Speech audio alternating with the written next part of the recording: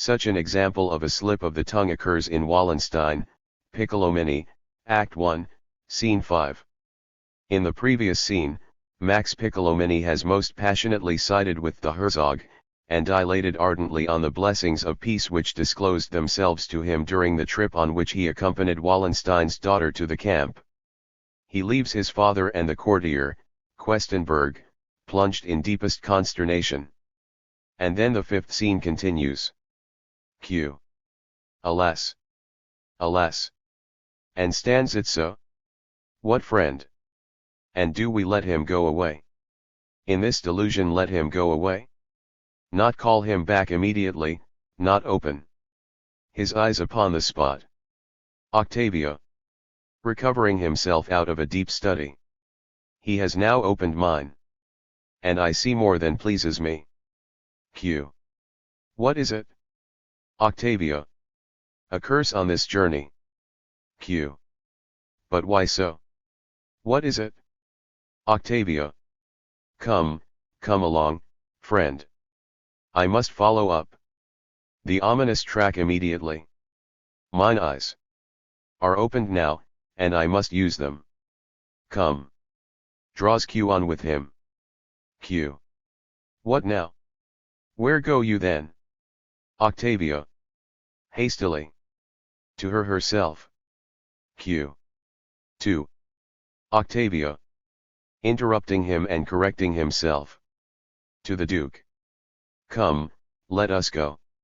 Octavio meant to say, to him, to the Lord, but his tongue slips and through his words to her he betrays to us, at least, the fact that he had quite clearly recognized the influence which makes the young war hero dream of peace. A still more impressive example was found by Orang in Shakespeare.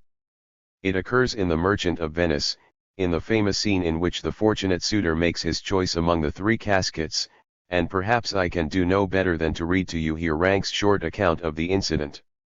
A slip of the tongue which occurs in Shakespeare's Merchant of Venice, Act 3, Scene 2, is exceedingly delicate in its poetic motivation and technically brilliant in its handling.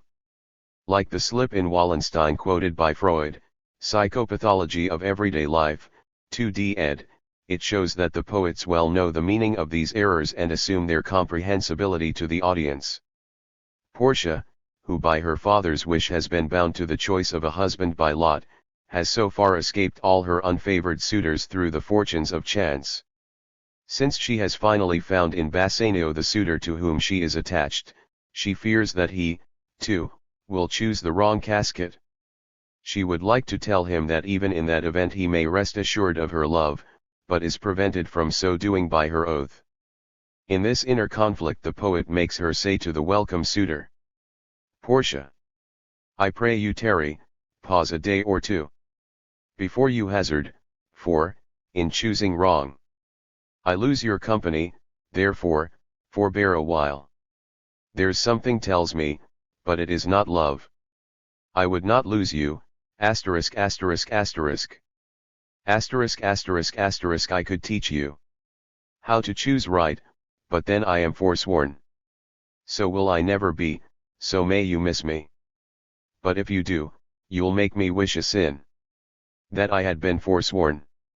Beshrew your eyes. They have o'erlooked me, and divided me. One half of me is yours, the other half yours. Mine own, I would say, but if mine, then yours. And so all yours. Just that, therefore, which she meant merely to indicate faintly to him or really to conceal from him entirely, namely that even before the choice of the lot she was his and loved him, this the poet with admirable psychological delicacy of feeling makes apparent by her slip, and is able, by this artistic device, to quiet the unbearable uncertainty of the lover, as well as the equal suspense of the audience as to the issue of the choice. Notice, at the end, how subtly Portia reconciles the two declarations which are contained in the slip, how she resolves the contradiction between them and finally still manages to keep her promise.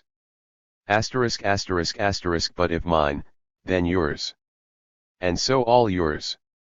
Another thinker, alien to the field of medicine, accidentally disclosed the meaning of errors by an observation which has anticipated our attempts at explanation. You all know the clever satires of Lichtenberg, 1742 to 1749, of which Goethe said, where he jokes, there lurks a problem concealed. Not infrequently the joke also brings to light the solution of the problem. Lichtenberg mentions in his jokes and satiric comments the remark that he always read Agamemnon for Ancient Amen, so intently had he read Homer. Herein is really contained the whole theory of misreadings. At the next session we will see whether we can agree with the poets in their conception of the meaning of psychological errors. Third lecture. The Psychology of Errors, continued. At the last session we conceived the idea of considering the error, not in its relation to the intended act which it distorted, but by itself alone, and we received the impression that in isolated instances it seems to betray a meaning of its own. We declared that if this fact could be established on a larger scale, then the meaning of the error itself would soon come to interest us more than an investigation of the circumstances under which the error occurs. Let us agree once more on what we understand by the meaning of a psychic process. A psychic process is nothing more than the purpose which it serves and the position which it holds in a psychic sequence. We can also substitute the word purpose or intention for meaning in most of our investigations. Was it then only a deceptive appearance or a poetic exaggeration of the importance of an error which made us believe that we recognized a purpose in it? Let us adhere faithfully to the illustrative example of slips of the tongue and let us examine a larger number of such observations. We then find whole categories of cases in which the intention, the meaning of the slip itself, is clearly manifest. This is the case above all in those examples in which one says the opposite of what one intended. The President said, in his opening address, "I declare the meeting closed." His intention is certainly not ambiguous. The meaning and purpose of his slip is that he wants to terminate the meeting. One might point the conclusion with the remark he said so himself. We have only taken him at his word. Do not interrupt me at this point by remarking that this is not possible, that we know he did not want to terminate the meeting but to open it, and that he himself, whom we have just recognized as the best judge of his intention, will affirm that he meant to open it. In so doing you forget that we have agreed to consider the error entirely by itself. Its relation to the intention which it distorts is to be discussed later. Otherwise you convict yourself of an error in logic by which you smoothly conjure away the problem under discussion, or beg the question, as it is called in English.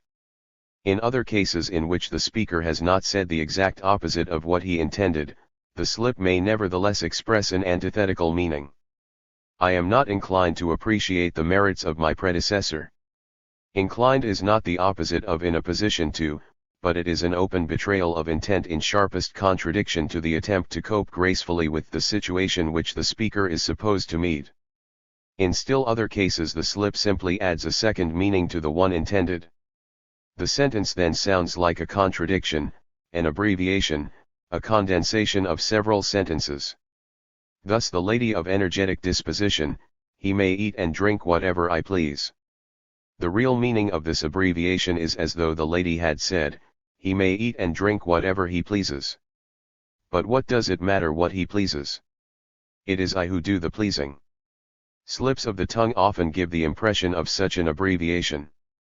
For example, the anatomy professor, after his lecture on the human nostril, asks whether the class has thoroughly understood, and after a unanimous answer in the affirmative, goes on to say, I can hardly believe that is so, since the people who understand the human nostril can, even in a city of millions, be counted on one finger on the fingers of one hand. The abbreviated sentence here also has its meaning. It expresses the idea that there is only one person who thoroughly understands the subject. In contrast to these groups of cases are those in which the error does not itself express its meaning, in which the slip of the tongue does not in itself convey anything intelligible, cases, therefore, which are in sharpest opposition to our expectations. If anyone, through a slip of the tongue, distorts a proper name, or puts together an unusual combination of syllables, then this very common occurrence seems already to have decided in the negative the question of whether all errors contain a meaning. Yet closer inspection of these examples discloses the fact that an understanding of such a distortion is easily possible, indeed, that the difference between these unintelligible cases and the previous comprehensible ones is not so very great. A man who was asked how his horse was, answered, "Oh, it may take another month." When asked what he really meant to say, he explained that he had been thinking that it was a sorry business and the coming together of take and sorry gave rise to stake. Miringer and Meyer. Another man was telling of some incidents to which he had objected, and went on, and then certain facts were refiled. Upon being questioned, he explained that he meant to stigmatize these facts as filthy. Revealed and filthy together produced the peculiar refilled. Miringer and Meyer. You will recall the case of the young man who wished to escort an unknown lady. We took the liberty of resolving this word construction into the two words escort and insult, and felt convinced of this interpretation without demanding proof of it. You see from these examples that even slips can be explained through the concurrence, the interference, of two speeches of different intentions. The difference arises only from the fact that in the one type of slip the intended speech completely crowds out the other, as happens in those slips where the opposite is said, while in the other type the intended speech must rest content with so distorting or modifying the other as to result in mixtures which seem more or less intelligible in themselves. We believe that we have now grasped the secret of a large number of slips of the tongue. If we keep this explanation in mind, we will be able to understand still other hitherto mysterious groups. In the case of the distortion of names, for instance, we cannot assume that it is always an instance of competition between two similar, yet different names. Still, the second intention is not difficult to guess. The distorting of names occurs frequently enough not as a slip of the tongue, but as an attempt to give the name an ill-sounding or debasing character. It is a familiar device or trick of insult, which persons of culture early learn to do without, though they do not give it up readily. They often clothe it in the form of a joke, though, to be sure, the joke is of a very low order. Just to cite a gross and ugly example of such a distortion of a name, I mention the fact that the name of the President of the French Republic, Poincaré, has been at times, lately, transformed into Schweinsker. It is therefore easy to assume that there is also such an intention to insult in the case of other slips of the tongue which result in the distortion of a name. In consequence of our adherence to this conception, similar explanations force themselves upon us, in the case of slips of the tongue whose effect is comical or absurd. I call upon you to hiccup the health of our chief. Here the solemn atmosphere is unexpectedly disturbed by the introduction of a word that awakens an unpleasant image, and from the prototype of certain expressions of insult and offense we cannot but suppose that there is an intention striving for expression which is in sharp contrast to the ostensible respect, and which could be expressed about as follows: "You needn't believe this. I'm not really in earnest. I don't give a hoop for the fellow," etc. A similar trick which passes for a slip of the tongue is that which transforms a harmless word into one which is indecent and obscene. We know that many persons have this tendency of intentionally making harmless words obscene for the sake of a certain lascivious pleasure it gives them. It passes as wit, and we always have to ask about a person of whom we hear such a thing, whether he intended it as a joke or whether it occurred as a slip of the tongue. Well, here we have solved the riddle of errors with relatively little trouble. They are not accidents, but valid psychic acts. They have their meaning, they arise through the collaboration, or better, the mutual interference of two different intentions. I can well understand that at this point you want to swamp me with a deluge of questions and doubts to be answered and resolved before we can rejoice over this first result of our labors. I truly do not wish to push you to premature conclusions. Let us dispassionately weigh each thing in turn, one after the other. What would you like to say? Whether I think this explanation is valid for all cases of slips of the tongue or only for a certain number? Whether one can extend the same conception to all the many other errors to misreading, slips of the pen, forgetting, picking up the wrong object, mislaying things, etc. In the face of the psychic nature of errors, what meaning is left to the factors of fatigue, excitement, absent-mindedness, and distraction of attention? Moreover, it is easy to see that of the two competing meanings in an error, one is always public, but the other not always. But what does one do in order to guess the latter? And when one believes one has guessed it, how does one go about proving that it is not merely a probable meaning, but that it is the only correct meaning? Is there anything else you wish to ask? If not, then I will continue. I would remind you of the fact that we really are not much concerned with the errors themselves, but we wanted only to learn something of value to psychoanalysis from their study.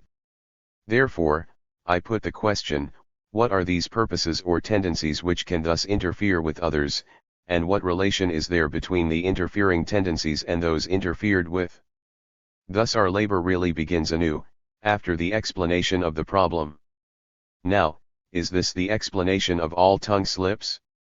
I am very much inclined to think so, and for this reason, that as often as one investigates a case of a slip of the tongue, it reduces itself to this type of explanation. But on the other hand, one cannot prove that a slip of the tongue cannot occur without this mechanism. It may be so, for our purposes it is a matter of theoretical indifference, since the conclusions which we wish to draw by way of an introduction to psychoanalysis remain untouched, even if only a minority of the cases of tongue slips come within our conception, which is surely not the case. I shall anticipate the next question, of whether or not we may extend to other types of errors what we have gleaned from slips of the tongue, and answer it in the affirmative. You will convince yourselves of that conclusion when we turn our attention to the investigation of examples of pen slips, picking up wrong objects, etc. I would advise you, however, for technical reasons, to postpone this task until we shall have investigated the tongue slip itself more thoroughly. The question of what meaning those factors which have been placed in the foreground by some authors, namely, the factors of circulatory disturbances, fatigue, excitement, absent-mindedness, the theory of the distraction of attention, the question of what meaning those factors can now have for us if we accept the above described psychic mechanism of tongue slips, deserves a more detailed answer. You will note that we do not deny these factors. In fact, it is not very often that psychoanalysis denies anything which is asserted on the other side. As a rule, psychoanalysis merely adds something to such assertions, and occasionally it does happen that what had hitherto been overlooked, and was newly added by psychoanalysis, is just the essential thing. The influence on the occurrence of tongue slips of such physiological predispositions as result from slight illness, circulatory disturbances, and conditions of fatigue, should be acknowledged without more ado. Daily personal experience can convince you of that. But how little is explained by such an admission. Above all, they are not necessary conditions of the errors. Slips of the tongue are just as possible when one is in perfect health and normal condition. Bodily factors, therefore, have only the value of acting by way of facilitation and encouragement to the peculiar psychic mechanism of a slip of the tongue. To illustrate this relationship, I once used a simile which I will now repeat because I know of no better one as substitute. Let us suppose that some dark night I go past a lonely spot and am there assaulted by a rascal who takes my watch and purse, and then, since I did not see the face of the robber clearly, I make my complaint at the nearest police station in the following words: "Loneliness and darkness have just robbed me of my valuables." The police commissioner could then say to me, "You seem to hold an unjustifiably extreme mechanistic conception. Let us rather state the case as follows: under cover of darkness, and favored by the loneliness, an unknown robber seized your valuables. The essential task in your case seems to me to be to discover the robber. Perhaps we can then take his booty from him again." Such psychophysiological moments as excitement, absent-mindedness, and distracted attention, are obviously of small assistance to us for the purpose of explanation. They are mere phrases, screens behind which we will not be deterred from looking. The question is rather what in such cases has caused the excitement, the particular diversion of attention. The influence of syllable sounds, word resemblances, and the customary associations which words arouse should also be recognized as having significance. They facilitate the tongue slip by pointing the path which it can take. But if I have a path before me, Does that fact as a matter of course determine that I will follow it? After all, I must have a stimulus to make me decide for it, and, in addition, a force which carries me forward on this path. These sound and word relationships therefore serve also only to facilitate the tongue slip, just as the bodily dispositions facilitate them. They cannot give the explanation for the word itself. Just consider, for example, the fact that in an enormously large number of cases, my lecturing is not disturbed by the fact that the words which I use recall others by their sound resemblance, that they are intimately associated with their opposites, or arouse common associations. We might add here the observation of the philosopher Wundt, that slips of the tongue occur when, in consequence of bodily fatigue, the tendency to association gains the upper hand over the intended speech. This would sound very plausible if it were not contradicted by experiences which proved that from one series of cases of tongue slips bodily stimuli were absent, and from another, the association stimuli were absent. However, your next question is one of particular interest to me, namely, in what way can one establish the existence of the two mutually antagonistic tendencies? You probably do not suspect how significant this question is. It is true, is it not, that one of the two tendencies, the tendency which suffers the interference, is always unmistakable? The person who commits the error is aware of it and acknowledges it. It is the other tendency, what we call the interfering tendency, which causes doubt and hesitation. Now we have already learned, and you have surely not forgotten, that these tendencies are, in a series of cases, equally plain. That is indicated by the effect of the slip, if only we have the courage to let this effect be valid in itself. The president who said the opposite of what he meant to say made it clear that he wanted to open the meeting, but equally clear that he would also have liked to terminate it. Here the meaning is so plain that there is nothing left to be interpreted. But the other cases in which the interfering tendency merely distorts the original, without bringing itself to full expression, how can one guess the interfering meaning from the distortion? By a very sure and simple method, in the first series of cases, namely, by the same method by which one establishes the existence of the meaning interfered with. The latter is immediately supplied by the speaker, who instantly adds the originally intended expression. It may it may take another month. Now we likewise ask him to express the interfering meaning. We ask him, now, why did you first say steak?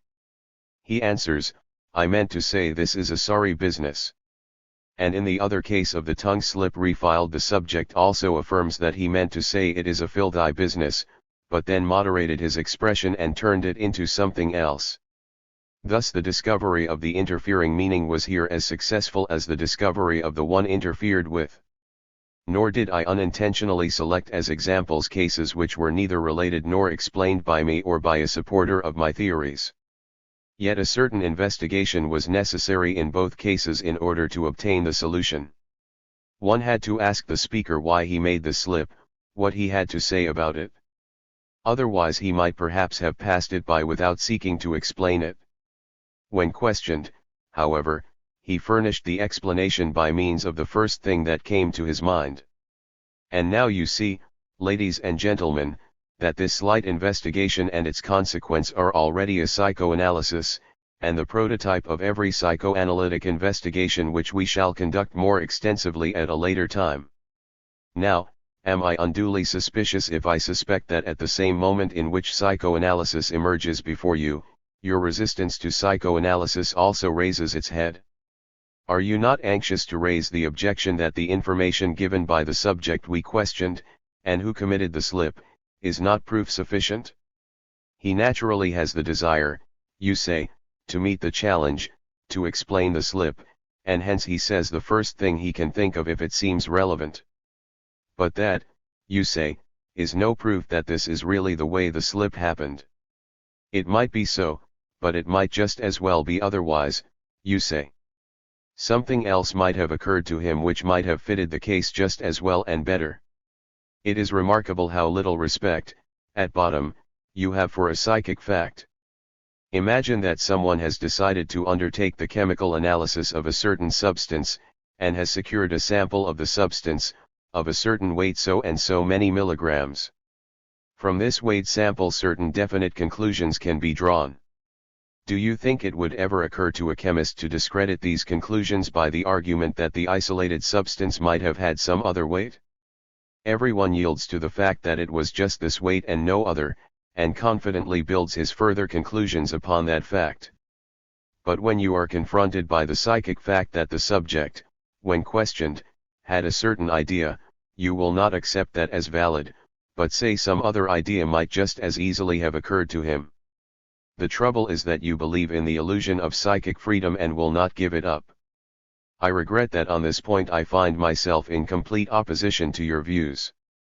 Now you will relinquish this point only to take up your resistance at another place.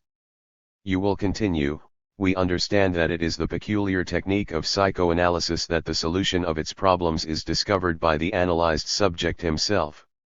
Let us take another example, that in which the speaker calls upon the assembly to hiccup the health of their chief.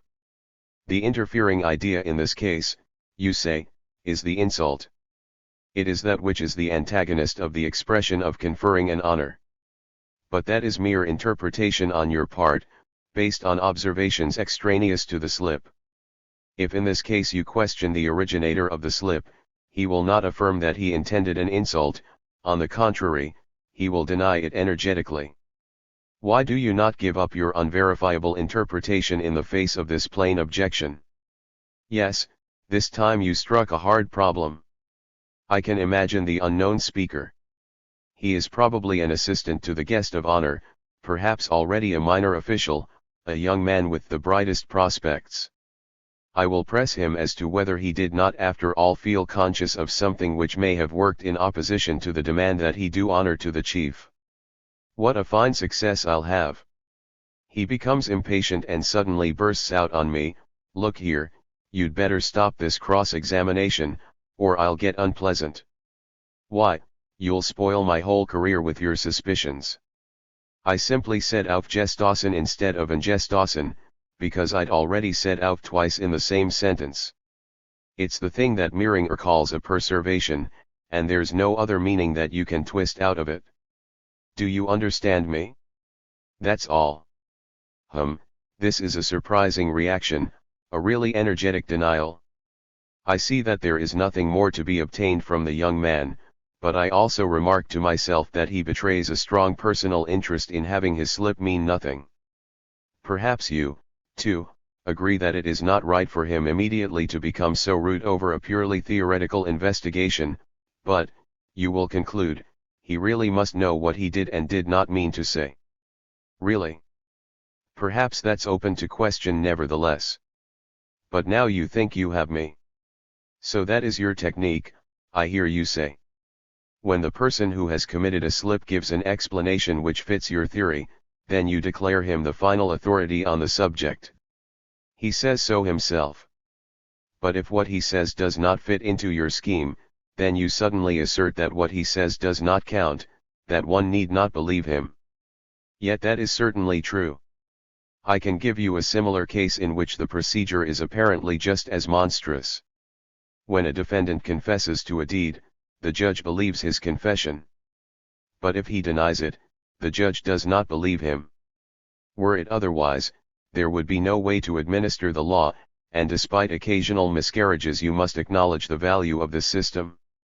Well, are you then the judge, and is the person who committed the slip a defendant before you?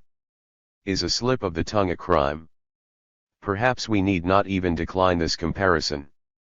But just see to what far-reaching differences we have come by penetrating somewhat into the seemingly harmless problems of the psychology of errors, differences which at this stage we do not at all know how to reconcile. I offer you a preliminary compromise on the basis of the analogy of the judge and the defendant. You will grant me that the meaning of an error admits of no doubt when the subject under analysis acknowledges it himself. I in turn will admit that a direct proof for the suspected meaning cannot be obtained if the subject denies us the information, and, of course, that is also the case when the subject is not present to give us the information. We are, then, as in the case of the legal procedure, dependent on circumstances which make a decision at one time seem more, and at another time, less probable to us. At law, one has to declare a defendant guilty on circumstantial evidence for practical reasons. We see no such necessity, but neither are we forced to forego the use of these circumstances. It would be a mistake to believe that a science consists of nothing but conclusively proved theorems, and any such demand would be unjust. Only a person with a mania for authority, a person who must replace his religious catechism with some other, even though it be scientific, would make such a demand. Science has but few apodictic precepts in its catechism. It consists chiefly of assertions which it has developed to certain degrees of probability. It is actually a symptom of scientific thinking if one is content with these approximations of certainty and is able to carry on constructive work despite the lack of the final confirmation. But where do we get the facts for our interpretations, the circumstances for our proof, when the further remarks of the subject under analysis do not themselves elucidate the meaning of the error? From many sources. First of all, from the analogy with phenomena extraneous to the psychology of errors, as, for example, when we assert that the distortion of a name as a slip of the tongue has the same insulting significance as an intentional name distortion. We get them also from the psychic situation in which the error occurred, from our knowledge of the character of the person who committed the error, from the impressions which that person received before making the error, and to which he may possibly have reacted with this error. As a rule, what happens is that we find the meaning of the error according to general principles. It is then only a conjecture, a suggestion as to what the meaning may be, and we then obtain our proof from examination of the psychic situation. Sometimes, too, it happens that we have to wait for subsequent developments, which have announced themselves, as it were, through the error, in order to find our conjecture verified. I cannot easily give you proof of this if I have to limit myself to the field of tongue slips, although even here there are a few good examples. The young man who wished to escort the lady is certainly shy. The lady whose husband may eat and drink whatever she wants I know to be one of those energetic women who know how to rule in the home. Or take the following case: at a general meeting of the Concordia Club, a young member delivers a vehement speech in opposition, in the course of which he addresses the officers of the society as fellow committee lenders. We will conjecture that some conflicting idea militate in him against his opposition, an idea which was in some way based on a connection with money lending.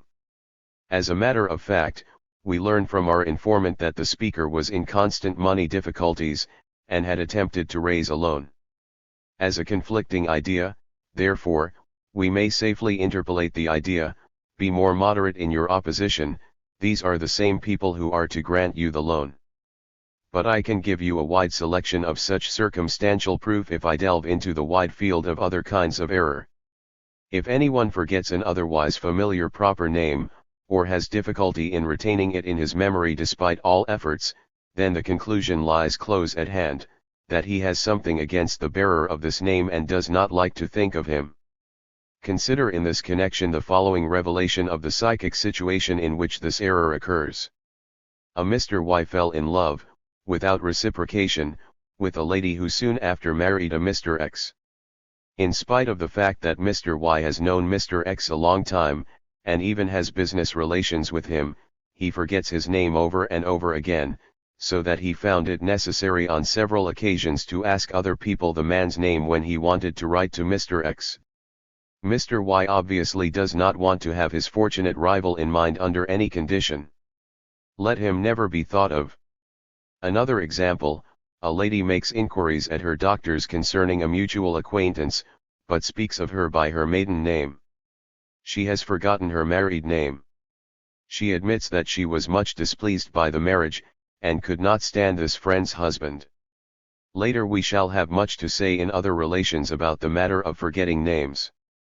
At present we are predominantly interested in the psychic situation in which the lapse of memory occurs. The forgetting of projects can quite commonly be traced to an antagonistic current which does not wish to carry out the project.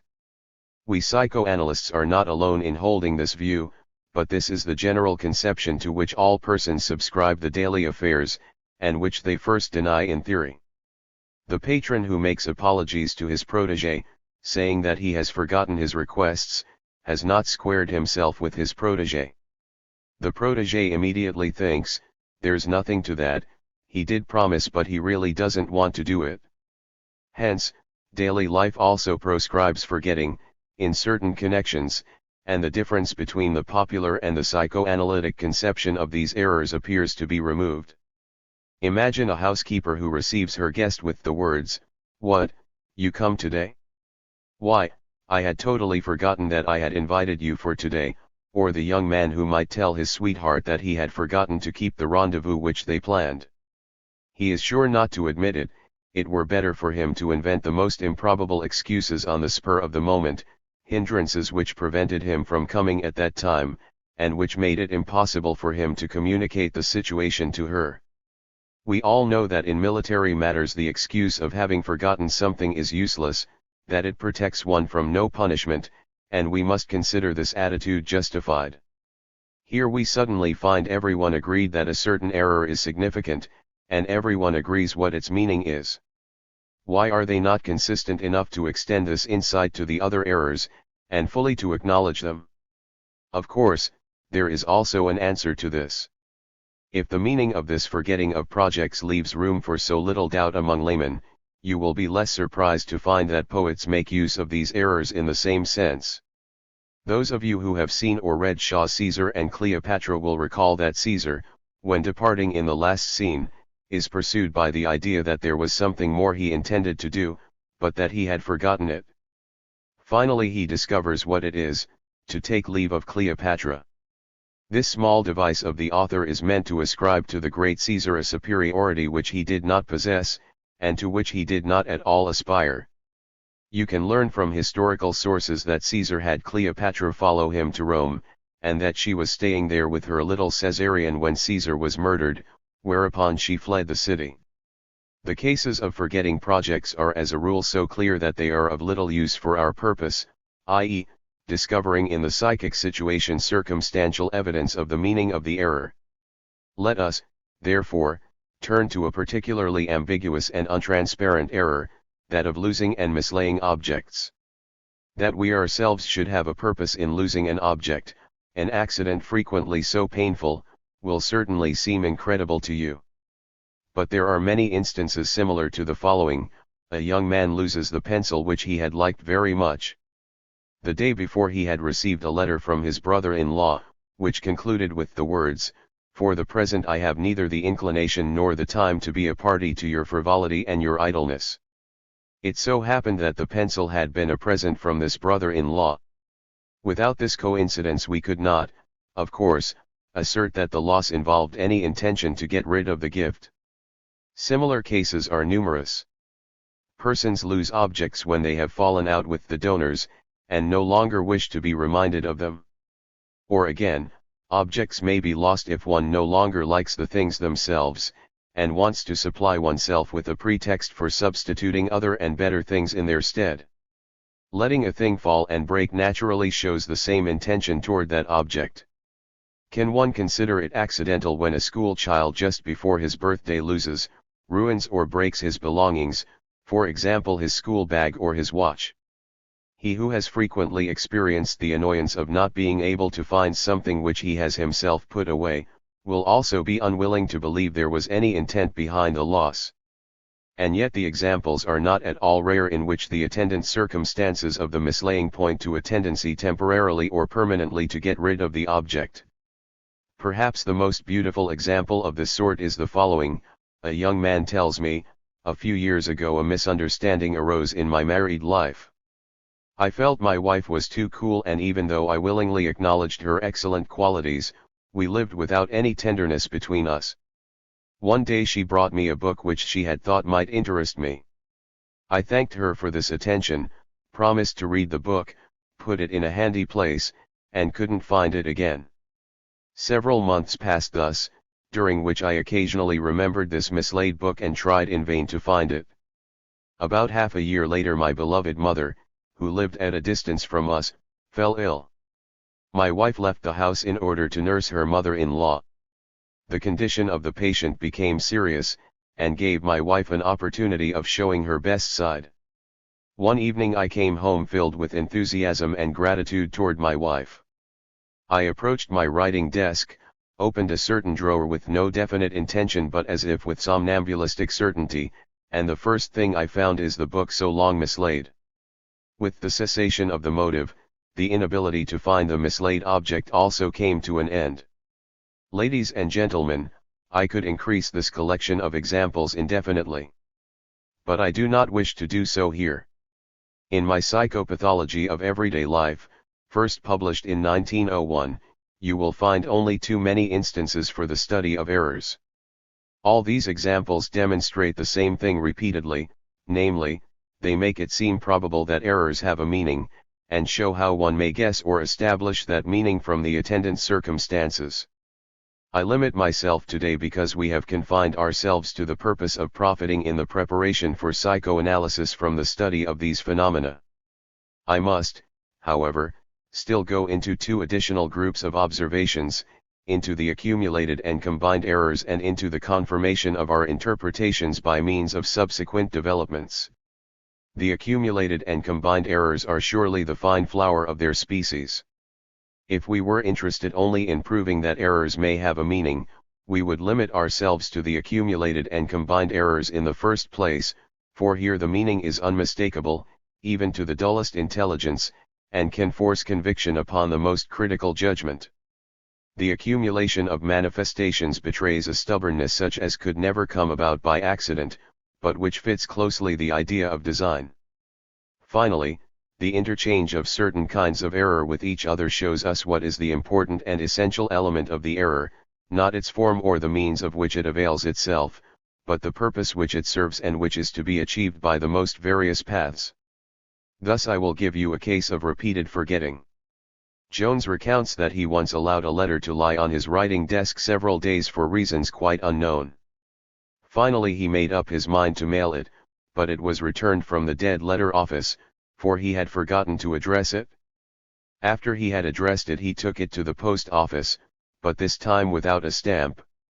At this point he finally had to admit to himself his aversion against sending the letter at all. In another case a mistake is combined with mislaying an object.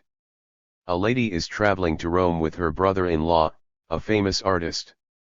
The visitor is much feted by the Germans living in Rome, and receives as a gift, among other things, a gold medal of ancient origin. The lady is vexed by the fact that her brother-in-law does not sufficiently appreciate the beautiful object. After she leaves her sister and reaches her home, she discovers when unpacking that she has brought with her how, she does not know the medal. She immediately informs her brother-in-law of this fact by letter, and gives him notice that she will send the medal back to Rome the next day. But on the following day, the medal has been so cleverly mislaid that it can neither be found nor sent, and at this point it begins to dawn upon the lady that her absent-mindedness means, namely, that she wants to keep the object for herself. I have already given you an example of a combination of forgetfulness and error in which someone first forgot a rendezvous and then, with the firm intention of not forgetting it a second time, appeared at the wrong hour. A quite analogous case was told me from his own experience, by a friend who pursues literary interests in addition to his scientific ones. He said, "A few years ago I accepted the election to the board of a certain literary society, because I hoped that the society could at some time be of use to me in helping obtain the production of my drama, and, despite my lack of interest, I took part in the meetings every Friday. A few months ago I received the assurance of a production in the theater in F, and since that time it happens regularly that I forget the meetings of that society. When I read your article on these things, I was ashamed of my forgetfulness, reproached myself with the meanness of staying away now that I no longer need these people and determined to be sure not to forget next Friday. I kept reminding myself of this resolution until I carried it out and stood before the door of the meeting room. To my astonishment, it was closed, the meeting was already over, for I had mistaken the day. It was already Saturday. It would be tempting enough to collect similar observations, but I will go no further. I will let you glance instead upon those cases in which our interpretation has to wait for its proof upon future developments. The chief condition of these cases is conceivably that the existing psychic situation is unknown to us or inaccessible to our inquiries. At that time our interpretation has only the value of a conjecture to which we ourselves do not wish to grant too much weight. Later, however, something happens which shows us how justified was our interpretation even at that time. I was once the guest of a young married couple and heard the young wife laughingly tell of a recent experience, of how on the day after her return from her honeymoon she had hunted up her unmarried sister again in order to go shopping with her, as in former times, while her husband went to his business. Suddenly she noticed a gentleman on the other side of the street, and she nudged her sister, saying, "Why look, there goes Mr. K." She had forgotten that this gentleman was her husband of some weeks' standing. I shuddered at this tale but did not dare to draw the inference. The little anecdote did not occur to me again until a year later, after this marriage had come to a most unhappy end. A meter tells of a lady who, the day before her wedding, forgot to try on her wedding dress and to the despair of the dressmaker only remembered it later in the evening. He adds in connection with this forgetfulness the fact that she divorced her husband soon after. I know a lady now divorced from her husband, who, in managing her fortune, frequently signed documents with her maiden name, and this many years before she really resumed it. I know of other women who lost their wedding rings on their honeymoon and also know that the course of the marriage gave a meaning to this accident. And now one more striking example with a better termination. It is said that the marriage of a famous German chemist did not take place because he forgot the hour of the wedding, and instead of going to the church went to the laboratory. He was wise enough to rest satisfied with this one attempt, and died unmarried at a ripe old age. Perhaps the idea has also come to you that in these cases mistakes have taken the place of the omena or omens of the ancients. Some of the omena really were nothing more than mistakes, for example, when a person stumbled or fell down. Others, to be sure, bore the characteristics of objective occurrences rather than that of subjective acts. But you would not believe how difficult it sometimes is to decide in a specific instance whether the act belongs to the one or the other group. It so frequently knows how to masquerade as a passive experience. Every one of us who can look back over a longer or shorter life experience will probably say that he might have spared himself many disappointments and painful surprises if he had found the courage and decision to interpret as omens the little mistakes which he made in his intercourse with people, and to consider them as indications of the intentions which were still being kept secret. As a rule, one does not dare do this. One would feel as though he were again becoming superstitious via a detour through science.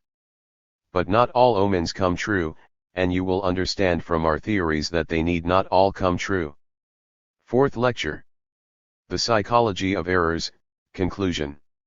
We may certainly put it down as the conclusion of our labors up to this point that errors have a meaning, and we may make this conclusion the basis of our further investigations. Let me stress the fact once more that we do not assert and for our purposes need not assert that every single mistake which occurs is meaningful, although I consider that probable. It will suffice us if we prove the presence of such a meaning with relative frequency in the various forms of errors. These various forms, by the way, behave differently in this respect. In the cases of tongue slips, pen slips, etc., the occurrences may take place on a purely physiological basis. In the group based on forgetfulness, forgetting names or projects, mislaying objects, etc., I cannot believe in such a basis. There does very probably exist a type of case in which the loss of objects should be recognized as unintentional. Of the mistakes which occur in daily life, only a certain portion can in any way be brought within our conception. You must keep this limitation in mind when we start henceforth from the assumption that mistakes are psychic acts and arise through the mutual interference of two intentions. Herein we have the first result of psychoanalysis. Psychology hitherto knew nothing of the occurrence of such interferences and the possibility that they might have such manifestations as a consequence. We have widened the province of the world of psychic phenomena quite considerably, and have brought into the province of psychology phenomena which formerly were not attributed to it. Let us tarry a moment longer over the assertion that errors are psychic acts. Does such an assertion contain more than the former declaration that they have a meaning? I do not believe so. On the contrary, it is rather more indefinite and open to greater misunderstanding. Everything which can be observed about the psychic life will on occasion be designated as a psychic phenomenon. But it will depend on whether the specific psychic manifestations resulted directly from bodily, organic, material influences, in which case their investigation will not fall within the province of psychology, or whether it was more immediately the result of other psychic occurrences back of which, somewhere, the series of organic influences then begins. We have the latter condition of affairs before us when we designate a phenomenon as a psychic manifestation, and for that reason it is more expedient to put our assertion in this form: the phenomena are meaningful, they have a meaning. By meaning we understand significance, purpose, tendency, and position in a sequence of psychic relations. There are a number of other occurrences which are very closely related to errors, but which this particular name no longer fits. We call them accidental and symptomatic acts. They also have the appearance of being unmotivated, the appearance of insignificance and unimportance, but in addition, and more plainly, of superfluity. They are differentiated from errors by the absence of another intention with which they collide and by which they are disturbed. On the other side they pass over without a definite boundary line into the gestures and movements which we count among expressions of the emotions. Among these accidental acts belong all those apparently playful, apparently purposeless performances in connection with our clothing, parts of our body, objects within reach, as well as the omission of such performances, and the melodies which we hum to ourselves. I venture the assertion that all these phenomena are meaningful and capable of interpretation in the same way as are the errors, that they are small manifestations of other more important psychic processes, valid psychic acts. But I do not intend to linger over this new enlargement of the province of psychic phenomena, but rather to return to the topic of errors, in the consideration of which the important psychoanalytic inquiries can be worked out with far greater clarity. The most interesting questions which we formulated while considering errors, and which we have not yet answered, are, I presume, the following. We said that the errors are the result of the mutual interference of two different intentions, of which the one can be called the intention interfered with, and the other the interfering intention. The intentions interfered with give rise to no further questions, but concerning the others we want to know, firstly, what kind of intentions are these which arise as disturbers of others, and secondly, in what proportions are the interfering related to the interfered. Will you permit me again to take the slip of the tongue as representative of the whole species and allow me to answer the second question before the first? The interfering intention in the tongue slip may stand in a significant relation to the intention interfered with, and then the former contains a contradiction of the latter, correcting or supplementing it. Or, to take a less intelligible and more interesting case, the interfering intention has nothing to do with the intention interfered with. Proofs for the first of the two relations we can find without trouble in the examples which we already know and in others similar to those. In almost all cases of tongue slips where one says the contrary of what he intended, where the interfering intention expresses the antithesis of the intention interfered with, the error is the presentation of the conflict between two irreconcilable strivings. I declare the meeting opened, but would rather have it closed, is the meaning of the president's slip. A political paper which has been accused of corruptibility, defends itself in an article meant to reach a climax in the words, "Our readers will testify that we have always interceded for the good of all in the most disinterested manner." But the editor who had been entrusted with the composition of the defense, wrote, "in the most interested manner." That is, he thinks, to be sure, I have to write this way, but I know better. A representative of the people who urges that the Kaiser should be told the truth rückhaltlos, hears an inner voice which is frightened by his boldness, and which through a slip changes the rückhaltlos into ruggertlos. In the examples familiar to you, which give the impression of contraction and abbreviation, it is a question of a correction, an addition, or continuation by which the second tendency manifests itself together with the first. Things were revealed, but better say it right out, they were filthy, therefore, things were refiled. The people who understand this topic can be counted on the fingers of one hand, but no, there is really only one who understands it, therefore, counted on one finger. Or, my husband may eat and drink whatever he wants. But you know very well that I don't permit him to want anything, therefore he may eat and drink whatever I want. In all these cases, therefore, the slip arises from the content of the intention itself, or is connected with it. The other type of relationship between the two interfering intentions seems strange. If the interfering intention has nothing to do with the content of the one interfered with, where then does it come from and how does it happen to make itself manifest as interference just at that point? The observation which alone can furnish an answer here, recognizes the fact that the interference originates in a thought process which has just previously occupied the person in question and which then has that after effect, irrespective of whether it has already found expression in speech or not. It is therefore really to be designated as perseveration, but not necessarily as the perseveration of spoken words. Here also there is no lack of an associative connection between the interfering and the interfered with, yet it is not given in the content, but artificially restored, often by means of forced connecting links. Here is a simple example of this, which I myself observed. In our beautiful Dolomites, I meet two Viennese ladies who are gotten up as tourists. I accompany them a short distance and we discuss the pleasures, but also the difficulties of the tourist's mode of life. One lady admits this way of spending the day entails much discomfort. It is true, she says, that it is not at all pleasant, when one has tramped all day in the sun and waist and shirt are soaked through. At this point in the sentence she suddenly has to overcome a slight hesitancy. Then she continues, but then, when one gets knock hose, and can change. We did not analyze the slip, but I am sure you can easily understand it. The lady wanted to make the enumeration more complete and to say, waist, shirt and drawers. From motives of propriety, the mention of the drawers, hose, was suppressed, but in the next sentence of quite independent content the unuttered word came to light as a distortion of the similar word, house, house. Now we can turn at last to the long-delayed main question, namely, what kind of intentions are these which get themselves expressed in an unusual way as interferences of others, intentions within whose great variety we wish nevertheless to find what is common to them all. If we examine a series of them to this end, we will soon find that they divide themselves into three groups.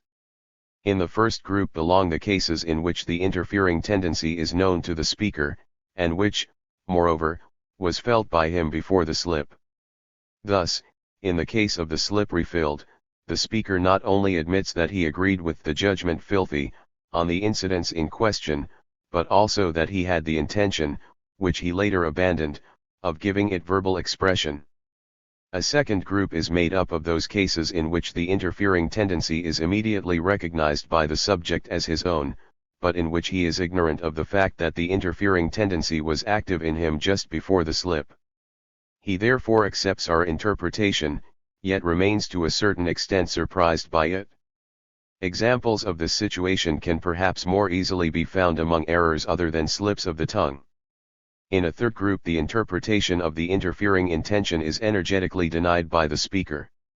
He not only denies that the interfering tendency was active in him before the slip, but he wants to assert that it was at all times completely alien to him.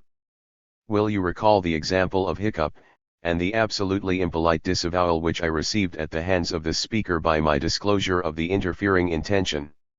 You know that so far we have no unity in our conception of these cases. I pay no attention to the toastmaster's disavowal and hold fast to my interpretation, while you, I am sure, are yet under the influence of his repudiation and are considering whether one ought not to forego the interpretation of such slips, and let them pass as purely physiological acts, incapable of further analysis. I can imagine what it is that frightens you off.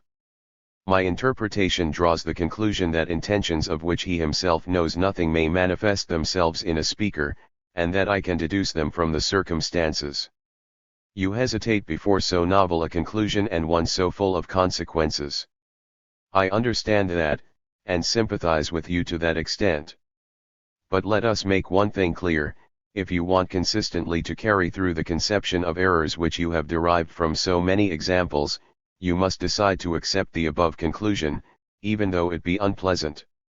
If you cannot do so, you must give up that understanding of errors which you have so recently won. Let us tarry a while over the point which unites the three groups, which is common to the three mechanisms of tongue slips. Fortunately, that is unmistakable. In the first two groups the interfering tendency is recognized by the speaker. In the first there is the additional fact that it showed itself immediately before the slip. In both cases, however, it was suppressed. The speaker had made up his mind not to convert the interfering tendency into speech, and then the slip of the tongue occurred.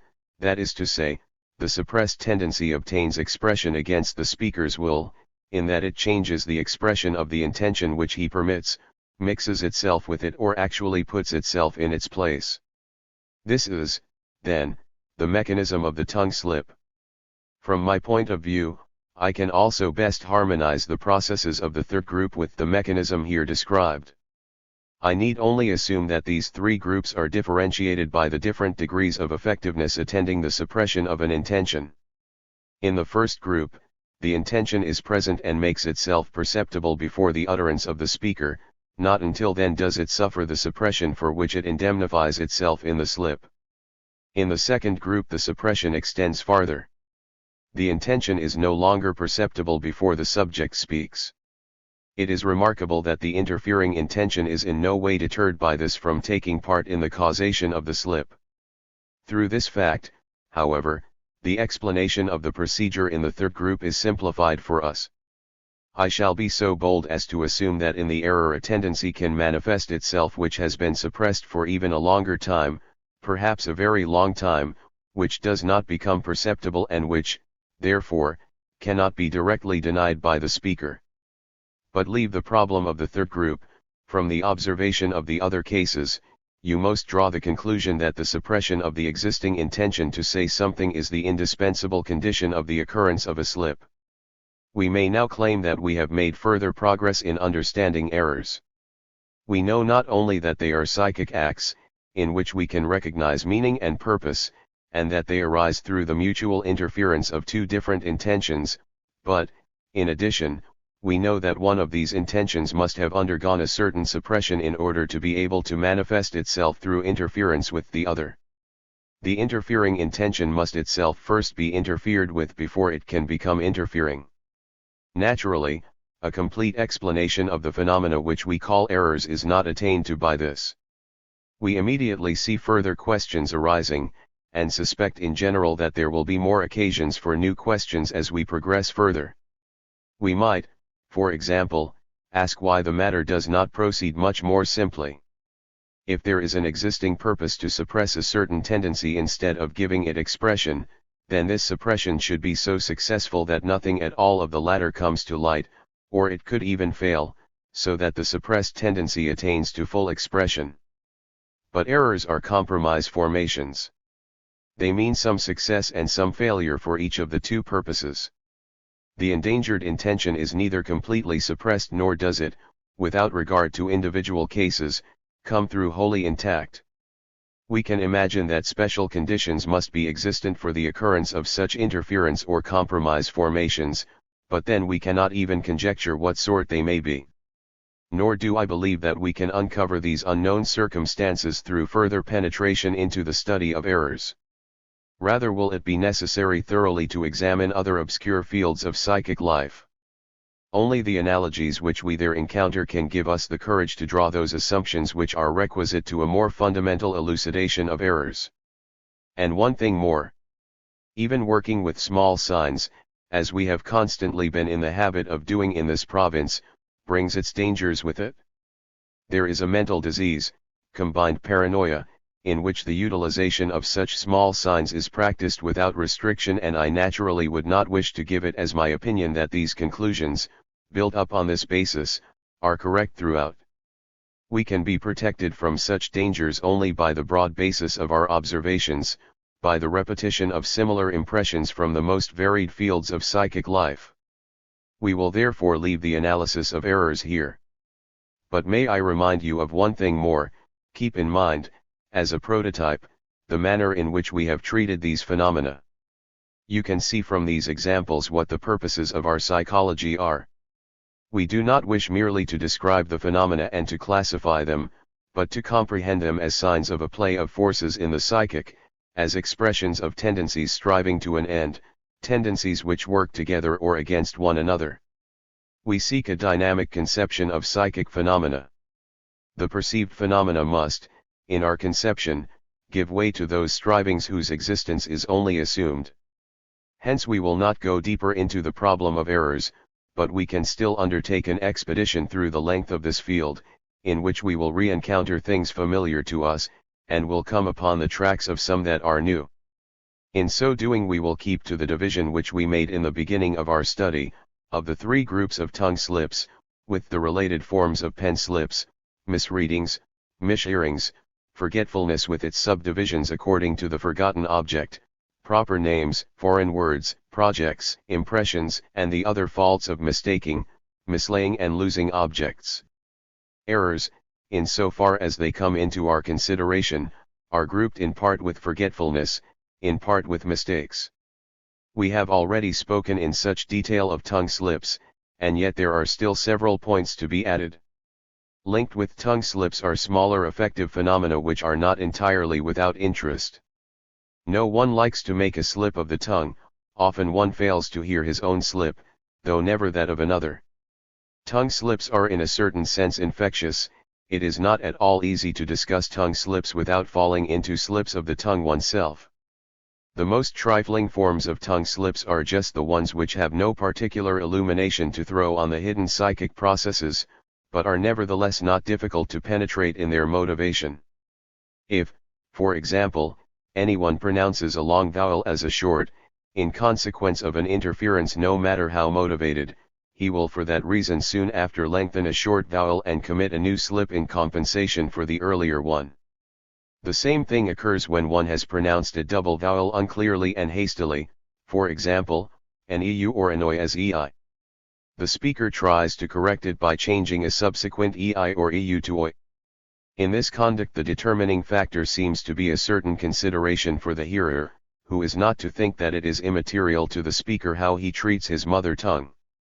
The second, compensating distortion actually has the purpose of making the hearer conscious of the first, and of assuring him that it also did not escape the speaker.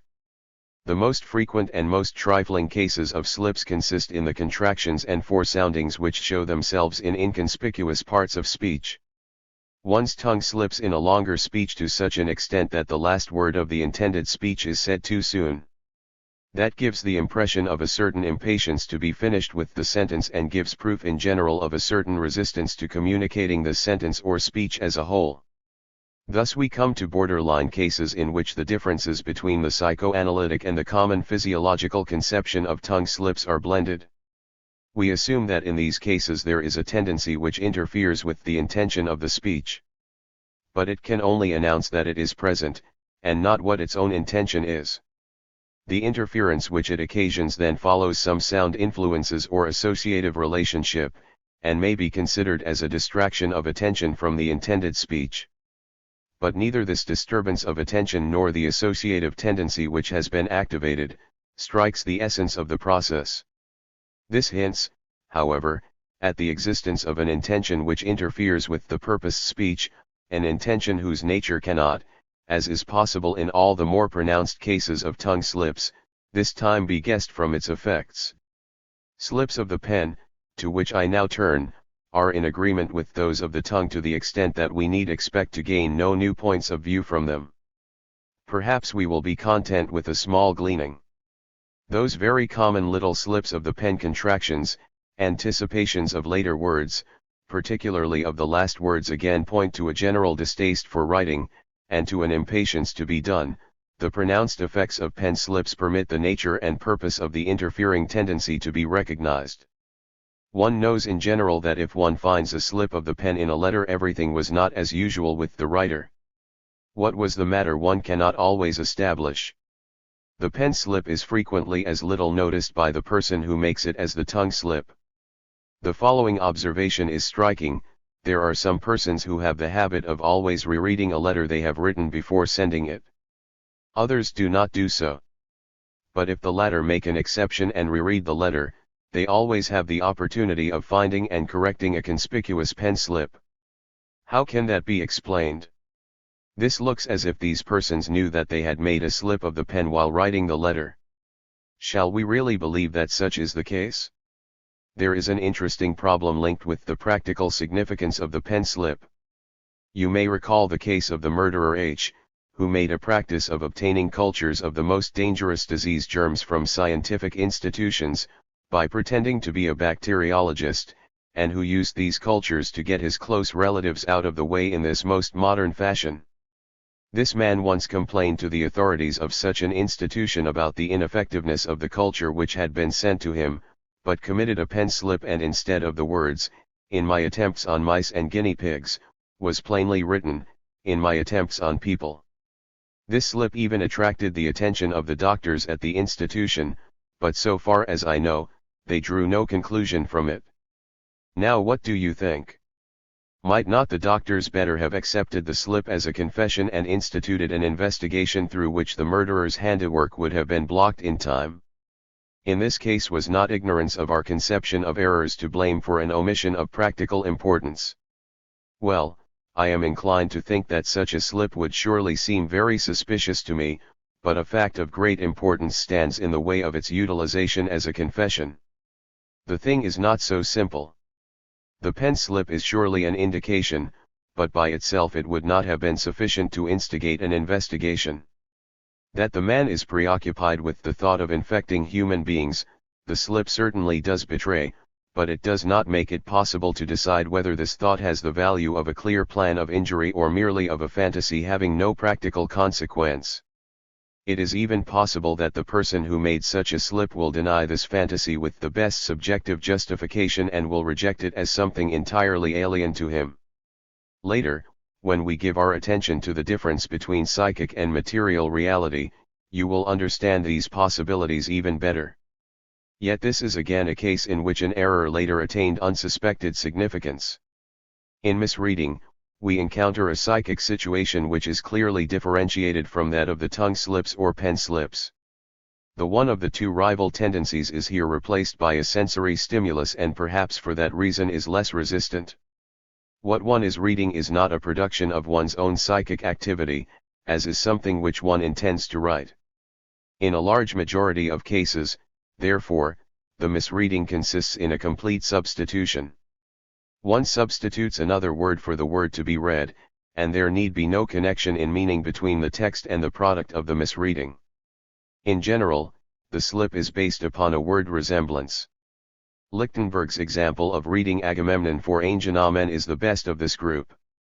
If one wishes to discover the interfering tendency which causes the misreading, one may completely ignore the misread text and can begin the analytic investigation with the two questions: what is the first idea that occurs in free association to the product of the misreading, and, in what situation did the misreading occur? Now and then a knowledge of the latter suffices by itself to explain the misreading. Take, for example, the individual who, distressed by certain needs, wanders about in a strange city and reads the word "close thous" on a large sign on the first floor of a house. He has just time to be surprised at the fact that the sign has been nailed so high up when he discovers that, accurately observed, the sign reads Corset House. In other cases, the misreadings which are independent of the text require a penetrating analysis which cannot be accomplished without practice and confidence in the psychoanalytic technique. But generally it is not a matter of much difficulty to obtain the elucidation of a misreading. The substituted word, as in the example, Agamemnon, betrays without more ado the thought sequence from which the interference results. In war times, for instance, it is very common for one to read into everything which contains a similar word structure, the names of the cities, generals, and military expressions which are constantly buzzing around us. In this way, whatever interests and preoccupies one puts itself in the place of that which is foreign or uninteresting. The after effects of thoughts blur the new perceptions. There are other types of misreadings, in which the text itself arouses the disturbing tendency, by means of which it is then most often changed into its opposite. One reads something which is undesired, analysis then convinces one that an intensive wish to reject what has been read should be made responsible for the alteration. In the first mentioned and more frequent cases of misreading, two factors are neglected to which we gave an important role in the mechanism of errors: the conflict of two tendencies and the suppression of one, which then indemnifies itself by producing the error. Not that anything like the opposite occurs in misreading, but the import unity of the idea content which leads to misreading is nevertheless much more conspicuous than the suppression to which the latter may previously have been subjected. Just these two factors are most tangibly apparent in the various situations of errors of forgetfulness. Forgetting plans is actually uniform in meaning, its interpretation is, as we have heard, not denied even by the layman. The tendency interfering with the plan is always an antithetical intention, an unwillingness concerning which we need only discover why it does not come to expression in a different and less disguised manner. But the existence of this unwillingness is not to be doubted. Sometimes it is possible even to guess something of the motives which make it necessary for this unwillingness to disguise itself, and it always achieves its purpose by the error resulting from the concealment, while its rejection would be certain were it to present itself as open contradiction. If an important change in the psychic situation occurs between the formulation of the plan and its execution, in consequence of which the execution of the plan does not come into question, then the fact that the plan was forgotten is no longer in the class of errors. One is no longer surprised at it, and one understands that it would have been superfluous to have remembered the plan. It was then permanently or temporarily effaced. Forgetting a plan can be called an error only when we have no reason to believe there was such an interruption. The cases of forgetting plans are in general so uniform and transparent that they do not interest us in our investigation. There are 2 points, however, from which we can learn something new. We have said that forgetting, that is, the non-execution of a plan, points to an antipathy toward it. This certainly holds, but, according to the results of our investigations, the antipathy may be of 2 sorts, direct and indirect. What is meant by the latter can best be explained by 1 or 2 examples. If a patron forgets to say a good word for his protégé to a third person, it may be because the patron is not really very much interested in the protégé, therefore, has no great inclination to commend him. It is, at any rate, in this sense that the protégé will construe his patron's forgetfulness. But the matter may be more complicated. The patron's antipathy to the execution of the plan may originate in another quarter and fasten upon quite a different point. It need not have anything to do with the protégé, but may be directed toward the third person to whom the good word was to have been said. Thus, you see what doubts here confront the practical application of our interpretation. The protégé, despite a correct interpretation of the forgetfulness, stands in danger of becoming too suspicious, and of doing his patron a grave injustice. Or, if an individual forgets a rendezvous which he has made, and which he had resolved to keep, the most frequent basis will certainly be the direct aversion to encountering this person. But analysis might here supply the information that the interfering intention was not directed against that person, but against the place in which they were to have met, and which was avoided because of a painful memory associated with it. Or, if one forgets to mail a letter, the counter-intention may be directed against the content of that letter, yet this does not in any way exclude the possibility that the letter is harmless in itself, and only subject to the counter-intention because something about it reminds the writer of another letter written previously, which, in fact, did afford a basis for the antipathy. One can say in such a case that the antipathy has here transferred itself from that former letter where it was justified to the present one in which it really has no meaning. Thus you see that one must always exercise restraint and caution in the application of interpretations, even though the interpretations are justified. That which is psychologically equivalent may nevertheless in practice be very ambiguous. Phenomena such as these will seem very unusual to you. Perhaps you are inclined to assume that the indirect antipathy is enough to characterize the incident as pathological. Yet I can assure you that it also occurs in a normal and healthy setting. I am in no way willing to admit the unreliability of our analytic interpretation.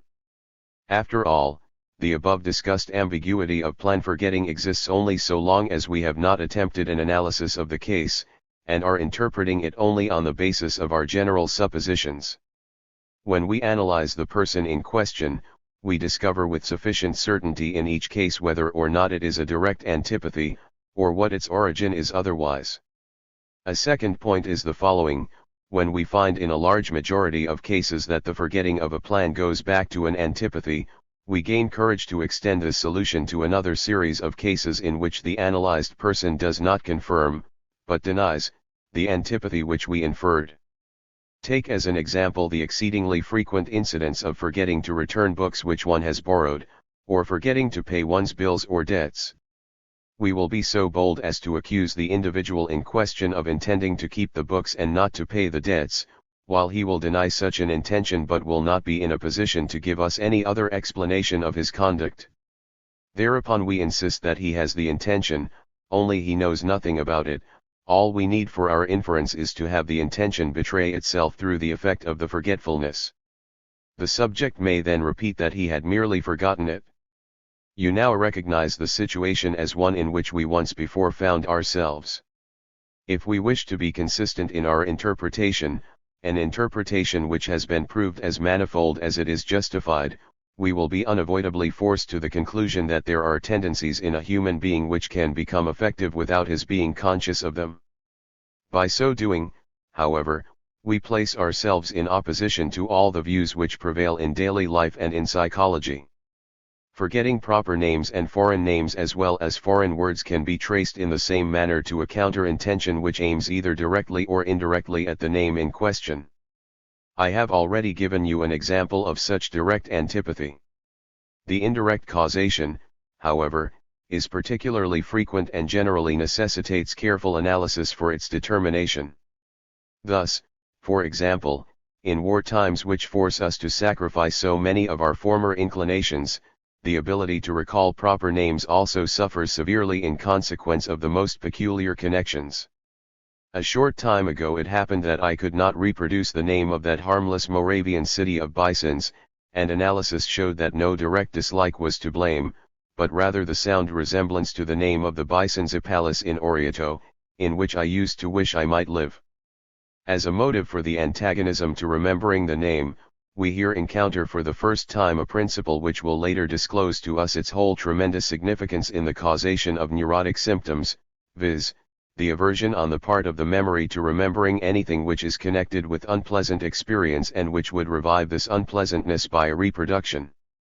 This intention of avoiding unpleasantness in recollections of other psychic acts, the psychic flight from unpleasantness, we may recognize as the ultimate effective motive not only for the forgetting of names, but also for many other errors, such as omissions of action, etc. Forgetting names does, however, seem to be especially facilitated psychophysiologically and therefore also occurs in cases in which the interference of an unpleasantness motive cannot be established. If anyone once has a tendency to forget names, you can establish by analytical investigation that he not only loses names because he himself does not like them, or because they remind him of something he does not like, but also because the same name in his mind belongs to another chain of associations, with which he has more intimate relations. The name is anchored there, as it were, and denied to the other associations activated at the moment. If you will recall the tricks of mnemonic technique, you will ascertain with some surprise that one forgets names in consequence of the same associations which one otherwise purposely forms in order to save them from being forgotten. The most conspicuous example of this is afforded by proper names of persons, which conceivably enough must have very different psychic values for different people. For example, take a first name, such as Theodore. To one of you it will mean nothing special, to another it means the name of his father, brother, friend, or his own name. Analytic experience will then show you that the first person is not in danger of forgetting that a certain stranger bears this name, while the latter will be constantly inclined to withhold from the stranger this name which seems reserved for intimate relationships. Let us now assume that this associative inhibition can come into contact with the operation of the unpleasantness principle, and in addition with an indirect mechanism, and you will be in a position to form a correct picture of the complexity of causation of this temporary name forgetting. An adequate analysis that does justice to the facts, however, will completely disclose these complications. Forgetting impressions and experiences shows the working of the tendency to keep unpleasantness from recollection much more clearly and conclusively than does the forgetting of names. It does not, of course, belong in its entirety to the category of errors, but only in so far as it seems to us conspicuous and unjustified, measured by the measuring stick of our accustomed conception. Thus, for example, where the forgetfulness strikes fresh or important impressions or impressions whose loss tears a hole in the otherwise well-remembered sequence. Why and how it is in general that we forget, particularly why and how we forget experiences which have surely left the deepest impressions, such as the incidents of our first years of childhood, is quite a different problem, in which the defense against unpleasant associations plays a certain role but is far from explaining everything. That unpleasant impressions are easily forgotten is an indubitable fact. Various psychologists have observed it, and the great Darwin was so struck by it that he made the golden rule for himself of writing down with particular care observations which seemed unfavorable to his theory, since he had convinced himself that they were just the ones which would not stick in his memory.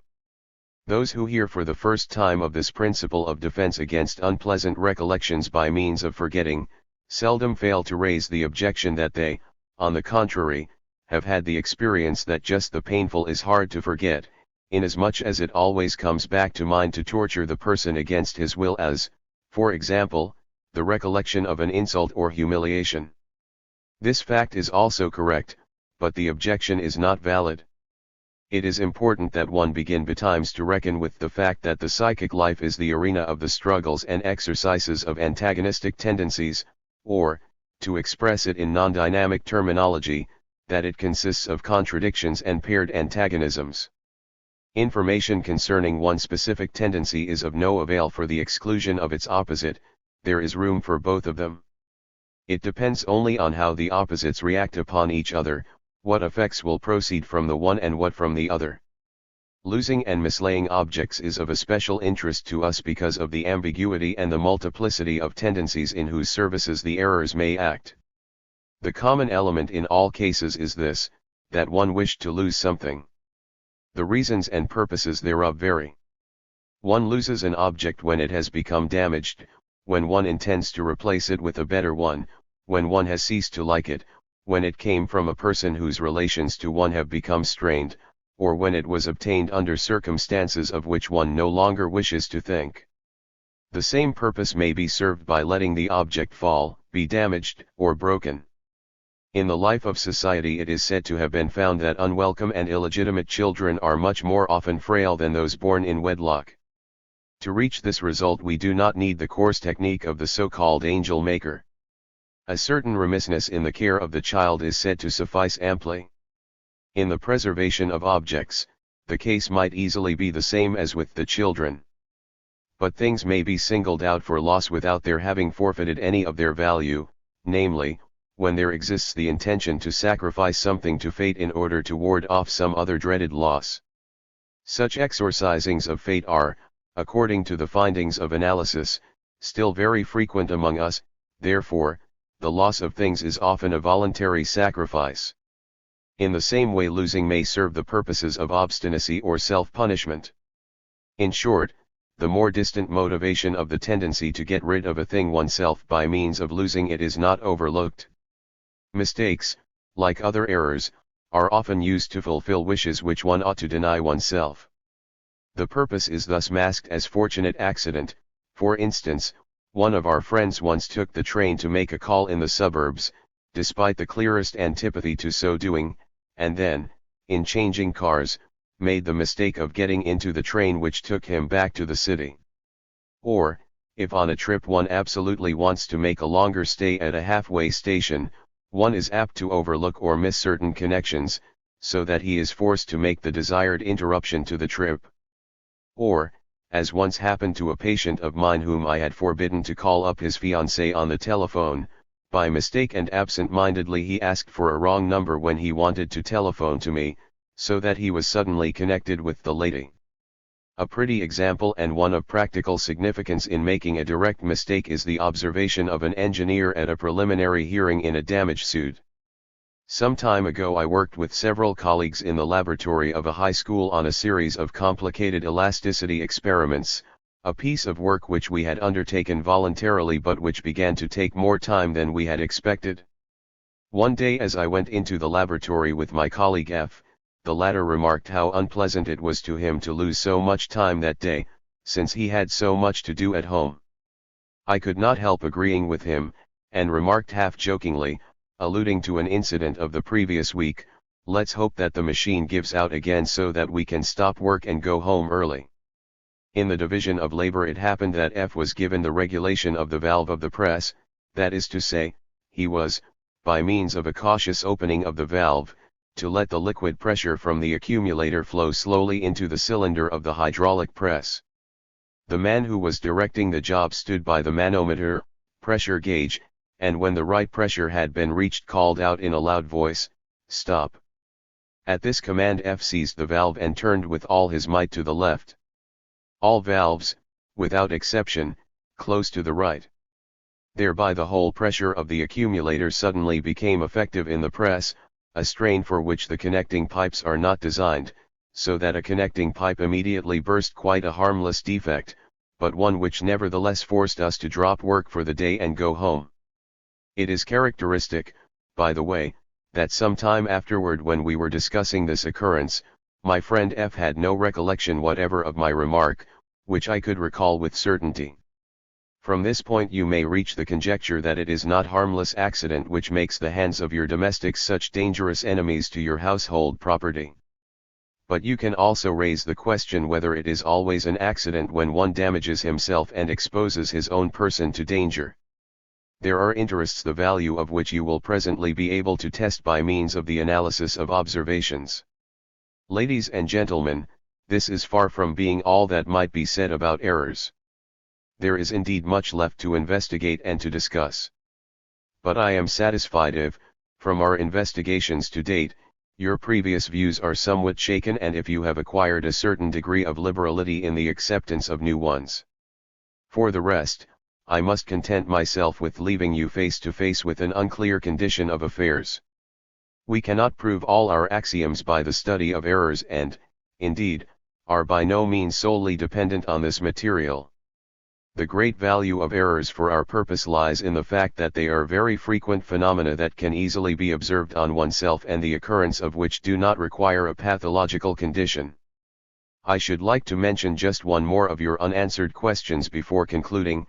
If, as we have seen in many examples, people come so close to understanding errors and so often act as though they penetrated their meaning, how is it possible that they can so generally consider them accidental, senseless, and meaningless, and can so energetically oppose their psychoanalytic elucidation? You are right, that is conspicuous and demands an explanation. I shall not give this explanation to you, however, but shall guide you slowly to the connecting links from which the explanation will force itself upon you without any aid from me. Part 2. The Dream. Fifth lecture. The Dream. Difficulties and Preliminary Approach. One day the discovery was made that the disease symptoms of certain nervous patients have a meaning. Thereupon the psychoanalytic method of therapy was founded. In this treatment it happened that the patients also presented dreams in place of their symptoms. Herewith originated the conjecture that these dreams also have a meaning. We will not, however, pursue this historical path, but enter upon the opposite one. We wish to discover the meaning of dreams as preparation for the study of the neuroses. This inversion is justified, for the study of dreams is not only the best preparation for that of the neuroses, but the dream itself is also a neurotic symptom, and in fact one which possesses for us the incalculable advantage of occurring in all normals. Indeed, if all human beings were well and would dream, we could gain from their dreams almost all the insight to which the study of the neuroses has led. Thus it is that the dream becomes the object of psychoanalytic research, again an ordinary, little considered phenomenon, apparently of no practical value, like the errors with which, indeed, it shares the character of occurring in normals. But otherwise the conditions are rather less favorable for our work. Errors had been neglected only by science, which had paid little attention to them, but at least it was no disgrace to occupy oneself with them. People said there are indeed more important things, but perhaps something may come of it. Preoccupation with the dream, however, is not merely impractical and superfluous, but actually ignominious. It carries the odium of the unscientific, awakens the suspicion of a personal leaning towards mysticism. The idea of a physician busying himself with dreams when even in neuropathology and psychiatry there are matters so much more serious, tumors the size of apples which incapacitate the organ of the psyche, hemorrhages, and chronic inflammations in which one can demonstrate changes in the tissues under the microscope. No, the dream is much too trifling an object, and unworthy of science. And besides, it is a condition which in itself defies all the requirements of exact research in dream investigation. One is not even sure of one's object.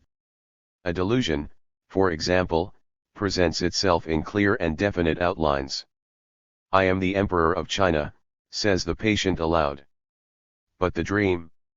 It generally cannot be related at all. If anyone relates a dream, has he any guarantee that he has told it correctly, and not changed it during the telling, or invented an addition which was forced by the indefiniteness of his recollection?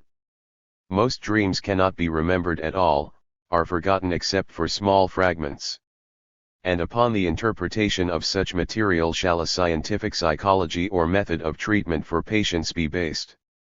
A certain excess in judgment may make us suspicious. The objections to the dream as an object of research obviously go too far. The question of insignificance we have already had to deal with in discussing errors. We said to ourselves that important matters may manifest themselves through small signs. As concerns the indefiniteness of the dream, it is after all a characteristic like any other. One cannot prescribe the characteristics of an object. Moreover, there are clear and definite dreams.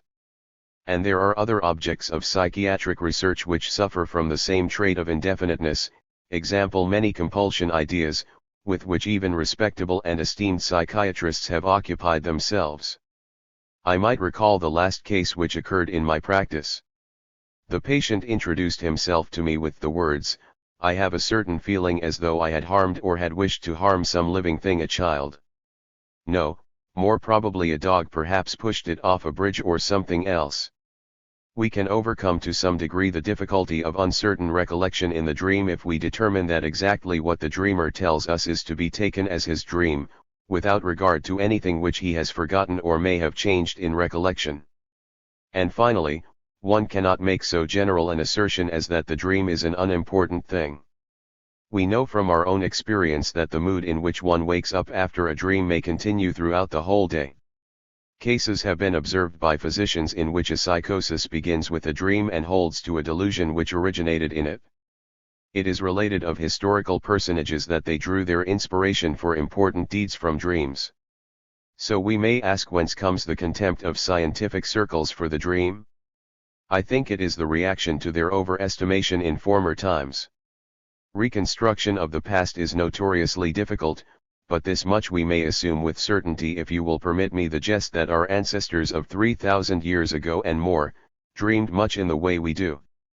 As far as we know, all ancient peoples attached great importance to dreams and considered them of practical value. They drew omens for the future from dreams, sought premonitions in them. In those days, to the Greeks and all Orientals, a campaign without dream interpreters must have been as impossible as a campaign without an aviation scout today. When Alexander the Great undertook his campaign of conquests, the most famous dream interpreters were in attendance. The city of Tyrus, which was then still situated on an island, put up so fierce a resistance that Alexander considered the idea of raising the siege. Then he dreamed one night of a satyr dancing as if in triumph, and when he laid his dream before his interpreters he received the information that the victory over the city had been announced to him. He ordered the attack and took Tyrus. Among the Etruscans and the Romans other methods of discovering the future were in use, but the interpretation of dreams was practical and esteemed during the entire Hellenic Roman period. Of the literature dealing with the topic, at least the chief work has been preserved to us, namely, the Book of Artemidoros of Daldis, who is supposed to have lived during the lifetime of the Emperor Hadrian. How it happened subsequently that the art of dream interpretation was lost and the dream fell into discredit, I cannot tell you. Enlightenment cannot have had much part in it, for the Dark Ages faithfully preserved things far more absurd than the ancient dream interpretation. The fact is, the interest in dreams gradually deteriorated into superstition, and could assert itself only among the ignorant. The latest misuse of dream interpretation in our day still tries to discover in dreams the numbers which are going to be drawn in the small lottery.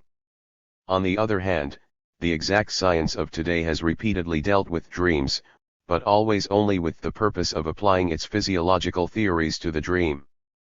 By physicians, of course, the dream was considered as a non-psychic act, as the manifestation of somatic irritations in the psychic life. Binns, 1876, pronounced the dream a bodily process, in all cases useless, in many actually pathological, above which the world soul and immortality are raised as high as the blue ether over the weed-grown sands of the lowest plain. Maury compared it with the irregular twitchings of St. Vitus' dance in contrast to the coordinated movements of the normal person. An old comparison makes the content of the dream analogous to the tones which the 10 fingers of a musically illiterate person would bring forth if they ran over the keys of the instrument. Interpretation means finding a hidden meaning. There can be no question of interpretation in such an estimation of the dream process. Look up the description of the dream in Wundt, Jodl and other newer philosophers. You will find an enumeration of the deviations of dream life from waking thought, in a sense disparaging to the dream.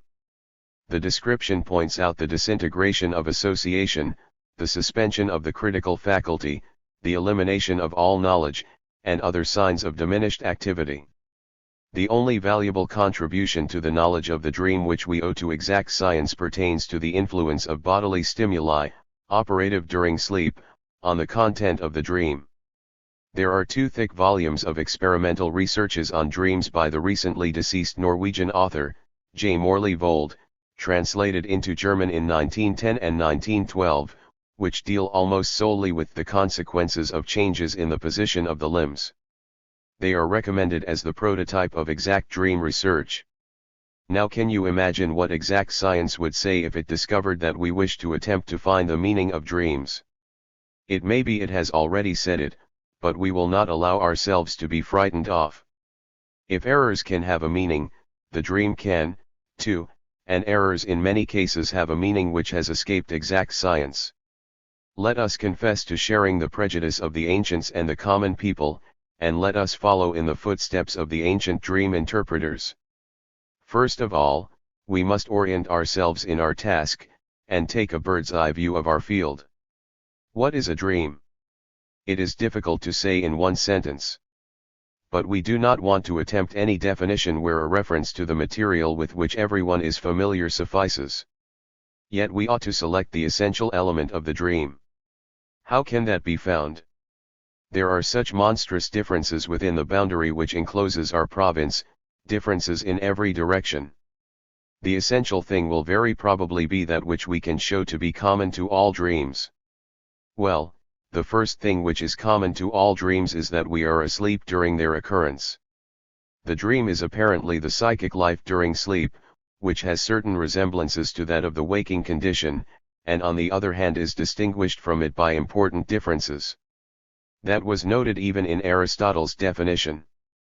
Perhaps there are other connections obtaining between the dream and sleep.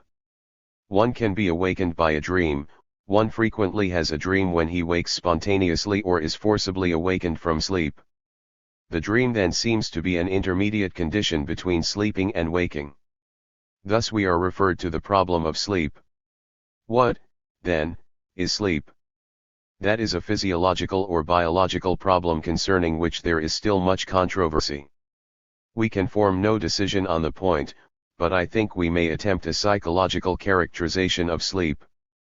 Sleep is a condition in which I wish to have nothing to do with the external world, and have withdrawn my interest from it. I put myself to sleep by withdrawing myself from the external world and by holding off its stimuli. I also go to sleep when I am fatigued by the external world. Thus, by going to sleep, I say to the external world, leave me in peace, for I wish to sleep. Conversely, the child says, I won't go to bed yet, I am not tired, I want to have some more fun. The biological intention of sleep thus seems to be recuperation, its psychological character, the suspension of interest in the external world. Our relation to the world into which we came so unwillingly, seems to include the fact that we cannot endure it without interruption. For this reason we revert from time to time to the prenatal existence, that is, to the intrauterine existence. At least we create for ourselves conditions quite similar to those obtaining at that time warmth, darkness, and the absence of stimuli. Some of us even roll ourselves into tight packages and assume in sleep a posture very similar to the intrauterine posture. It seems as if the world did not wholly possess us adults, it has only 2/3 of our life, we are still 1/3 unborn. Each awakening in the morning is then like a new birth. We also speak of the condition after sleep with the words, I feel as though I had been born anew, by which we probably form a very erroneous idea of the general feeling of the newly born. It may be assumed that the latter, on the contrary, feel very uncomfortable. We also speak of birth as seeing the light of day. If that be sleep, then the dream is not on its program at all, rather it seems an unwelcome addition. We think, too, that dreamless sleep is the best and only normal sleep. There should be no psychic activity in sleep. If the psyche stirs, then just to that extent have we failed to reduplicate the fetal condition, remainders of psychic activity could not be completely avoided. These remainders are the dream. Then it really does seem that the dream need have no meaning. It was different in the case of errors, they were activities of the waking state. But when I am asleep, have quite suspended psychic activity and have suppressed all but certain of its remainders, then it is by no means inevitable that these remainders have a meaning. In fact, I cannot make use of this meaning, in view of the fact that the rest of my psyche is asleep. This must, of course, be a question only of twitching, like spasmodic reactions, a question only of psychic phenomena such as follow directly upon somatic stimulation. The dream, therefore, appears to be the sleep-disturbing remnant of the psychic activity of waking life, and we may make the resolution promptly to abandon a theme which is so ill-adapted to psychoanalysis. However, even if the dream is superfluous, it exists nevertheless and we may try to give an account of its existence. Why does not the psyche go to sleep? Probably because there is something which gives it no rest. Stimuli act upon the psyche, and it must react to them. The dream, therefore, is the way in which the psyche reacts to the stimuli acting upon it in the sleeping condition. We note here a point of approach to the understanding of the dream. We can now search through different dreams to discover what are the stimuli which seek to disturb the sleep and which are reacted to with dreams. Thus far we might be said to have discovered the first common element. Are there other common elements? Yes, it is undeniable that there are, but they are much more difficult to grasp and describe. The psychic processes of sleep, for example, have a very different character from those of waking. One experiences many things in the dream, and believes in them, while one really has experienced nothing but perhaps the one disturbing stimulus. One experiences them predominantly in visual images, feelings may also be interspersed in the dream as well as thoughts, the other senses may also have experiences, but after all the dream experiences are predominantly pictures. A part of the difficulty of dream telling comes from the fact that we have to transpose these pictures into words. I could draw it, the dreamer says frequently, but I don't know how to say it. That is not really a case of diminished psychic activity, like that of the feeble-minded in comparison with the highly gifted, it is something qualitatively different, but it is difficult to say wherein the difference lies. G.T. Fechner once hazarded the conjecture that the scene in which dreams are played is a different one from that of the waking perceptual life. To be sure, we do not understand this, do not know what we are to think of it, but the impression of strangeness which most dreams make upon us does really bear this out. The comparison of the dream activity with the effects of a hand untrained in music also fails at this point. The piano, at least, will surely answer with the same tones, even if not with melodies, as soon as by accident one brushes its keys. Let us keep this second common element of all dreams carefully in mind, even though it be not understood. Are there still further traits in common? I find none, and see only differences everywhere, differences indeed in the apparent length as well as the definiteness of the activities, participation of effects, durability, etc. All this really is not what we might expect of a compulsion-driven, irresistible, convulsive defense against a stimulus.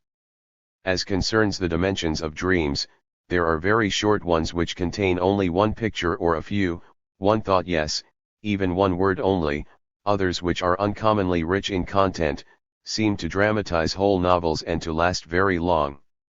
There are dreams which are as plain as an experience itself, so plain that we do not recognize them as dreams for a long time after waking, others which are indescribably weak, shadowy, and vague, indeed in one and the same dream, the overemphasized and the scarcely comprehensible, indefinite parts may alternate with each other. Dreams may be quite meaningful or at least coherent, yes, even witty, fantastically beautiful. Others, again, are confused, as if feeble-minded, absurd, often actually mad. There are dreams which leave us quite cold, others in which all the effects come to expression: pain deep enough for tears, fear strong enough to waken us, astonishment, delight, etc. Dreams are generally quickly forgotten upon waking, or they may hold over a day to such an extent as to be faintly and incompletely remembered in the evening. Others, for example, the dreams of childhood, are so well preserved that they stay in the memory 30 years later, like fresh experiences. Dreams, like individuals, may appear a single time, and never again, or they may repeat themselves unchanged in the same person, or with small variations. In short, this nightly psychic activity can avail itself of an enormous repertoire, can indeed compass everything which the psychic accomplishes by day, but yet the two are not the same. One might try to give an account of this many-sidedness of the dream by assuming that it corresponds to different intermediate stages between sleeping and waking, different degrees of incomplete sleep. Yes, but in that case, as the psyche nears the waking state, the conviction that it is a dream ought to increase along with the value, content, and distinctiveness of the dream product, and it would not happen that immediately beside a distinct and sensible dream fragment a senseless and indistinct one would occur, to be followed again by a goodly piece of work. Surely the psyche could not change its degree of somnolence so quickly. This explanation thus avails us nothing, at any rate, it cannot be accepted offhand. Let us, for the present, give up the idea of finding the meaning of the dream and try instead to clear a path to a better understanding of the dream by means of the elements common to all dreams. From the relation of dreams to the sleeping condition, we concluded that the dream is the reaction to a sleep-disturbing stimulus. As we have heard, this is the only point upon which exact experimental psychology can come to our assistance. It gives us the information that stimuli applied during sleep appear in the dream. There have been many such investigations carried out, including that of the above-mentioned Morley-Vold. Indeed, each of us must at some time have been in a position to confirm this conclusion by means of occasional personal observations.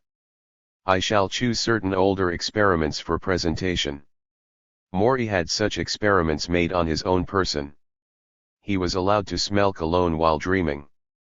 He dreamed that he was in Cairo in the shop of Johann Marina Farina, and therewith were linked further extravagant adventures. Or, he was slightly pinched in the nape of the neck, he dreamed of having a mustard plaster applied, and of a doctor who had treated him in childhood. Or, a drop of water was poured on his forehead. He was then in Italy, perspired profusely, and drank the white wine of Orvieto. What strikes us about these experimentally induced dreams we may perhaps be able to comprehend still more clearly in another series of stimulated dreams. 3 dreams have been recounted by a witty observer, Hildebrand, all of them reactions to the sound of the alarm clock. I go walking one spring morning and saunter through the green fields to a neighboring village. There I see the inhabitants in gala attire, their hymn books under their arms, going churchward in great numbers. To be sure, this is Sunday, and the early morning service will soon begin. I decide to attend, but since I am somewhat overheated, decide to cool off in the cemetery surrounding the church. While I am there reading several inscriptions, I hear the bell ringer ascend the tower, and now see the little village church bell which is to give the signal for the beginning of the service. The bell hangs a good bit longer, then it begins to swing, and suddenly its strokes sound clear and penetrating, so clear and penetrating that they make an end of my sleep. The bell strokes, however, come from my alarm clock. A second combination. It is a clear winter day. The streets are piled high with snow. I agree to go on a sleighing party, but must wait a long time before the announcement comes that the sleigh is at the door. Then follow the preparations for getting in. The fur coat is put on, the foot warmer dragged forth, and finally I am seated in my place. But the departure is still delayed until the reins give the waiting horses the tangible signal. Now they pull, the vigorously shaken bells begin their familiar Janissary music so powerfully that instantly the spider web of the dream is torn. Again it is nothing but the shrill tone of the alarm clock. And still a third example. I see a kitchen maid walking along the corridor to the dining room with some dozens of plates piled high. The pillar of porcelain in her arms seems to me in danger of losing its balance. Take care, I warn her. The whole load will fall to the ground. Naturally, the inevitable retort follows, one is used to that, etc., and I still continue to follow the passing figure with apprehensive glances. Sure enough, at the threshold she stumbles, the brittle dishes fall and rattle and crash over the floor in 1,000 pieces.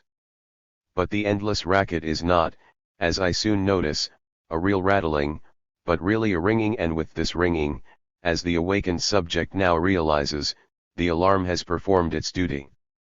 These dreams are very pretty, quite meaningful, not at all incoherent, as dreams usually are.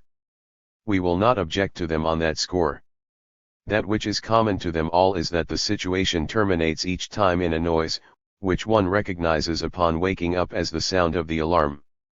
Thus we see here how a dream originates, but also discovers something else.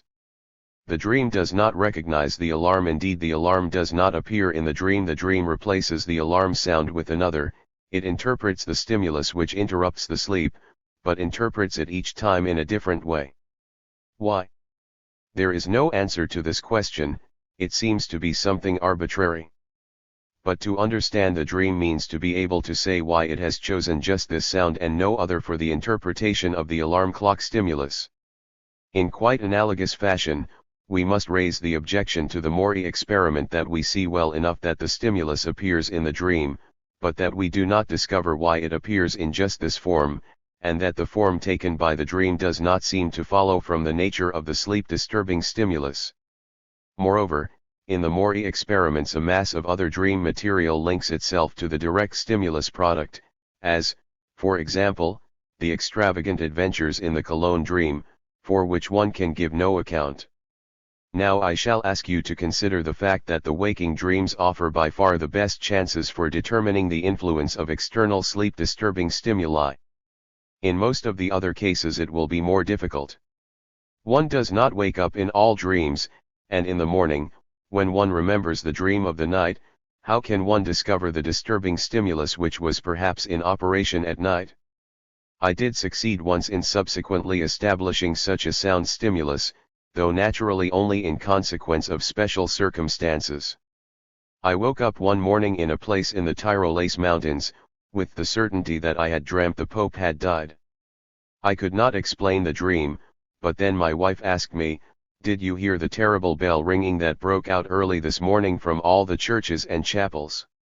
No, I had heard nothing, my sleep is a sound one, but thanks to this information I understood my dream. How often may such stimuli incite the sleeper to dream without his knowing of them afterward? Perhaps often, perhaps infrequently, when the stimulus can no longer be traced, one cannot be convinced of its existence. Even without this fact, we have given up evaluating the sleep-disturbing stimuli, since we know that they can explain only a little bit of the dream, and not the whole dream reaction. But we need not give up this whole theory for that reason. In fact, it can be extended. It is clearly immaterial through what cause the sleep was disturbed and the psyche incited to dream. If the sensory stimulus is not always externally induced, it may be instead a stimulus proceeding from the internal organs, a so-called somatic stimulus. This conjecture is obvious, and it corresponds to the most popular conception of the origin of dreams. Dreams come from the stomach, one often hears it said. Unfortunately, it may be assumed here again that the cases are frequent in which the somatic stimulus which operated during the night can no longer be traced after waking, and has thus become unverifiable. But let us not overlook the fact that many recognized experiences testify to the derivation of dreams from the somatic stimulus. It is in general indubitable that the condition of the internal organs can influence the dream. The relation of many a dream content to a distension of the bladder or to an excited condition of the genital organs, is so clear that it cannot be mistaken. From these transparent cases one can proceed to others in which, from the content of the dream, at least a justifiable conjecture may be made that such somatic stimuli have been operative, inasmuch as there is something in this content which may be conceived as elaboration, representation, interpretation of the stimuli. The dream investigator Schirmer, 1861, insisted with particular emphasis on the derivation of the dream from organic stimuli, and cited several splendid examples in proof.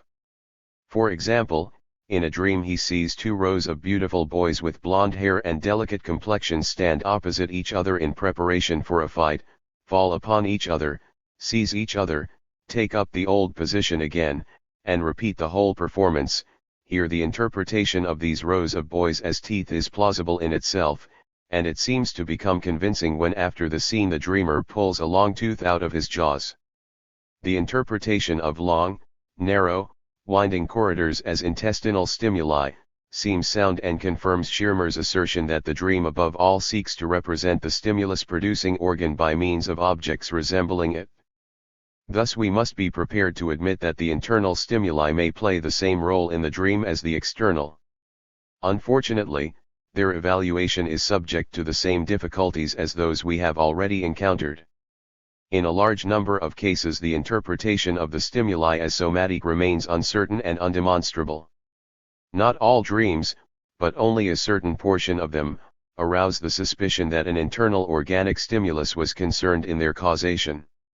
And finally, the internal stimuli will be as little able as the external sensory stimuli to explain any more of the dream than pertains to the direct reaction to the stimuli. The origin, therefore, of the rest of the dream remains obscure. Let us, however, notice a peculiarity of dream life which becomes apparent in the study of these effects of stimuli. The dream does not simply reproduce the stimulus, but it elaborates it, it plays upon it, places it in a sequence of relationships, replaces it with something else.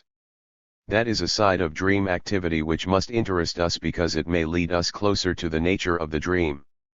If one does something under stimulation, then this stimulation need not exhaust the act.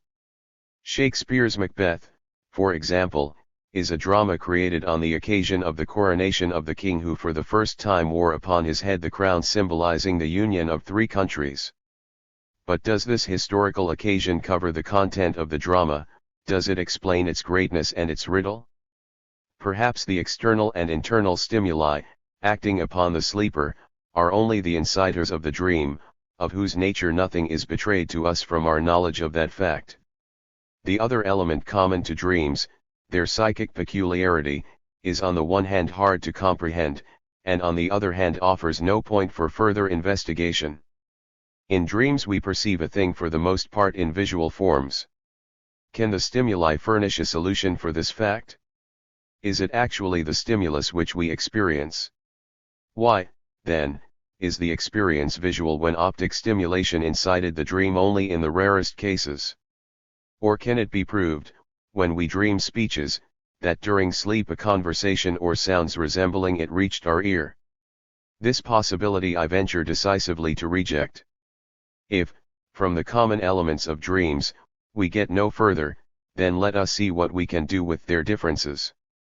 Dreams are often senseless, blurred, absurd, but there are some that are meaningful, sober, sensible. Let us see if the latter, the sensible dreams, can give some information concerning the senseless ones. I will give you the most recent sensible dream which was told me, the dream of a young man. I was promenading in Cartner Street, met Mr. X there, whom I accompanied for a bit, and then I went to a restaurant. 2 ladies and a gentleman seated themselves at my table. I was annoyed at this at first, and would not look at them. Then I did look, and found that they were quite pretty. The dreamer adds that the evening before the dream he had really been in Cartner Street, which is his usual route, and that he had met Mr. X there. The other portion of the dream is no direct reminiscence, but bears a certain resemblance to a previous experience. Or another meaningful dream, that of a lady. Her husband asks, "Doesn't the piano need tuning?" She, "It is not worthwhile, it has to be newly lined." This dream reproduces without much alteration a conversation which took place the day before between herself and her husband. What can we learn from these 2 sober dreams? Nothing but that you find them to be reproductions of daily life or ideas connected therewith. This would at least be something if it could be stated of all dreams. There is no question, however, that this applies to only a minority of dreams. In most dreams there is no sign of any connection with the previous day, and no light is thereby cast on the senseless and absurd dream. We know only that we have struck a new problem. We wish to know not only what it is that the dream says, but when, as in our examples, the dream speaks plainly, we also wish to know why and wherefore this recent experience is repeated in the dream. I believe you are as tired as I am of continuing attempts like these. We see, after all, that the greatest interest in a problem is inadequate if one does not know a path which will lead to a solution. Up to this point we have not found this path. Experimental psychology gave us nothing but a few very valuable pieces of information concerning the meaning of stimuli as dream inciters. We need expect nothing from philosophy except that lately it has taken haughtily to pointing out to us the intellectual inferiority of our object. Let us not apply to the occult sciences for help. History and popular tradition tell us that the dream is meaningful and significant, it sees into the future. Yet that is hard to accept and surely not demonstrable. Thus our first efforts end in entire helplessness. Unexpectedly we get a hint from a quarter toward which we have not yet looked. Colloquial usage, which after all is not an accidental thing but the remnant of ancient knowledge, though it should not be made use of without caution. Our speech, that is to say, recognizes something which curiously enough it calls daydreaming. Daydreams are fantasies. They are very common phenomena, again observable in the normal as well as in the sick, and access to their study is open to everyone in his own person. The most conspicuous feature about these fantastic productions is that they have received the name daydreams, for they share neither of the 2 common elements of dreams. Their name contradicts the relation to the sleeping condition, and as regards the second common element, one does not experience or hallucinate anything, one only imagines it. One knows that it is a fantasy, that one is not seeing but thinking the thing. These daydreams appear in the period before puberty, often as early as the last years of childhood, continue into the years of maturity, are then either given up or retained through life. The content of these fantasies is dominated by very transparent motives. They are scenes and events in which the egoistic, ambitious, and power-seeking desires of the individual find satisfaction. With young men the ambition fantasies generally prevail, in women, the erotic, since they have banked their ambition on success in love. But often enough the erotic desire appears in the background with men too. All the heroic deeds and incidents are after all meant only to win the admiration and favor of women. Otherwise these daydreams are very manifold and undergo changing fates. They are either, each in turn, abandoned after a short time and replaced by a new one, or they are retained, spun out into long stories, and adapted to changes in daily circumstances. They move with the time, so to speak, and receive from it a time mark which testifies to the influence of the new situation. They are the raw material of poetic production, for out of his daydreams the poet, with certain transformations, disguises and omissions, makes the situations which he puts into his novels, romances and dramas. The hero of the daydreams, however, is always the individual himself, either directly or by means of a transparent identification with another. Perhaps daydreams bear this name because of the similarity of their relation to reality, in order to indicate that their content is as little to be taken for real as that of dreams. Perhaps, however, this identity of names does nevertheless rest on a characteristic of the dream which is still unknown to us, perhaps even one of those characteristics which we are seeking.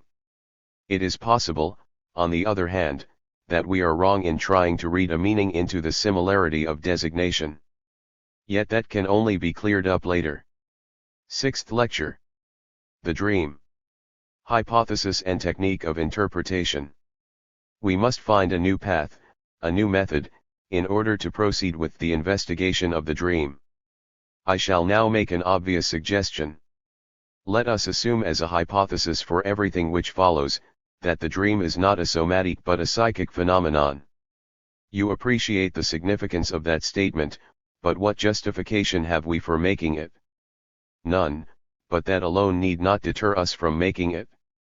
The matter stands thus: if the dream is a somatic phenomenon, it does not concern us.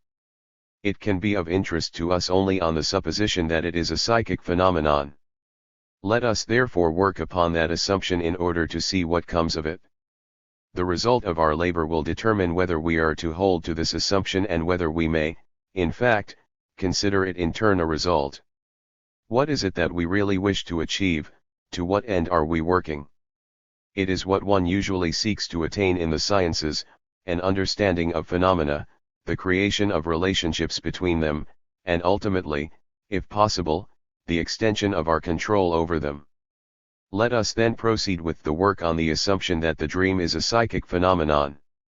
This makes it an achievement and expression of the dreamer, but one that tells us nothing, one that we do not understand. What do you do when I make a statement you do not understand? You ask for an explanation, do you not? Why may we not do the same thing here, ask the dreamer to give us the meaning of his dream? If you will remember, we were in this same situation once before. It was when we were investigating errors, a case of a slip of the tongue. Someone said, "De sind zum Vorschweingekommen," whereupon we asked no, luckily, not we, but others, persons in no way associated with psychoanalysis. These persons asked him what he meant by this unintelligible talk. He immediately answered that he had intended to say das waren Schweinereien, but that he had suppressed this intention, in favor of the other, more gentle de sind zum Vorschweingekommen. I explained to you at the time that this inquiry was typical of every psychoanalytical investigation, and now you understand that psychoanalysis follows the technique, as far as possible, of having the subjects themselves discover the solutions of their riddles. The dreamer himself, then, is to tell us the meaning of his dream. It is common knowledge, however, that this is not such an easy matter with dreams. In the case of slips, our method worked in a number of cases, but we encountered some where the subject did not wish to say anything, in fact, indignantly rejected the answer that we suggested. Instances of the first method are entirely lacking in the case of dreams. The dreamer always says he knows nothing. He cannot deny our interpretation, for we have none. Shall we then give up the attempt? Since he knows nothing and we know nothing and a third person surely knows nothing, it looks as though there were no possibility of discovering anything. If you wish, discontinue the investigation. But if you are of another mind, you can accompany me on the way. For I assure you, it is very possible, in fact, probable, that the dreamer does know what his dream means, but does not know that he knows, and therefore believes he does not know. You will point out to me that I am again making an assumption, the second in this short discourse, and that I am greatly reducing the credibility of my claim. On the assumption that the dream is a psychic phenomenon, on the further assumption that there are unconscious things in man which he knows without knowing that he knows, etc. We need only realize clearly the intrinsic improbability of each of these two assumptions, and we shall calmly turn our attention from the conclusions to be derived from such premises. Yet, ladies and gentlemen, I have not invited you here to delude you or to conceal anything from you. I did, indeed, announce a general introduction to psychoanalysis, but I did not intend the title to convey that I was an oracle, who would show you a finished product with all the difficulties carefully concealed, all the gaps filled in and all the doubts glossed over, so that you might peacefully believe you had learned something new. No, precisely because you are beginners, I wanted to show you our science as it is, with all its hills and pitfalls, demands and considerations. For I know that it is the same in all sciences, and must be so in their beginnings particularly. I know, too, that teaching as a rule endeavors to hide these difficulties and these incompletely developed phases from the student. But that will not do in psychoanalysis. I have, as a matter of fact, made two assumptions, one within the other, and he who finds the whole too troublesome and too uncertain or is accustomed to greater security or more elegant derivations, need go no further with us. What I mean is, he should leave psychological problems entirely alone, for it must be apprehended that he will not find the sure and safe way he is prepared to go, traversable. Then, too, it is superfluous for a science that has something to offer to plead for auditors and adherents. Its results must create its atmosphere, and it must then bide its time until these have attracted attention to themselves. I would warn those of you, however, who care to continue, that my two assumptions are not of equal worth. The first, that the dream is a psychic phenomenon, is the assumption we wish to prove by the results of our work. The other has already been proved in another field, and I take the liberty only of transferring it from that field to our problem. Where, in what field of observation shall we seek the proof that there is in man a knowledge of which he is not conscious, as we here wish to assume in the case of the dreamer? That would be a remarkable, a surprising fact, one which would change our understanding of the psychic life, and which would have no need to hide itself. To name it would be to destroy it, and yet it pretends to be something real, a contradiction in terms. Nor does it hide itself.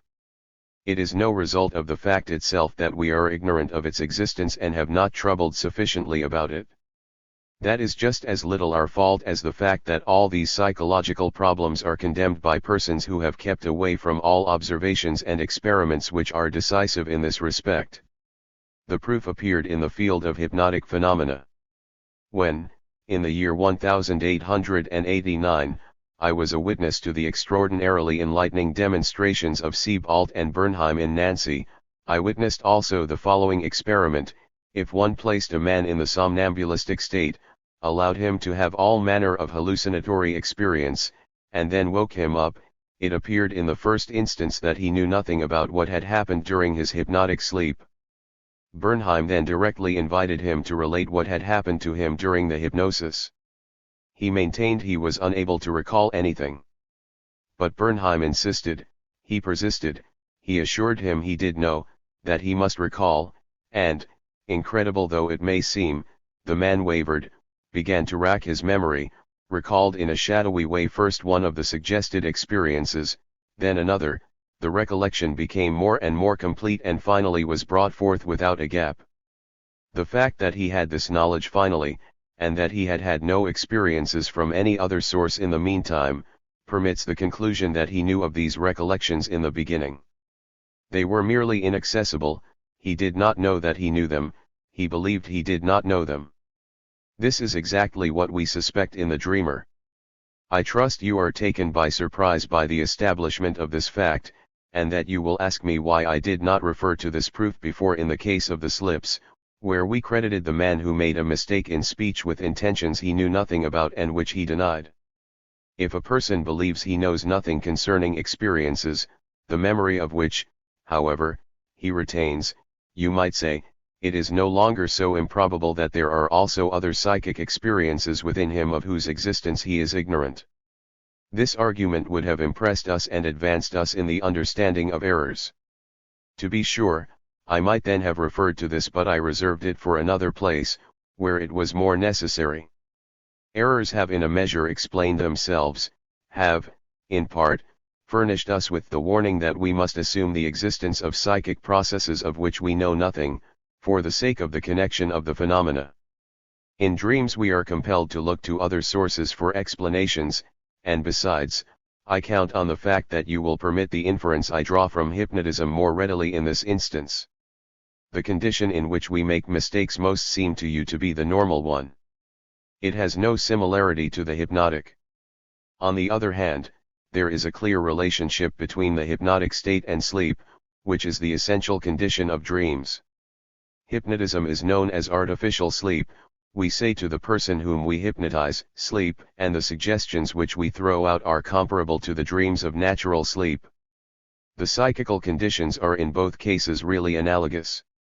In natural sleep we withdraw our attention from the entire outside world, in the hypnotic, on the other hand, from the whole world with the exception of the one person who has hypnotized us, with whom we remain in touch. Furthermore, the so-called nurse's sleep, in which the nurse remains in touch with the child, and can be waked only by him, is a normal counterpart of hypnotism.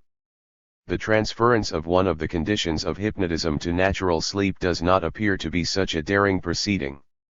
The inferential assumption that there is also present in the case of the dreamer a knowledge of his dream, a knowledge which is so inaccessible that he does not believe it himself, does not seem to be made out of whole cloth.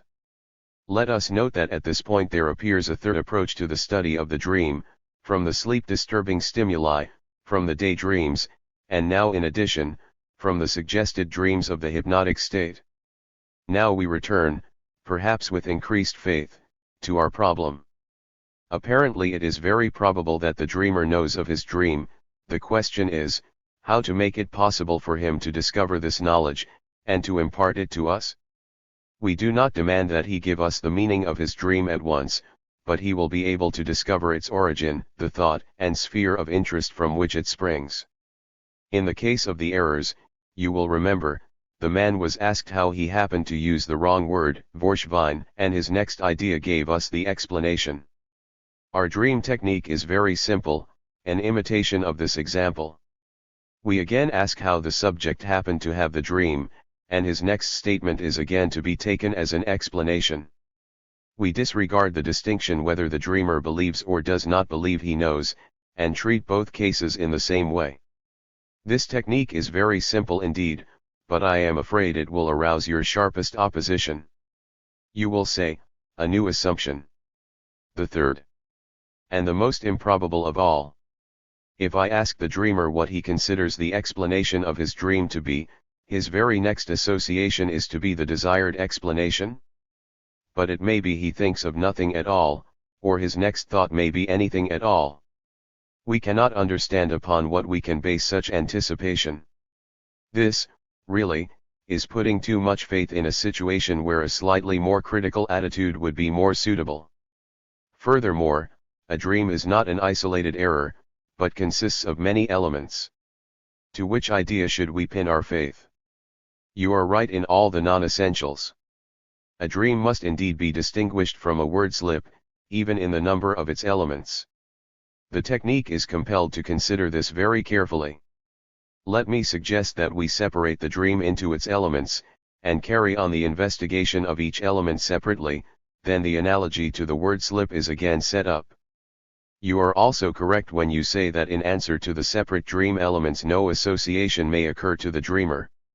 There are cases in which we accept this answer, and later you will hear what those cases are. They are, oddly enough, cases in which we ourselves may have certain associations. But in general we shall contradict the dreamer when he maintains he has no associations. We shall insist that he must have some association, and we shall be justified. He will bring forth some association, any one, it makes no difference to us. He will be especially facile with certain information which might be designated as historical. He will say, that is something that happened yesterday, as in the two prosaic dreams with which we are acquainted, or, that reminds me of something that happened recently, and in this manner we shall notice that the act of associating the dreams with recent impressions is much more frequent than we had at first supposed. Finally, the dreamer will remember occurrences more remote from the dream, and ultimately even events in the far past. But in the essential matters you are mistaken.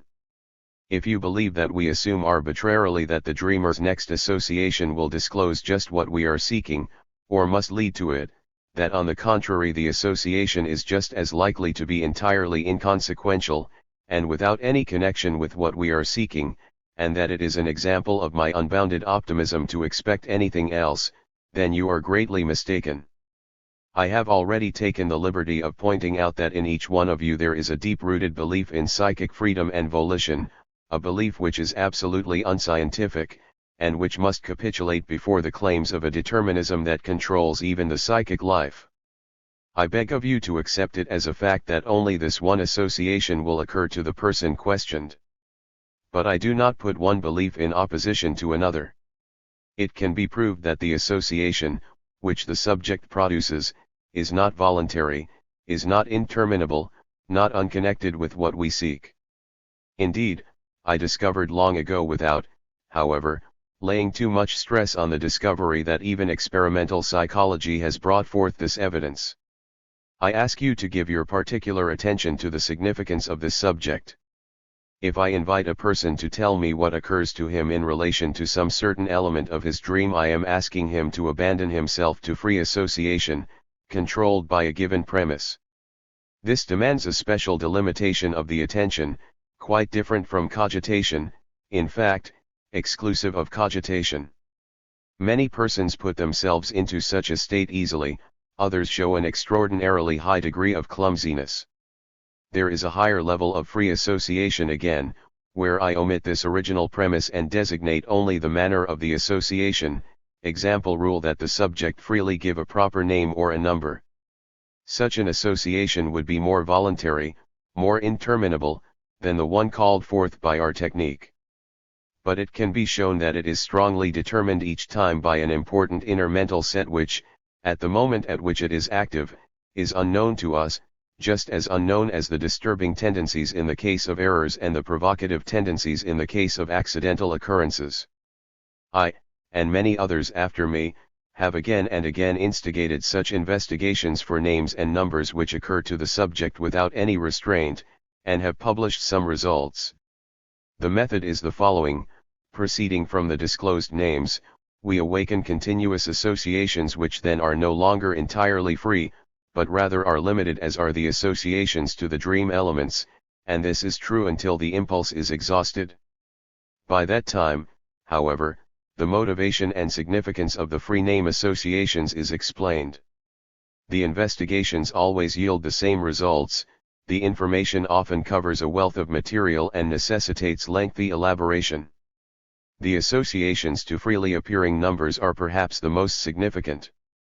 They follow one another so quickly and approach a hidden goal with such inconceivable certainty, that it is really startling. I want to give you an example of such a name analysis, one that, happily, involves very little material. In the course of my treatment of a young man, I referred to this subject and mentioned the fact that despite the apparent volition it is impossible to have a name occur which does not appear to be limited by the immediate conditions, the peculiarities of the subject, and the momentary situation. He was doubtful, and I proposed that he make such an attempt immediately. I know he has especially numerous relations of every sort with women and girls, and so am of the opinion that he will have an unusually wide choice if he happens to think of a woman's name. He agrees.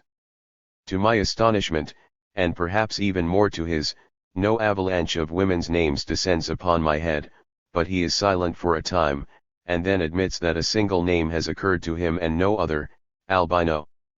How extraordinary, but what associations have you with this name?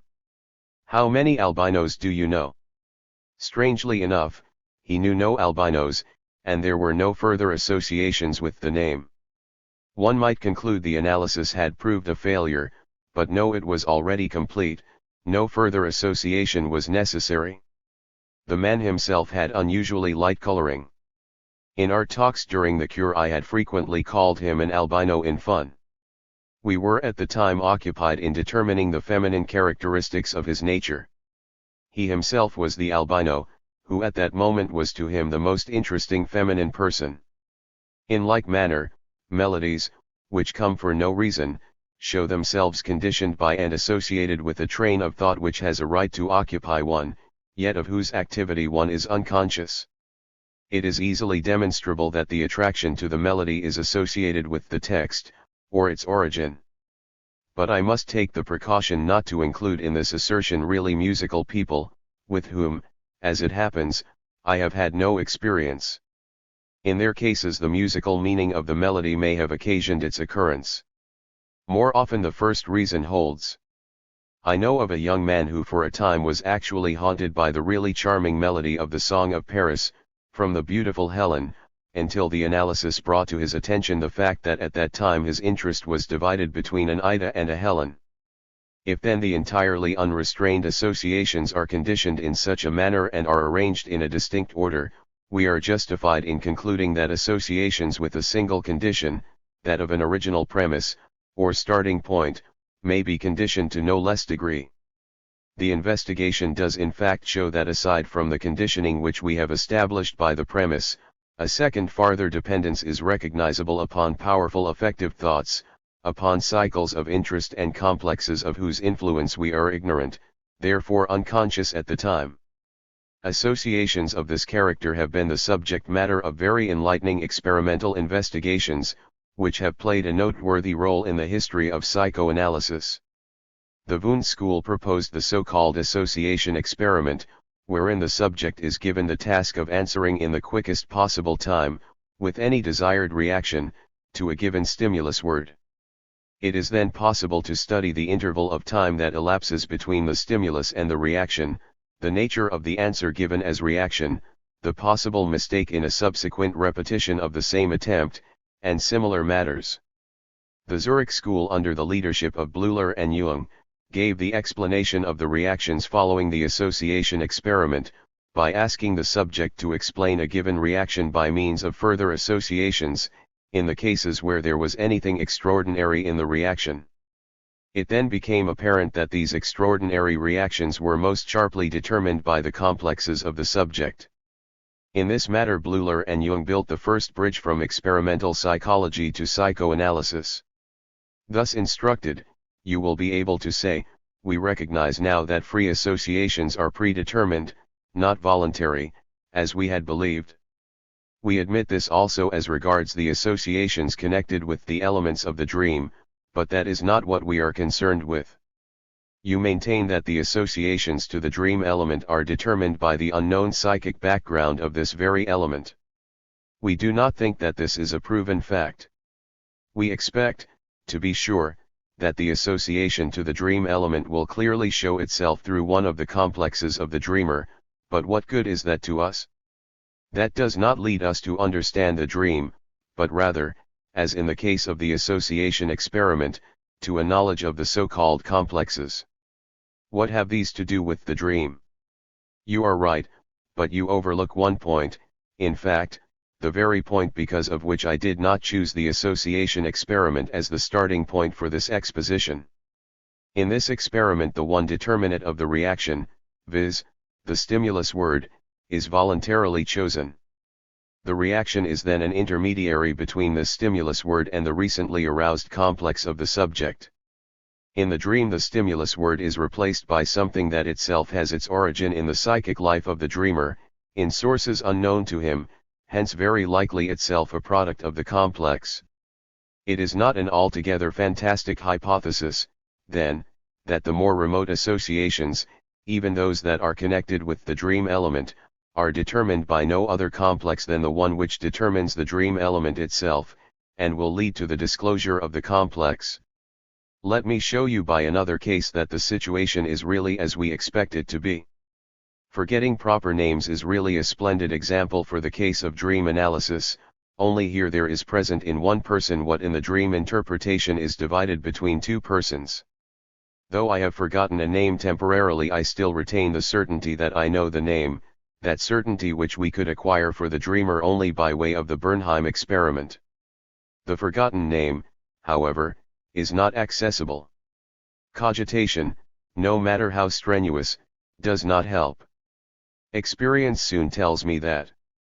But I am able each time to find one or more substitute names for the forgotten name. If such a substitute name occurs to me spontaneously, then the correspondence between this situation and that of the dream analysis first becomes evident. Nor is the dream element the real thing, but only a substitute for something else, for what particular thing I do not know, but am to discover by means of the dream analysis. The difference lies only in this, that in forgetting a name I recognize the substitute automatically as unsuitable, while in the dream element we must acquire this interpretation with great labor. When a name is forgotten, too, there is a way to go from the substitute to the unknown reality, to arrive at the forgotten name. If I center my attention on the substitute name and allow further associations to accumulate, I arrive in a more or less roundabout way at the forgotten name, and discover that the spontaneous substitute names, together with those called up by me, have a certain connection with the forgotten name, were conditioned by it. I want to show you an analysis of this type. One day I noticed that I could not recall the name of the little country in the Riviera of which Monte Carlo is the capital. It is very annoying, but it is true. I steep myself in all my knowledge about this country, think of Prince Albert, of the House of Lusignan, of his marriages, his preference for deep-sea study, and anything else I can think of, but to no avail. So I give up the thinking, and in place of the lost name allow substitute names to suggest themselves. They come quickly: Monte Carlo itself, then Piedmont, Albania, Montevideo, Colico. Albania is the first to attract my attention. It is replaced by Montenegro, probably because of the contrast between black and white. Then I see that 4 of these substitutes contain the same syllable mon. I suddenly have the forgotten word, and cry aloud, Monaco. The substitutes really originated in the forgotten word, the 4 first from the first syllable, the last brings back the sequence of syllables and the entire final syllable. In addition, I am also able easily to discover what it was that took the name from my memory for a time. Monaco is also the Italian name of Munich. This latter town exerted the inhibiting influence. The example is pretty enough, but too simple. In other cases we must add to the first substitute names a long line of associations, and then the analogy to the dream interpretation becomes clearer. I have also had such experiences. Once when a stranger invited me to drink Italian wine with him, it so happened in the hostelry that he forgot the name of the wine he had intended to order just because he had retained a most pleasant memory of it. Out of a profusion of dissimilar substitute associations which came to him in the place of the forgotten name, I was able to conclude that the memory of someone named Hedwig had deprived him of the name of the wine, and he actually confirmed not only that he had first tasted this wine in the company of a Hedwig, but he also, as a result of this declaration, recollected the name again. He was at the time happily married, and this Hedwig belonged to former times, not now recalled with pleasure. What is possible in forgetting names must work also in dream interpretation, viz., making the withheld actuality accessible by means of substitutions and through connecting associations. As exemplified by name forgetting, we may conclude that in the case of the associations to the dream element they will be determined as well by the dream element as by its unknown essential. Accordingly, we have advanced a few steps in the formulation of our dream technique. 7th lecture. The dream. Manifest dream content and latent dream thought. We have not studied the problem of errors in vain. Thanks to our efforts in this field, under the conditions known to you, we have evolved 2 different things, a conception of the elements of the dream and a technique for dream interpretation. The conception of the dream element goes to show something unreal, a substitute for something else, unknown to the dreamer, similar to the tendency of errors, a substitute for something the dreamer knows but cannot approach. We hope to transfer the same conception to the whole dream, which consists of just such elements. Our method consists of calling up, by means of free associations, other substitute formations in addition to these elements, from which we divine what is hidden. Let me ask you to permit a slight change in our nomenclature which will greatly increase the flexibility of our vocabulary. Instead of hidden, unapproachable, unreal, let us give a truer description and say inaccessible or unknown to the consciousness of the dreamer. By this we mean only what the connection with the lost word or with the interfering intention of the error can suggest to you, namely, unconscious for the time being. Naturally, in contrast to this, we may term conscious the elements of the dream itself and the substitute formations just gained by association. As yet there is absolutely no theoretical construction implied in this nomenclature. The use of the word unconscious as a suitable and intelligible descriptive epithet is above criticism. If we transfer our conception from a single element to the entire dream, we find that the dream as a whole is a distorted substitute for something else, something unconscious. To discover this unconscious thing is the task of dream interpretation. From this, three important rules, which we must observe in the work of dream interpretation, are straightway derived. 1. What the dream seems to say, whether it be sensible or absurd, clear or confused, is not our concern, since it can under no condition be that unconscious content we are seeking. Later we shall have to observe an obvious limitation of this rule. 2. The awakening of substitute formations for each element shall be the sole object of our work. We shall not reflect on these, test their suitability, or trouble how far they led away from the element of the dream. 3. We shall wait until the hidden unconscious we are seeking appears of itself, as the missing word Monaco in the experiment which we have described. Now we can understand, too, how unimportant it is how much, how little, above all, how accurately or how indifferently the dream is remembered. For the dream which is remembered is not the real one, but a distorted substitute, which is to help us approach the real dream by awakening other substitute formations and by making the unconscious in the dream conscious.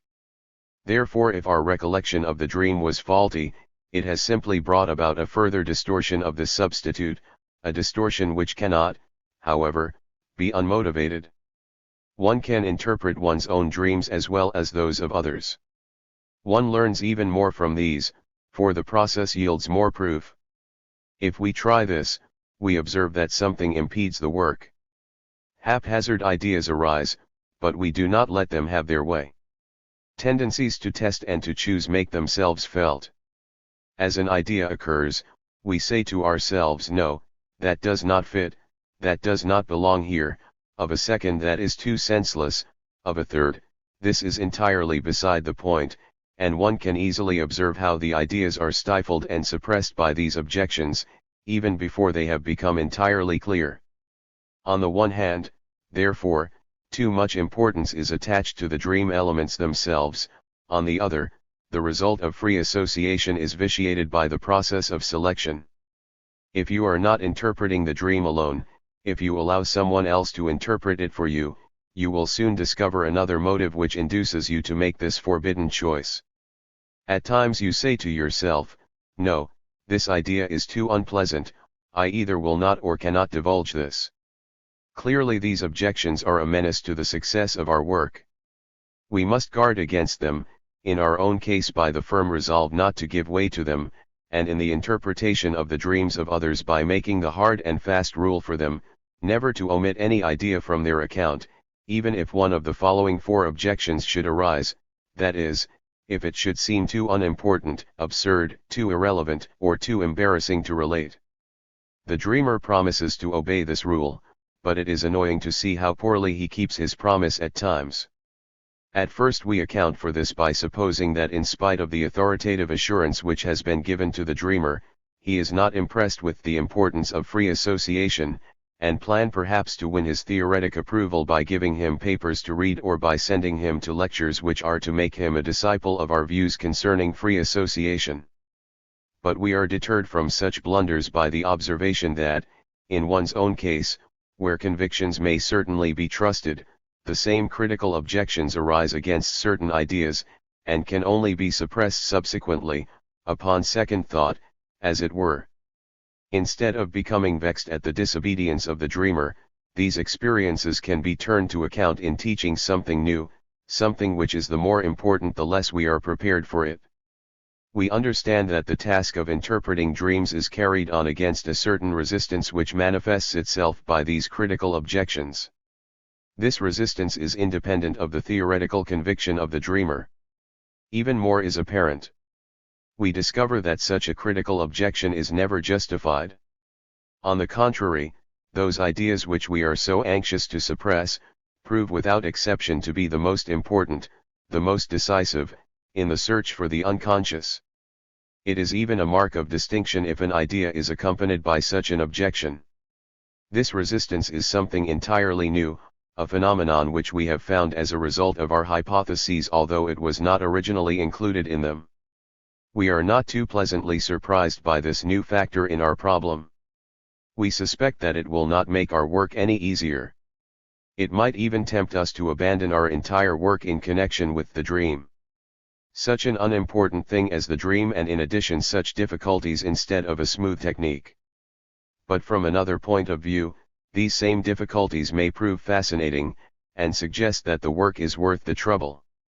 Whenever we try to penetrate to the hidden unconscious, starting out from the substitute which the dream element represents, we meet with resistance.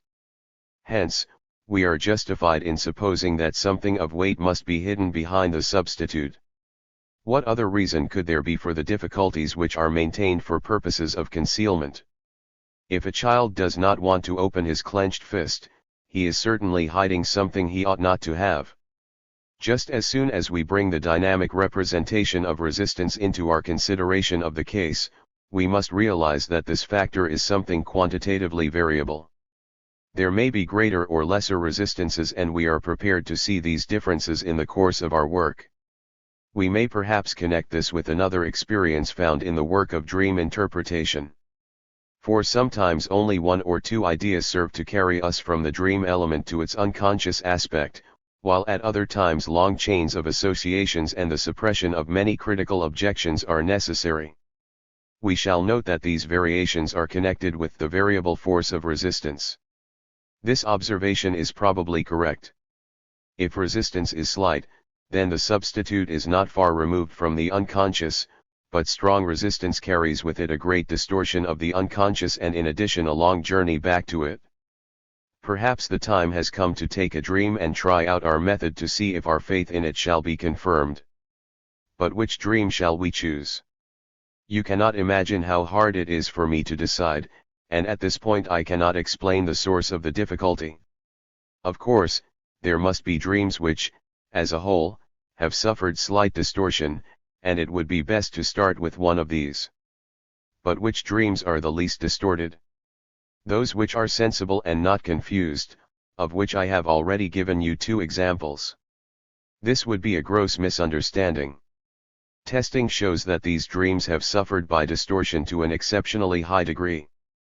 But if I take the first best dream, regardless of certain necessary conditions, you would probably be very much disappointed. Perhaps we should have to note such an abundance of ideas in connection with single elements of dream that it would be absolutely impossible to review the work in perspective. If we write the dream out and confront it with the written account of all the ideas which arise in connection with it, these may easily amount to a reiteration of the text of the dream. It would therefore seem most practical to choose for analysis several short dreams of which each one can at least reveal or confirm something. This is what we shall decide upon, provided experience should not point out where we shall really find slightly distorted dreams. But I know of another way to simplify matters, one which, moreover, lies in our path. Instead of attempting the interpretation of entire dreams, we shall limit ourselves to single dream elements, and by observing a series of examples we shall see how these are explained by the application of our method. A lady relates that as a child she often dreamt that God had a pointed paper hat on his head. How do you expect to understand that without the help of the dreamer? Why, it sounds quite absurd. It is no longer absurd when the lady testifies that as a child she was frequently made to wear such a hat at the table, because she could not help stealing glances at the plates of her brothers and sisters to see if one of them had gotten more than she. The hat was therefore supposed to act as a sort of blinder.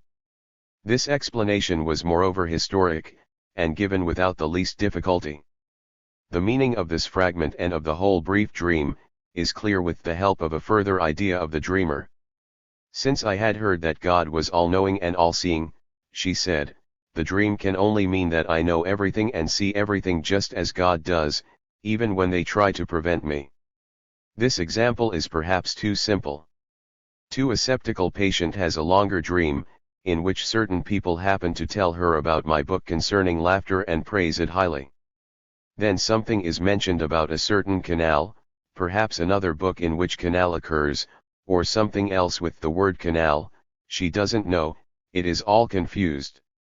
Now you will be inclined to think that the element canal will evade interpretation because it is so vague. You are right as to the supposed difficulty, but it is not difficult because it is vague, but rather it is vague for a different reason, the same reason which also makes the interpretation difficult. The dreamer can think of nothing concerning the word canal, I naturally can think of nothing. A little while later, as a matter of fact on the next day, she tells me that something occurred to her that may perhaps be related to it, a joke that she has heard.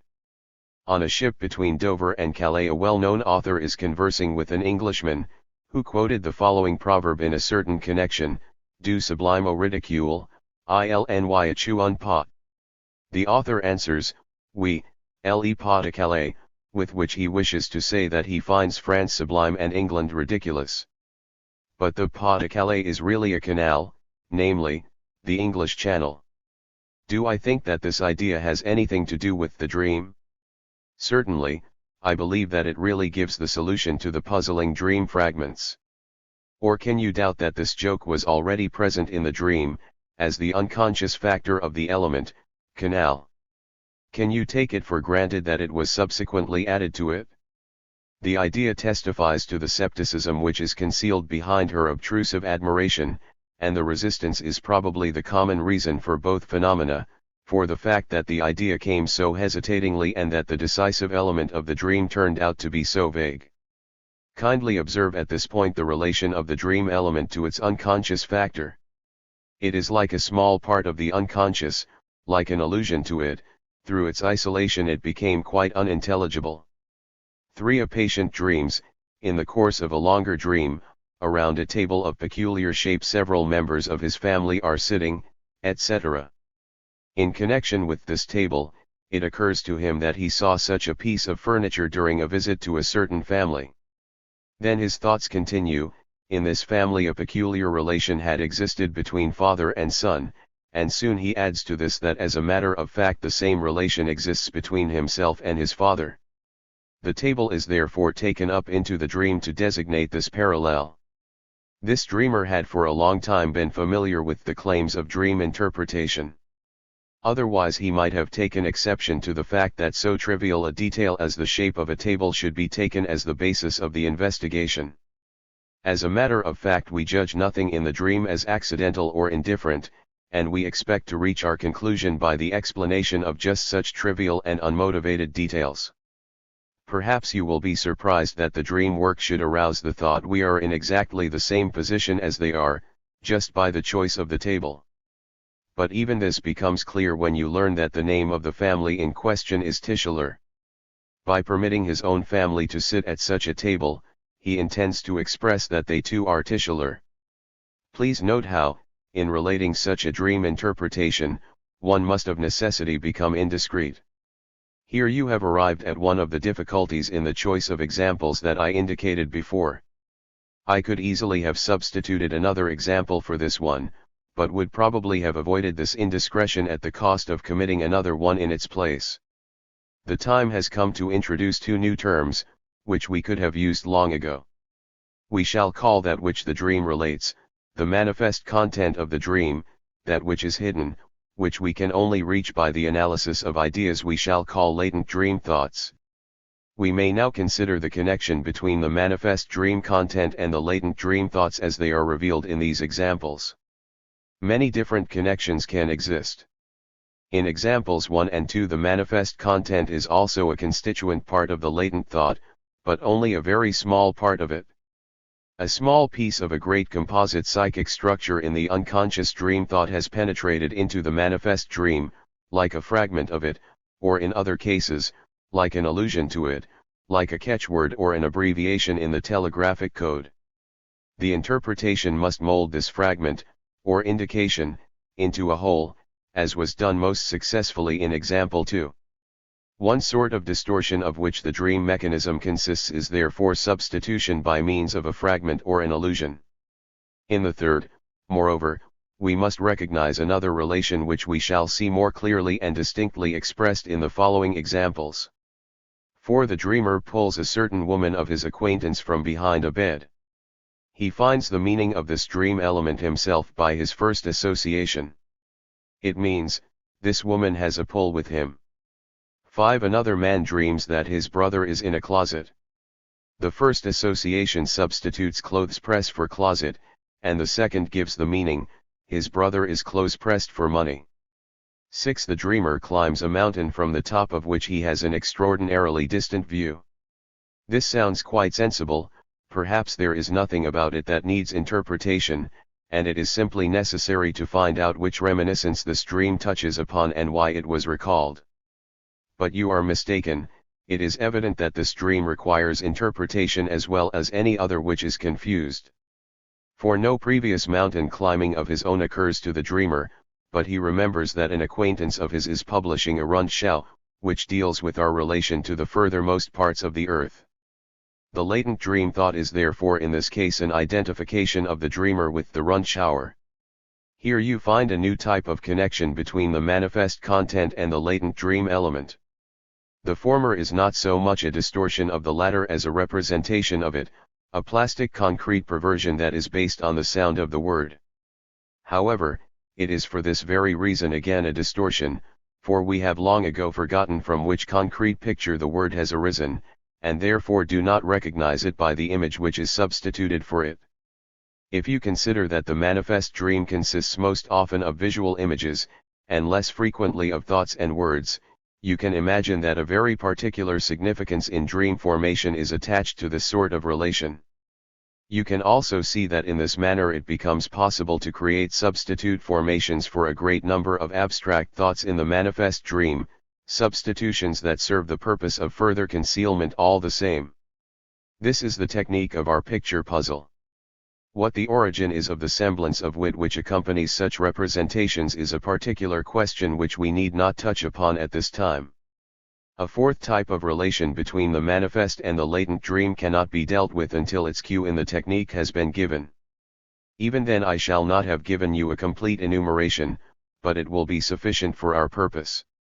Have you the courage to venture upon the interpretation of an entire dream? Let us see if we are well enough equipped for this undertaking. Of course, I shall not choose one of the most obscure, but one nevertheless that shows in clear outline the general characteristics of a dream. A young woman who has been married for many years dreams, she is sitting in the theater with her husband, one side of the orchestra is entirely unoccupied. Her husband tells her that Elise L. and her bridegroom had also wished to come, but had only been able to procure poor seats, 3 for 1 FL, 50 kr, and those of course they could not take. She thinks this is no misfortune for them. The first thing that the dreamer has to testify is that the occasion for the dream is touched upon in its manifest content. Her husband had really told her that Elise L., an acquaintance of about her age, had become engaged. The dream is the reaction to this news. We already know that in the case of many dreams it is easy to trace such a cause to the preceding day, and that the dreamer often gives these deductions without any difficulty. The dreamer also places at our disposal further information for other parts of the manifest dream content. Whence the detail that one side of the orchestra is unoccupied? It is an allusion to an actual occurrence of the previous week. She had made up her mind to go to a certain performance and had procured tickets in advance, so much in advance that she had been forced to pay a preference tax. When she arrived at the theater, she saw how needless had been her anxiety, for one side of the orchestra was almost empty. She could have bought the tickets on the day of the performance itself. Her husband would not stop teasing her about her excessive haste. Whence the 1fl50 kr? From a very different connection that has nothing to do with the former, but which also alludes to an occurrence of the previous day. Her sister-in-law had received 150 florins as a present from her husband, and knew no better, the poor goose, than to hasten to the jeweler and spend the money on a piece of jewelry. Whence the number 3. She can think of nothing in connection with this unless one stresses the association that the bride, Elise L., is only 3 months younger than she herself, who has been married for almost 10 years. And the absurdity of buying 3 tickets for 2 people? She says nothing of this, and indeed denies all further associations or information. But she has given us so much material in her few associations, that it becomes possible to derive the latent dream thought from it. It must strike us that in her remarks concerning the dream, time elements which constitute a common element in the various parts of this material appear at several points. She attended to the tickets too soon, took them too hastily, so that she had to pay more than usual for them. Her sister-in-law likewise hastened to carry her money to the jeweler's to buy a piece of jewelry, just as if she might miss it. Let us add to the expressions too early, precipitately, which are emphasized so strongly, the occasion for the dream, namely, that her friend only 3 months younger than herself had even now gotten a good husband, and the criticism expressed in the condemnation of her sister-in-law, that it was foolish to hurry so. Then the following construction of the latent dream thought, for which the manifest dream is a badly distorted substitute, comes to us almost spontaneously. How foolish it was of me to hurry so in marrying. Elise's example shows me that I could have gotten a husband later too. The precipitateness is represented by her own behavior in buying the tickets, and that of her sister-in-law in purchasing jewelry. Going to the theater was substituted for getting married. This appears to have been the main thought, and perhaps we may continue, though with less certainty, because the analysis in these parts is not supported by statements of the dreamer. And I would have gotten 100 times as much for my money. 150 FL is 100 times as much as 1 FL 50 KR. If we might substitute the dowry for the money, then it would mean that one buys a husband with a dowry, the jewelry as well as the poor seats would represent the husband. It would be even more desirable if the fragment 3 seats had something to do with the husband. But our understanding does not penetrate so far. We have only guessed that the dream expresses her disparagement of her own husband, and her regret at having married so early. It is my opinion that we are more surprised and confused than satisfied by the result of this first dream interpretation. We are swamped by more impressions than we can master. We see that the teachings of dream interpretation are not easily exhausted. Let us hasten to select those points that we recognize as giving us new, sound insight. In the first place, it is remarkable that in the latent thought the main emphasis falls on the element of haste. In the manifest dream there is absolutely no mention of this to be found. Without the analysis we should not have had any idea that this element was of any importance at all. So it seems possible that just the main thing, the central point of the unconscious thoughts, may be absent in the manifest dream. Because of this, the original impression in the dream must of necessity be entirely changed. Secondly, in the dream there is a senseless combination, 3 for 1 FL 50 KR, in the dream thought we divine the sentence, it was senseless, to marry so early. Can one deny that this thought, it was senseless, was represented in the manifest dream by the introduction of an absurd element? Thirdly, comparison will show that the relation between the manifest and latent elements is not simple, certainly not of such a sort that a manifest element is always substituted for the latent. There must rather be a quantitative relationship between the two groups, according to which a manifest element may represent several latent ones, or a latent element represented by several manifest elements. Much that is surprising might also be said of the sense of the dream and the dreamer's reaction to it. She acknowledges the interpretation but wonders at it. She did not know that she disparaged her husband so, and she did not know why she should disparage him to such a degree. There is still much that is incomprehensible. I really believe that we are not yet fully equipped for dream interpretation, and that we must first receive further instruction and preparation. 8th lecture. The Dream. Dreams of Childhood. We think we have advanced too rapidly. Let us go back a little. Before our last attempt to overcome the difficulties of dream distortion through our technique, we had decided that it would be best to avoid them by limiting ourselves only to those dreams in which distortion is either entirely absent or of trifling importance, if there are such. But here again we digress from the history of the evolution of our knowledge, for as a matter of fact we become aware of dreams entirely free of distortion only after the consistent application of our method of interpretation and after complete analysis of the distorted dream. The dreams we are looking for are found in children. They are short, clear, coherent, easy to understand, unambiguous, and yet unquestionable dreams. But do not think that all children's dreams are like this. Dream distortion makes its appearance very early in childhood, and dreams of children from 5 to 8 years of age have been recorded that showed all the characteristics of later dreams. But if you will limit yourselves to the age beginning with conscious psychic activity, up to the 4th or 5th year, you will discover a series of dreams that are of a so-called infantile character. In a later period of childhood you will be able to find some dreams of this nature occasionally. Even among adults, dreams that closely resemble the typically infantile ones occur under certain conditions. From these children's dreams we gain information concerning the nature of dreams with great ease and certainty, and we hope it will prove decisive and of universal application. 1. For the understanding of these dreams we need no analysis, no technical methods. We need not question the child that is giving an account of his dream. But one must add to this a story taken from the life of the child. An experience of the previous day will always explain the dream to us. The dream is a sleep reaction of psychic life upon these experiences of the day. We shall now consider a few examples so that we may base our further deductions upon them. A boy of 22 months is to present a basket of cherries as a birthday gift. He plainly does so very unwillingly, although they promise him that he will get some of them himself. The next morning he relates as his dream, Herman eat all cherries. B. A little girl of 3¼ years makes her first trip across a lake. At the landing she does not want to leave the boat and cries bitterly. The time of the trip seems to her to have passed entirely too rapidly. The next morning she says, "Last night I rode on the lake." We may add the supplementary fact that this trip lasted longer. C. A boy of 5¼ years is taken on an excursion into the Escherntal near Hallstatt.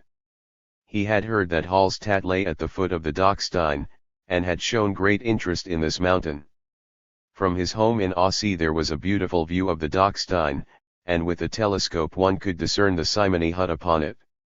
The child had tried again and again to see it through the telescope, with what result no one knew. He started on the excursion in a joyously expectant mood. Whenever a new mountain came in sight the boy asked, "Is that the Dachstein?" The oftener this question was answered in the negative, the more moody he became. Later he became entirely silent and would not take part in a small climb to a waterfall. They thought he was overtired, but the next morning, he said quite happily, "Last night I dreamed that we were in the simony hut." It was with this expectation, therefore, that he had taken part in the excursion. The only detail he gave was one he had heard before: you had to climb steps for 6 hours. These 3 dreams will suffice for all the information we desire. 2. We see that children's dreams are not meaningless, they are intelligible, significant, psychic acts. You will recall what I represented to you as the medical opinion concerning the dream, the simile of untrained fingers wandering aimlessly over the keys of the piano. You cannot fail to see how decidedly these dreams of childhood are opposed to this conception. But it would be strange indeed if the child brought forth complete psychic products in sleep, while the adult in the same condition contents himself with spasmodic reactions. Indeed, we have every reason to attribute the more normal and deeper sleep to the child. 3. Dream distortion is lacking in these dreams, therefore they need no interpretation. The manifest and latent dreams are merged. Dream distortion is therefore not inherent in the dream. I may assume that this relieves you of a great burden. But upon closer consideration we shall have to admit of a tiny bit of distortion, a certain differentiation between manifest dream content and latent dream thought, even in these dreams. For the child's dream is a reaction to an experience of the day, which has left behind it a regret, a longing, or an unfulfilled desire. The dream brings about the direct unconcealed fulfillment of this wish. Now recall our discussions concerning the importance of the role of external or internal bodily stimuli as disturbers of sleep, or as dream producers. We learned definite facts about this, but could only explain a very small number of dreams in this way. In these children's dreams nothing points to the influence of such somatic stimuli, we cannot be mistaken, for the dreams are entirely intelligible and easy to survey. But we need not give up the theory of physical causation entirely on this account. We can only ask why at the outset we forgot that besides the physical stimuli there are also psychic sleep-disturbing stimuli. For we know that it is these stimuli that commonly cause the disturbed sleep of adults by preventing them from producing the ideal condition of sleep, the withdrawal of interest from the world. The dreamer does not wish to interrupt his life, but would rather continue his work with the things that occupy him, and for this reason he does not sleep. The unfulfilled wish, to which he reacts by means of the dream, is the psychic sleep-disturbing stimulus for the child. 5. From this point we easily arrive at an explanation of the function of the dream. The dream, as a reaction to the psychic stimulus, must have the value of a release of the stimulus which results in its elimination and in the continuation of sleep. We do not know how this release is made possible by the dream, but we note that the dream is not a disturber of sleep, as calumny says, but a guardian of sleep, whose duty it is to quell disturbances. It is true, we think we would have slept better if we had not dreamt, but here we are wrong. As a matter of fact, we would not have slept at all without the help of the dream. That we have slept so soundly is due to the dream alone. It could not help disturbing us slightly, just as the night watchman often cannot avoid making a little noise while he drives away the rioters who would awaken us with their noise. 6. One main characteristic of the dream is that a wish is its source, and that the content of the dream is the gratification of this wish. Another equally constant feature is that the dream does not merely express a thought, but also represents the fulfillment of this wish in the form of a hallucinatory experience. I should like to travel on the lake, says the wish that excites the dream itself has as its content I travel on the lake. One distinction between the latent and manifest dream, a distortion of the latent dream thought, therefore remains even in the case of these simple children's dreams, namely, the translation of the thought into experience. In the interpretation of the dream it is of utmost importance that this change be traced back. If this should prove to be an extremely common characteristic of the dream, then the above-mentioned dream fragment, I see my brother in a closet could not be translated, my brother is close-pressed, but rather, I wish that my brother were close-pressed, my brother should be close-pressed. Of the two universal characteristics of the dream we have cited, the second plainly has greater prospects of unconditional acknowledgement than the first. Only extensive investigation can ascertain that the cause of the dream must always be a wish, and cannot also be an anxiety, a plan, or a reproach, but this does not alter the other characteristic, that the dream does not simply reproduce the stimulus but by experiencing it anew, as it were, removes, expels and settles it. 7. In connection with these characteristics of the dream we can again resume the comparison between the dream and the error. In the case of the latter we distinguish an interfering tendency and one interfered with, and the error is the compromise between the two. The dream fits into the same scheme. The tendency interfered with, in this case, can be no other than that of sleep. For the interfering tendency we substitute the psychic stimulus, the wish which strives for its fulfillment, let us say, for thus far we are not familiar with any other sleep-disturbing psychic stimulus. In this instance also the dream is the result of compromise. We sleep, and yet we experience the removal of a wish, we gratify the wish, but at the same time continue to sleep. Both are partly carried out and partly given up. 8. You will remember that we once hoped to gain access to the understanding of the dream problem by the fact that certain very transparent fantasy formations are called daydreams. Now these daydreams are actual wish fulfillments of ambitious or erotic wishes with which we are familiar, but they are conscious, and though vividly imagined, they are never hallucinatory experiences. In this instance, therefore, the less firmly established of the two main characteristics of the dream holds, while the other proves itself entirely dependent upon the condition of sleep and impossible to the waking state. In colloquial usage, therefore, there is a presentment of the fact that the fulfillment of a wish is a main characteristic of the dream. Furthermore, if the experience in the dream is a transformed representation only made possible by the condition of sleep, in other words, a sort of nocturnal daydream, then we can readily understand that the occurrence of fantasy formations can release the nocturnal stimulus and bring satisfaction. For daydreaming is an activity closely bound up in gratification and is, indeed, pursued only for this reason. Not only this, but other colloquial usages also express the same feeling. Well-known proverbs say, "The pig dreams of acorns, the goose of maize," or ask, "Of what does the hen dream? Of millet." So the proverb descends even lower than we do, from the child to the animal, and maintains that the content of a dream is the satisfaction of a need.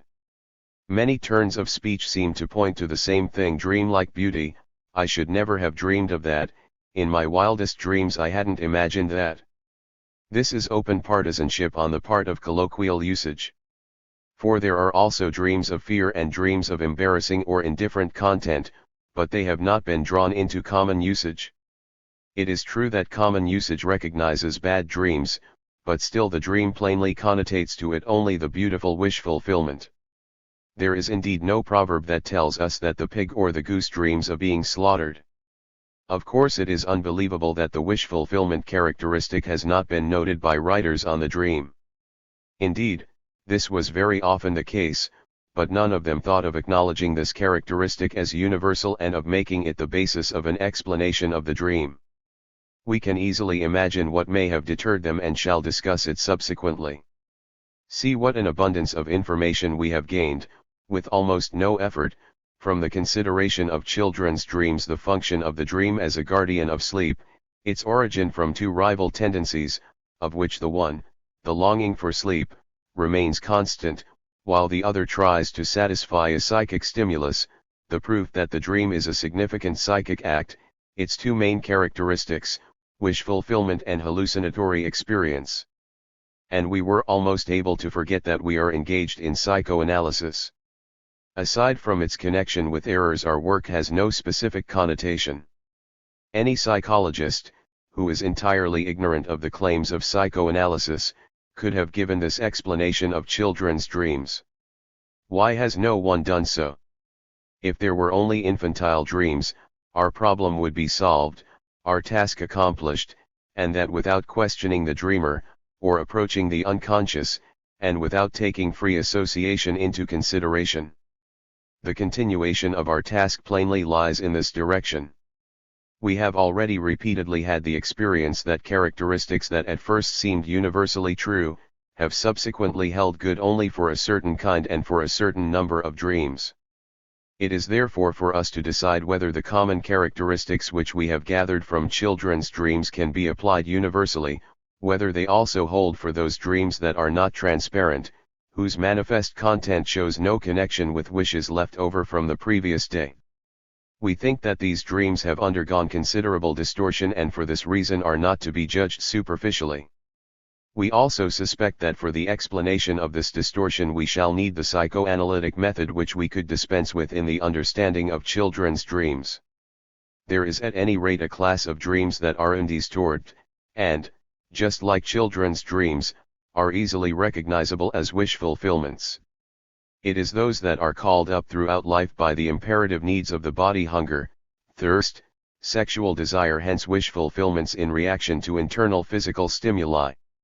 For this reason, I have noted the dream of a young girl, that consisted of a menu following her name: Anna F., strawberry, huckleberry, egg dish, pap, as a reaction to an enforced day of fasting on account of a spoiled stomach, which was directly traceable to the eating of the fruits twice mentioned in the dream.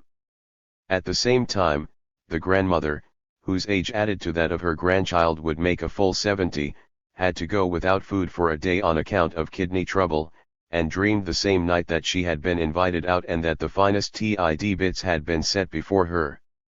Observations with prisoners who are allowed to go hungry, or with people who suffer privations on travels or expeditions, show that under these conditions the dreams regularly deal with the satisfaction of these needs.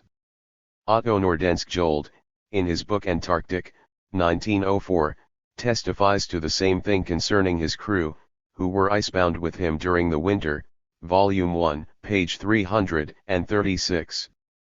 Very significant in determining the trend of our inmost thoughts were our dreams, which were never more vivid and numerous than just at this time. Even those of our comrades who ordinarily dreamed but seldom, now had long stories to tell, when in the morning we exchanged our latest experiences in that realm of fantasy. All of them dealt with that outside world that now was so far away from us, but often they fitted into our present condition. Food and drink were most often the pivots about which our dreams revolved.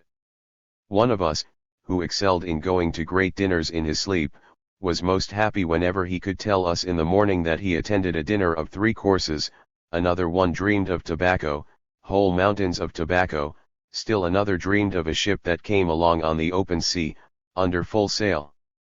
One other dream deserves mention: the postman comes with the mail and gives a long explanation of why it is so late. He had delivered it to the wrong address and only after great trouble on his part had succeeded in getting it back. Of course one occupies himself with even more impossible things in sleep, but in nearly all the dreams that I myself dreamed or heard tell of, the lack of fantasy was quite striking. It would surely be of great psychological interest if all these dreams were recorded. It is easy to understand how we longed for sleep, since it could offer us everything for which each one of us felt the most burning desire. I quote further from Duprel. Mungo Park, who during a trip in Africa was almost exhausted, dreamed without interruption of the fertile valleys and fields of his home. Trenck, tortured by hunger in the redoubt at Magdeburg, likewise saw himself surrounded by wonderful meals, and George Back, who took part in Franklin's first expedition, dreamed regularly and consistently of luxurious meals when, as a result of terrible privations, he was nearly dead of hunger. A man who feels great thirst at night after enjoying highly seasoned food for supper, often dreams that he is drinking. It is of course impossible to satisfy a rather strong desire for food or drink by means of the dream. From such a dream one awakes thirsty and must now drink real water. The effect of the dream is in this case practically trifling, but it is none the less clear that it was called up for the purpose of maintaining the sleep in spite of the urgent impulse to awake and to act. Dreams of satisfaction often overcome needs of a lesser intensity. In a like manner, under the influence of sexual stimuli, the dream brings about satisfaction that shows noteworthy peculiarities. As a result of the characteristic of the sexual urge which makes it somewhat less dependent upon its object than hunger and thirst, satisfaction in a dream of pollution may be an actual one, and as a result of difficulties to be mentioned later in connection with the object, it happens especially often that the actual satisfaction is connected with confused or distorted dream content. This peculiarity of the dream of pollution, as O'Rank has observed, makes it a fruitful subject to pursue in the study of dream distortion. Moreover, all dreams of desire of adults usually contain something besides satisfaction, something that has its origin in the sources of the purely psychic stimuli, and which requires interpretation to render it intelligible. Moreover, we shall not maintain that the wish-fulfillment dreams of the infantile kind occur in adults only as reactions to the known imperative desires. We also know of short clear dreams of this sort under the influence of dominating situations that arise from unquestionably psychic sources. As, for example, in dreams of impatience, whenever a person has made preparations for a journey, for a theatrical performance, for a lecture or for a visit, and now dreams of the anticipated fulfillment of his expectations, and so arrives at his goal the night before the actual experience, in the theater or in conversation with his host. Or the well-named dreams of comfort, when a person who likes to prolong his sleep, dreams that he is already up, is washing himself, or is already in school, while as a matter of fact he continues sleeping, hence would rather get up in a dream than in reality. The desire for sleep, which we have recognized as a regular part of the dream structure, becomes intense in these dreams and appears in them as the actual shaping force of the dream. The wish for sleep properly takes its place beside other great physical desires. At this point I refer you to a picture by Sigmund, from the Schack Gallery in Munich, so that you may see how rightly the artist has conceived the origin of a dream from a dominating situation. It is the dream of a prisoner, which can have no other subject than his release. It is a very neat stroke that the release should be effected through the window, for the ray of light that awakens the prisoner comes through the same window. The gnomes standing one above the other probably represent the successive positions which he himself had to take in climbing to the height of the window, and I do not think I am mistaken or that I attribute too much preconcerted design to the artist, by noting that the uppermost of the gnomes, who is filing the grating, and so does what the prisoner would like to do, has the features of the prisoner. In all other dreams except those of children and those of the infantile type, distortion, as we have said, blocks our way. At the outset we cannot ascertain whether they are also wish fulfillments, as we suspect. From their manifest content we cannot determine from what psychic stimulus they derive their origin, and we cannot prove that they also are occupied in doing away with the stimulus and in satisfying it. They must probably be interpreted, that is, translated, their distortion must be annulled, their manifest content replaced by their latent thought before we can judge whether what we have found in children's dreams may claim a universal application for all dreams. Ninth lecture. The Dream. The Dream Censor. We have learned to know the origin, nature, and function of the dream from the study of children's dreams. Dreams are the removal of sleep-disturbing psychic stimuli by way of hallucinated satisfaction. Of adults' dreams, to be sure, we could explain only one group, what we characterized as dreams of an infantile type. As to the others we know nothing as yet, nor do we understand them. For the present, however, we have obtained a result whose significance we do not wish to underestimate. Every time a dream is completely comprehensible to us, it proves to be an hallucinated wish fulfillment. This coincidence cannot be accidental, nor is it an unimportant matter. We conclude, on the basis of various considerations and by analogy to the conception of mistakes, that another type of dream is a distorted substitute for an unknown content and that it must first be led back to that content. Our next task is the investigation and the understanding of this dream distortion. Dream distortion is the thing which makes the dream seem strange and incomprehensible to us. We want to know several things about it: firstly, whence it comes, its dynamics; secondly, what it does; and finally, how it does it. We can say at this point that dream distortion is the product of the dream work, that is, of the mental functioning of which the dream itself is the conscious symptom. Let us describe the dream work and trace it back to the forces which work upon it. And now I shall ask you to listen to the following dream. It was recorded by a lady of our profession, and according to her, originated with a highly cultivated and respected lady of advanced age. No analysis of this dream was made. Our informant remarks that to a psychoanalyst it needs no interpretation. The dreamer herself did not interpret it, but she judged and condemned it as if she understood its interpretation. For she said concerning it, that a woman of 50 should dream such abominable, stupid stuff, a woman who has no other thought, day and night, than to care for her child. And now follows the dreams of the services of love. She goes into military hospital number 1, and says to the sentry at the gate, that she must speak to the chief physician. She mentions a name which is not familiar to her, as she wants to offer her service to the hospital. She stresses the word service, so love services. Since she is an old lady he lets her pass after some hesitation. But instead of reaching the chief physician, she finds herself in a large somber room in which there are many officers and army doctors sitting and standing around a long table. She turns with her proposal to a staff doctor who, after a few words, soon understands her. The words of her speech in the dream are, "I and numerous other women and girls of Vienna are ready for the soldiers, troops, and officers, without distinction." Here in the dream follows a murmuring. That the idea is, however, correctly understood by those present she sees from the semi-embarrassed, somewhat malicious expressions of the officers. The lady then continues, "I know that our decision sounds strange, but we are in bitter earnest." The soldier in the field is not asked either whether or not he wants to die. A moment of painful silence follows. The staff doctor puts his arm around her waist and says, "Madam, let us assume that it really came to that," murmurs. She withdraws from his arm with the thought, "They are all alike," and answers, "My heavens, I am an old woman, and perhaps will never be confronted with that situation." One consideration, moreover, must be kept in mind, the consideration of age, which prevents an older woman from, with a very young boy. Murmurs, "That would be horrible." The staff doctor, "I understand perfectly." Several officers, among them one who had paid court to her in her youth, laugh loudly, and the lady asks to be conducted to the chief physician, whom she knows, so that everything may be arranged. At this she realizes with great dismay that she does not know his name.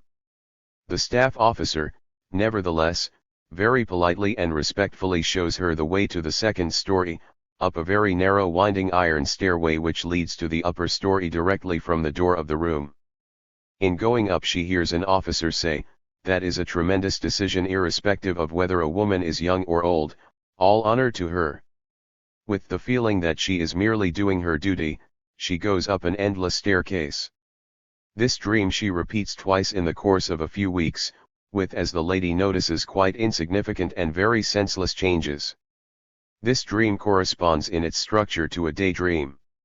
It has few gaps, and many of its individual points might have been elucidated as to content through inquiry, which, as you know, was omitted. The conspicuous and interesting point for us, however, is that the dream shows several gaps not of recollection, but of original content. In 3 places the content is apparently obliterated, the speeches in which these gaps occur are interrupted by murmurs. Since we have performed no analysis, we have, strictly speaking, also no right to make any assertion about the meaning of the dream. Yet there are intimations given from which something may be concluded. For example, the phrase "services of love," and above all the bits of speech which immediately precede the murmurs, demand a completion which can have but one meaning. If we interpolate these, then the fantasy yields as its content the idea that the dreamer is ready, as an act of patriotic duty, to offer her person for the satisfaction of the erotic desires of the army, officers as well as troops. That certainly is exceedingly shocking. It is an impudent libidinous fantasy, but it does not occur in the dream at all. Just at the point where consistency would demand this confession, there is a vague murmur in the manifest dream, something is lost or suppressed. I hope you will recognize the inevitability of the conclusion that it is the shocking character of these places in the dream that was the motive for their suppression. Yet where do you find a parallel for this state of affairs? In these times you need not seek far. Take up any political paper and you will find that the text is obliterated here and there, and that in its place shimmers the white of the paper. You know that that is the work of the newspaper censor. In these blank spaces something was printed which was not to the liking of the censorship authorities, and for that reason it was crossed out. You think that it is a pity, that it probably was the most interesting part, it was the best part. In other places the censorship did not touch the completed sentence. The author foresaw what parts might be expected to meet with the objection of the censor, and for that reason he softened them by way of prevention, modified them slightly, or contented himself with innuendo and allusion to what really wanted to flow from his pen. Thus the sheet, it is true, has no blank spaces, but from certain circumlocutions and obscurities of expression you will be able to guess that thoughts of the censorship were the restraining motive. Now let us keep to this parallel. We say that the omitted dream speeches, which were disguised by a murmuring, were also sacrifices to a censorship. We actually speak of a dream censor to which we may ascribe a contributing part in the dream distortion. Wherever there are gaps in the manifest dream, it is the fault of the dream censor. Indeed, we should go further, and recognize each time as a manifestation of the dream censor, those places at which a dream element is especially faint, indefinitely and doubtfully recalled among other, more clearly delineated portions. But it is only rarely that the censorship manifests itself so undisguisedly, so naively one may say, as in the example of the dream of the services of love. Far more frequently the censorship manifests itself according to the second type, through the production of weakenings, innuendos, allusions instead of direct truthfulness. For a third type of dream censorship I know of no parallel in the practice of newspaper censorship, yet it is just this type that I can demonstrate by the only dream example which we have so far analyzed. You will remember the dream of the 3 bad theater tickets for 1 florin and a half. In the latent thoughts of this dream, the element precipitately, too soon, stood in the foreground. It means, it was foolish to marry so early, it was also foolish to buy theater tickets so early, it was ridiculous of the sister-in-law to spend her money so hastily, merely to buy an ornament. Nothing of this central element of the dream thought was evident in the manifest dream. In the latter, going to the theater and getting the tickets were shoved into the foreground. Through this displacement of the emphasis, this regrouping of the elements of the content, the manifest dream becomes so dissimilar from the latent dream thoughts that no one would suspect the latter behind the former. This displacement of emphasis is a favorite device of the dream distortion and gives the dream that strangeness which makes the dreamer himself unwilling to recognize it as his own production. Omission, modification, regrouping of the material, these, then, are the effects of the dream censor and the devices of dream distortion. The dream censorship itself is the author, or one of the authors, of the dream distortion whose investigation now occupies us. Modification and rearrangement we are already accustomed to summarize as displacement. After these remarks concerning the effects of the dream censor, let us now turn to their dynamics. I hope you will not consider the expression too anthropomorphically, and picture the dream censor as a severe little mannequin who lives in a little brain chamber and there performs his duties, nor should you attempt to localize him too much, to think of a brain center from which his censoring influence emanates, and which would cease with the injury or extirpation of the center. For the present, the term dream censor is no more than a very convenient phrase for a dynamic relationship. This phrase does not prevent us from asking by what tendencies such influence is exerted and upon which tendencies it works, nor will we be surprised to discover that we have already encountered the dream censor before, perhaps without recognizing him. For such was actually the case. You will remember that we had a surprising experience when we began to apply our technique of free association.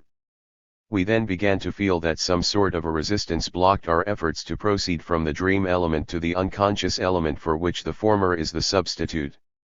This resistance, we said, may be of varying strength, enormous at one time, quite negligible at another. In the latter case we need cross only a few intermediate steps in our work of interpretation.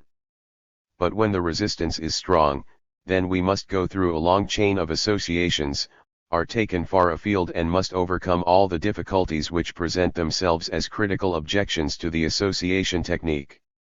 What we met with in the work of interpretation, we must now bring into the dream work as the dream censor. The resistance to interpretation is nothing but the objectivation of the dream censor. The latter proves to us that the force of the censor has not spent itself in causing the dream distortion, has not since been extinguished, but that this censorship continues as a permanent institution with the purpose of preserving the distortion.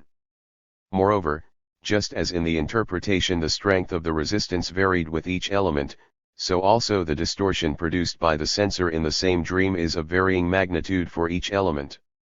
If one compares the manifest with the latent dream, one sees that certain isolated latent elements have been practically eliminated, others more or less modified, and still others left unchanged, indeed, have perhaps been taken over into the dream content with additional strength.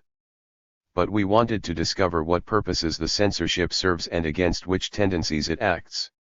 This question, which is fundamental to the understanding of the dream, indeed perhaps to human life, is easily answered if we look over a series of those dreams which have been analyzed. The tendencies which the censorship exercises are those which are recognized by the waking judgment of the dreamer, those with which he feels himself in harmony. You may rest assured that when you reject an accurate interpretation of a dream of your own, you do so with the same motives with which the dream censor works, the motives with which it produces the dream distortion and makes the interpretation necessary. Recall the dream of our 50-year-old lady. Without having interpreted it, she considers her dream abominable, would have been still more outraged if our informant had told her anything about the indubitable meaning, and it is just on account of this condemnation that the shocking spots in her dream were replaced by a murmur.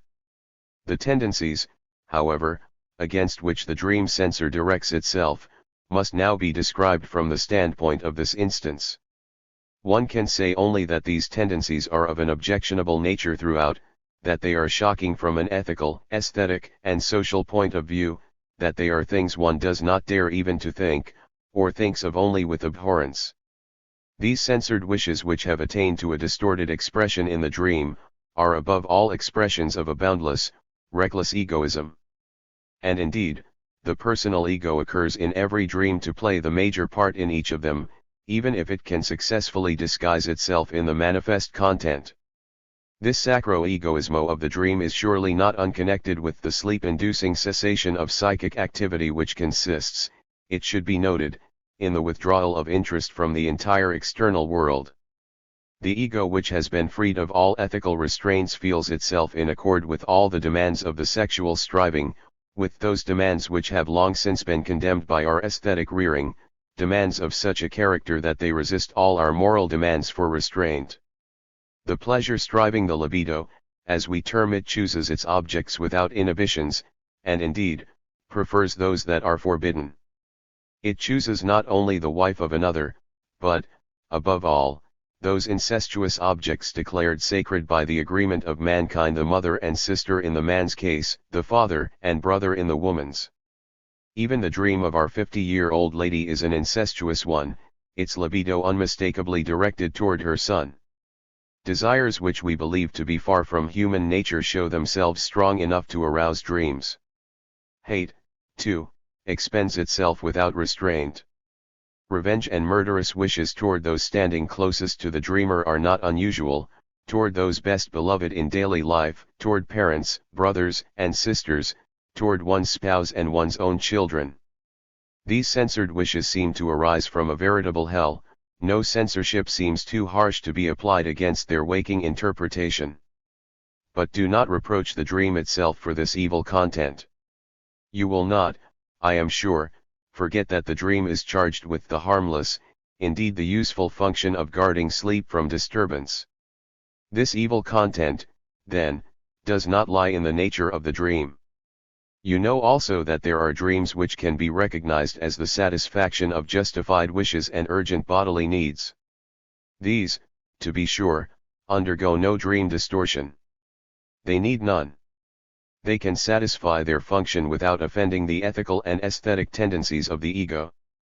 And will you also keep in mind the fact that the amount of dream distortion is proportional to two factors. On the one hand, the worse the censorable wish, the greater the distortion. On the other hand, however, the stricter the censor himself is at any particular time, the greater the distortion will be also. A young, strictly reared and prudish girl will, by reason of those factors, disfigure with an inexorable censorship those dream impulses which we physicians, for example, and which the dreamer herself 10 years later, would recognize as permissible, harmless, libidinous desires. Besides, we are far from being at the point where we can allow ourselves to be shocked by the results of our work of interpretation. I think we are not yet quite adept at it, and above all there lies upon us the obligation to secure it against certain attacks. It is not at all difficult to find a hitch in it. Our dream interpretations were made on the hypotheses we accepted a little while ago, that the dream has some meaning, that from the hypnotic to the normal sleep one may carry over the idea of the existence at such times of an unconscious psychic activity, and that all associations are predetermined. If we had come to plausible results on the basis of these hypotheses, we would have been justified in concluding that the hypotheses were correct. But what is to be done when the results are what I have just pictured them to be? Then it surely is natural to say, these results are impossible, foolish, at least very improbable, hence there must have been something wrong with the hypotheses. Either the dream is no psychic phenomenon after all, or there is no such thing as unconscious mental activity in the normal condition, or our technique has a gap in it somewhere. Is that not a simpler and more satisfying conclusion than the abominations which we pretend to have disclosed on the basis of our suppositions? Both, I answer. It is a simpler as well as a more satisfying conclusion, but not necessarily more correct for that reason. Let us take our time, the matter is not yet ripe for judgment. Above all, we can strengthen the criticism against our dream interpretation still further. That its conclusions are so unpleasant and unpalatable is perhaps of secondary importance. A stronger argument is the fact that the dreamers to whom we ascribe such wish tendencies from the interpretation of their dreams reject the interpretations most emphatically, and with good reason. What, says the one, you want to prove to me by this dream that I begrudged the sums which I spent for my sister's trousseau and my brother's education? But indeed that can't be so. Why, I work only for my sister, I have no interest in life but to fulfill my duties toward her, as being the oldest child, I promised our Blessed Mother I would. Or a woman says of her dream, you mean to say that I wish my husband were dead? Why, that is simply revolting, nonsense. It isn't only that we have the happiest possible married life, you probably won't believe me when I tell you so, but his death would deprive me of everything else that I own in the world. Or another will tell us, you mean that I have sensual desires toward my sister? That is ridiculous. I am not in the least fond of her. We don't get along and I haven't exchanged a word with her in years. We might perhaps ignore this sort of thing if the dreamers did not confirm or deny the tendencies ascribed to them. We could say that they are matters which the dreamers do not know about themselves.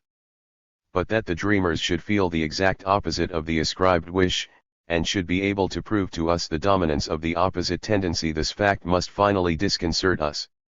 Is it not time to lay aside the whole work of the dream interpretation as something whose results reduce it to absurdity? By no means. This stronger argument breaks down when we attack it critically.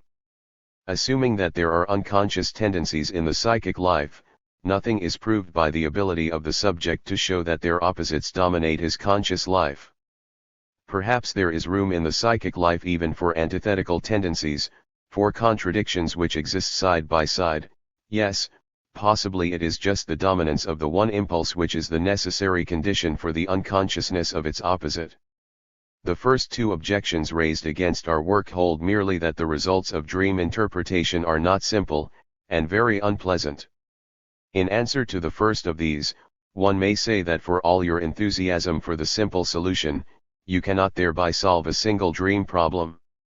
To do so you must make up your mind to accept the fact of complicated relationships. And to the second of these objections one may say that you are obviously wrong to use a preference or a dislike as the basis for a scientific judgment. What difference does it make if the results of the dream interpretation seem unpleasant, even embarrassing and disgusting to you? That doesn't prevent them from existing, as I used to hear my teacher Charcot say in similar cases, when I was a young doctor. One must be humble, one must keep personal preferences and antipathies in the background, if one wishes to discover the realities of the world. If a physicist can prove to you that the organic life of this planet must, within a short period of time, become completely extinct, do you also venture to say to him, that cannot be so? This prospect is too unpleasant. On the contrary, you will be silent until another physicist proves some error in the assumptions or calculations of the first. If you reject the unpleasant, you are repeating the mechanism of dream construction instead of understanding and mastering it. Perhaps you will promise to overlook the repulsive character of the censored dream wishes, and will take refuge in the argument that it is improbable, after all, that so wide a field be given over to the evil in the constitution of man. But does your own experience justify you in saying that? I will not discuss the question of how you may estimate yourselves, but have you found so much goodwill among your superiors and rivals, so much chivalry among your enemies, so little envy in their company, that you feel yourselves in duty bound to enter a protest against the part played by the evil of egoism in human nature? Are you ignorant of how uncontrolled and undependable the average human being is in all the affairs of sex life? Or do you not know that all the immoralities and excesses of which we dream nightly are crimes committed daily by waking persons? What else does psychoanalysis do here but confirm the old saying of Plato, that the good people are those who content themselves with dreaming what the others, the bad people, really do? And now turn your attention from the individual case to the Great War devastating Europe. Think of the amount of brutality, the cruelty, and the lies allowed to spread over the civilized world. Do you really believe that a handful of conscienceless egoists and corruptionists could have succeeded in setting free all these evil spirits, if the millions of followers did not share in the guilt? Do you dare under these circumstances to break a lance for the absence of evil from the psychic constitution of mankind? You will reproach me with judging the war one-sidedly. You will say that it has also brought forth all that is most beautiful and noble in mankind, its heroic courage, its self-sacrifice, its social feeling. Certainly, but do not at this point allow yourselves to become guilty of the injustice which has so often been perpetrated against psychoanalysis, of reproaching it with denying one thing because it was asserting another.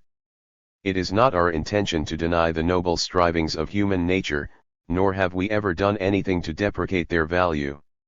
On the contrary, I show you not only the censored evil dream wishes, but also the censor which suppresses them and renders them unrecognizable. We dwell on the evil in mankind with greater emphasis only because others deny it, a method whereby the psychic life of mankind does not become better, but merely incomprehensible. When, however, we give up this one-sided ethical estimate, we shall surely be able to find a more accurate formula for the relationship of the evil to the good in human nature. And thus the matter stands. We need not give up the conclusions to which our labors in dream interpretation lead us, even though we must consider those conclusions strange. Perhaps we can approach their understanding later by another path. For the present, let us repeat, dream distortion is a consequence of the censorship practiced by accredited tendencies of the ego against those wish impulses that are in any way shocking, impulses which stir in us nightly during sleep. Why these wish impulses come just at night, and whence they come, these are questions which will bear considerable investigation. It would be a mistake, however, to omit to mention, with fitting emphasis, another result of these investigations. The dream wishes which try to disturb our sleep are not known to us, in fact we learn of them first through the dream interpretation. Therefore, they may be described as at that time unconscious in the sense above defined. But we can go beyond this and say that they are more than merely at that time unconscious. The dreamer, to be sure, denies their validity, as we have seen in so many cases, even after he has learned of their existence by means of the interpretation. The situation is then repeated which we first encountered in the interpretation of the tongue slip hiccup, where the toastmaster was outraged and assured us that neither then nor ever before had he been conscious of disrespectful impulse toward his chief. This is repeated with every interpretation of a markedly distorted dream, and for that reason attains a significance for our conception. We are now prepared to conclude that there are processes and tendencies in the psychic life of which one knows nothing at all, has known nothing for some time, might, in fact, perhaps never have known anything. The unconscious thus receives a new meaning for us. The idea of at present or at a specific time disappears from its conception, for it can also mean permanently unconscious, not merely latent at the time. Obviously we shall have to learn more of this at another session. 10th lecture. The dream. Symbolism in the dream. We have discovered that the distortion of dreams, a disturbing element in our work of understanding them, is the result of a censorious activity which is directed against the unacceptable of the unconscious wish impulses.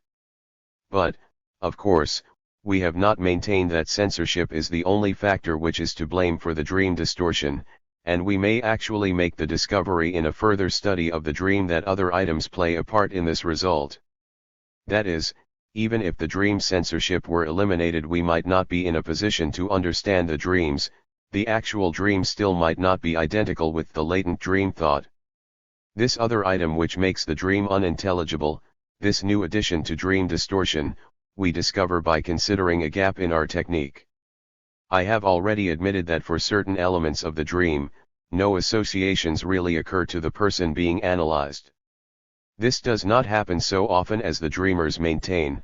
In many cases the association can be forced by persistence.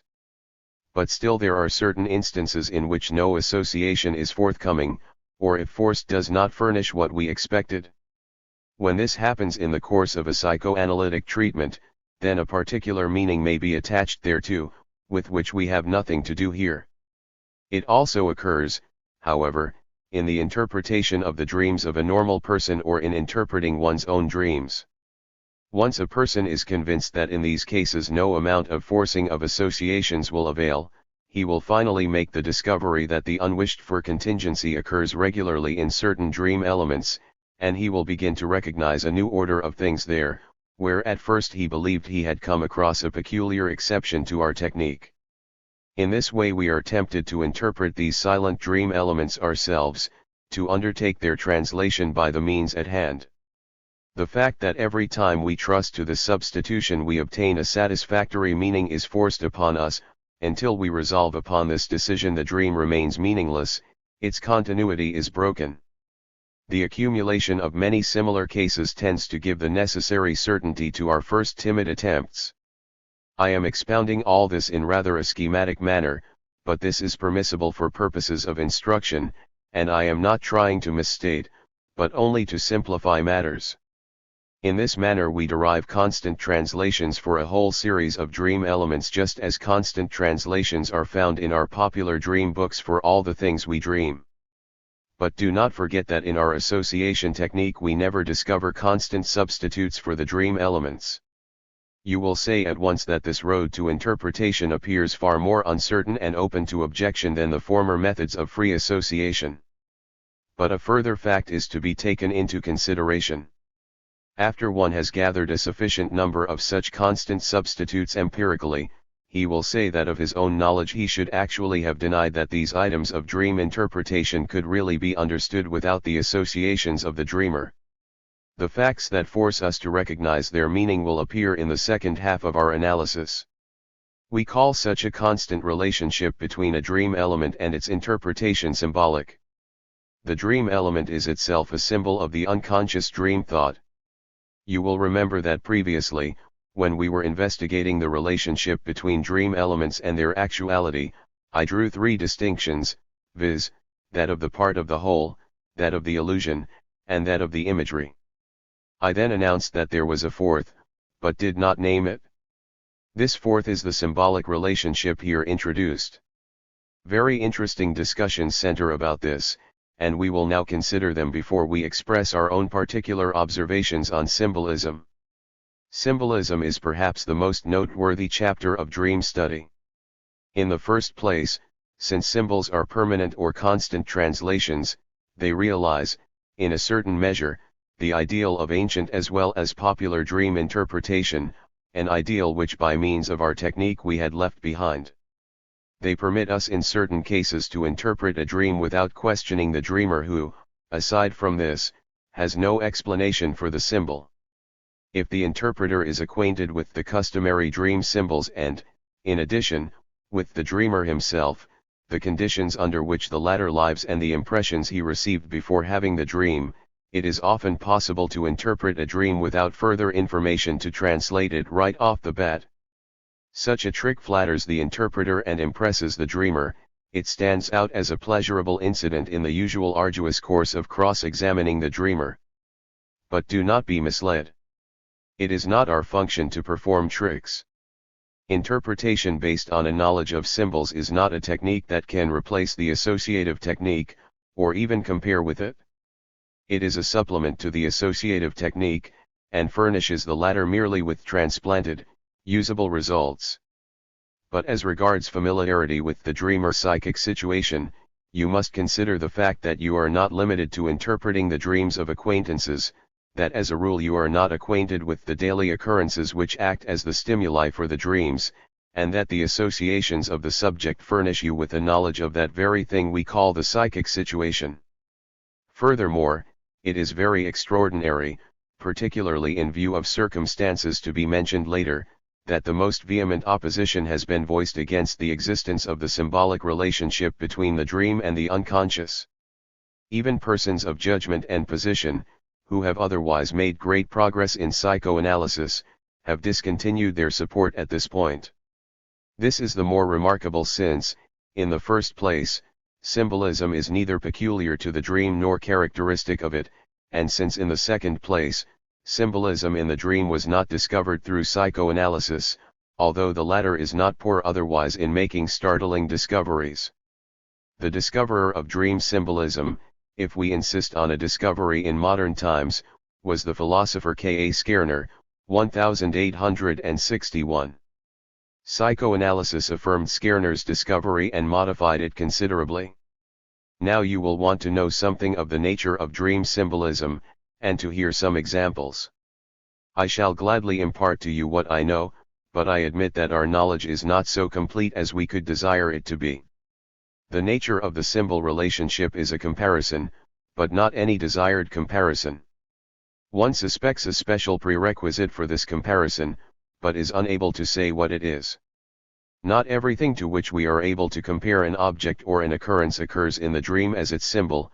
On the other hand, the dream does not symbolize anything we may choose, but only specific elements of the dream thought. There are limitations on both sides.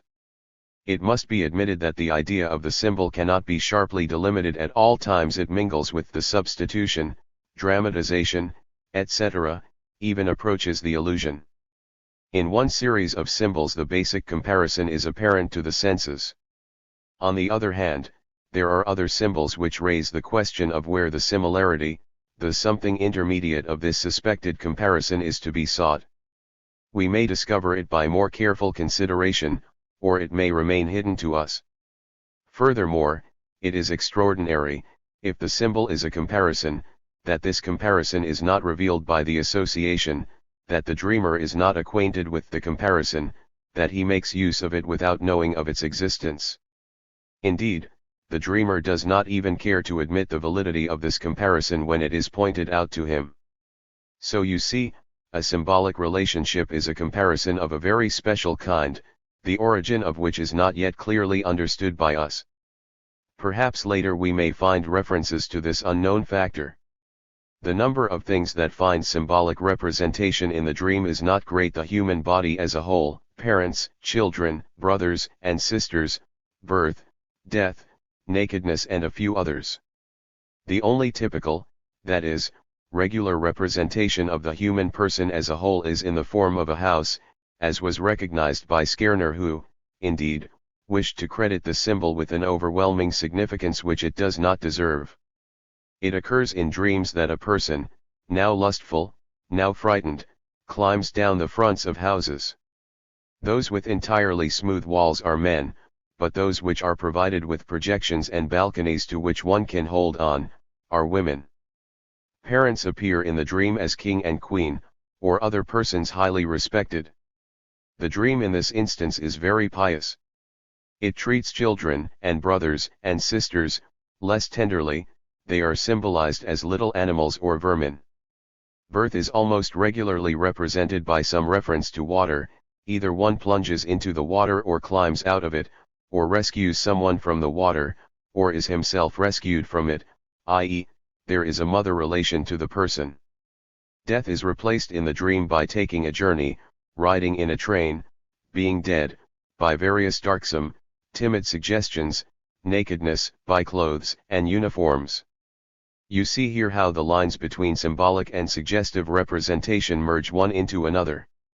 In contrast to the paucity of this enumeration, it is a striking fact that the objects and subject matter of another sphere are represented by an extraordinarily rich symbolism. This is the sphere of the sexual life, the genitals, the sex processes and sexual intercourse. The great majority of symbols in the dream are sex symbols. A remarkable disproportion results from this fact. The designated subject matters are few, their symbols extraordinarily profuse, so that each of these objects can be expressed by any number of symbols of almost equal value. In the interpretation something is disclosed that arouses universal objection. The symbol interpretations, in contrast to the many-sidedness of the dream representations, are very monotonous. This displeases all who deal with them, but what is one to do? Since this is the first time in these lectures that we speak of the sexual life, I must tell you the manner in which I intend to handle this theme.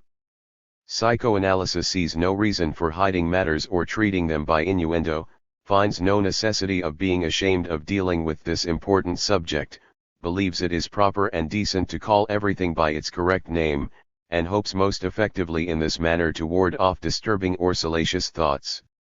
The fact that I am talking before a mixed audience can make no difference on this point.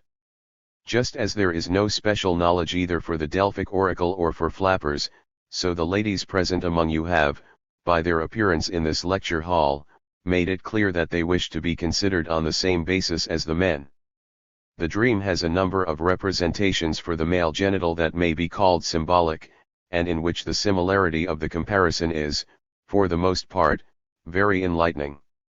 In the first place, the holy figure 3 is a symbolical substitute for the entire male genital. The more conspicuous and more interesting part of the genital to both sexes, the male organ, has symbolical substitute in objects of like form, those which are long and upright, such as sticks, umbrellas, poles, trees, etc.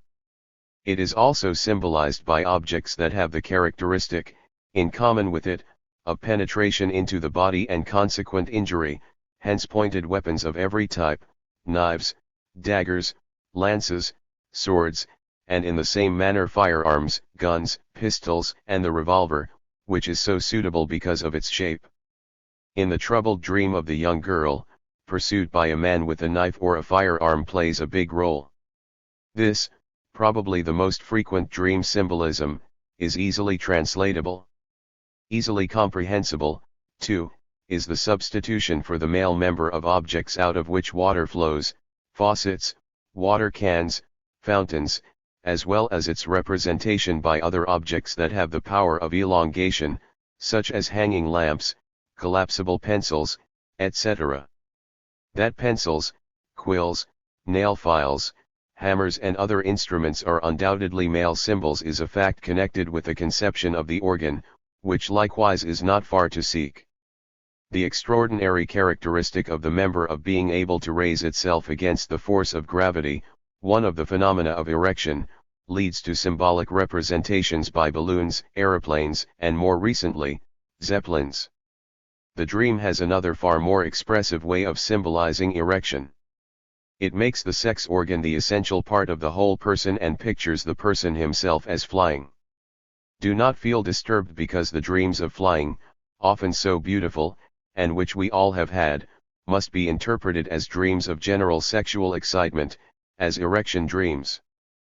P. Federn, among the psychoanalytical students, has confirmed this interpretation beyond any doubt, and even Morley Vold, much praised for his sobriety, who carried on his dream experiments with artificial positions of the arms and legs, and who was really opposed to psychoanalysis, perhaps knew nothing about psychoanalysis, has come to the same conclusion as a result of his research. It is no objection to this conclusion that women may have the same dreams of flying. Remember that our dreams act as wish fulfillments, and that the wish to be a man is often present in women, consciously or unconsciously. And the fact that it is possible for a woman to realize this wish by the same sensation as a man does, will not mislead anyone acquainted with anatomy. There is a small organ in the genitals of a woman similar to that of the male, and this small organ, the clitoris, even in childhood, and in the years before sexual intercourse, plays the same role as does the large organ of the male. To the less comprehensible male sex symbols belong certain reptiles and fish, notably the famous symbol of the snake. Why hats and cloaks should have been turned to the same use is certainly difficult to discover, but their symbolic meaning leaves no room for doubt. And finally, the question may be raised whether possibly the substitution of some other member as a representation for the male organ may not be regarded as symbolic. I believe that one is forced to this conclusion by the context and by the female counterparts. The female genital is symbolically represented by all those objects which share its peculiarity of enclosing a space capable of being filled by something, viz., by pits, caves, and hollows, by pitchers and bottles, by boxes and trunks, jars, cases, pockets, etc. The ship, too, belongs in this category. Many symbols represent the womb of the mother rather than the female genital, as wardrobes, stoves, and primarily a room. The room symbolism is related to the house symbol. Doors and entrances again become symbolic of the genital opening. But materials, too, are symbols of the woman: wood, paper, and objects that are made of these materials, such as tables and books. Of animals, at least the snail and mussel are unmistakably recognizable as symbols for the female. Of parts of the body, the mouth takes the place of the genital opening, while churches and chapels are structural symbolisms. As you see, all of these symbols are not equally comprehensible. The breasts must be included in the genitals, and like the larger hemispheres of the female body are represented by apples, peaches, and fruits in general. The pubic hair growth of both sexes appears in the dream as woods and bushes. The complicated topography of the female genitals accounts for the fact that they are often represented as scenes with cliffs, woods, and water, while the imposing mechanism of the male sex apparatus leads to the use of all manner of very complicated machinery, difficult to describe. A noteworthy symbol of the female genital is also the jewel casket. Jewels and treasure are also representatives of the beloved person in the dream. Sweets frequently occur as representatives of sexual delights. The satisfaction in one's own genital is suggested by all types of play, in which may be included piano playing. Exquisite symbolic representations of onanism are sliding and coasting as well as tearing off a branch. A particularly remarkable dream symbol is that of having one's teeth fall out, or having them pulled. Certainly its most immediate interpretation is castration as a punishment for onanism. Special representations for the relations of the sexes are less numerous in the dream than we might have expected from the foregoing. Rhythmic activities, such as dancing, riding and climbing may be mentioned, also harrowing experiences, such as being run over. One may include certain manual activities, and, of course, being threatened with weapons. You must not imagine that either the use or the translation of these symbols is entirely simple. All manner of unexpected things are continually happening. For example, it seems hardly believable that in these symbolic representations the sex differences are not always sharply distinguished. Many symbols represent a genital in general, regardless of whether male or female, example the little child, the small son or daughter. It sometimes occurs that a predominantly male symbol is used for a female genital, or vice versa. This is not understood until one has acquired an insight into the development of the sexual representations of mankind. In many instances this double meaning of symbols may be only apparent. The most striking of the symbols, such as weapons, pockets, and boxes, are excluded from this bisexual usage. I should now like to give a summary, from the point of view of the symbols rather than of the thing represented, of the field out of which the sex symbols are for the most part taken, and then to make a few remarks about the symbols which have points in common that are not understood.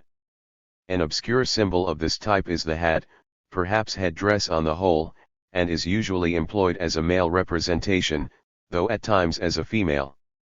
In the same way the cloak represents a man, perhaps not always the genital aspect. You are at liberty to ask, why? The cravat, which is suspended and is not worn by women, is an unmistakable male symbol. White laundry, all linen, in fact, is female. Dresses, uniforms are, as we have already seen, substitutes for nakedness. For body formation, the shoe or slipper is a female genital. Tables and wood have already been mentioned as puzzling but undoubtedly female symbols. Ladders, ascents, steps in relation to their mounting, are certainly symbols of sexual intercourse. On closer consideration we see that they have the rhythm of walking as a common characteristic, perhaps, too, the heightening of excitement and the shortening of the breath, the higher one mounts. We have already spoken of natural scenery as a representation of the female genitals. Mountains and cliffs are symbols of the male organ, the garden a frequent symbol of the female genitals. Fruit does not stand for the child, but for the breasts. Wild animals signify sensually aroused persons, or further, base impulses, passions. Blossoms and flowers represent the female genitals, or more particularly, virginity. Do not forget that the blossoms are really the genitals of the plants. We already know the room as a symbol. The representation may be extended in that the windows, entrances, and exits of the room take on the meaning of the body openings. Whether the room is open or closed is a part of the symbolism, and the key that opens it is an unmistakable male symbol. This is the material of dream symbolism. It is not complete and might be deepened as well as extended. But I am of the opinion it will seem more than enough to you, perhaps will make you reluctant. You will ask, do I really live in the midst of sex symbols? Are all the objects that surround me, all the clothes I put on, all the things that I touch, always sex symbols, and nothing else? There really are sufficient grounds for such questions, and the first is, where, in fact, are we to find the meaning of these dream symbols if the dreamer himself can give no information concerning them, or at best can give only incomplete information? My answer is, from many widely different sources, from fairy tales and myths, jokes and farces, from folklore, that is, the knowledge of the customs, usages, sayings and songs of peoples, from the poetic and vulgar language. Everywhere we find the same symbolism, and in many of these instances we understand them without further information. If we follow up each of these sources separately we shall find so many parallels to the dream symbolism that we must believe in the correctness of our interpretations. The human body, we have said, is, according to Skerner, frequently symbolized in the dream by the house. Continuing this representation, the windows, doors, and entrances are the entrances into the body cavities, the facades are smooth or provided with balconies and projections to which to hold. The same symbolism is to be found in our daily speech when we greet a good friend as old house, or when we say of someone, we'll hit him in the belfry, or maintain of another that he's not quite right in the upper story. In anatomy the body openings are sometimes called the body portals. The fact that we meet our parents in the dream as imperial or royal persons is at first surprising. But it has its parallel in the fairy tale. Doesn't it begin to dawn upon us that the many fairy tales which begin once upon a time there was a king and a queen intend nothing else than, once there was a father and a mother? In our families we refer to our children as princes, the eldest as the crown prince. The king usually calls himself the father of the country. We playfully designate little children as worms, and say, sympathetically, poor little worm. Let us return to the symbolism of the house. When we use the projections of the house to hold ourselves onto in the dream, are we not reminded of the familiar colloquialism about persons with well-developed breasts, she has something to hold onto? The folk express this in still another way when it says, there's lots of wood in front of her house, as though it wished to come to the aid of our interpretation that wood is a feminine, maternal symbol. In addition to wood there are others. We might not understand how this material has come to be a substitute for the maternal, the feminine. Here our comparison of languages may be helpful. The German word Holz, wood, is said to be from the same stem as the Greek word, pneulambdata, which means stuff, raw material. This is an example of the case, not entirely unusual, where a general word for material finally is exclusively used for some special material. There is an island in the ocean, known by the name of Madeira.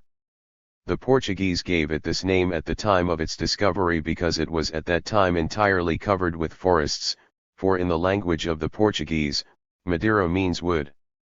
You will recognize, however, that Madeira is nothing else than the slightly changed Latin word materia, which again has the general meaning of material. Material is derived from mater, mother.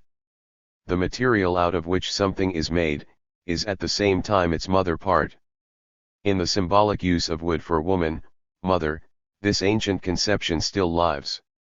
Birth is regularly expressed in dreams by some connection with water. One plunges into the water, or comes out of the water, which means one gives birth to, or is born. Now let us not forget that this symbol may refer in two ways to the truths of evolutionary history. Not alone have all land mammals, including the ancestors of man, developed out of water animals. This is the ultimate fact, but every single mammal, every human being, lived the first part of his existence in the water, namely, lived in the body of his mother as an embryo in the amniotic fluid and came out of the water at the time of his birth. I do not wish to maintain that the dreamer knows this, on the contrary I hold that he does not have to know. The dreamer very likely knows some things because of the fact that he was told about them in his childhood, and for that very reason I maintain that this knowledge has played no part in the construction of his symbols. He was told in childhood that the stork brought him, but where did it get him? Out of a lake, out of the well again, out of the water. One of my patients to whom such information had been given, a little count, disappeared for a whole afternoon. Finally he was discovered lying at the edge of the palace lake, his little face bent above the water and earnestly peering into it to see if he could not see the little children at the bottom. In the myths of the birth of the hero, which a rank submitted to comparative examination, the oldest is that of King Sargon of Agade, about 2800 BC. Exposure in the water and rescue from water play a predominating role. Rank has recognized that these are representations of birth, analogous to those customary in dreams. When a person in his dream rescues another from the water, the latter becomes his mother, or just plainly mother. In the myth, a person who rescues a child out of the water professes herself as the real mother of the child.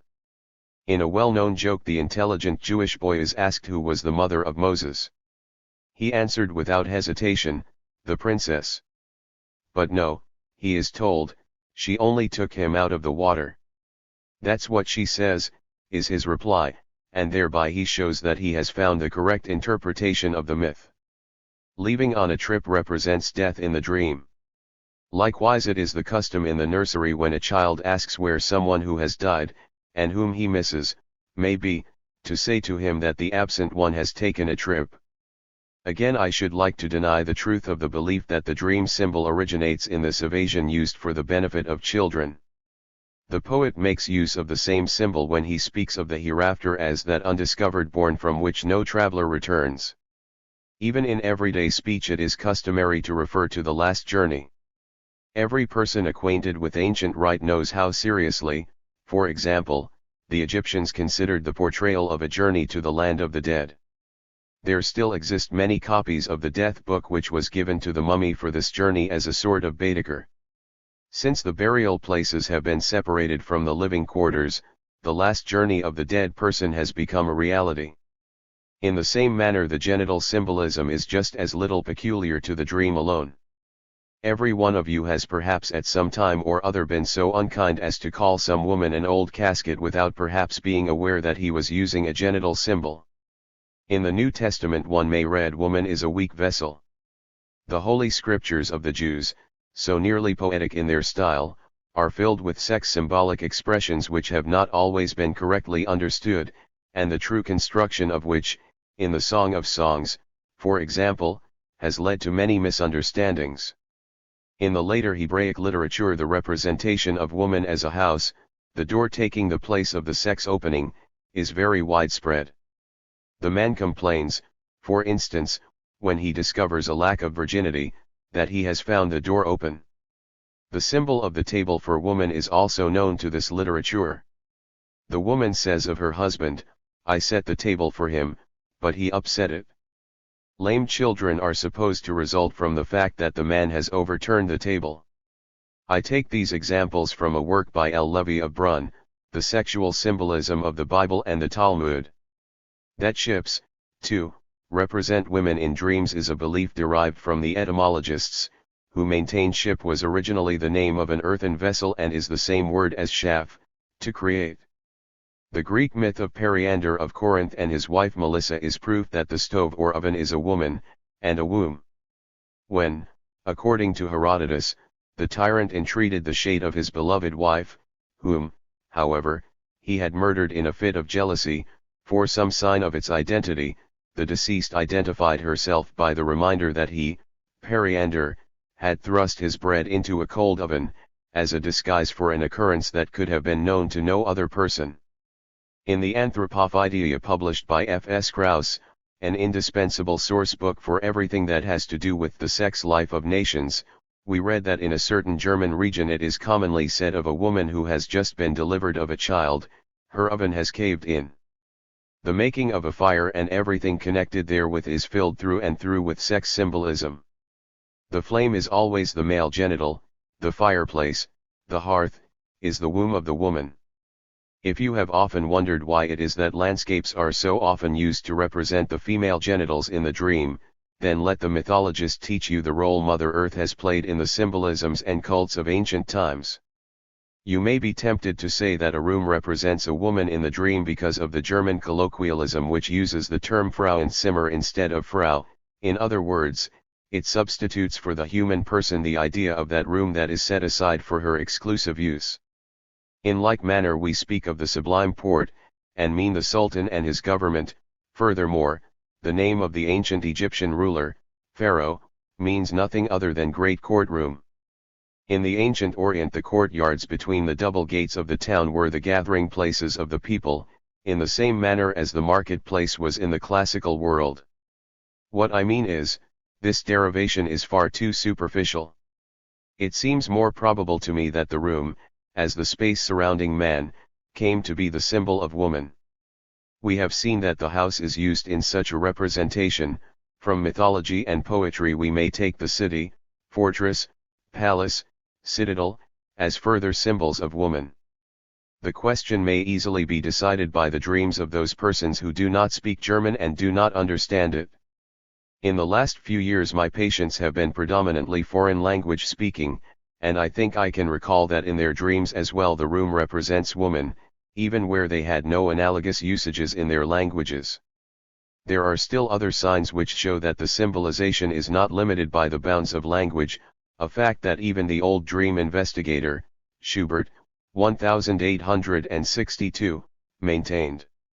Since none of my dreamers were totally ignorant of German, I must leave this differentiation to those psychoanalysts who can gather examples in other lands where the people speak but one language. Among the symbol representations of the male genital there is scarcely one that does not recur in jokes or in vulgar or poetical usage, especially among the old classical poets. Not alone do those symbols commonly met with in dreams appeal here, but also new ones, example the working materials of various performances, foremost of which is the incantation. Furthermore, we approach in the symbolic representation of the male a very extended and much discussed province, which we shall avoid for economic reasons. I should like to make a few remarks, however, about one of the unclassified symbols, the figure 3. Whether or not this figure derives its holiness from its symbolic meaning may remain undecided. But it appears certain that many objects which occur in nature as three-part things derive their use as coats of arms and emblems from such symbolic meaning, example the clover, likewise the three-part French lily, fleur-de-lis, and the extraordinary coats of arms of two such widely separated islands as Sicily and the Isle of Man, where the triskales, three partly bended knees, emerging from a central point, are merely said to be the portrayal in a different form of the male genitals. Copies of the male member were used in antiquity as the most powerful charms, apotropeia, against evil influences, and this is connected with the fact that the lucky amulets of our own time may one and all be recognized as genital or sex symbols. Let us study such a collection, worn in the form of little silver pendants, the four-leaf clover, a pig, a mushroom, a horseshoe, a ladder, a chimney sweep.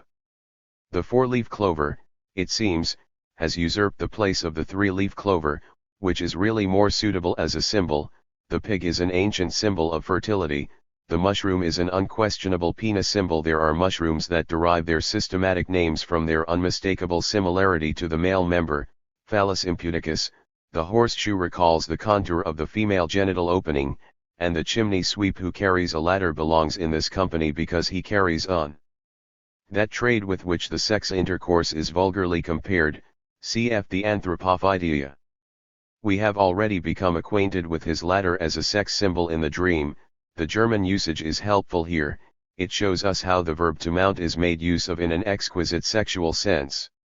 We use the expressions to run after women, which literally translated would be to climb after women, and an old climber. In French, where step is la marche, we find that the analogous expression for a man about town is un vieux marcheur.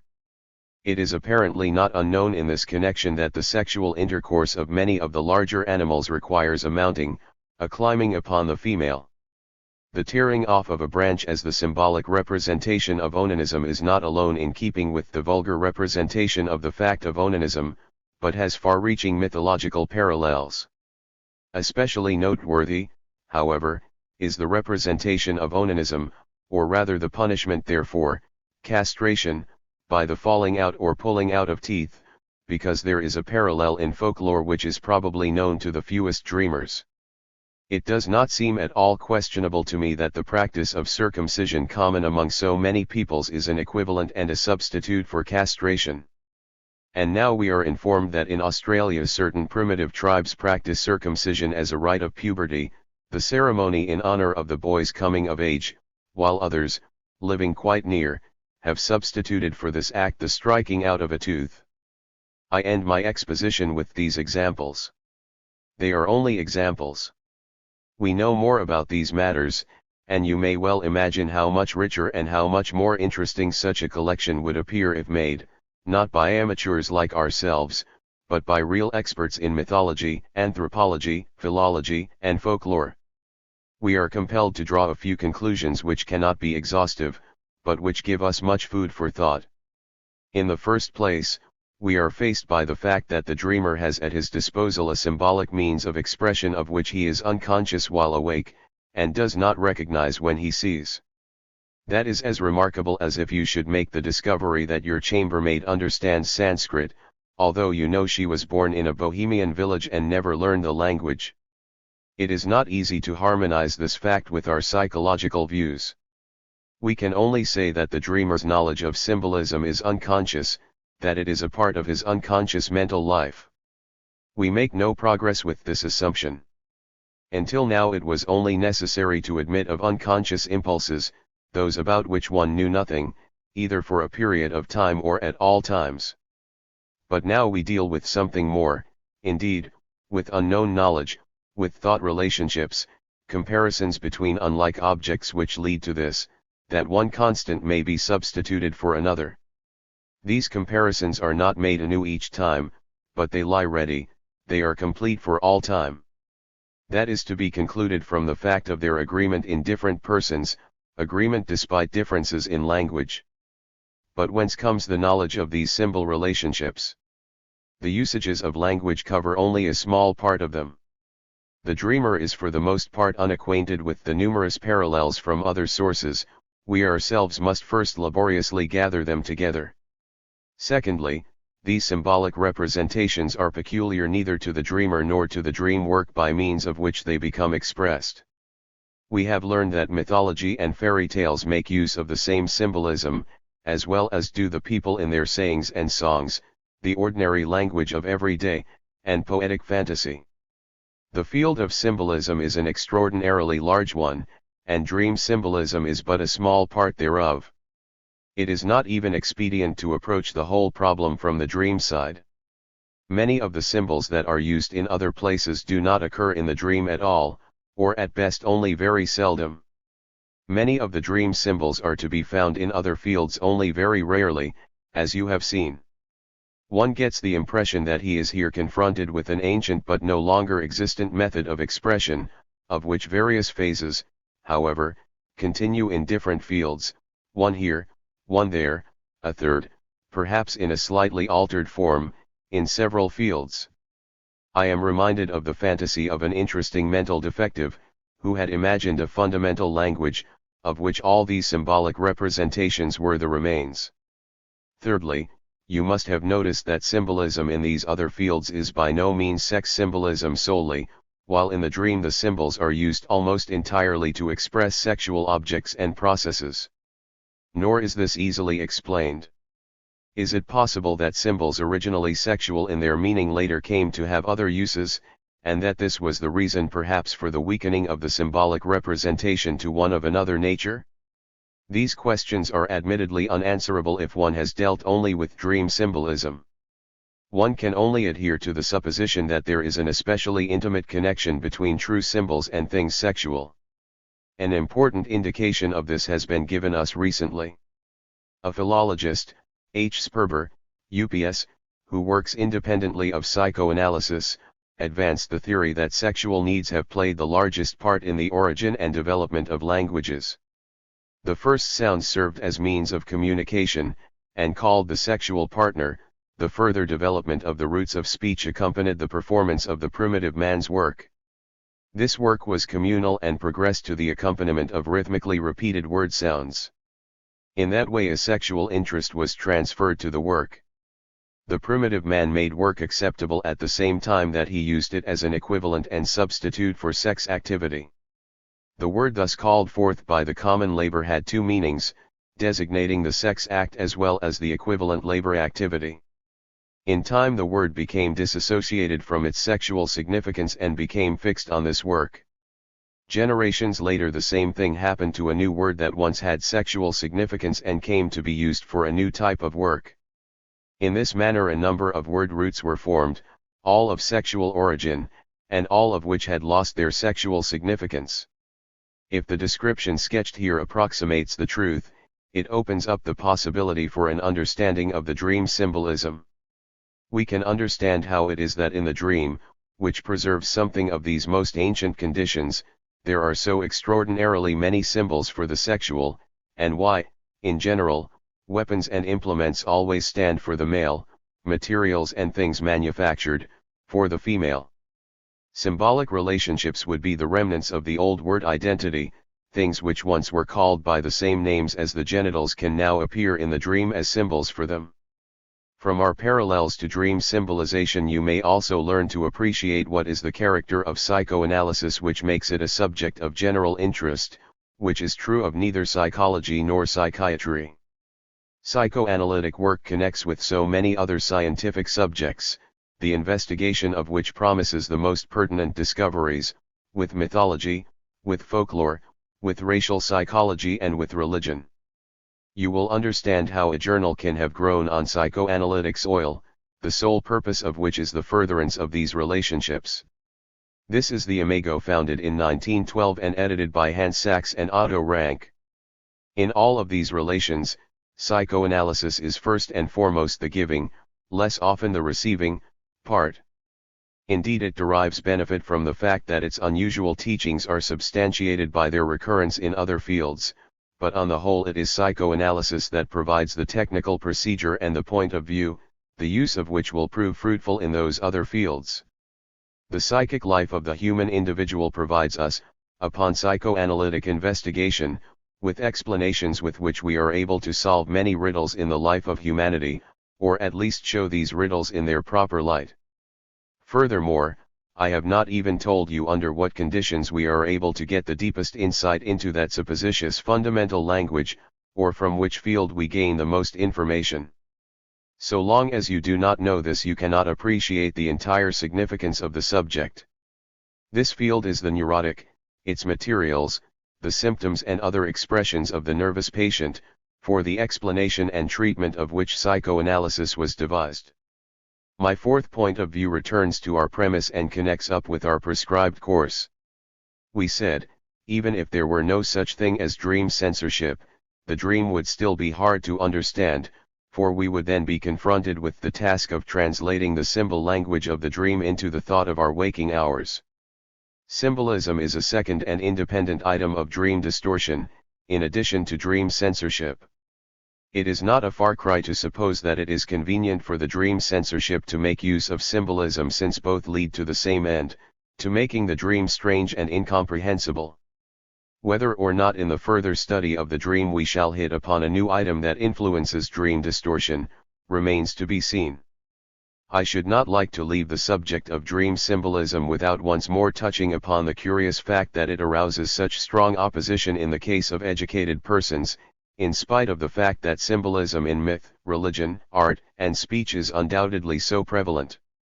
Is not this again because of its relationship to sexuality? 11th lecture. The dream. The dream work. If you have mastered dream censorship and symbolic representation, you are, to be sure, not yet adept in dream distortion, but you are nevertheless in a position to understand most dreams. For this you employ two mutually supplementary methods: call up the associations of the dreamer until you have penetrated from the substitute to the actual, and from your own knowledge supply the meaning for the symbol. Later we shall discuss certain uncertainties which show themselves in this process. We are now in a position to resume work which we attempted, with very insufficient means at an earlier stage, when we studied the relation between the manifest dream elements and their latent actualities, and in so doing established four such main relationships: that of a part of the whole, that of approach or illusion, the symbolic relationship, and plastic word representation. We shall now attempt the same on a larger scale, by comparing the manifest dream content as a whole, with the latent dream which we found by interpretation. I hope you will never again confuse these two. If you have achieved this, you have probably accomplished more in the understanding of the dream than the majority of the readers of my interpretation of dreams. Let me remind you once more that this process, which changes the latent into the manifest dream, is called dream work.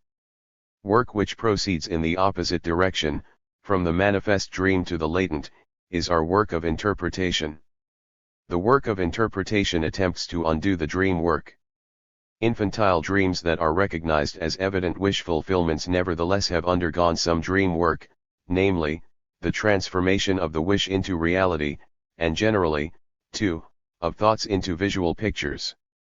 Here we need no interpretation, but only a retracing of these transformations.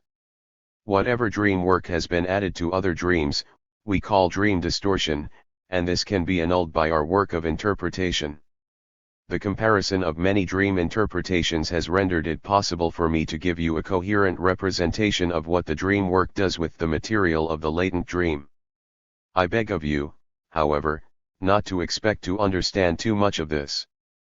It is a piece of description that should be listened to with calm attention. The first process of the dream work is condensation.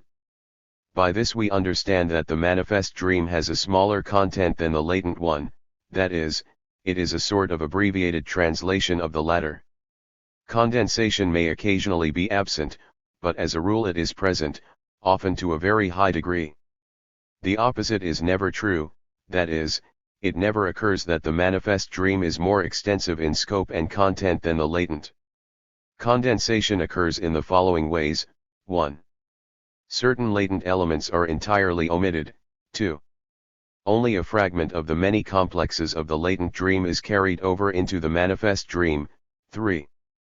Latent elements that have something in common are collected for the manifest dream and are fused into a whole. If you wish, you may reserve the term condensation for this last process alone. Its effects are particularly easy to demonstrate. From your own dreams you will doubtless recall the fusion of several persons into one. Such a compound person probably looks like A, is dressed like B, does something that one remembers of C, but in spite of this one is conscious that he is really D. By means of this compound formation something common to all four people is especially emphasized. One can make a compound formation of events and of places in the same way as of people, provided always that the single events and localities have something in common which the latent dream emphasizes. It is a sort of new and fleeting concept of formation, with the common element as its kernel. This jumble of details that has been fused together regularly results in a vague indistinct picture, as though you had taken several pictures on the same film. The shaping of such compound formations must be of great importance to the dream work, for we can prove, by the choice of a verbal expression for a thought, for instance, that the common elements mentioned above are purposely manufactured where they originally do not exist. We have already become acquainted with such condensation and compound formations. They played an important part in the origin of certain cases of slips of the tongue. You recall the young man who wished to escort a woman. Furthermore, there are jokes whose technique may be traced to such a condensation. But entirely aside from this, one may maintain that this appearance of something quite unknown in the dream finds its counterpart in many of the creations of our imagination which fuse together component parts that do not belong together in experience, as for example the centaurs, and the fabulous animals of old mythology or of Boeckling's pictures.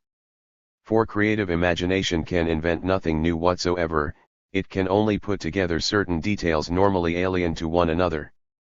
The peculiar thing, however, about the procedure of the dream work is the following: the material at the disposal of the dream work consists of thoughts which may be offensive and unacceptable, but which are nevertheless correctly formed and expressed. These thoughts are transformed into something else by the dream work, and it is remarkable and incomprehensible that this translation, this rendering, as it were, into another script or language, employs the methods of condensation and combination. For a translation usually strives to respect the discriminations expressed in the text, and to differentiate similar things. The dream work, on the contrary, tries to fuse two different thoughts by looking, just as the joke does, for an ambiguous word which shall act as a connecting link between the two thoughts. One need not attempt to understand this feature of the case at once, but it may become significant for the conception of the dream work. Although condensation renders the dream opaque, one does not get the impression that it is an effect of dream censorship. One prefers to trace it back to mechanical or economic conditions, but censorship undoubtedly has a share in the process. The results of condensation may be quite extraordinary. With its help, it becomes possible at times to collect quite unrelated latent thought processes into one manifest dream, so that one can arrive at an apparently adequate interpretation, and at the same time conceive a possible further interpretation. The consequence of condensation for the relation between latent and manifest dreams is the fact that no simple relations can exist between the elements of the one and the other. A manifest element corresponds simultaneously to several latent ones, and vice versa. A latent element may partake of several manifest ones, an interlacing, as it were. In the interpretation of the dream it also becomes evident that the associations to a single element do not necessarily follow one another in orderly sequence. Often we must wait until the entire dream is interpreted. Dream work therefore accomplishes a very unusual sort of transcription of dream thoughts, not a translation word for word, or sign for sign, not a selection according to a set rule, as if all the consonants of a word were given and the vowels omitted, nor is it what we might call substitution, namely, the choice of one element to take the place of several others. It is something very different and much more complicated. The second process of the dream work is displacement. Fortunately we are already prepared for this, since we know that it is entirely the work of dream censorship. The two evidences of this are firstly, that a latent element is not replaced by one of its constituent parts but by something further removed from it, that is, by a sort of illusion; secondly, that the psychic accent is transferred from an important element to another that is unimportant, so that the dream centers elsewhere and seems strange. Substitution by illusion is known to our conscious thinking also, but with a difference. In conscious thinking the illusion must be easily intelligible, and the substitute must bear a relation to the actual content. Jokes, too, often make use of illusion. They let the condition of content association slide and replace it by unusual external associations, such as resemblances in sound, ambiguity of words, etc. They retain, however, the condition of intelligibility. The joke would lose all its effect if the illusion could not be traced back to the actual without any effort whatsoever. The illusion of displacement has freed itself of both these limitations. its connection with the element which it replaces is most external and remote, is unintelligible for this reason, and if it is retraced, its interpretation gives the impression of an unsuccessful joke or of a forced, far-fetched explanation. For the dream censor has only then accomplished its purpose, when it has made the path of return from the illusion to the original undiscoverable. The displacement of emphasis is unheard of as a means of expressing thoughts. In conscious thinking we occasionally admit it to gain a comic effect. I can probably give you an idea of the confusion which this produces by reminding you of the story of the blacksmith who had committed a capital crime.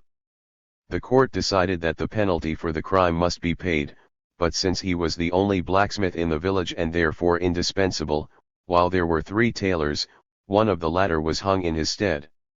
The third process of the dream work is the most interesting from a psychological point of view.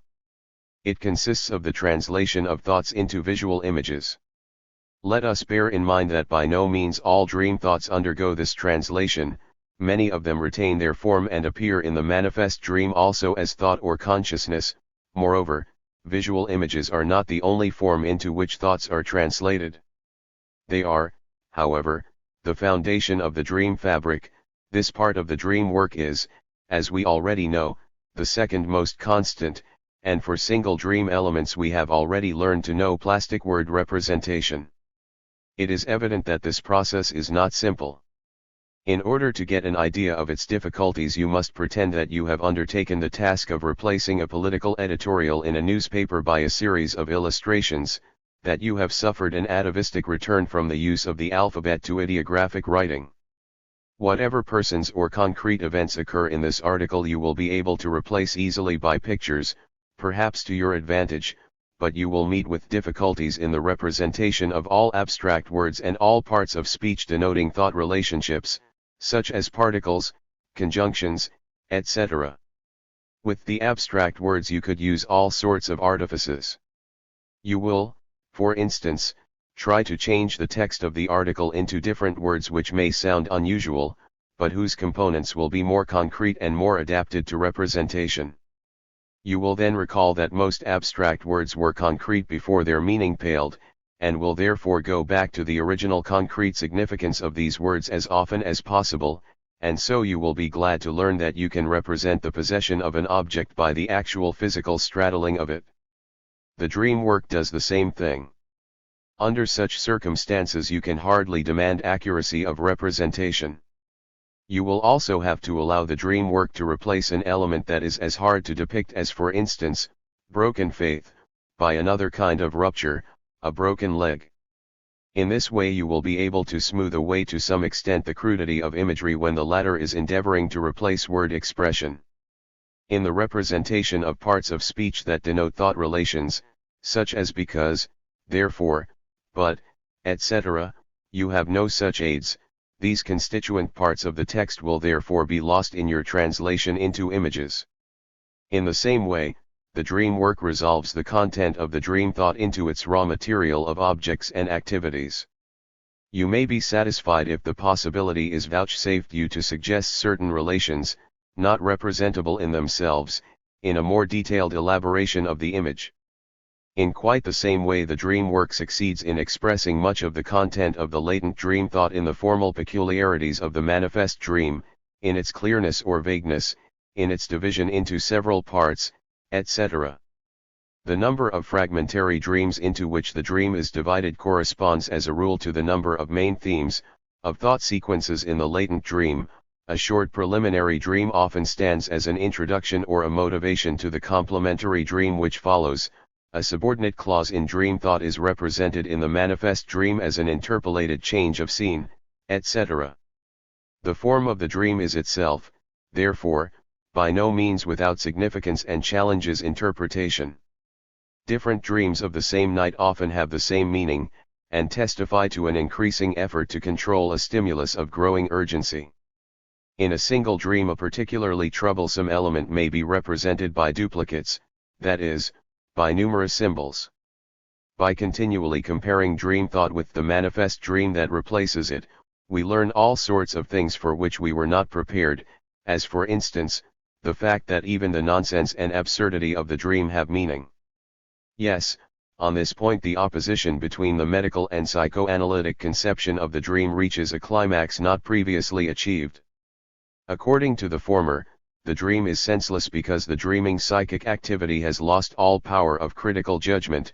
According to our theory, on the other hand, the dream becomes senseless whenever a critical judgment, contained in the dream thought, wishes to express the opinion, it is nonsense. The dream which you all know, about the visit to the theater, 3 tickets 1 FL 50 KR, is a good example of this. The opinion expressed here is, it was nonsense to marry so early.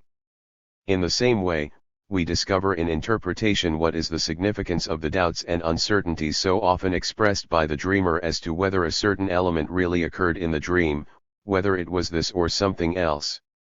As a rule, these doubts and uncertainties correspond to nothing in the latent dream thought, they are occasioned throughout by the working of the dream censor and are equivalent to an unsuccessful attempt at suppression. One of the most surprising discoveries is the manner in which the dream work deals with those things which are opposed to one another in the latent dream. We already know that agreements in the latent material are expressed in the manifest dream by condensations. Now oppositions are treated in exactly the same way as agreements and are, with special preference, expressed by the same manifest element. An element in a manifest dream, capable of having an opposite, may therefore represent itself as well as its opposite, or may do both simultaneously, only the context can determine which translation is to be chosen. It must follow from this that the particle no cannot be represented in the dream, at least not unambiguously. The development of languages furnishes us with a welcome analogy for this surprising behavior on the part of the dream work. Many scholars who do research work in languages have maintained that in the oldest languages opposites such as strong, weak, light, dark, big, little were expressed by the same root word. The contradictory sense of primitive words. In Old Egyptian, ken originally meant both strong and weak. In conversation, misunderstanding in the use of such ambiguous words was avoided by the tone of voice and by accompanying gestures, in writing by the addition of so-called determinatives, that is, by a picture that was itself not meant to be expressed. Accordingly, if ken meant strong, the picture of an erect little man was placed after the alphabetical signs; if ken, weak, was meant, the picture of a cowering man followed. Only later, by slight modifications of the original word, were 2 designations developed for the opposites which it denoted. In this way, from ken meaning both strong and weak, there was derived a ken, strong, and a ken, weak. It is said that not only the most primitive languages in their last developmental stage, but also the more recent ones, even the living tongues of today, have retained abundant remains of this primitive opposite meaning. Let me give you a few illustrations of this taken from C. Abel, 1884. In Latin there are still such words of double meaning. Altus high, deep, and sacre, sacred, accursed. As examples of modifications of the same root, I cite clamare to scream, clam quiet, still, secret. Siccus dry, succus juice. And from the German Stimme voice, stumm dumb. The comparison of related tongues yields a wealth of examples. English, lock, German, lock hole, luck gap. English, cleave, German, kleben to stick, to adhere. The English without, is today used to mean not with, that with had the connotation of deprivation as well as that of apportioning, is apparent from the compounds, withdraw, withhold. The German wieder, again, closely resembles this. Another peculiarity of dream work finds its prototype in the development of language. It occurred in ancient Egyptian as well as in other later languages that the sequence of sounds of the words was transposed to denote the same fundamental idea. The following are examples from English and German. Top pot, bow tub, hurry rua, rest, quiet. Bakken, beam, klubben, mallet, club. From the Latin and the German. Capera, to seize, packen, to seize, to grasp. Inversions such as occur here in the single word are affected in a very different way by the dream work. We already know the inversion of the sense, substitution by the opposite. Besides, there are inversions of situations, of relations between two people, and so in dreams we are in a sort of topsy-turvy world. In a dream it is frequently the rabbit that shoots the hunter. Further inversion occurs in the sequence of events, so that in the dream the cause is placed after the effect. It is like a performance in a third-rate theater, where the hero falls before the shot which kills him is fired from the wings. Or there are dreams in which the whole sequence of the elements is inverted, so that in the interpretation one must take the last first, and the first last, in order to obtain a meaning. You will recall from our study of dream symbolism that to go or fall into the water means the same as to come out of it, namely, to give birth to, or to be born, and that mounting stairs or a ladder means the same as going down. The advantage that dream distortions may gain from such freedom of representation is unmistakable. These features of the dream work may be called archaic. They are connected with ancient systems of expression, ancient languages and literatures, and involve the same difficulties which we shall deal with later in a critical connection. Now for some other aspects of the matter. In the dream work it is plainly a question of translating the latent thoughts, expressed in words, into psychic images, in the main, of a visual kind. Now our thoughts were developed from such psychic images, their first material and the steps which led up to them were psychic impressions, or to be more exact, the memory images of these psychic impressions. Only later were words attached to these and then combined into thoughts. The dream work therefore puts the thoughts through a regressive treatment, that is, one that retraces the steps in their development. In this regression, all that has been added to the thoughts as a new contribution in the course of the development of the memory pictures must fall away. This, then, is the dream work. In view of the processes that we have discovered about it, our interest in the manifest dream was forced into the background. I shall, however, devote a few remarks to the latter, since it is after all the only thing that is positively known to us. It is natural that the manifest dream should lose its importance for us. It must be a matter of indifference to us whether it is well composed or resolved into a series of disconnected single images. Even when its exterior seems to be significant, we know that it has been developed by means of dream distortion and may have as little organic connection with the inner content of the dream as the facade of an Italian church has with its structure and ground plan. At other times this facade of the dream, too, has its significance, in that it reproduces with little or no distortion an important part of the latent dream thought. But we cannot know this before we have put the dream through a process of interpretation and reached a decision as to what amount of distortion has taken place. A similar doubt prevails when two elements in the dream seem to have been brought into close relations to one another. This may be a valuable hint, suggesting that we may join together those manifest thoughts which correspond to the elements in the latent dream, yet at other times we are convinced that what belongs together in thought has been torn apart in the dream. As a general rule we must refrain from trying to explain one part of the manifest dream by another, as if the dream were coherently conceived and pragmatically represented. At the most it is comparable to a breccian stone, produced by the fusion of various minerals in such a way that the markings it shows are entirely different from those of the original mineral constituents.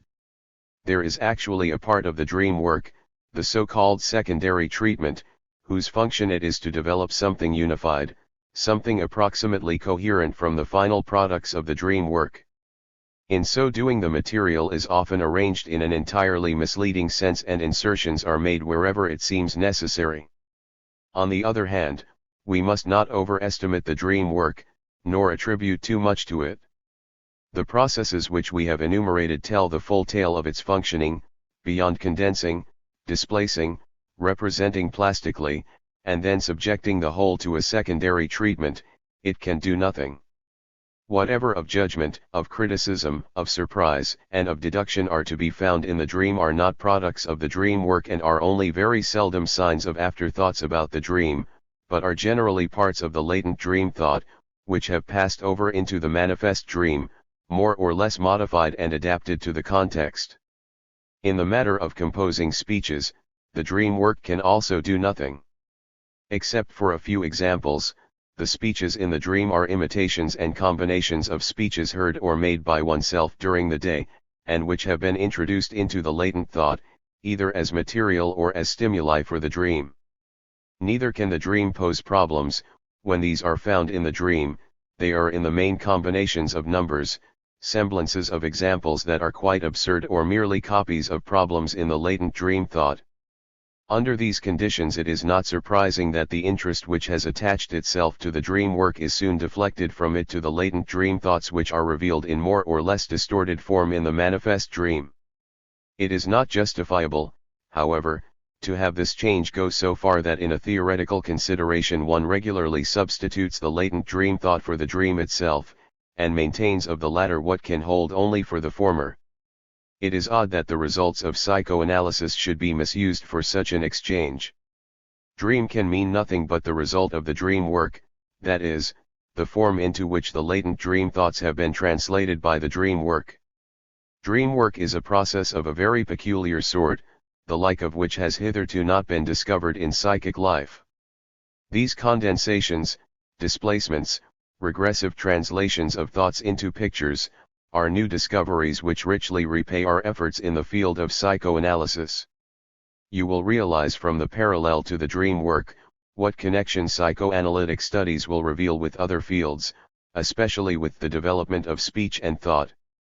You can only surmise the further significance of these connections when you hear that the mechanism of the dream structure is the model for the origin of neurotic symptoms. I know too that we cannot as yet estimate the entire contribution that this work has made to psychology. We shall only indicate the new proofs that have been given of the existence of unconscious psychic acts, for such are the latent dream thoughts and the unexpectedly wide approach to the understanding of the unconscious psychic life that dream interpretation opens up to us. The time has probably come, however, to illustrate separately, by various little examples of dreams, the connected facts for which you have been prepared. 12th Lecture. The Dream. Analysis of Sample Dreams. I hope you will not be disappointed if I again lay before you excerpts from dream analyses instead of inviting you to participate in the interpretation of a beautiful long dream. You will say that after so much preparation you ought to have this right, and that after the successful interpretation of so many thousands of dreams it should long ago have become possible to assemble a collection of excellent dream samples with which we could demonstrate all our assertions concerning dream work and dream thoughts. Yes, but the difficulties which stand in the way of the fulfillment of your wish are too many. First of all, I must confess to you that no one practices dream interpretation as his main occupation. When does one interpret dreams? Occasionally one can occupy himself with the dream of some friend, without any special purpose, or else he may work with his own dreams for a time in order to school himself in psychoanalytic method. Most often, however, one deals with the dreams of nervous individuals who are undergoing analytic treatment. These latter dreams are excellent material, and in no way inferior to those of normal persons, but one is forced by the technique of the treatment to subordinate dream analysis to therapeutic aims and to pass over a large number of dreams after having derived something from them that is of use in the treatment. Many dreams we meet with during the treatment are, as a matter of fact, impossible of complete analysis. Since they spring from the total mass of psychic material which is still unknown to us, their understanding becomes possible only after the completion of the cure. Besides, to tell you such dreams would necessitate the disclosure of all the secrets concerning a neurosis. That will not do for us, since we have taken the dream as preparation for the study of the neuroses. I know you would gladly leave this material, and would prefer to hear the dreams of healthy persons, or your own dreams explained. But that is impossible because of the content of these dreams. One can expose neither himself, nor another whose confidence he has won, so inconsiderately as would result from a thorough interpretation of his dreams which, as you already know, refer to the most intimate things of his personality. In addition to this difficulty, caused by the nature of the material, there is another that must be considered when communicating a dream. You know the dream seems strange even to the dreamer himself, let alone to one who does not know the dreamer. Our literature is not poor in good and detailed dream analyses. I myself have published some in connection with case histories. Perhaps the best example of a dream interpretation is the one published by O'Rank, being two related dreams of a young girl, covering about 2 pages of print, the analysis covering 76 pages. I would need about a whole semester in order to take you through such a task. If we select a longer or more markedly distorted dream, we have to make so many explanations, we must make use of so many free associations and recollections, must go into so many bypaths, that a lecture on the subject would be entirely unsatisfactory and inconclusive. So I must ask you to be content with what is more easily obtained, with the recital of small bits of dreams of neurotic persons, in which we may be able to recognize this or that isolated fact. Dream symbols are the most easily demonstrable, and after them, certain peculiarities of regressive dream representations. I shall tell you why I considered each of the following dreams worthy of communication. 1. A dream, consisting of only 2 brief pictures. The dreamer's uncle is smoking a cigarette, although it is Saturday. A woman caresses him as though he were her child. In commenting on the first picture, the dreamer, a Jew, remarks that his uncle is a pious man who never did, and never would do, anything so sinful as smoking on the Sabbath. As to the woman of the second picture, he has no free associations other than his mother. These 2 pictures or thoughts should obviously be brought into connection with each other, but how? Since he expressly rules out the reality of his uncle's action, then it is natural to interpolate an if. If my uncle, that pious man, should smoke a cigarette on Saturday, then I could also permit my mother's caresses. This obviously means that the mother's caresses are prohibited, in the same manner as is smoking on Saturday, to a pious Jew. You will recall, I told you that all relations between the dream thoughts disappear in the dream work, that these relations are broken up into their raw material, and that it is the task of interpretation to reinterpolate the omitted connections. 2. Through my publications on dreams I have become, in certain respects, the public consultant on matters pertaining to dreams, and for many years I have been receiving communications from the most varied sources, in which dreams are related to me or presented to me for my judgment. I am of course grateful to all those persons who include with the story of the dream, enough material to make an interpretation possible, or who give such an interpretation themselves. It is in this category that the following dream belongs, the dream of a Munich physician in the year 1910. I select it because it goes to show how impossible of understanding a dream generally is before the dreamer has given us what information he has about it. I suspect that at bottom you consider the ideal dream interpretation that in which one simply inserts the meaning of the symbols, and would like to lay aside the technique of free association to the dream elements. I wish to disabuse your minds of this harmful error. On July 13, 1910, toward morning, I dreamed that I was bicycling down a street in Tübingen, when a brown dachshund tore after me and caught me by the heel. A bit further on I get off, seat myself on a step, and begin to beat the beast, which has clenched its teeth tight. I feel no discomfort from the biting or the whole scene. 2 elderly ladies are sitting opposite me and watching me with grins on their faces. Then I wake up and, as so often happens to me, the whole dream becomes perfectly clear to me in this moment of transition to the waking state. Symbols are of little use in this case. The dreamer, however, informs us, I lately fell in love with a girl, just from seeing her on the street, but had no means of becoming acquainted with her. The most pleasant means might have been the dachshund, since I am a great lover of animals, and also felt that the girl was in sympathy with this characteristic. He also adds that he repeatedly interfered in the fights of scuffling dogs with great dexterity and frequently to the great amazement of the spectators. Thus we learn that the girl, who pleased him, was always accompanied by this particular dog. This girl, however, was disregarded in the manifest dream, and there remained only the dog which he associates with her. Perhaps the elderly ladies who simpered at him took the place of the girl. The remainder of what he tells us is not enough to explain this point. Riding a bicycle in the dream is a direct repetition of the remembered situation. He had never met the girl with the dog except when he was on his bicycle. 3. When anyone has lost a loved one, he produces dreams of a special sort for a long time afterward, dreams in which the knowledge of death enters into the most remarkable compromises with the desire to have the deceased alive again. At one time the deceased is dead and yet continues to live on because he does not know that he is dead, and would die completely only if he knew it. At another time he is half dead and half alive, and each of these conditions has its particular signs. One cannot simply label these dreams nonsense, for to come to life again is no more impossible in the dream than, for example, it is in the fairy story, in which it occurs as a very frequent fate. As far as I have been able to analyze such dreams, I have always found them to be capable of a sensible solution, but that the pious wish to recall the deceased to life goes about expressing itself by the oddest methods.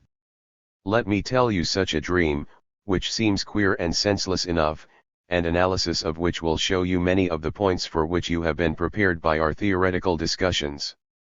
The dream is that of a man who had lost his father many years previously.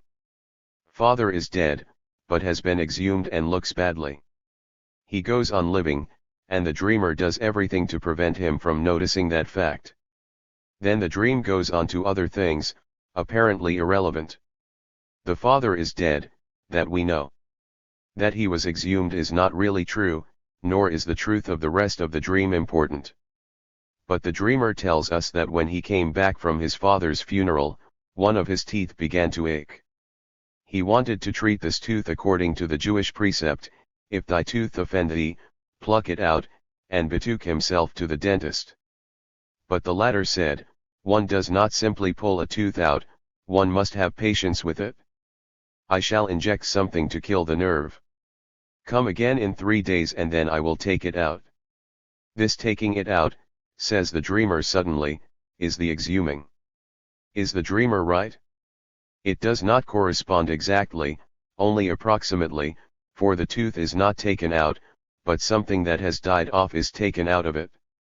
But after our other experiences we are probably safe in believing that the dream work is capable of such inaccuracies. It appears that the dreamer condensed, fused into one, his dead father and the tooth that was killed but retained. No wonder then, that in the manifest dream something senseless results, for it is impossible for everything that is said of the tooth to fit the father. What is it that serves as something intermediate between tooth and father and makes this condensation possible? This interpretation must be correct, however, for the dreamer says that he is acquainted with the saying that when one dreams of losing a tooth it means that one is going to lose a member of his family. We know that this popular interpretation is incorrect, or at least is correct only in a scurrilous sense. For that reason it is all the more surprising to find this theme thus touched upon in the background of other portions of the dream content. Without any further urging, the dreamer now begins to tell of his father's illness and death as well as of his relations with him.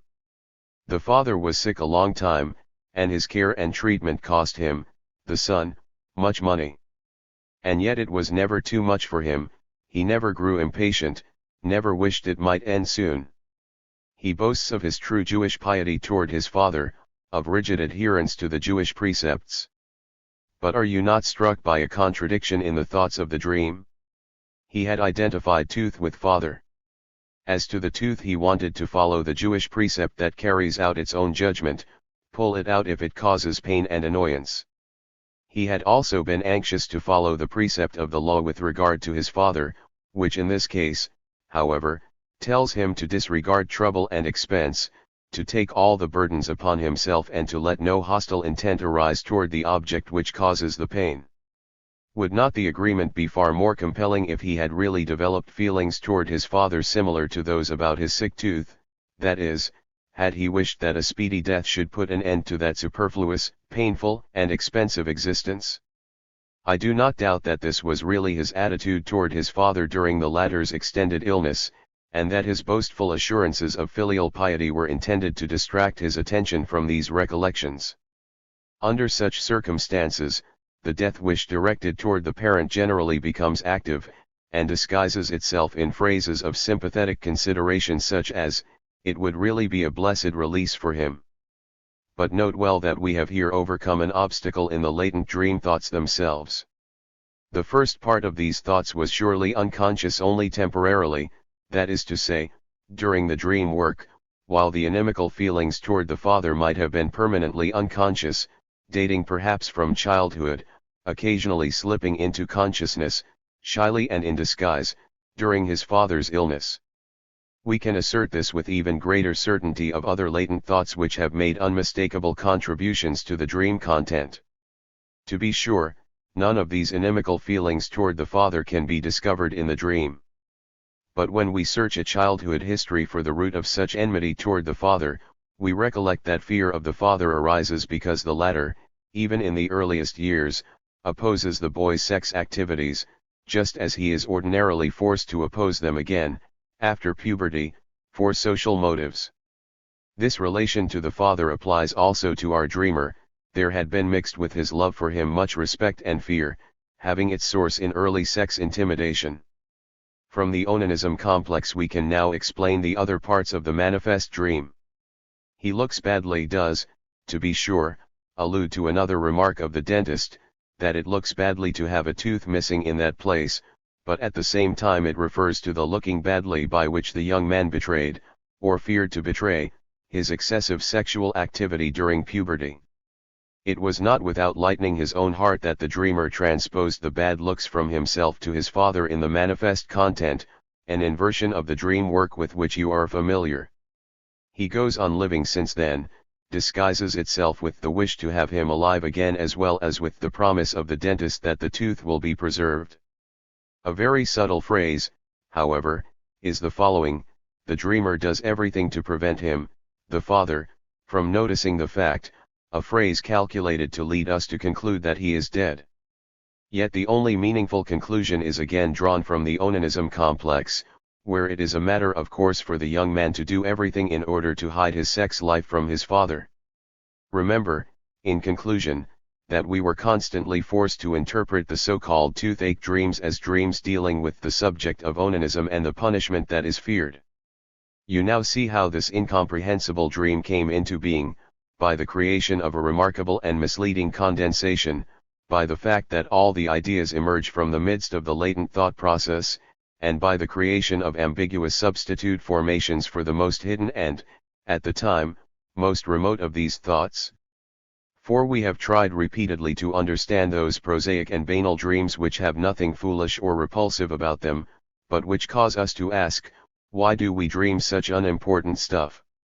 So I shall give you a new example of this kind, 3 dreams belonging together, all of which were dreamed in the same night by a young woman. A. She it going through the hall of her house and strikes her head against the low-hanging chandelier, so that her head bleeds. She has no reminiscence to contribute, nothing that really happened. The information she gives leads in quite another direction. You know how badly my hair is falling out. Mother said to me yesterday, my child, if it goes on like this, you will have a head like the cheek of a buttock. Thus the head here stands for the other part of the body. We can understand the chandelier symbolically without other help. All objects that can be lengthened are symbols of the male organ. Thus the dream deals with a bleeding at the lower end of the body, which results from its collision with the male organ. This might still be ambiguous. Her further associations show that it has to do with her belief that menstrual bleeding results from sexual intercourse with a man, a bit of sexual theory believed by many immature girls. B. She sees a deep hole in the vineyard which she knows was made by pulling out a tree. Here with her remark that she misses the tree. She means that she did not see the tree in the dream, but the same phrase serves to express another thought which symbolic interpretation makes completely certain. The dream deals with another bit of the infantile sex theory, namely, with the belief that girls originally had the same genitals as boys and that the later conformation resulted from castration, pulling out of a tree. C. She is standing in front of the drawer of her writing table, with which she is so familiar that she knows immediately if anybody has been through it. The writing table drawer, like every drawer, chest, or box, stands for the female genital.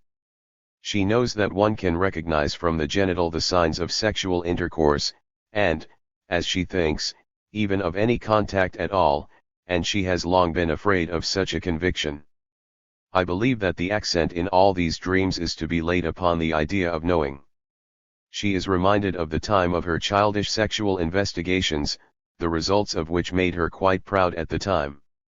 5. Again a little bit of symbolism. But this time I must first describe the psychic situation in a short preface. A man who spent the night with a woman describes his partner as one of those motherly natures whose desire for a child irresistibly breaks through during intercourse. The circumstances of their meeting, however, necessitated a precaution whereby the fertilizing discharge of semen is kept away from the womb. Upon awaking after this night, the woman tells the following dream. An officer with a red cap follows her on the street. She flees from him, runs up the staircase, and he follows after her. Breathlessly she reaches her apartment and slams and locks the door behind her. He remains outside, and as she looks through a peephole she sees him sitting outside on a bench and weeping.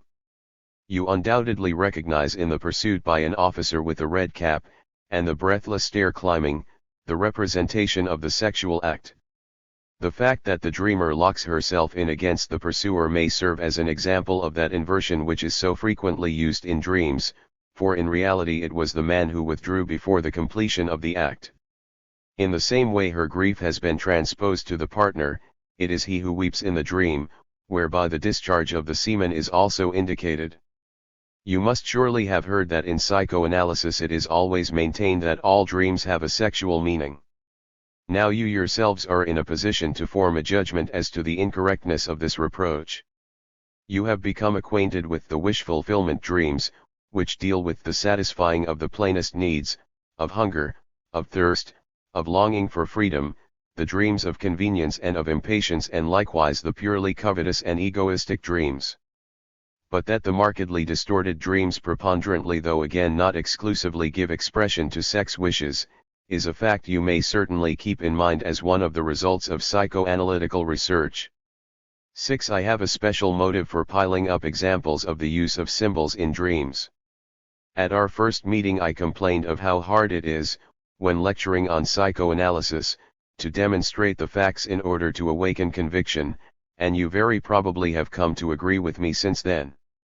But the various assertions of psychoanalysis are so closely linked that one's conviction can easily extend from one point to a larger part of the whole. We might say of psychoanalysis that if we give it our little finger it promptly demands the whole hand. Anyone who was convinced by the explanation of errors can no longer logically disbelieve in all the rest of psychoanalysis. A second equally accessible point of approach is furnished by dream symbolism. I shall give you a dream, already published, of a peasant woman, whose husband is a watchman and who has certainly never heard anything about dream symbolism and psychoanalysis. You may then judge for yourselves whether its explanation with the help of sex symbols can be called arbitrary and forced. Then someone broke into her house and she called in fright for a watchman. But the latter had gone companionably into a church together with two beauties. A number of steps led up to the church. Behind the church was a hill, and on its crest a thick forest. The watchman was fitted out with a helmet, gorget, and a cloak. He had a full brown beard. The two were going along peacefully with the watchman, had sack-like aprons bound around their hips. There was a path from the church to the hill. This was overgrown on both sides with grass and underbrush that kept getting thicker and that became a regular forest on the crest of the hill. You will recognize the symbols without any difficulty. The male genital is represented by a trinity of persons, the female by a landscape with a chapel, hill, and forest. Again you encounter steps as the symbol of the sexual act. That which is called a hill in the dream has the same name in anatomy, namely, Mons Veneris, the Mount of Venus. 7. I have another dream which can be solved by means of inserting symbols, a dream that is remarkable and convincing because the dreamer himself translated all the symbols, even though he had had no preliminary knowledge of dream interpretation. This situation is very unusual and the conditions essential to its occurrence are not clearly known. He is going for a walk with his father in some place which must be the Prater, for one can see the rotunda and before it a smaller building to which is anchored a captive balloon, which, however, seems fairly slack. His father asks him what all that is for, he wonders at it himself but explains it to his father. Then they come to a courtyard in which there lies spread out a big sheet of metal. His father wants to break off a big piece of it for himself but first looks about him to see if anyone might see him. He says to him that all he needs to do is to tell the inspector and then he can take some without more ado. There are steps leading from this courtyard down into a pit, the walls of which are upholstered with some soft material rather like a leather armchair. At the end of this pit is a longish platform and then a new pit begins. The dreamer himself interprets as follows: the rotunda is my genital, the balloon in front of it is my penis, of whose slackness I have been complaining. Thus one may translate in more detail, that the rotunda is the posterior part of the body which the child regularly considers as part of the genital while the smaller building before it is the scrotum. In the dream his father asks him what all that is for, that is to say, he asks the object and function of the genitals. It is easy to turn this situation around so that the dreamer is the one who does the asking. Since no such questioning of the father ever took place in real life, we must think of the thought of this dream as a wish or consider it in the light of a supposition. If I had asked father for sexual enlightenment. We will find the continuation of this idea in another place shortly. The courtyard, in which the sheet metal lies spread out, is not to be considered primarily as symbolical but refers to the father's place of business.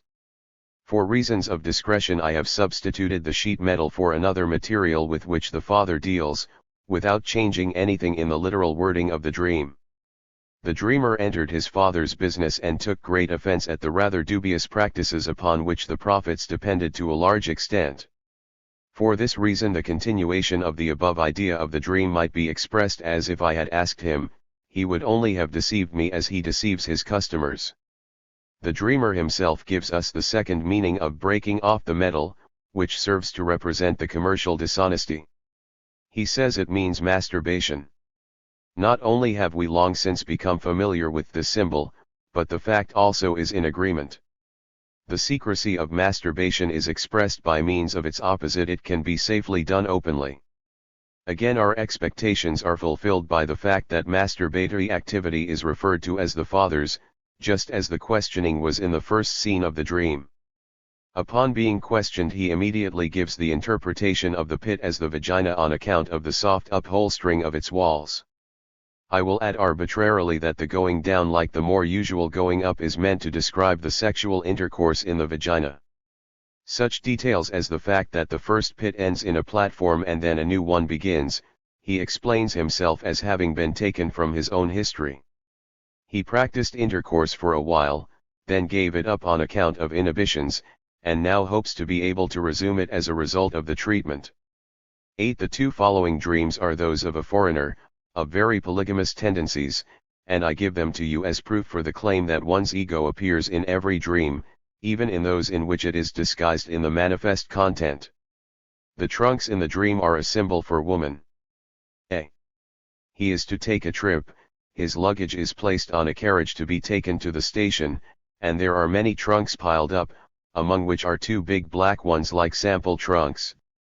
He says, consolingly, to someone, well, they are only going as far as the station with us. In reality he does travel with a great deal of luggage, but he also brings many tales of women with him when he comes for treatment. The two black trunks stand for two dark women who play the chief part in his life at present. One of them wanted to travel to Vienna after him, but he telegraphed her not to, upon my advice. B. A scene at the customs house. A fellow traveler opens his trunk and says indifferently while puffing a cigarette, "There's nothing in here." The customs official seems to believe him but delves into the trunk once more and finds something particularly forbidden. The traveler then says resignedly, "Well, there's no help for it." He himself is the traveler, I the customs official. Though otherwise very frank in his confessions, he has on this occasion tried to conceal from me a new relationship which he had struck up with a lady whom he was justified in believing that I knew. The painful situation of being convicted of this is transposed into a strange person so that he himself apparently is not present in the dream. 9. The following is an example of a symbol which I have not yet mentioned. He meets his sister in company with two friends who are themselves sisters. He extends his hand to both of them but not to his sister. This is no allusion to a real occurrence. His thoughts instead lead him back to a time when his observations made him wonder why a girl's breasts develop so late. The two sisters, therefore, are the breasts. He would have liked to touch them if only it had not been his sister. 10. Let me add an example of a symbol of death in a dream. He is walking with two persons whose name he knows but has forgotten. By the time he is awake, over a very high, steep iron bridge. Suddenly the two people are gone and he sees a ghostly man with a cap, and clad in white. He asks this man whether he is the telegraph messenger. No. Or is he a coachman? No. Then he goes on, and even in the dream he is in great fear. After waking he continues the dream by a fantasy in which the iron bridge suddenly breaks, and he plunges into the abyss. When the dreamer emphasizes the fact that certain individuals in a dream are unknown, that he has forgotten their names, they are generally persons standing in very close relationship to the dreamer. This dreamer has two sisters, if it be true, as his dream indicates, that he wished these two dead, then it would only be justice if the fear of death fell upon him for so doing. In connection with the telegraph messenger he remarks that such people always bring bad news.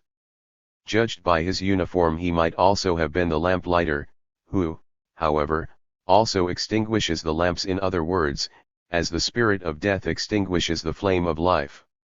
The coachman reminds him of Uhlans' poem of King Karl's ocean voyage and also of a dangerous lake trip with two companions in which he played the role of the king in the poem. In connection with the iron bridge he remembers a recent accident and the stupid saying life is a suspension bridge. 11. The following may serve as another example of the representation of death in a dream. An unknown man leaves a black-bordered visiting card for him. 12. The following dream will interest you for several reasons, though it is one arising from a neurotic condition among other things. He is traveling in a train. The train stops in an open field. He thinks it means that there is going to be an accident, that he must save himself, and he goes through all the compartments of the train and strikes dead everyone whom he meets, conductors, engine drivers, etc. In connection with this he tells a story that one of his friends told him. An insane man was being transported in a private compartment in a certain place in Italy, but through some mistake another traveler was put in the same compartment. The insane man murdered his fellow passenger. Thus he identifies himself with this insane person and bases his right so to do upon a compulsive idea which was then torturing him, namely, he must do away with all persons who knew of his failings. But then he himself finds a better motivation which gave rise to the dream. The day before, in the theater, he again saw the girl whom he had expected to marry but whom he had left because she had given him cause for jealousy. With a capacity for intense jealousy such as he has, he would really be insane if he married. In other words, he considers her so untrustworthy that out of jealousy he would have to strike dead all the persons who stood in his way. Going through a series of rooms, of compartments in this case, we have already learned to recognize as the symbol of marriage, the opposite of monogamy. In connection with the train stopping in the open country and his fear of an accident, he tells the following. Once, when he was traveling in a train and it came to a sudden stop outside of a station, a young lady in the compartment remarked that perhaps there was going to be a collision, and that in that case the best precaution would be to pull one's legs up. But this legs up had also played a role in the many walks and excursions into the open which he had taken with the girl in that happy period in their first love. Thus it is a new argument for the idea that he would have to be crazy in order to marry her now. But from my knowledge of the situation I can assume with certainty that the wish to be as crazy as that nevertheless exists in him. 13th lecture. The dream. Archaic remnants and infantilism in the dream. Let us revert to our conclusion that the dream work, under the influence of the dream censorship, transforms the latent dream thoughts into some other form of expression. The latent thoughts are no other than the conscious thoughts known to us in our waking hours. The new mode of expression is incomprehensible to us because of its many-sided features. We have said it extends back to conditions of our intellectual development which we have long progressed beyond, to the language of pictures, the symbol representations, perhaps to those conditions which were in force before the development of our language of thought. So we called the mode of expression of the dream work the archaic or regressive. You may conclude that as a result of the deeper study of the dream work we gain valuable information about the rather unknown beginnings of our intellectual development. I trust this will be true, but this work has not, up to the present time, been undertaken. The antiquity into which the dream work carries us back is of a double aspect: firstly, the individual antiquity, childhood, and, secondly, insofar as every individual in his childhood lives over again in some more or less abbreviated manner the entire development of the human race, also this antiquity, the phylogenetic. That we shall be able to differentiate which part of the latent psychic proceeding has its source in the individual, and which part in the phylogenetic antiquity is not improbable. In this connection it appears to me, for example, that the symbolic relations which the individual has never learned are ground for the belief that they should be regarded as a phylogenetic inheritance. However, this is not the only archaic characteristic of the dream. You probably all know from your own experiences the peculiar amnesia, that is, loss of memory, concerning childhood. I mean the fact that the first years, to the 5th, 6th, or 8th, have not left the same traces in our memory as have later experiences. One meets with individual persons, to be sure, who can boast of a continuous memory from the very beginning to the present day, but the other condition, that of a gap in the memory, is far more frequent. I believe we have not laid enough stress on this fact. The child is able to speak well at the age of 2, it soon shows that it can become adjusted to the most complicated psychic situations, and makes remarks which years later are retold to it, but which it has itself entirely forgotten. Besides, the memory in the early years is more facile, because it is less burdened than in later years.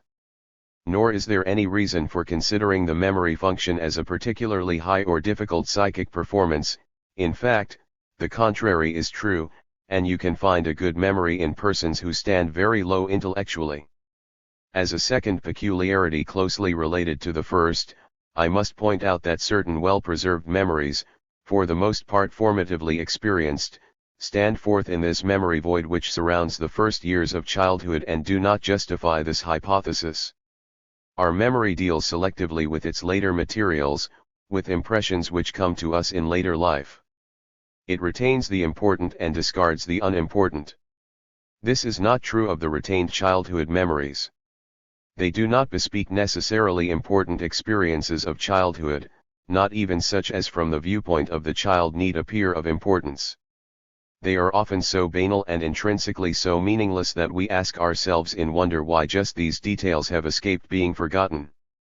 I once endeavored to approach the riddle of childhood amnesia and the interrupted memory remnants with the help of analysis, and I arrived at the conclusion that in the case of the child, too, only the important has remained in the memory, except that by means of the process of condensation already known to you, and especially by means of distortion, the important is represented in the memory by something that appears unimportant. For this reason I have called these childhood memories disguise memories, memories used to conceal. By means of careful analysis one is able to develop out of them everything that is forgotten.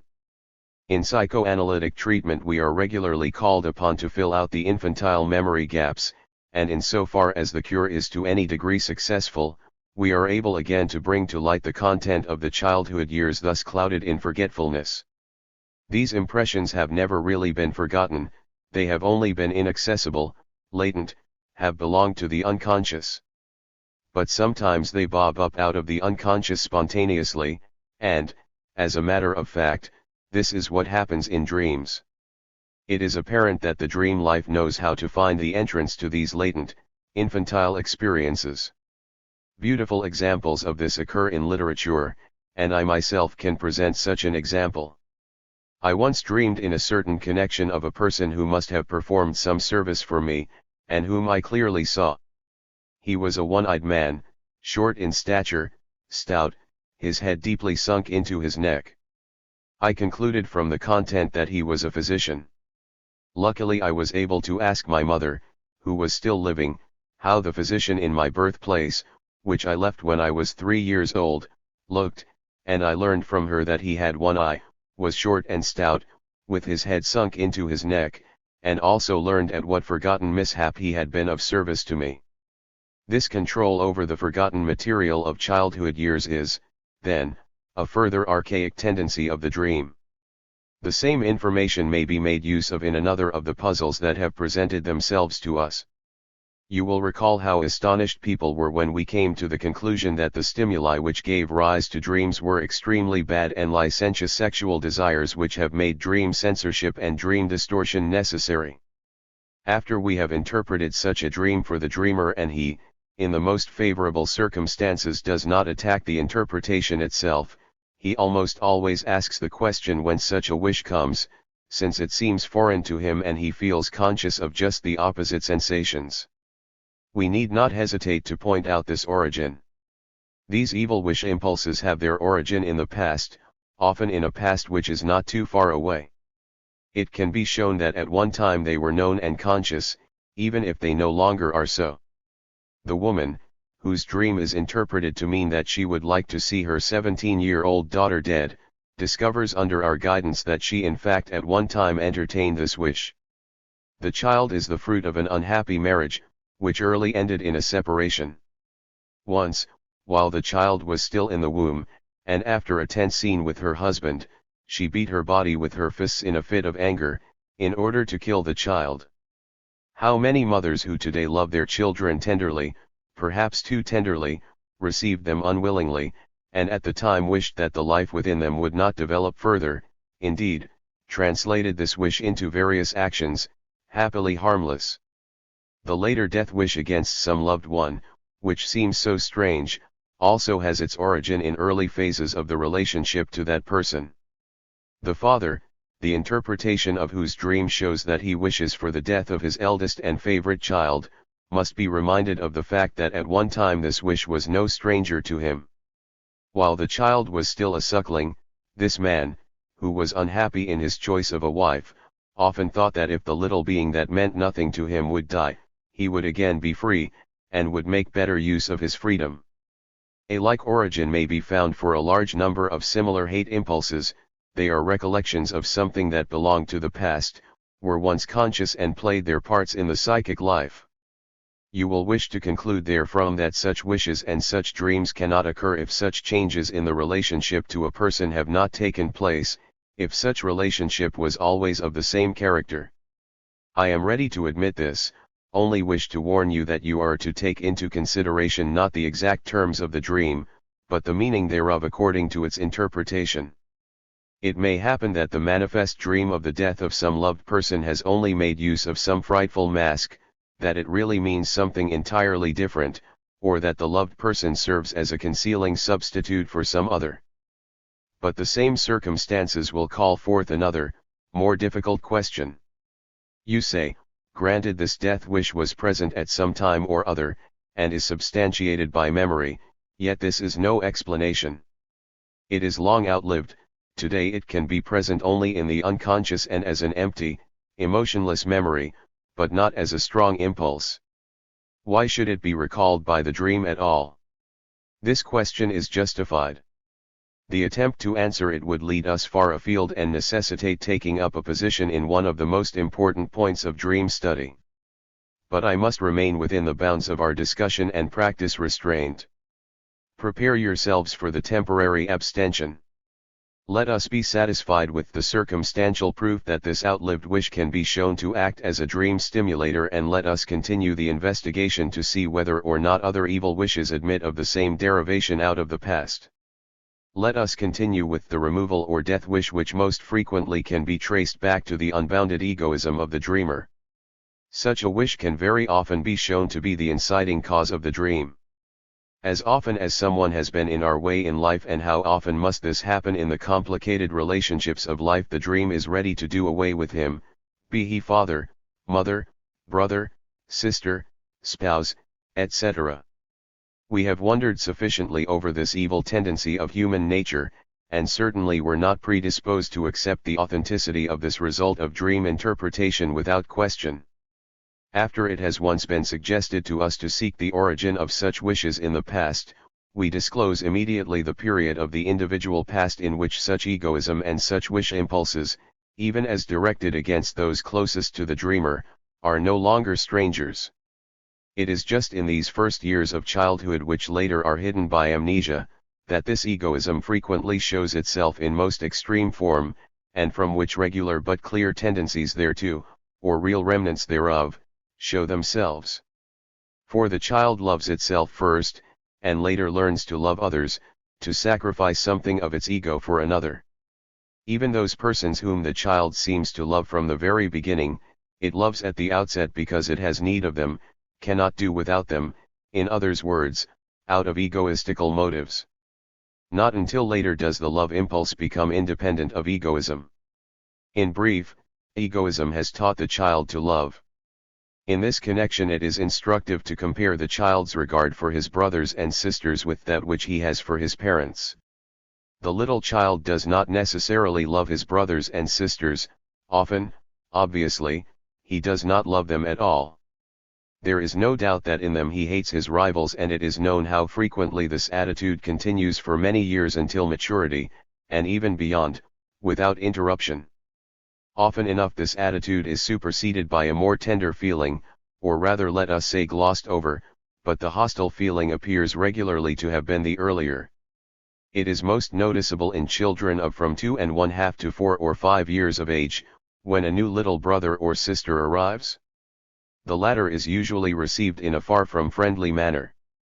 Expressions such as "I don't want him," "Let the stork take him away again," are very usual. Subsequently every opportunity is made use of to disparage the new arrival, and even attempts to do him bodily harm, direct attacks, are not unheard of. If the difference in age is less, the child learns of the existence of the rival with intense psychic activity, and accommodates himself to the new situation.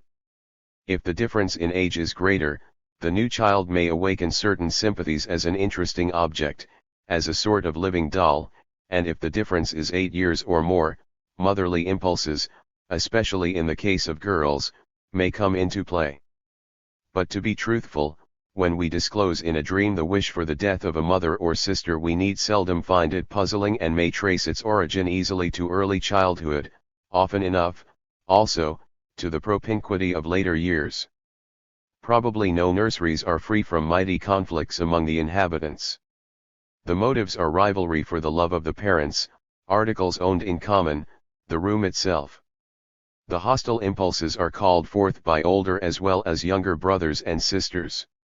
I believe it was Bernard Shaw who said, "If there is anyone who hates a young English lady more than does her mother, it is her elder sister."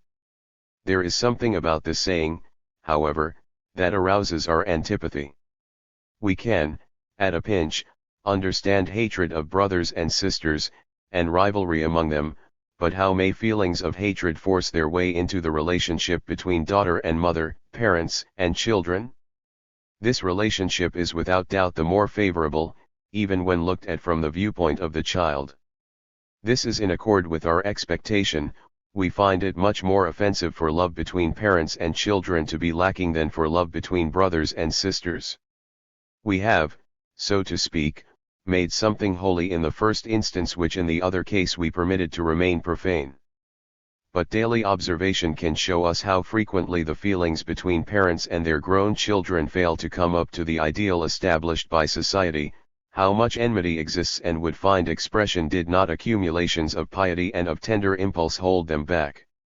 The motives for this are everywhere known and disclose a tendency to separate those of the same sex, daughter from mother, father from son. The daughter finds in her mother the authority that hems in her will and that is entrusted with the task of causing her to carry out the abstention from sexual liberty which society demands, In certain cases also she is the rival who objects to being displaced. The same type of thing occurs in a more glaring manner between father and son.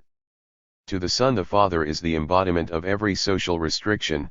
Born with such great opposition, the father bars the way to freedom of will, to early sexual satisfaction, and where there is family property held in common, to the enjoyment thereof. Impatient waiting for the death of the father grows to heights approximating tragedy in the case of a successor to the throne. Less strained is the relationship between father and daughter, mother and son. The latter affords the purest examples of an unalterable tenderness, in no way disturbed by egoistical considerations. Why do I speak of these things, so banal and so well known? Because there is an unmistakable disposition to deny their significance in life, and to set forth the ideal demanded by society as a fulfilled thing much oftener than it really is fulfilled. But it is preferable for psychology to speak the truth, rather than that this task should be left to the cynic. In any event, this denial refers only to actual life. The arts of narrative and dramatic poetry are still free to make use of the motives that result from a disturbance of this ideal. It is not to be wondered at that in the case of a large number of people the dream discloses the wish for the removal of the parents, especially the parent of the same sex. We may conclude that it is also present during waking hours, and that it becomes conscious even at times when it is able to mask itself behind another motive, as in the case of the dreamer's sympathy for his father's unnecessary sufferings in example 3. It is seldom that the enmity alone controls the relationship, much more often it recedes behind more tender impulses, by which it is suppressed, and must wait until a dream isolates it. That which the dream shows us in enlarged form as a result of such isolation, shrinks together again after it has been properly docketed in its relation to life as a result of our interpretation, sex. But we also find this dream wish in places where it has no connection with life, and where the adult, in his waking hours, would never recognize it. The reason for this is that the deepest and most uniform motive for becoming unfriendly, especially between persons of the same sex, has already made its influence felt in earliest childhood. I mean the love rivalry, with the especial emphasis of the sex character. The son, even as a small child, begins to develop an especial tenderness for his mother, whom he considers as his own property, and feels his father to be a rival who puts into question his individual possession, and in the same manner the little daughter sees in her mother a person who is a disturbing element in her tender relationship with her father, and who occupies a position that she could very well fill herself.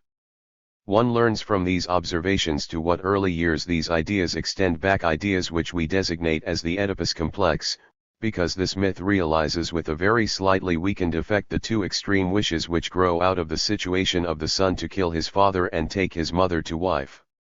I do not wish to maintain that the Oedipus complex covers entirely the relation of the child to its parents. This relation can be much more complicated. Furthermore, the Oedipus complex is more or less well developed, it may even experience a reversal, but it is a customary and very important factor in the psychic life of the child, and one tends rather to underestimate than to overestimate its influence and the developments which may follow from it. In addition, children frequently react to the Oedipus idea through stimulation by the parents, who in the placing of their affection are often led by sex differences, so that the father prefers the daughter, the mother the son, or again, where the marital affection has cooled, and this love is substituted for the outworn love. One cannot maintain that the world was very grateful to psychoanalytic research for its discovery of the Oedipus complex. On the contrary, it called forth the strongest resistance on the part of adults, and persons who had neglected to take part in denying this proscribed or tabooed feeling relationship later made good the omission by taking all value from the complex through false interpretations. According to my unchanged conviction, there is nothing to deny and nothing to make more palatable. One should accept the fact, recognized by the Greek myth itself, as inevitable destiny.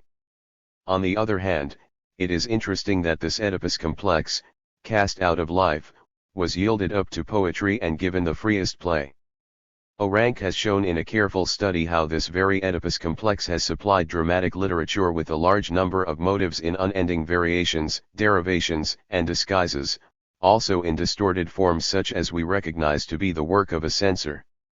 We may also ascribe this Oedipus complex to those dreamers who were so fortunate as to escape in later life these conflicts with their parents, and intimately associated therewith we find what we call the castration complex, the reaction to sexual intimidation or restriction, ascribed to the father, of early infantile sexuality.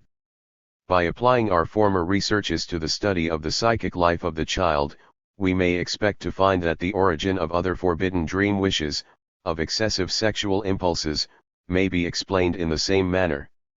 Thus we are moved to study the development of sex life in the child also, and we discover the following from a number of sources. In the first place, it is a mistake to deny that the child has a sexual life, and to take it for granted that sexuality commences with the ripening of the genitals at the time of puberty. On the contrary, the child has from the very beginning a sexual life rich in content and differing in numerous respects from that which is later considered normal. What we call perverse in the life of the adult, differs from the normal in the following respects. First, in disregard for the dividing line of species, the gulf between man and animal. Second, being insensible to the conventional feeling of disgust. Third, the incest limitation, being prohibited from seeking sexual satisfaction with near blood relations. Fourth, homosexuality. And fifth, transferring the role of the genitals to other organs and other parts of the body. None of these limitations exist in the beginning, but are gradually built up in the course of development and education. The little child is free from them. He knows no unbridgeable chasm between man and animal. The arrogance with which man distinguishes himself from the animal is a later acquisition. In the beginning he is not disgusted at the sight of excrement, but slowly learns to be so disgusted under the pressure of education. He lays no special stress on the difference between the sexes, rather accredits to both the same genital formation. He directs his earliest sexual desires and his curiosity toward those persons closest to him, and who are dear to him for various reasons: his parents, brothers and sisters, nurses, and finally, you may observe in him that which later breaks through again, raised now to a love attraction, viz., that he does not expect pleasure from his sexual organs alone, but that many other parts of the body portray the same sensitiveness, are the media of analogous sensations, and are able to play the role of the genitals. The child may, then, be called polymorphous perverse, and if he makes but slight use of all these impulses, it is, on the one hand, because of their lesser intensity as compared to later life, and on the other hand, because the bringing up of the child immediately and energetically suppresses all his sexual expressions. This suppression continues in theory, so to say, since the grown ups are careful to control part of the childish sex expressions, and to disguise another part by misrepresenting its sexual nature until they can deny the whole business. These are often the same persons who discourse violently against all the sexual faults of the child and then at the writing table defend the sexual purity of the same children. Where children are left to themselves or are under the influence of corruption, they often are capable of really conspicuous performances of perverse sexual activity. To be sure, the grown ups are right in looking upon these things as childish performances, as play, for the child is not to be judged as mature and answerable either before the bar of custom or before the law, but these things do exist.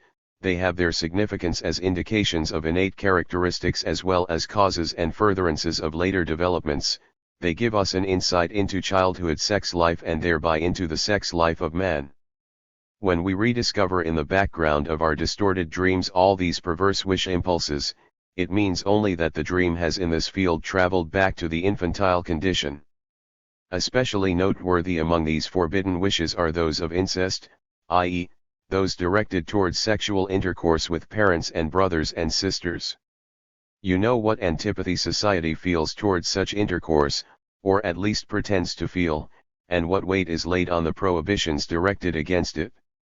The most monstrous efforts have been made to explain this fear of incest. Some have believed that it is due to evolutionary foresight on the part of nature, which is psychically represented by this prohibition, because inbreeding would deteriorate the race character, others maintain that because of having lived together since early childhood the sexual desire is diverted from the persons under consideration.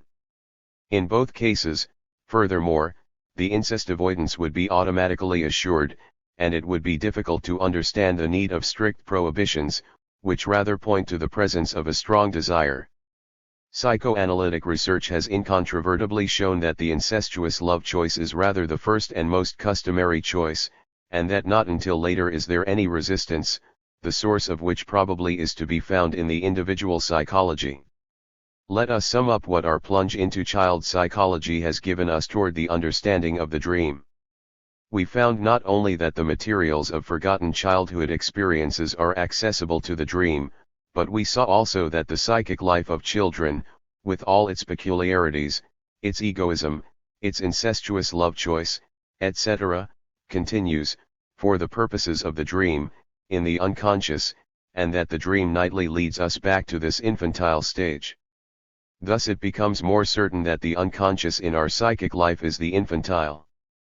The estranging impression that there is so much evil in man, begins to weaken.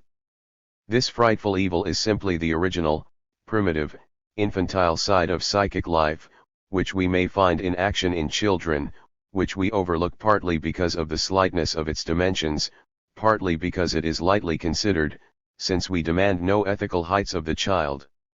Since the dream regresses to this stage, it seems to have made apparent the evil that lies in us.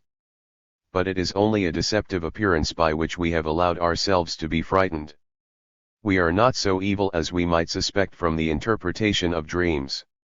If the evil impulses of the dream are merely infantilism, a return to the beginnings of our ethical development, since the dream simply makes children of us again in thinking and in feeling, we need not be ashamed of these evil dreams if we are reasonable. But being reasonable is only a part of psychic life. Many things are taking place there that are not reasonable, and so it happens that we are ashamed of such dreams, and unreasonably. We turn them over to the dream censorship, are ashamed and angry if one of these dreams has in some unusual manner succeeded in penetrating into consciousness in an undistorted form, so that we must recognize it. In fact, we are at times just as ashamed of the distorted dream as we would be if we understood it. Just think of the scandalized opinion of the fine old lady about her uninterpreted dream of services of love.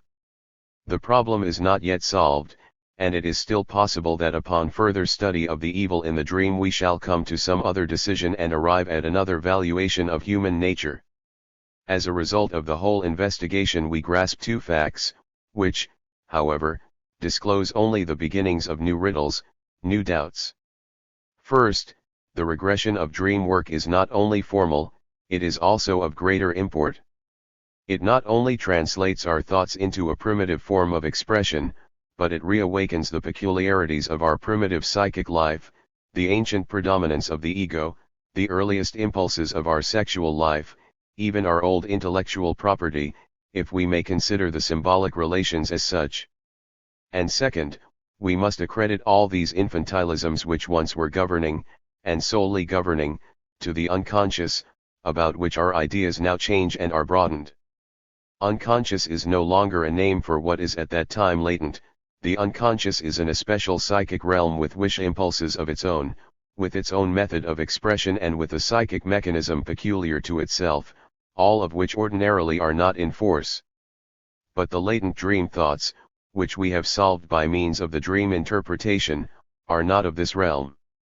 They are much more nearly the same as any we may have thought in our waking hours. Still they are unconscious. How does one solve this contradiction? We begin to see that a distinction must be made. Something that originates in our conscious life, and that shares its characteristics, we call it the day remnants, combines in the dream fabrication with something else out of the realm of the unconscious. Between these two parts the dream work completes itself. The influencing of the day remnants by the unconscious necessitates regression. This is the deepest insight into the nature of the dream that we are able to attain without having searched through further psychic realms. The time will soon come, however, when we shall clothe the unconscious character of the latent dream thought with another name, which shall differentiate it from the unconscious out of the realm of the infantile. We may, to be sure, propound the question, what forces the psychological activity during sleep to such regression? Why do not the sleep-disturbing psychic stimuli do the job without it? And if they must, because of the dream censorship, disguise themselves through old forms of expression which are no longer comprehensible, what is the use of giving new life to old, long outgrown psychic stimuli, wishes, and character types, that is, why the material regression in addition to the formal? The only satisfactory answer would be this, that only in this manner can a dream be built up, that dynamically the dream stimulus can be satisfied only in this way. But for the time being we have no right to give such an answer. 14th Lecture. The Dream. Wish Fulfillment. May I bring to your attention once more the ground we have already covered? How, when we met with dream distortion in the application of our technique, we decided to leave it alone for the time being, and set out to obtain decisive information about the nature of the dream by way of infantile dreams. How, then, armed with the results of this investigation, we attacked dream distortion directly and, I trust, in some measure overcame it. But we must remind ourselves that the results we found along the one way and along the other do not fit together as well as might be. It is now our task to put these two results together and balance them against one another.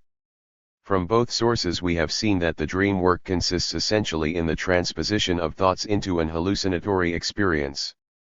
How that can take place is puzzling enough, but it is a problem of general psychology with which we shall not busy ourselves here. We have learned from the dreams of children that the purpose of the dream work is the satisfaction of one of the sleep-disturbing psychic stimuli by means of a wish fulfillment. We were unable to make a similar statement concerning distorted dreams, until we knew how to interpret them. But from the very beginning we expected to be able to bring the distorted dreams under the same viewpoint as the infantile. The earliest fulfillment of this expectation led us to believe that as a matter of fact all dreams are the dreams of children and that they all work with infantile materials, through childish psychic stimuli and mechanics. Since we consider that we have conquered dream distortion, we must continue the investigation to see whether our hypothesis of wish fulfillment holds good for distorted dreams also. We very recently subjected a number of dreams to interpretation, but left wish fulfillment entirely out of consideration. I am convinced that the question again and again occurred to you, what about wish fulfillment, which ostensibly is the goal of dream work? This question is important. It was, in fact, the question of our lay critics. As you know, humanity has an instinctive antagonism toward intellectual novelties. The expression of such a novelty should immediately be reduced to its narrowest limits, if possible, comprised in a commonplace phrase. Wish fulfillment has become that phrase for the new dream science. The layman asks, where is the wish fulfillment? Immediately, upon having heard that the dream is supposed to be a wish fulfillment, and indeed, by the very asking of the question, he answers it with a denial. He is at once reminded of countless dream experiences of his own, where his aversion to the dream was enormous, so that the proposition of psychoanalytic dream science seems very improbable to him. It is a simple matter to answer the layman that wish fulfillment cannot be apparent in distorted dreams, but must be sought out, so that it is not recognized until the dream is interpreted. We know, too, that the wishes in these distorted dreams are prohibited wishes, are wishes rejected by the censor, and that their existence lit the very cause of the dream distortion and the reason for the intrusion of the dream censor. But it is hard to convince the lay critic that one may not seek the wish fulfillment in the dream before the dream has been interpreted. This is continually forgotten. His skeptical attitude toward the theory of wish fulfillment is really nothing more than a consequence of dream censorship, a substitute and a result of the denial of this censored dream wish.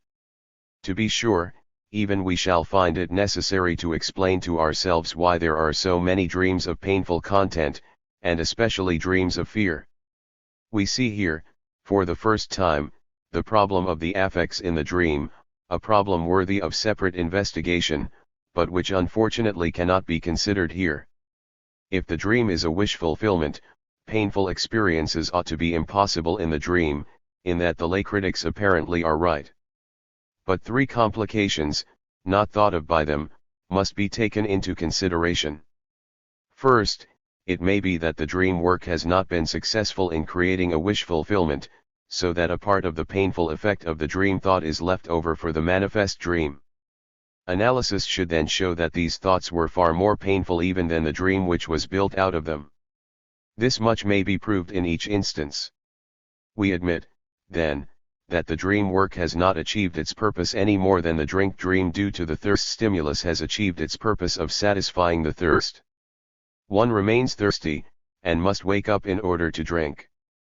But it was a real dream, it sacrificed nothing of its nature. We must say, although strength be lacking, let us praise the will to do. The clearly recognizable intention, at least, remains praiseworthy. Such cases of miscarriage are not unusual. A contributory cause is this, that it is so much more difficult for the dream work to change effect into content in its own sense, the affects often show great resistance, and thus it happens that the dream work has worked the painful content of the dream thoughts over into a wish fulfillment, while the painful affect continues in its unaltered form. Hence in dreams of this type the affect does not fit the content at all, and our critics may say the dream is so little a wish fulfillment that a harmless content may be experienced as painful.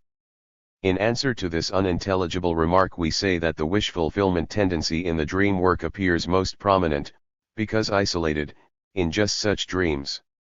The error is due to the fact that he who does not know neurotics imagines the connection between content and effect as all too intimate, and cannot, therefore, grasp the fact that a content may be altered without any corresponding change in the accompanying effect expression. A second, far more important and more extensive consideration, equally disregarded by the layman, is the following: a wish fulfillment certainly must bring pleasure, but to whom? Naturally, to him who has the wish. But we know from the dreamer that he stands in a very special relationship to his wishes. He casts them aside, censors them, he will have none of them. Their fulfillment gives him no pleasure, but only the opposite. Experience then shows that this opposite, which must still be explained, appears in the form of fear. The dreamer in his relation to his dream wishes can be compared only to a combination of two persons bound together by some strong common quality. Instead of further explanations I shall give you a well-known fairy tale, in which you will again find the relationships I have mentioned. A good fairy promises a poor couple, husband and wife, to fulfill their first three wishes. They are overjoyed, and determined to choose their three wishes with great care. But the woman allows herself to be led astray by the odor of cooking sausages emanating from the next cottage, and wishes she had a couple of such sausages. Presto! They are there. This is the first wish fulfillment. Now the husband becomes angry, and in his bitterness wishes that the sausages might hang from the end of her nose. This, too, is accomplished, and the sausages cannot be removed from their new location. So this is the second wish fulfillment, but the wish is that of the husband. The wife is very uncomfortable because of the fulfillment of this wish. You know how the fairy tale continues. Since both husband and wife are fundamentally one, the third wish must be that the sausages be removed from the nose of the wife. We could make use of this fairy tale any number of times in various connections.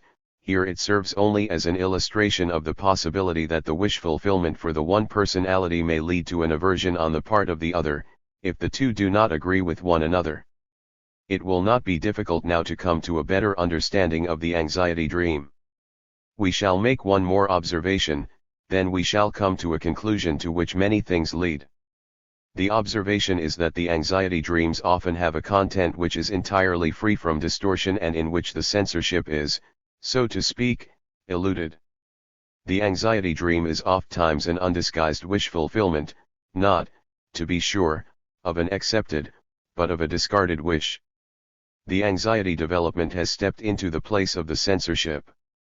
While one may assert of the infantile dream that it is the obvious fulfillment of a wish that has gained admittance, and of the distorted dream that it is the disguised fulfillment of a suppressed wish, he must say of the anxiety dream that the only suitable formula is this, that it is the obvious fulfillment of a suppressed wish. Anxiety is the mark which shows that the suppressed wish showed itself stronger than the censorship, that it put through its wish fulfillment despite the censorship, or was about to put it through. We understand that what is wish fulfillment for the suppressed wish is for us, who are on the side of the dream censor, only a painful sensation and a cause for antagonism. The anxiety which occurs in dreams is, if you wish, anxiety because of the strength of these otherwise suppressed wishes. Why this antagonism arises in the form of anxiety cannot be discovered from a study of the dream alone. One must obviously study anxiety from other sources. What holds true for the undistort anxiety dream we may assume to be true also of those dreams which have undergone partial distortion, and of the other dreams of aversion whose painful impressions very probably denote approximations of anxiety. The anxiety dream is usually also a dream that causes waking. We habitually interrupt sleep before the suppressed wish of the dream has accomplished its entire fulfillment in opposition to the censorship. In this case the execution of the dream is unsuccessful, but this does not change its nature. We have likened the dream to the night watchman or sleep defender who wishes to protect our sleep from being disturbed. The night watchman, too, sometimes wakes the sleeper when he feels himself too weak to drive away the disturbance or danger all by himself. Yet we are often able to remain asleep, even when the dream begins to become suspicious, and begins to assume the form of anxiety. We say to ourselves in our sleep, "It's only a dream," and we sleep on. When does it happen that the dream wish is in a position to overpower the censorship? The conditions for this may be just as easily furnished by the dream wish as by the dream censorship. The wish may, for unknown reasons, become irresistible, but one gets the impression that more frequently the attitude of the dream censorship is to blame for this disarrangement in the relations of the forces. We have already heard that the censorship works with varying intensity in each single instance, that it handles each element with a different degree of strictness. Now we should like to add the proposition that it is an extremely variable thing and does not exert equal force on every occasion against the same objectionable element. If on occasion the censorship feels itself powerless with respect to a dream wish which threatens to override it, then, instead of distortion, it makes use of the final means at its disposal. It destroys the sleep condition by the development of anxiety. And now it occurs to us that we know absolutely nothing yet as to why these evil, depraved wishes are aroused just at night, in order that they may disturb our sleep. The answer can only be an assumption which is based on the nature of the condition of sleep. During the day the heavy pressure of a censorship weighs upon these wishes, making it impossible, as a rule, for them to express themselves in any manner. At night, evidently, this censorship is withdrawn for the benefit of the single sleep wish, in the same manner as are all the other interests of psychic life, or at least placed in a position of very minor importance. The forbidden wishes must thank this nocturnal deposition of the censor for being able to raise their heads again. There are nervous persons troubled with insomnia who admit that their sleeplessness was in the beginning voluntary. They did not trust themselves to fall asleep, because they were afraid of their dreams, that is, of the results due to a slackening of the censorship. So you can readily see that this withdrawal of the censor does not in itself signify rank carelessness. Sleep weakens our power to move. Our evil intentions, even if they do begin to stir, can accomplish nothing but a dream, which for practical purposes is harmless, and the highly sensible remark of the sleepers, a nighttime remark indeed, but not a part of the dream life, "It is only a dream," is reminiscent of this quieting circumstance. So let us grant this, and sleep on.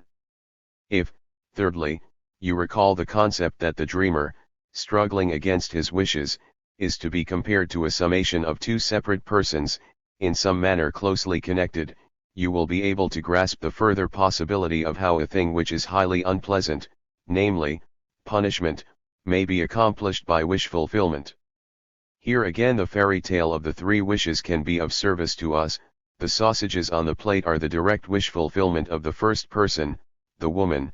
The sausages at the end of her nose are the wish fulfillment of the second person, the husband, but at the same time the punishment for the stupid wish of the woman. Among the neurotics we find again the motivation of the third wish, which remains in fairy tales only. There are many such punishment tendencies in the psychic life of man, they are very powerful, and we may make them responsible for some of our painful dreams. Perhaps you now say that at this rate, not very much of the famed wish fulfillment is left. But upon closer view you will admit that you are wrong. In contrast to the many-sided to be discussed, of what the dream might be and, according to numerous authors, is the solution, wish fulfillment, anxiety fulfillment, punishment fulfillment, is indeed very restricted. That is why anxiety is the direct antithesis of the wish, why antitheses are so closely allied in association and why they occur together in the unconscious, as we have heard, and that is why punishment, too, is a wish fulfillment of the other, the censoring person. On the whole, then, I have made no concessions to your protestation against the theory of wish fulfillment. We are bound, however, to establish wish fulfillment in every dream no matter how distorted, and we certainly do not wish to withdraw from this task. Let us go back to the dream, already interpreted, of the 3 bad theater tickets for 1 FL 50 KR from which we have already learned so much. I hope you still remember it. A lady who tells her husband during the day that her friend Elise, only 3 months younger than herself, has become engaged, dreams she is in the theater with her husband. Half the parquet is empty. Her husband says, Elise and her fiancé wanted to go to the theater, too, but couldn't because they could get only poor seats, 3 for 1 gulden and a half. She was of the opinion that that wasn't so unfortunate. We discovered that the dream thought originated in her discontent at having married too soon, and the fact that she was dissatisfied with her husband. We may be curious as to the manner in which these thoughts have been worked over into a wish fulfillment, and where their traces may be found in the manifest content. Now we know that the element too soon, premature is eliminated from the dream by the censor. The empty parquet is a reference to it. The puzzling 3 for 1 FL 50 KR is now, with the help of symbolism which we have since learned, more understandable. The 3 really means a husband, and the manifest element is easy to translate, to buy a husband for her dowry. I could have bought one 10 times better for my dowry. The marriage is obviously replaced by going into the theater. Buying the tickets too soon directly takes the place of the premature marriage. This substitution is the work of the wish fulfillment. Our dreamer was not always so dissatisfied with her early marriage as she was on the day she received news of the engagement of her friend. At the time she was proud of her marriage and felt herself more favored than her friend. Naive girls have frequently confided to their friends after their engagement that soon they, too, will be able to go to all the plays hitherto forbidden, and see everything. The desire to see plays, the curiosity that makes its appearance here, was certainly in the beginning directed towards sex matters, the sex life, especially the sex life of the parents, and then became a strong motive which impelled the girl to an early marriage. In this way the visit to the theater becomes an obvious representative substitute for being married. In the momentary annoyance at her early marriage she recalls the time when the early marriage was a wish fulfillment for her, because she had satisfied her curiosity, and she now replaces the marriage, guided by the old wish impulse, with the going to the theater. We may say that we have not sought out the simplest example as proof of a hidden wish fulfillment. We would have to proceed in analogous manner with other distorted dreams. I cannot do that for you, and simply wish to express the conviction that it will be successful everywhere. But I wish to continue along this theoretical line. Experience has taught me that it is one of the most dangerous phases of the entire dream science, and that many contradictions and misunderstandings are connected therewith. Besides, you are perhaps still under the impression that I have retracted a part of my declaration, in that I said that the dream is a fulfilled wish or its opposite, an actualized anxiety or punishment, and you will think this is the opportunity to compel further reservations of me. I have also heard complaints that I am too abrupt about things which appear evident to me, and that for that reason I do not present the thing convincingly enough.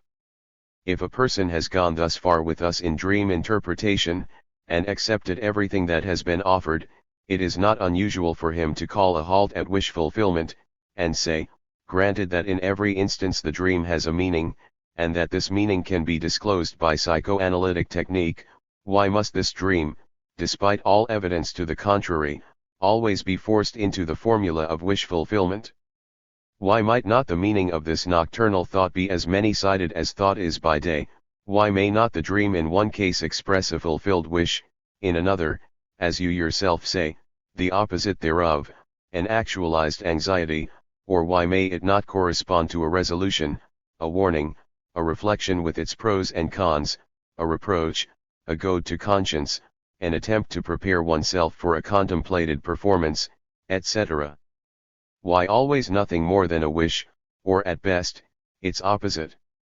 One might maintain that a difference of opinion on these points is of no great importance, so long as we are at one otherwise. We might say that it is enough to have discovered the meaning of the dream, and the way to recognize it, that it is a matter of no importance, if we have too narrowly limited this meaning. But this is not so. A misunderstanding of this point strikes at the nature of our knowledge of the dream, and endangers its worth for the understanding of neuroses. Then, too, that method of approach which is esteemed in the business world as genteel is out of place in scientific endeavors, and harmful. My first answer to the question why the dream may not be many-sided in its meaning is the usual one in such instances: I do not know why it should not be so. I would not be opposed to such a state of affairs. As far as I am concerned, it could well be true. Only one small matter prevents this broader and more comfortable explanation of the dream, namely, that as a matter of fact it isn't so. My second answer emphasizes the fact that the assumption that the dream corresponds to numerous forms of thought and intellectual operations is no stranger to me. In a story about a sick person I once reported a dream that occurred 3 nights running and then stopped, and I explained this suppression by saying that the dream corresponded to a resolution which had no reason to recur after having been carried out. More recently I published a dream which corresponded to a confession. How is it possible for me to contradict myself, and maintain that the dream is always only a fulfilled wish? I do that, because I do not wish to admit a stupid misunderstanding which might cost us the fruits of all our labors with regard to the dream, a misunderstanding which confuses the dream with the latent dream thought and affirms of the dream something that applies specifically and solely to the latter. For it is entirely correct that the dream can represent, and be replaced by all those things we enumerated: a resolution, a warning, reflection, preparation, an attempt to solve a problem, etc. But if you look closely, you will recognize that all these things are true only of the latent dream thoughts, which have been changed about in the dream. You learn from the interpretation of the dreams that the person's unconscious thinking is occupied with such resolutions, preparations, reflections, etc., out of which the dream work then builds the dream. If you are not at the time interested in the dream work, but are very much interested in the unconscious thought work of man, you eliminate the dream work, and say of the dream, for all practical purposes quite correctly, that it corresponds to a warning, a resolution, etc. This often happens in psychoanalytic activity. People endeavor for the most part only to destroy the dream form, and to substitute in its place in the sequence the latent thoughts out of which the dream was made. Thus we learn, from the appreciation of the latent dream thoughts, that all the highly complicated psychic acts we have enumerated can go on unconsciously, a result as wonderful as it is confusing. But to return, you are right only if you admit that you have made use of an abbreviated form of speech, and if you do not believe that you must connect the many-sidedness we have mentioned with the essence of the dream. When you speak of the dream you must mean either the manifest dream, i.e., the product of the dream work, or at most the dream work itself, that psychic occurrence which forms the manifest dream out of the latent dream thought. Any other use of the word is a confusion of concept that can only cause trouble. If your assertions refer to the latent thoughts back of the dream, say so, and do not cloud the problem of the dream by using such a faulty means of expression. The latent dream thoughts are the material which the dream work remolds into the manifest dream. Why do you insist upon confusing the material with the work that makes use of it? Are you any better off than those who knew only the product of this work, and could explain neither where it came from nor how it was produced? The only essential thing in the dream is the dream work that has had its influence upon the thought material. We have no right to disregard it theoretically, even if, in certain practical situations, we may fail to take it into account. Analytic observation, 2, shows that the dream work never limits itself to translating these thoughts in the archaic or regressive mode of expression known to you. Rather, it regularly adds something which does not belong to the latent thoughts of waking, but which is the essential motive of dream formation. This indispensable ingredient is at the same time the unconscious wish, for the fulfillment of which the dream content is rebuilt. The dream may be any conceivable thing, if you take into account only the thoughts represented by it: warning, resolution, preparation, etc. It is also always the fulfillment of an unknown wish, and it is this only if you look upon it as the result of the dream work. A dream is never itself a resolution, a warning, and no more but always a resolution, etc., translated into an archaic form of expression with the help of the unconscious wish, and changed about for the purpose of fulfilling this wish. The one characteristic, wish fulfillment, is constant, the other may vary. It may itself be a wish at times, so that the dream, with the aid of an unconscious wish, presents as fulfilled a latent wish out of waking hours. I understand all this very well, but I do not know whether or not I shall be successful in making you understand it as well.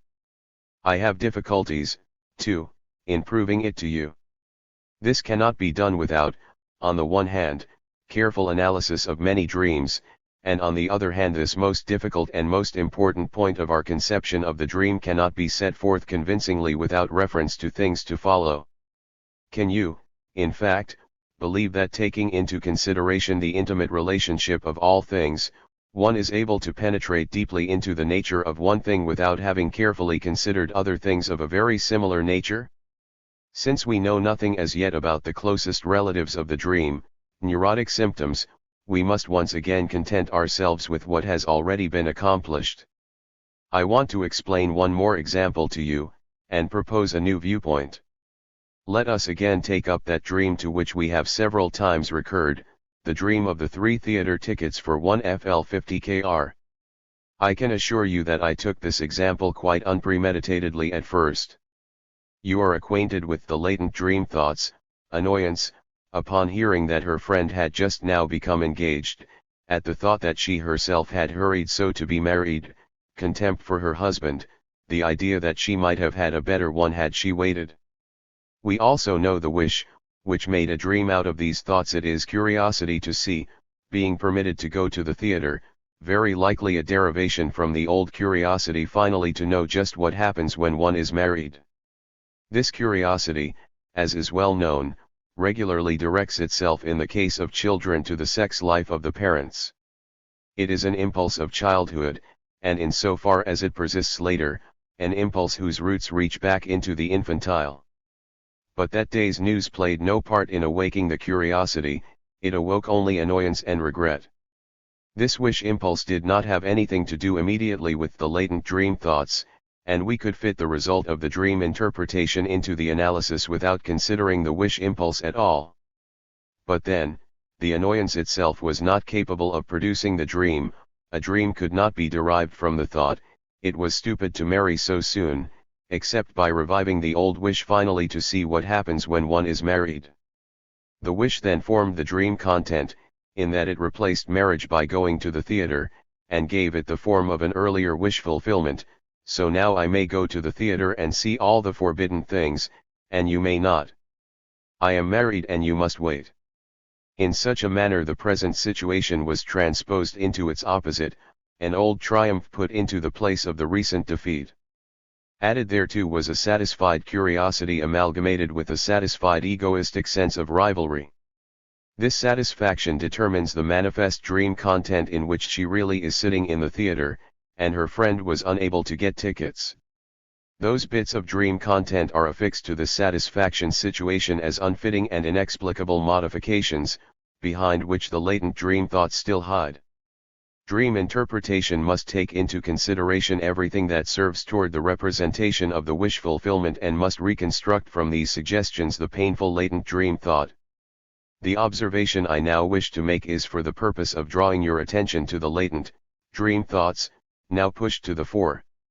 I beg of you not to forget first, that the dreamer is unconscious of them, second, they are entirely logical and continuous, so that they may be understood as a comprehensible reaction to the dream occasion, third, that they may have the value of any desired psychic impulse or intellectual operation.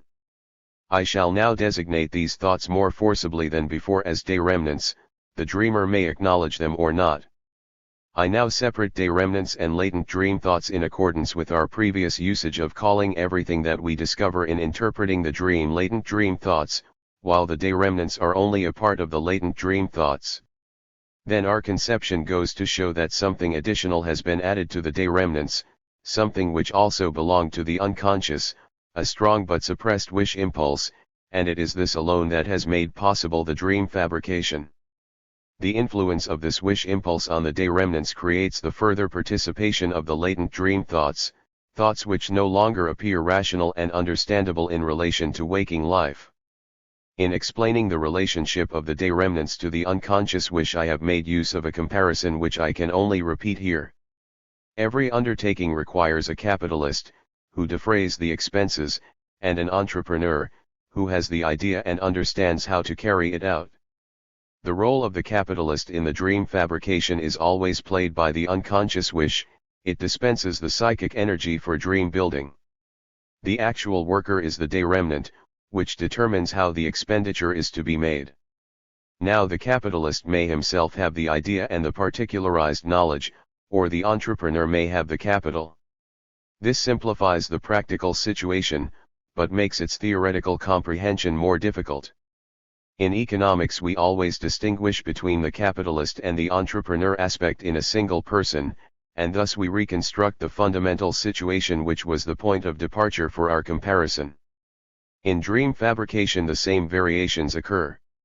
I shall leave their further development to you. We can go no further here, for you have probably long been disturbed by a reflection which deserves to be heard.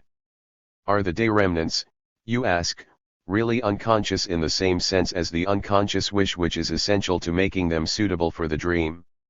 You discern correctly. Here lies the salient point of the whole affair. They are not unconscious in the same sense. The dream wish belongs to a different unconsciousness, that which we have recognized as of infantile origin, fitted out with special mechanisms. It is entirely appropriate to separate these two types of unconsciousness and give them different designations. But let us rather wait until we have become acquainted with the field of neurotic symptoms. If people say one unconsciousness is fantastic, what will they say when we acknowledge that we arrived at our conclusions by using two kinds of unconsciousness? Let us stop here. Once more you have heard something incomplete, but is there not hope in the thought that this science has a continuation which will be brought to light either by ourselves or by those to follow? And have not we ourselves discovered a sufficient number of new and surprising things? 15th Lecture. The Dream. Doubtful Points and Criticism. Let us not leave the subject of dreams before we have touched upon the most common doubts and uncertainties which have arisen in connection with the new ideas and conceptions we have discussed up to this point. The more attentive members of the audience probably have already accumulated some material bearing upon this. 1. You may have received the impression that the results of our work of interpretation of the dream have left so much that is uncertain, despite our close adherence to technique, that a true translation of the manifest dream into the latent dream thoughts is thereby rendered impossible. In support of this you will point out that in the first place, one never knows whether a specific element of the dream is to be taken literally or symbolically, since those elements which are used symbolically do not, because of that fact, cease to be themselves. But if one has no objective standard by which to decide this, the interpretation is, as to this point, left to the discretion of the dream interpreter. Moreover, because of the way in which the dream work combines opposites, it is always uncertain whether a specific dream element is to be taken in the positive or the negative sense, whether it is to be understood as itself or as its opposite. Hence this is another opportunity for the exercise of the interpreter's discretion. In the third place, In consequence of the frequency with which every sort of inversion is practiced in the dream interpreter is at liberty to assume such an inversion at any point of the dream he pleases. And finally you will say, you have heard that one is seldom sure that the interpretation which is found is the only possible one. There is danger of overlooking a thoroughly admissible second interpretation of the same dream. Under these circumstances, you will conclude there is a scope left for the discretion of the interpreter, the breadth of which seems incompatible with the objective accuracy of the results. Or you may also conclude that the fault does not rest with the dream but that the inadequacies of our dream interpretation result from errors in our conceptions and hypotheses. All your material is irreproachable, but I do not believe that it justifies your conclusions in two directions, namely, that dream interpretation as we practice it is sacrificed to arbitrariness and that the deficiency of our results makes the justification of our method doubtful. If you will substitute for the arbitrariness of the interpreter, his skill, his experience, his comprehension, I agree with you. We shall surely not be able to dispense with some such personal factor, particularly not in difficult tasks of dream interpretation. But this same state of affairs exists also in other scientific occupations. There is no way in which to make sure that one man will not wield a technique less well, or utilize it more fully, than another. What might, for example, impress you as arbitrariness in the interpretation of symbols, is compensated for by the fact that as a rule the connection of the dream thoughts among themselves, the connection of the dream with the life of the dreamer, and the whole psychic situation in which the dream occurs, chooses just one of the possible interpretations advanced and rejects the others as useless for its purposes. The conclusion drawn from the inadequacies of dream interpretation, that our hypotheses are wrong, is weakened by an observation which shows that the ambiguity and indefiniteness of the dream is rather characteristic and necessarily to be expected. Recollect that we said that the dream work translates the dream thoughts into primitive expressions analogous to picture writing. All these primitive systems of expression are, however, subject to such indefiniteness and ambiguities, but it does not follow that we are justified in doubting their usefulness. You know that the fusion of opposites by the dream work is analogous to the so-called antithetical meaning of primitive words, in the oldest languages. The philologist, R. Abel, 1884, whom we have to thank for this point of view, admonishes us not to believe that the meaning of the communication which one person made to another when using such ambiguous words was necessarily unclear. Tone and gesture used in connection with the words would have left no room for doubt as to which of the two opposites the speaker intended to communicate.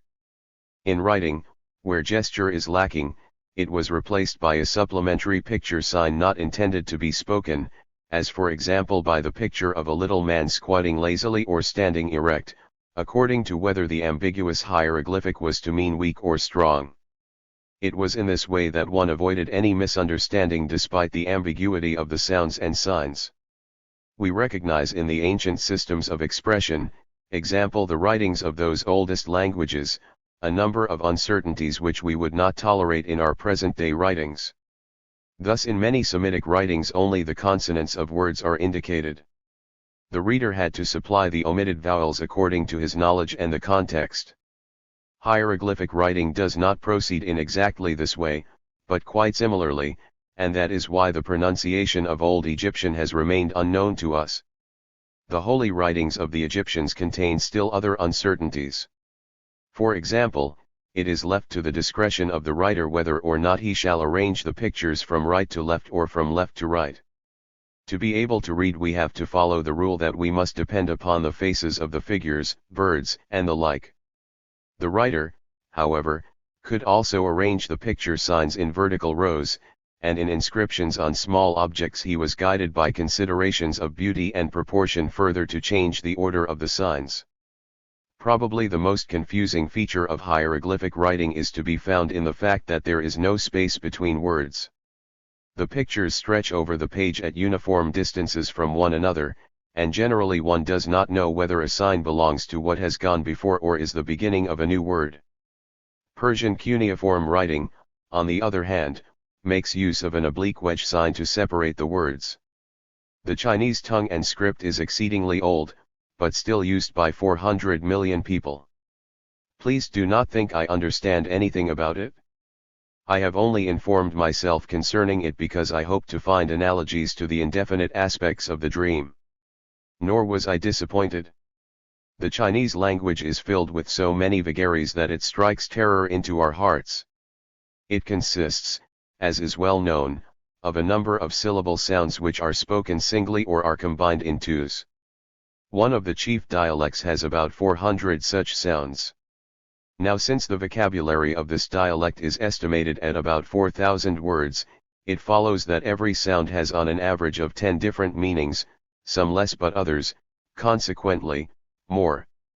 Hence there are a great number of ways of avoiding a multiplicity of meaning, since one cannot guess from the context alone which of the 10 meanings of the syllable sound the speaker intended to convey to the hearer. Among them are the combining of two sounds into a compounded word and the use of 4 different tones with which to utter these syllables. For our purposes of comparison, it is still more interesting to note that this language has practically no grammar. It is impossible to say of a one-syllable word whether it is a noun, a verb, or an adjective, and we find none of those changes in the forms of the words by means of which we might recognize sex, number, ending, tense or mood. The language, therefore, might be said to consist of raw material, much in the same manner as our thought language is broken up by the dream work into its raw materials when the expressions of relationship are left out. In the Chinese, in all cases of vagueness the decision is left to the understanding of the hearer, who is guided by the context.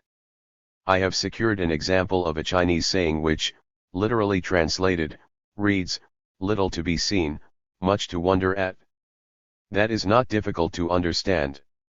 It may mean, the less a man has seen, the more he finds to wonder at, or, there is much to admire for the man who has seen little.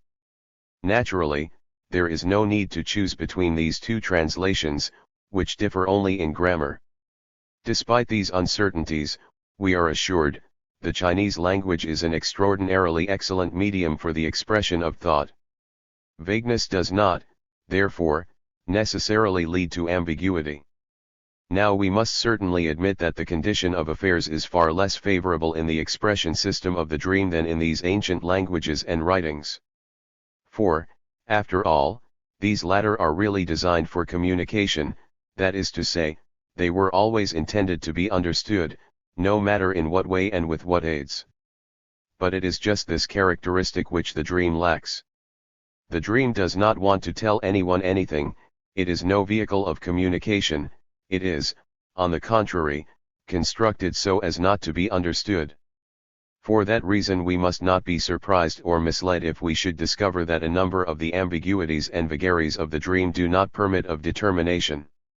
As the one specific gain of our comparison, we have only the realization that such uncertainties as people try to make use of in objecting to the validity of our dream interpretation, are rather the invariable characteristic of all primitive systems of expression. How far the dream can really be understood can be determined only by practice and experience. My opinion is, that is very far indeed, and the comparison of results which correctly trained analysts have gathered confirms my view. The lay public, even that part of the lay public which is interested in science, likes, in the face of the difficulties and uncertainties of a scientific task, to make what I consider an unjust show of its superior scepticism. Perhaps not all of you are acquainted with the fact that a similar situation arose in the history of the deciphering of the Babylonian Assyrian inscriptions. There was a period then when public opinion went far in declaring the decipherers of cuneiform writing to be visionaries and the whole research a fraud. But in the year 1857 the Royal Asiatic Society made a decisive test. It challenged the four most distinguished decipherers of cuneiform writing, Rawlinson, Hinks, Fox Talbot, and Oppert, each to send to it in a sealed envelope his independent translation of a newly discovered inscription, and the Society was then able to testify, after having made a comparison of the four readings, that their agreement was sufficiently marked to justify confidence in what already had been accomplished, and faith in further progress. At this the mockery of the learned lay world gradually came to an end, and the confidence in the reading of cuneiform documents has grown appreciably since then. to a second series of objections is firmly grounded in the impression, from which you too probably are not free, that a number of the solutions of dream interpretations which we find it necessary to make seem forced, artificial, far-fetched, in other words, violent or even comical or jocose. These comments are so frequent that I shall choose at random the latest example which has come to my attention. Recently, in Free Switzerland, the director of a boarding school was relieved of his position on account of his active interest in psychoanalysis. He raised objections and a Bern newspaper made public the judgment of the school authorities. I quote from that article some sentences which apply to psychoanalysis. Moreover, we are surprised at the many far-fetched and artificial examples as found in the aforementioned book of Dr. Pfister of Zurich. Thus, it certainly is a cause of surprise when the director of a boarding school so uncritically accepts all these assertions and apparent proofs. These observations are offered as the decisions of one who judges calmly. I rather think this calm is artificial. Let us examine these remarks more closely in the hope that a little reflection and knowledge of the subject can be no detriment to calm judgment. It is positively refreshing to see how quickly and unerringly some individuals can judge a delicate question of abstruse psychology by first impressions.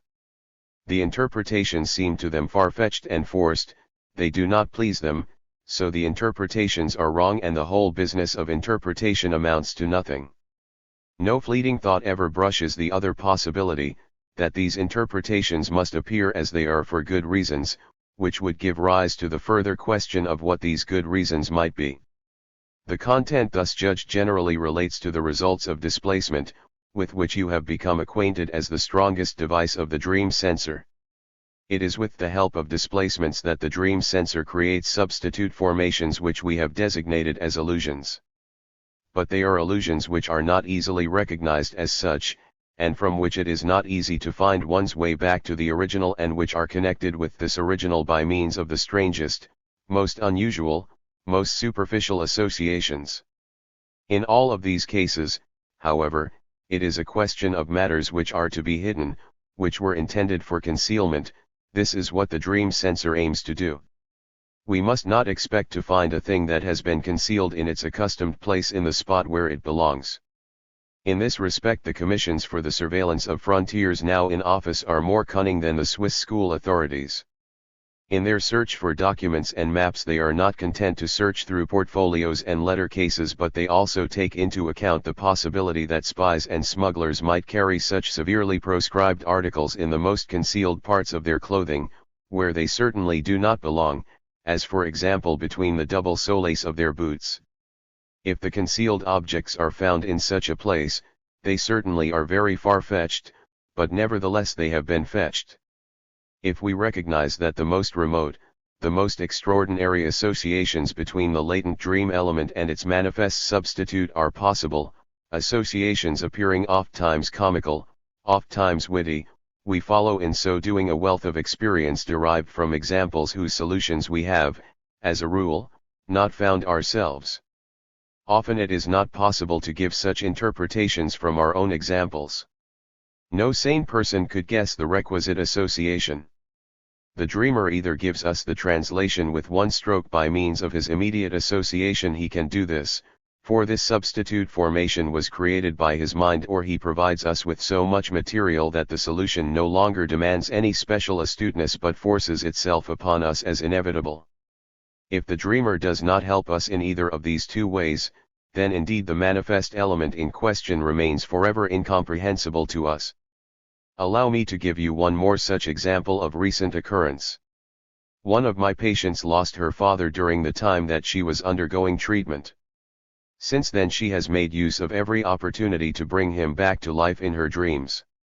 In one of her dreams her father appears in a certain connection, of no further importance here, and says, "It is 11:15, it is 11:30, it is 11:15. All she can think of in connection with this curious incident is the recollection that her father liked to see his grown-up children appear punctually at the general meal hour. That very thing probably had some connection with the dream element, but permitted of no conclusion as to its source. Judging from the situation of the treatment at that time, there was a justified suspicion that a carefully suppressed critical rebellion against her loved and respected father played its part in this dream. Continuing her associations, and apparently far afield from topics relevant to the dream, the dreamer relates that yesterday many things of a psychological nature had been discussed in her presence, and that a relative made the remark, "The caveman, Ermensch, continues to live in all of us. Now we think we understand." That gave her an excellent opportunity of picturing her father as continuing to live. So in the dream she made of him a clockman, Ermensch, by having him announce the quarter hours at noontime. You may not be able to disregard the similarity which this example bears to a pun, and it really has happened frequently that the dreamer's pun is attributed to the interpreter. There are still other examples in which it is not at all easy to decide whether one is dealing with a joke or a dream. But you will recall that the same doubt confronted us when we were dealing with slips of the tongue. A man tells us a dream of his, that his uncle, while they were sitting in the latter's automobile, gave him a kiss. He very quickly supplies the interpretation himself. It means autoeroticism, a term taken from the study of the libido, or love impulse, and designating satisfaction of that impulse without an external object. Did this man permit himself to make fun of us and give out as a dream a pun that occurred to him? I do not believe so. He really dreamed it? Whence comes the astounding similarity? This question at one time led me quite a ways from my path, by making it necessary for me to make a thorough investigation of the problem of humor itself. By so doing I came to the conclusion that the origin of wit lies in a foreconscious train of thought which is left for a moment to unconscious manipulation, from which it then emerges as a joke. Under the influence of the unconscious it experiences the workings of the mechanisms there in force, namely, of condensation and displacement, that is, of the same processes which we found active in the dream work, and it is to this agreement that we are to ascribe the similarity between wit and the dream, wherever it occurs. The unintentional dream joke has, however, none of the pleasure-giving quality of the ordinary joke. Why that is so, greater penetration into the study of wit may teach you. The dream joke seems a poor joke to us, it does not make us laugh, it leaves us cold. Here we are also following in the footsteps of ancient dream interpretation, which has left us, in addition to much that is useless, many a good example of dream interpretation we ourselves cannot surpass. I am now going to tell you a dream of historical importance which Plutarch and Artemidorus of Daldis both tell concerning Alexander the Great, with certain variations. When the king was engaged in besieging the city of Tyre, 322 BC, which was being stubbornly defended, he once dreamed that he saw a dancing satyr. Aristandros, his dream interpreter, who accompanied the army, interpreted this dream for him by making of the word satyros, sigma tauro omicron, thine is Tyre, and thus promising him a triumph over the city. Alexander allowed himself to be influenced by this interpretation to continue the siege, and finally captured Tyre. The interpretation, which seems artificial enough, was without doubt the correct one.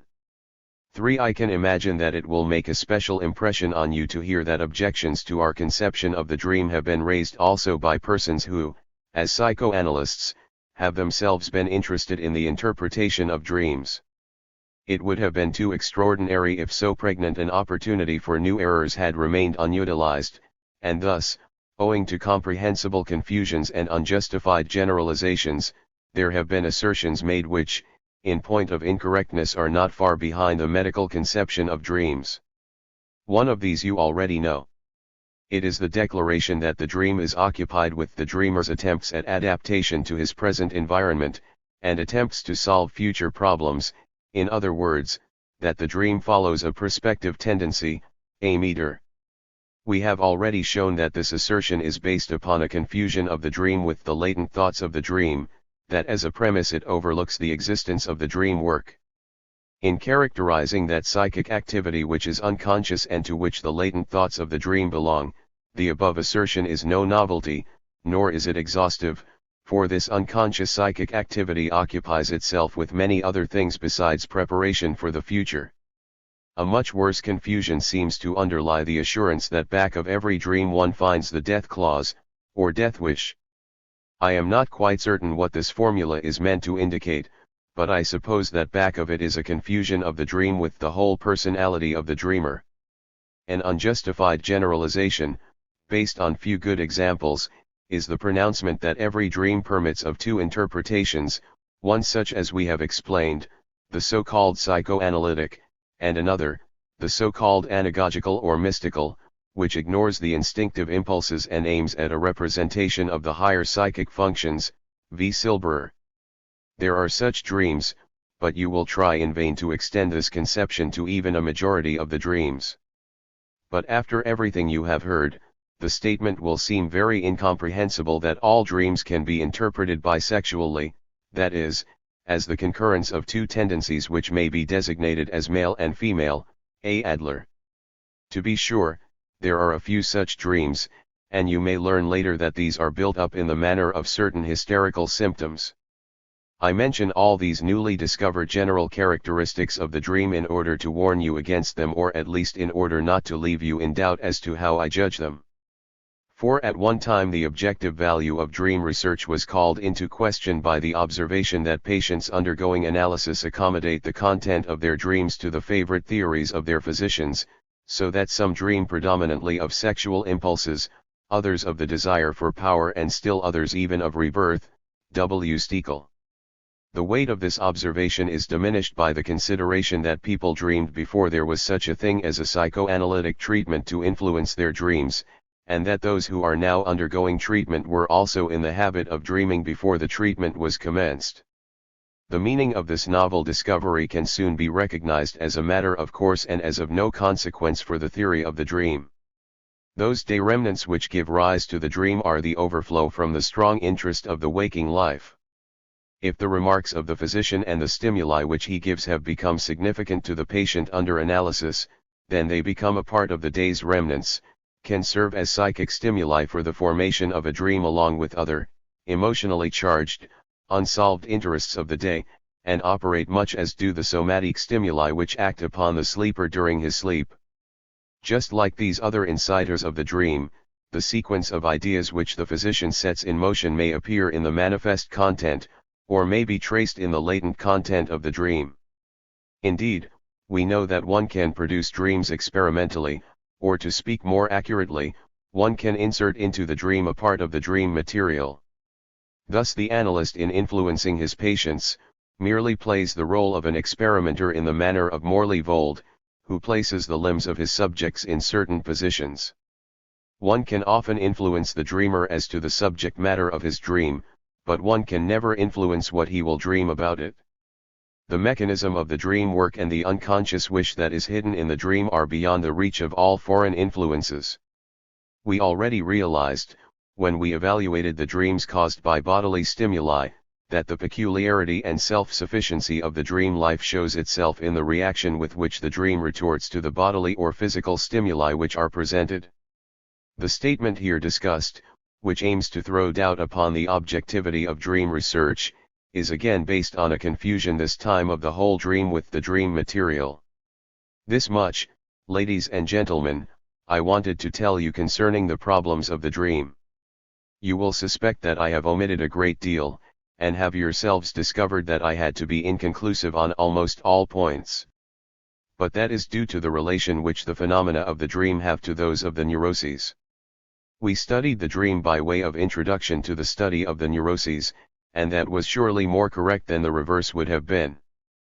But just as the dream prepares us for the understanding of the neuroses, so in turn the correct evaluation of the dream can only be gained after a knowledge of neurotic phenomena has been won. I do not know what you will think about this, but I must assure you that I do not regret having taken so much of your interest and of your available time for the problems of the dream. There is no other field in which one can so quickly become convinced of the correctness of the assertions by which psychoanalysis stands or falls. It will take the strenuous labor of many months, even years, to show that the symptoms in a case of neurotic breakdown have their meaning, serve a purpose, and result from the fortunes of the patient. On the other hand, The efforts of a few hours suffice in proving the same content in a dream product which at first seems incomprehensibly confused, and thereby to confirm all the hypotheses of psychoanalysis, the unconsciousness of psychic processes, the special mechanism which they follow, and the motive forces which manifest themselves in them. And if we associate the thorough analogy in the construction of the dream and the neurotic symptom with the rapidity of transformation which makes of the dreamer an alert and reasonable individual, we gain the certainty that the neurosis also is based only on a change in the balance of the forces of psychic life. Part 3. General Theory of the Neuroses. 16th Lecture. General Theory of the Neuroses. Psychoanalysis and Psychiatry. I am very glad to welcome you back to continue our discussions. I last lectured to you on the psychoanalytic treatment of errors and of the dream. Today I should like to introduce you to an understanding of neurotic phenomena, which, as you soon will discover, have much in common with both of those topics. But I shall tell you in advance that I cannot leave you to take the same attitude toward me that you had before. At that time I was anxious to take no step without complete reference to your judgment. I discussed much with you, I listened to your objections, in short, I deferred to you and to your normal common sense. That is no longer possible, and for a very simple reason. As phenomena, the dream and errors were not strange to you. One might say that you had as much experience as I, or that you could easily acquire as much. But neuroses are foreign to you, since you are not doctors yourselves. You have had access to them only through what I have told you. Of what use is the best judgment if it is not supported by familiarity with the material in question? Do not, however, understand this as an announcement of dogmatic lectures which demand your unconditional belief. That would be a gross misunderstanding. I do not wish to convince you. I am out to stimulate your interest and shake your prejudices. If, in consequence of not knowing the facts, you are not in a position to judge, neither should you believe nor condemn. Listen and allow yourselves to be influenced by what I tell you. One cannot be so easily convinced, at least if he comes by convictions without effort, they soon prove to be valueless and unable to hold their own. He only has a right to conviction who has handled the same material for many years and who in so doing has gone through the same new and surprising experiences again and again. Why, in matters of intellect, these lightning conversions, these momentary repulsions?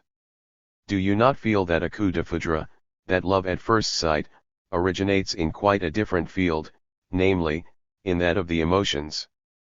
We do not even demand that our patients should become convinced of and predisposed to psychoanalysis.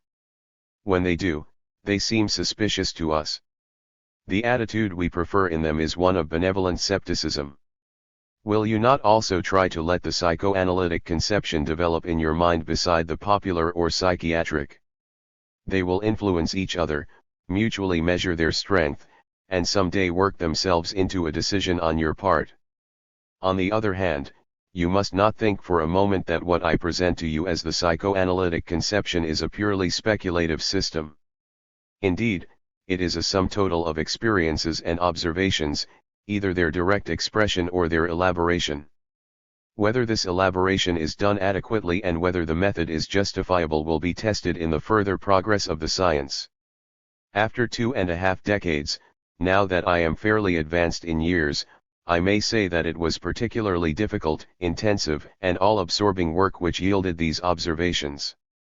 I have often had the impression that our opponents were unwilling to take into consideration the subjective origin of our statements, as if they thought it were only a question of subjective ideas arising haphazard, ideas to which another may oppose his every passing whim.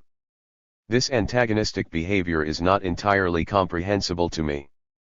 Perhaps the physician's habit of steering clear of his neurotic patients and listening so very casually to what they have to say allows him to lose sight of the possibility of deriving anything valuable from his patients' communications, and therefore, of making penetrating observations on them. I take this opportunity of promising you that I shall carry on little controversy in the course of my lectures, least of all with individual controversialists. I have never been able to convince myself of the truth of the saying that controversy is the father of all things. I believe that it comes down to us from the Greek sophist philosophy and errs as does the latter through the overvaluation of dialectics. To me, on the contrary, it seems as if the so-called scientific criticism were on the whole unfruitful, quite apart from the fact that it is almost always carried on in a most personal spirit. For my part, up to a few years ago, I could even boast that I had entered into a regular scientific dispute with only one scholar, Lohenfeld, of Munich. The end of this was that we became friends and have remained friends to this day. But I did not repeat this attempt for a long time, because I was not certain that the outcome would be the same.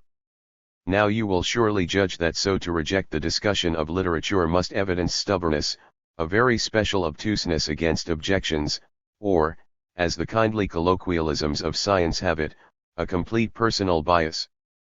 In answer, I would say that should you attain to a conviction by such hard labor, you would thereby derive a certain right to sustain it with some tenacity.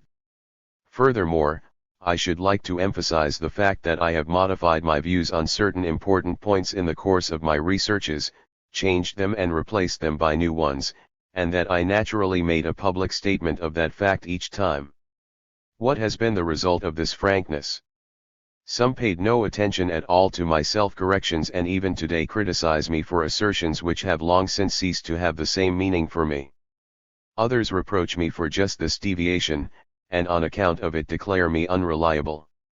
For is anyone who has changed his opinions several times still trustworthy? Is not his latest assertion, as well, open to error? At the same time, he who holds unswervingly to what he has once said, or cannot be made to give it up quickly enough, is called stubborn and biased. In the face of these contradictory criticisms, what else can one do but be himself and act according to his own dictates? That is what I have decided to do, and I will not allow myself to be restrained from modifying and adapting my theories as the progress of my experience demands. In the basic ideas I have hitherto found nothing to change, and I hope that such will continue to be the case. Now I shall present to you the psychoanalytic conception of neurotic manifestations. The natural thing for me to do is to connect them to the phenomena we have previously treated, for the sake of their analogy as well as their contrast. I will select as symptomatic an act of frequent occurrence in my office hour. Of course, the analyst cannot do much for those who seek him in his medical capacity, and lay the woes of a lifetime before him in 15 minutes. His deeper knowledge makes it difficult for him to deliver a snap decision as do other physicians. There is nothing wrong with you, and to give the advice, go to a watering place for a while. One of our colleagues, in answer to the question as to what he did with his office patients, said, shrugging his shoulders, that he simply finds them so many kronen for their mischief-making. So it will not surprise you to hear that even in the case of very busy analysts, the hours for consultation are not very crowded. I have had the ordinary door between my waiting room and my office doubled and strengthened by a covering of felt. The purpose of this little arrangement cannot be doubted. Now it happens over and over again that people who are admitted from my waiting room omit to close the door behind them. In fact, they almost always leave both doors open. As soon as I have noticed this, I insist rather gruffly that he or she go back in order to rectify the omission, even though it be an elegant gentleman or a lady in all her finery. This gives an impression of misapplied pedantry. I have, in fact, occasionally discredited myself by such a demand, since the individual concerned was one of those who cannot touch even a doorknob, and prefer as well to have their attendants spared this contact. But most frequently I was right, for he who conducts himself in this way, and leaves the door from the waiting room into the physician's consultation room open, belongs to the rabble and deserves to be received inhospitably. Do not, I beg you, defend him until you have heard what follows. For the fact is that this negligence of the patients only occurs when he has been alone in the waiting room and so leaves an empty room behind him, never when others, strangers, have been waiting with him. If that latter is the case, he knows very well that it is in his interest not to be listened to while he is talking to the physician, and never omits to close both the doors with care. This omission of the patients is so predetermined that it becomes neither accidental nor meaningless, indeed, not even unimportant, for, as we shall see, it throws light upon the relation of this patient to the physician. He is one of the great number of those who seek authority, who want to be dazzled, intimidated. Perhaps he had inquired by telephone as to what time he had best call. He had prepared himself to come on a crowd of suppliants somewhat like those in front of a branch milk station. He now enters an empty waiting room which is, moreover, most modestly furnished, and he is disappointed.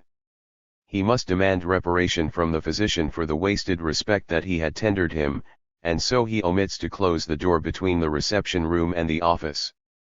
By this, he means to say to the physician, "Oh, well, there is no one here anyway, and probably no one will come as long as I am here."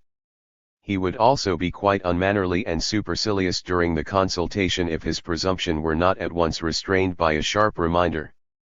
You will find nothing in the analysis of this little symptomatic act which was not previously known to you. That is to say, it asserts that this act is not accidental, but has a motive, a meaning, a purpose, that it has its assignable connections psychologically, and that it serves as a small indication of a more important psychological process. But above all it implies that the process thus intimated is not known to the consciousness of the individual in whom it takes place, for none of the patients who left the two doors open would have admitted that they meant by this omission to show me their contempt. Some could probably recall a slight sense of disappointment at entering an empty waiting room, but the connection between this impression and the symptomatic act which followed of these, his consciousness was surely not aware. Now let us place, side by side with this small analysis of a symptomatic act, an observation on a pathological case.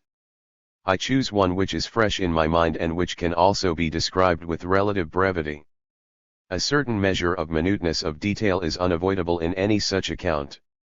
A young officer, home on a short leave of absence, asked me to see his mother-in-law who, in spite of the happiest circumstances, was embittering her own and her people's existence by a senseless idea. I am introduced to a well-preserved lady of 53 with pleasant, simple manners, who gives the following account without any hesitation. She is most happily married and lives in the country with her husband, who operates a large factory. She cannot say enough for the kind thoughtfulness of her husband. They had married for love 30 years ago, and since then there had never been a shadow, a quarrel, or cause for jealousy. Now, even though her two children are well married, the husband and father does not yet want to retire, from a feeling of duty. A year ago there happened the incredible thing, incomprehensible to herself as well. She gave complete credence to an anonymous letter which accused her excellent husband of having an affair with a young girl, and since then her happiness is destroyed. The more detailed circumstances were somewhat as follows: she had a chambermaid with whom she had perhaps too often discussed intimate matters. This girl pursued another young woman with positively malicious enmity because the latter had progressed so much further in life, despite the fact that she was of no better origin. Instead of going into domestic service, the girl had obtained a business training, had entered the factory, and in consequence of the short-handedness due to the drafting of the clerks into the army had advanced to a good position. She now lives in the factory itself, meets all the gentlemen socially, and is even addressed as Miss. The girl who had remained behind in life was of course ready to speak all possible evil of her one-time schoolmate. One day our patient and her chambermaid were talking of an old gentleman who had been visiting at the house, and of whom it was known that he did not live with his wife, but kept another woman as his mistress.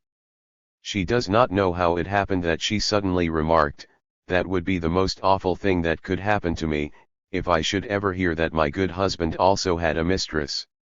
The next day she received an anonymous letter through the mail which, in a disguised handwriting, carried this very communication which she had conjured up. She concluded, it seems justifiably, that the letter was the handiwork of her malignant chambermaid, for the letter named as the husband's mistress the self-same woman whom the maid persecuted with her hatred. Our patient, in spite of the fact that she immediately saw through the intrigue and had seen enough in her town to know how little credence such cowardly denunciations deserve, was nevertheless at once prostrated by the letter.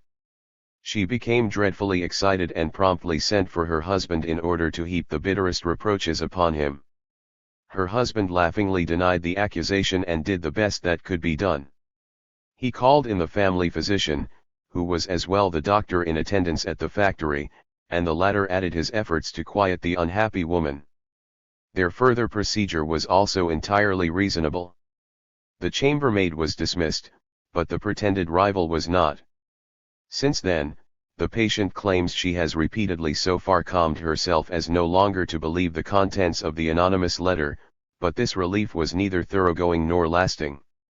It was enough to hear the name of the young lady spoken or to meet her on the street in order to precipitate a new attack of suspicion, pain, and reproach. This, now, is the case history of this good woman.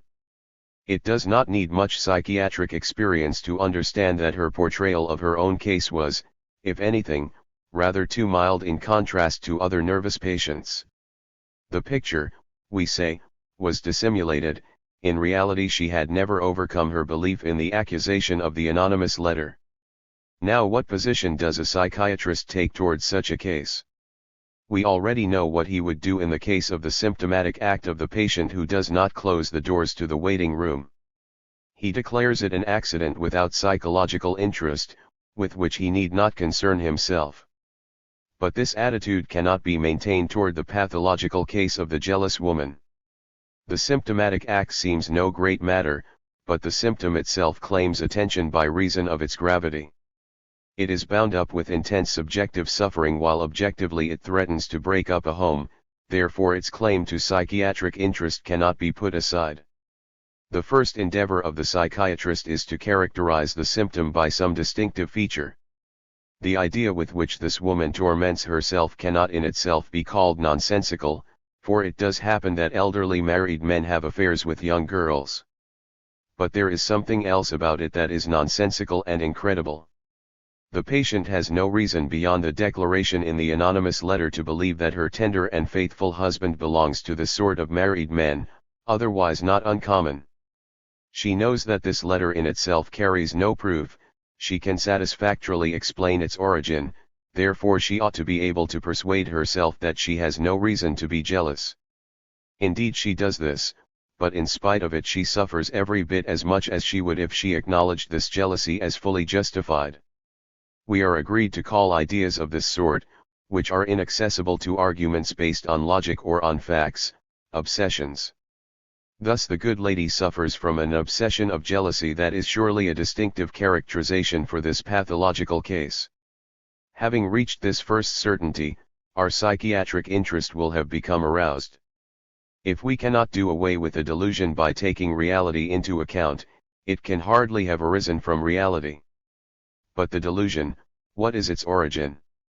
There are delusions of the most widely varied content. Why is it that in our case the content should be jealousy? In what types of persons are obsessions liable to occur, and, in particular, obsessions of jealousy? We would like to turn to the psychiatrist with such questions, but here he leaves us in the lurch. There is only one of our queries which he heeds.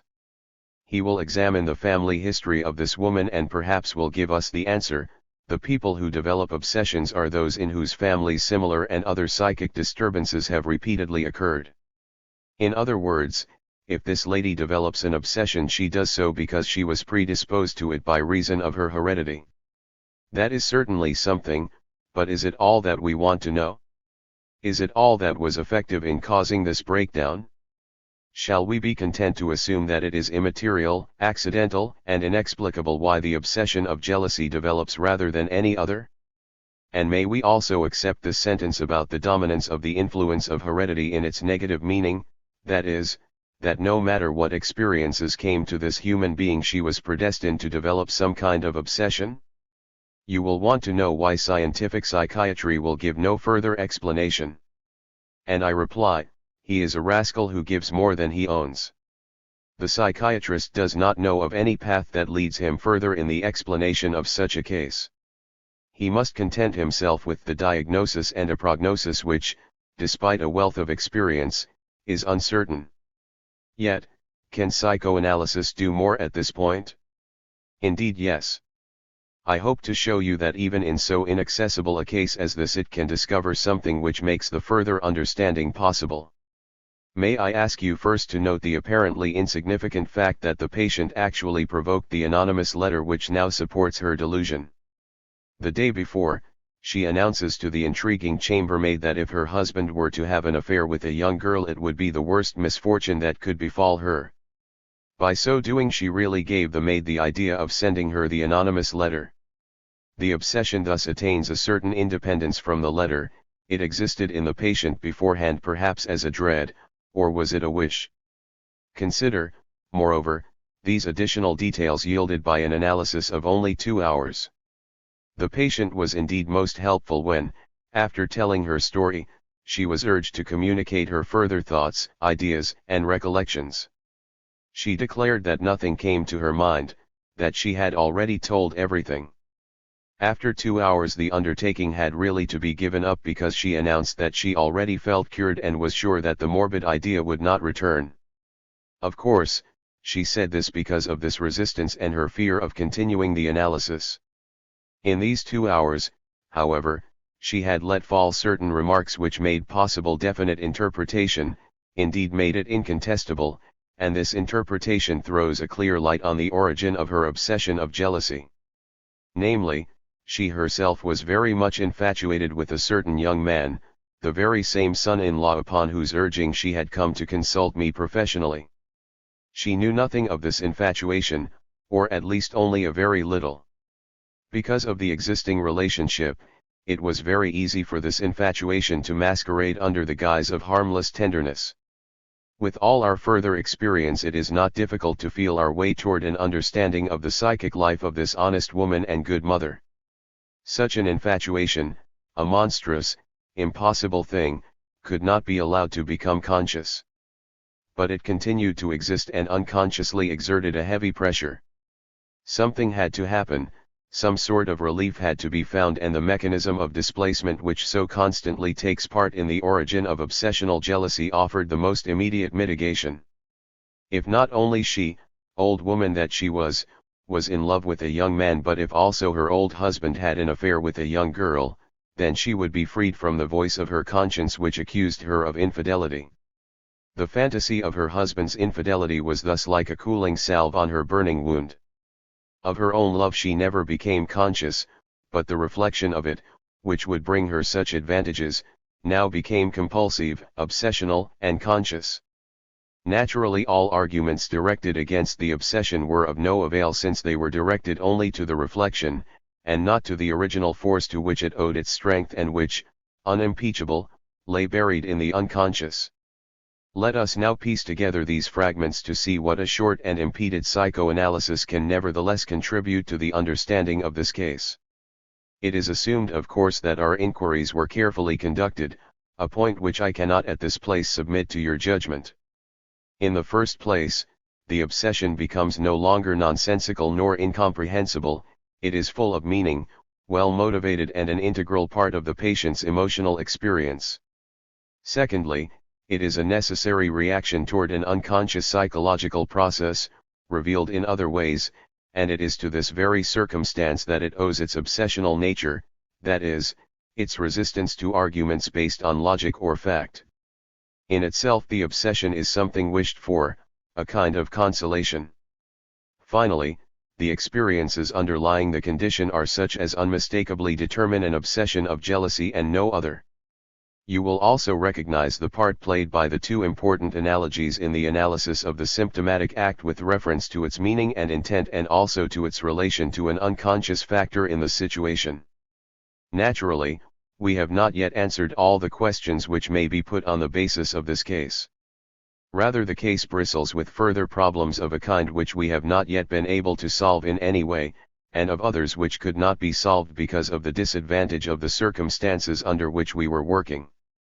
For example, why is this happily married woman open to an infatuation for her son-in-law, and why does the relief which could have been obtained in other ways come to her by way of this mirror image, this projection of her own condition upon her husband?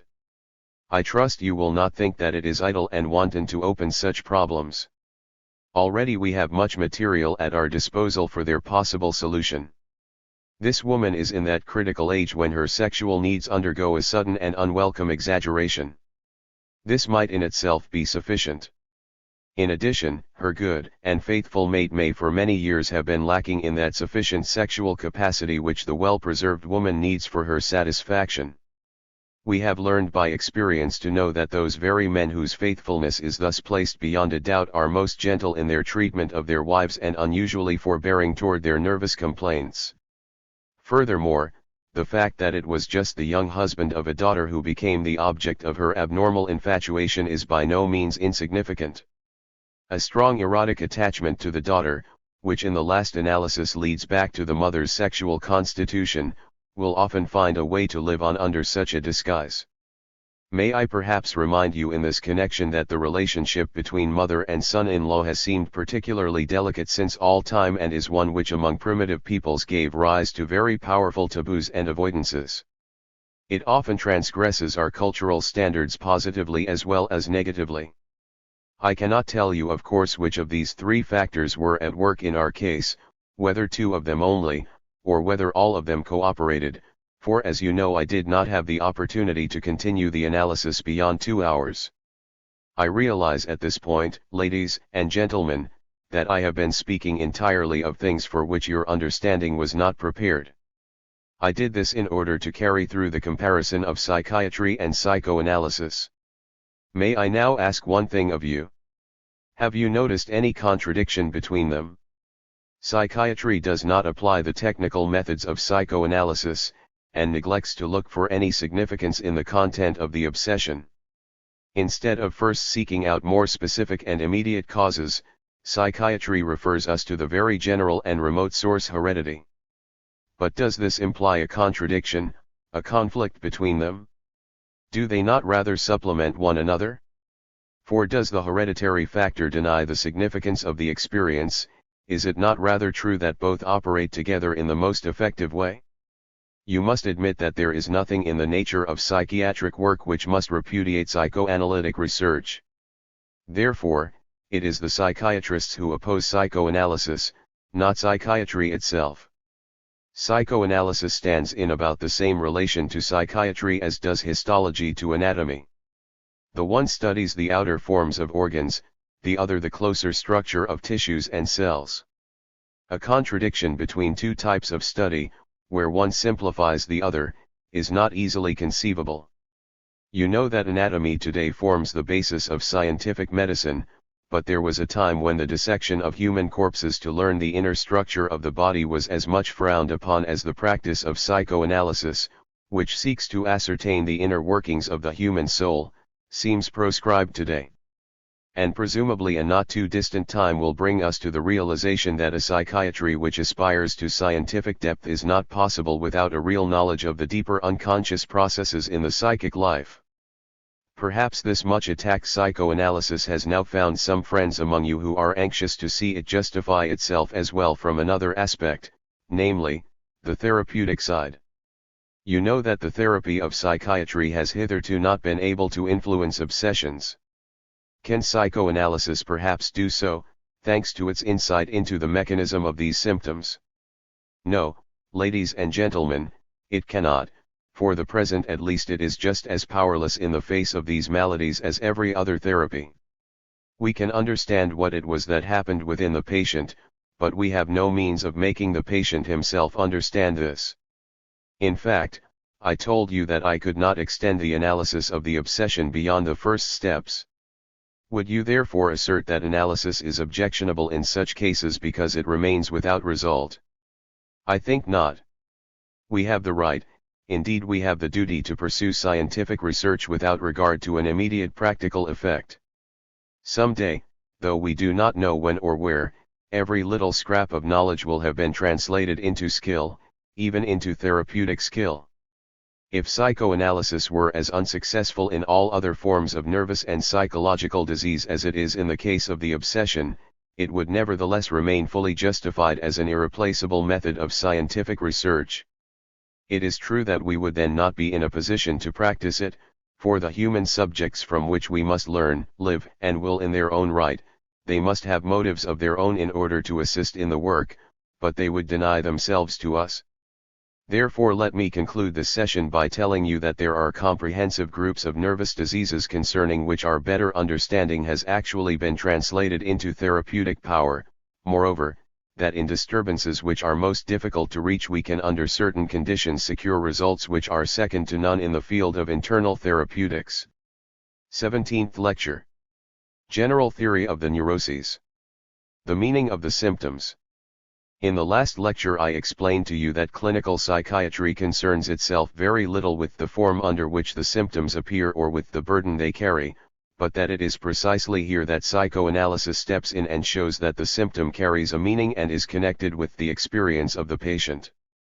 The meaning of neurotic symptoms was first discovered by J. Brewer in the study and felicitous cure of a case of hysteria which has since become famous, 1880-82. It is true that P. Janet independently reached the same result. Literary priority must in fact be accorded to the French scholar, since Brewer published his observations more than a decade later, 1893-95, during his period of collaboration with me. On the whole it may be of small importance to us who is responsible for this discovery, for you know that every discovery is made more than once, that none is made all at once, and that success is not meted out according to deserts. America is not named after Columbus. Before Brewer and Janet, the great psychiatrist Louret expressed the opinion that even for the deliria of the insane, if we only understood how to interpret them, a meaning could be found. I confess that for a considerable period of time I was willing to estimate very highly the credit due to P. Janet in the explanation of neurotic symptoms, because he saw in them the expression of subconscious ideas, idées inconscientes, with which the patients were obsessed. But since then Janet has expressed himself most conservatively, as though he wanted to confess that the term subconscious had been for him nothing more than a mode of speech, a shift, un facon de parler, by the use of which he had nothing definite in mind. I now no longer understand Janet's discussions, but I believe that he has needlessly deprived himself of high credit. The neurotic symptoms then have their meaning just like errors and the dream, and like these they are related to the lives of the persons in whom they appear. The importance of this insight into the nature of the symptom can best be brought home to you by way of examples. That it is borne out always and in all cases, I can only assert, not prove. He who gathers his own experience will be convinced of it. For certain reasons, however, I shall draw my instances not from hysteria, but from another fundamentally related and very curious neurosis concerning which I wish to say a few introductory words to you. This so-called compulsion neurosis is not so popular as the widely known hysteria. It is, if I may use the expression, not so noisily ostentatious, behaves more as a private concern of the patient, renounces bodily manifestations almost entirely and creates all its symptoms psychologically. Compulsion neurosis and hysteria are those forms of neurotic disease by the study of which psychoanalysis has been built up, and in whose treatment as well the therapy celebrates its triumphs. Of these the compulsion neurosis, which does not take that mysterious leap from the psychic to the physical, has through psychoanalytic research become more intimately comprehensible and transparent to us than hysteria, and we have come to understand that it reveals far more vividly certain extreme characteristics of the neuroses. The chief manifestations of compulsion neurosis are these: the patient is occupied by thoughts that in reality do not interest him, is moved by impulses that appear alien to him, and is impelled to actions which, to be sure, afford him no pleasure, but the performance of which he cannot possibly resist. The thoughts may be absurd in themselves or thoroughly indifferent to the individual. Often they are absolutely childish, and in all cases they are the result of strained thinking, which exhausts the patient, who surrenders himself to them most unwillingly. Against his will he is forced to brood and speculate as though it were a matter of life or death to him. The impulses, which the patient feels within himself, may also give a childish or ridiculous impression, but for the most part they bear the terrifying aspect of temptations to fearful crimes, so that the patient not only denies them, but flees from them in horror and protects himself from actual execution of his desires through inhibitory renunciations and restrictions upon his personal liberty. As a matter of fact he never, not a single time, carries any of these impulses into effect, the result is always that his evasion and precaution triumph. The patient really carries out only very harmless trivial acts, so-called compulsive acts, for the most part repetitions and ceremonious additions to the occupations of everyday life, through which its necessary performances going to bed, washing, dressing, walking become long-winded problems of almost insuperable difficulty. The abnormal ideas, impulses, and actions are in no wise equally potent in individual forms and cases of compulsion neurosis.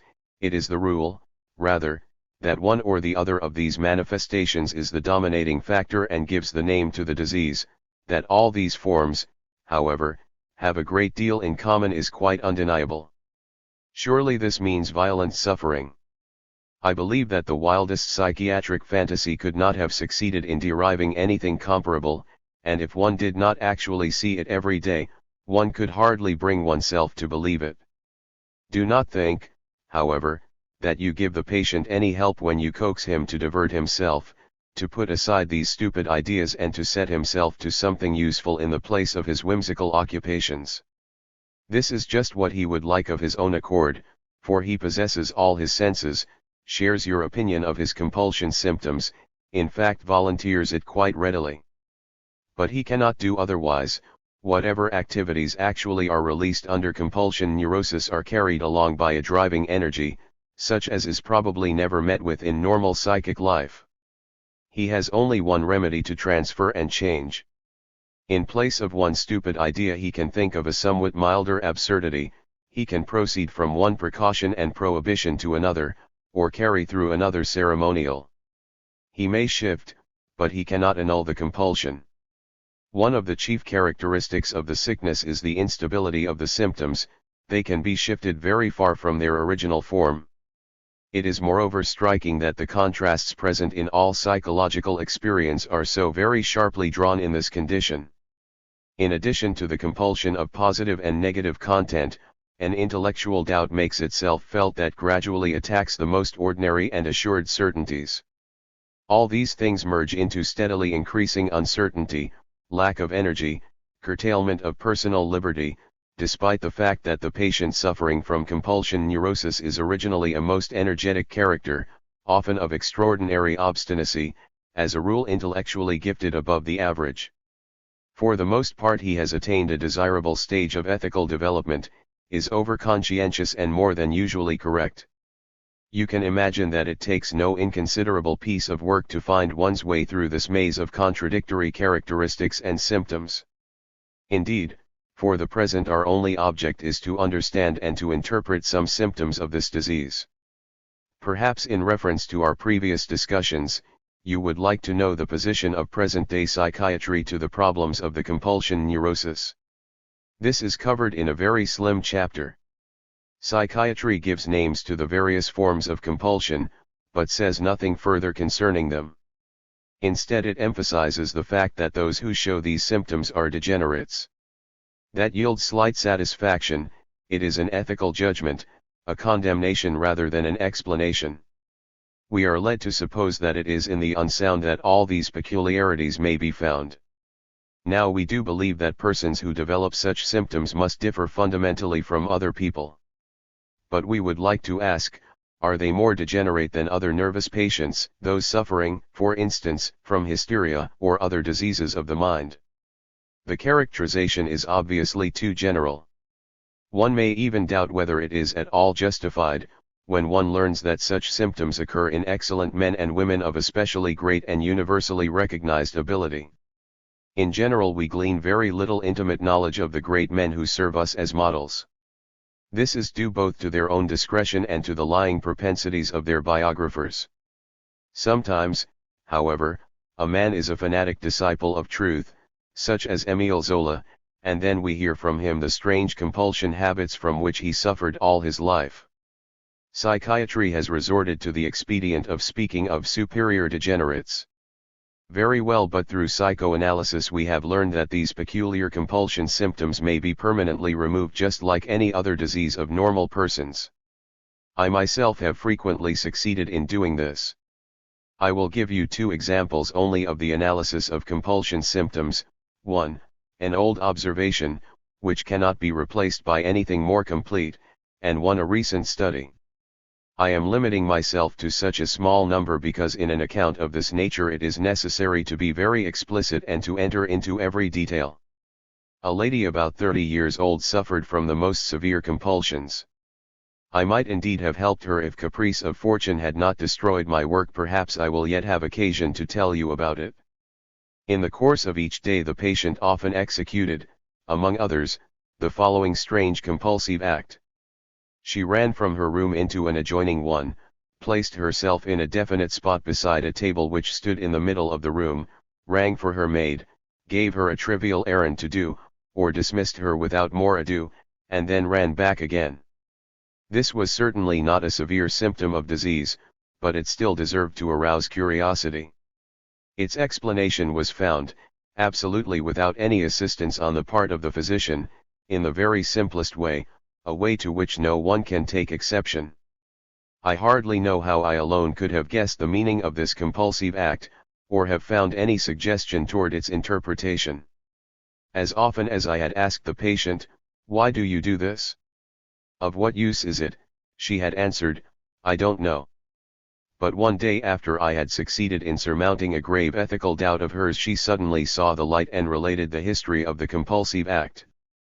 More than 10 years prior she had married a man far older than herself, who had proved impotent on the bridal night. Countless times during the night he had run from his room to hers to repeat the attempt, but each time without success.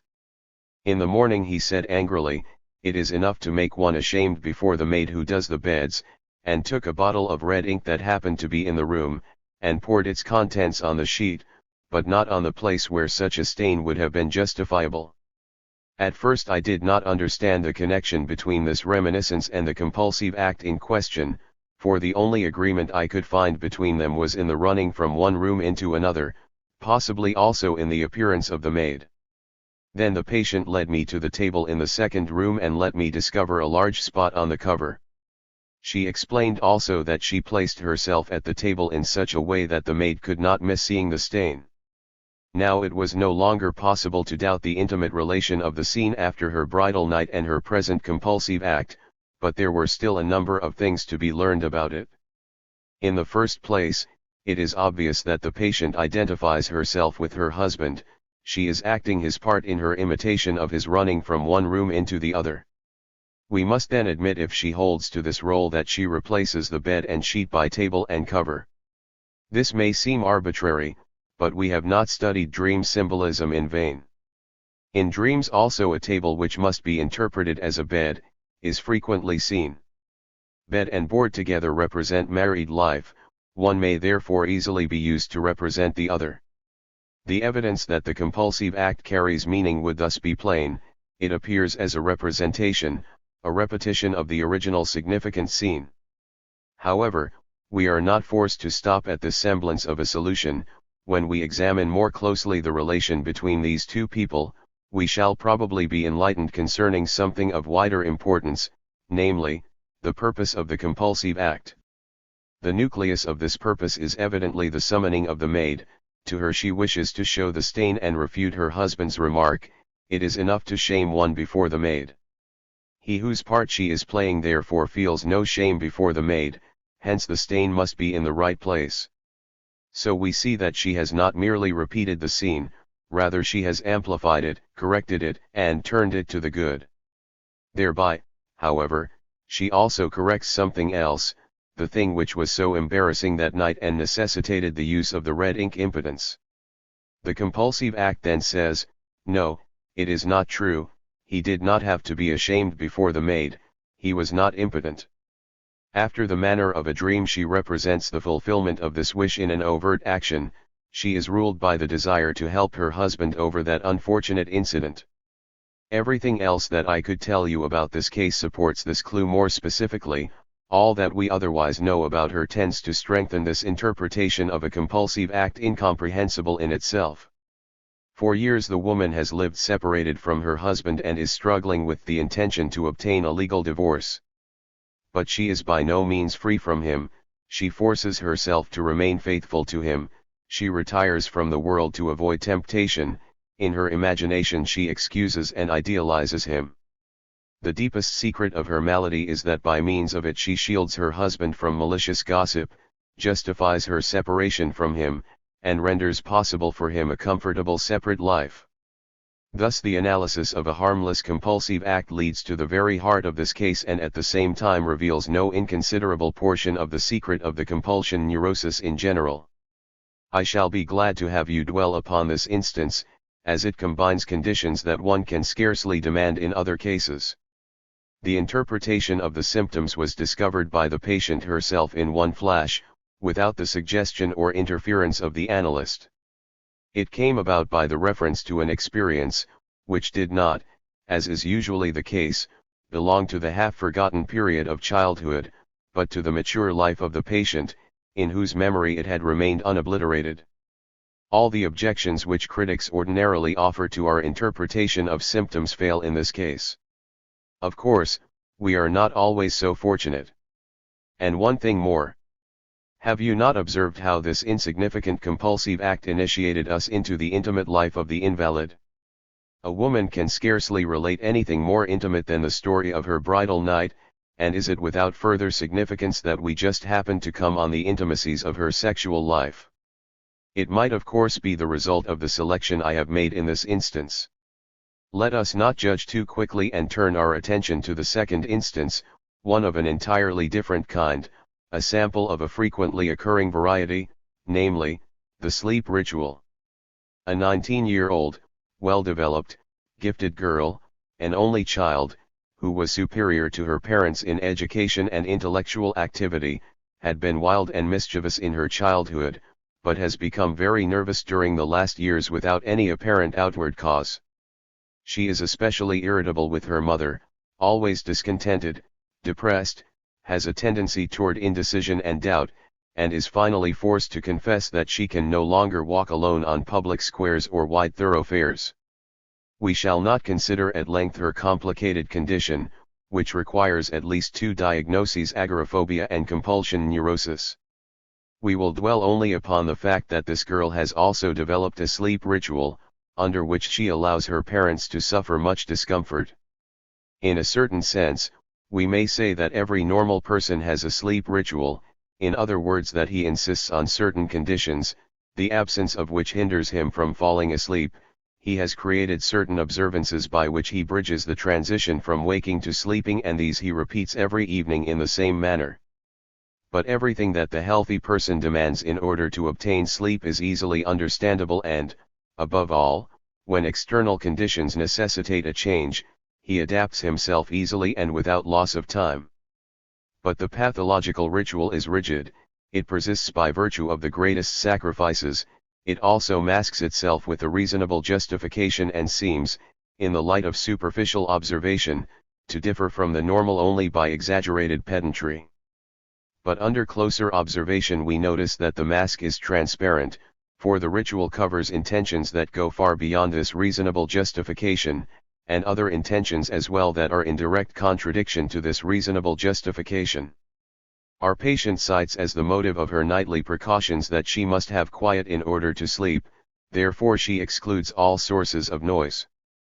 To accomplish this, she does two things: the large clock in her room is stopped, all other clocks are removed, not even the wristwatch on her night table is suffered to remain.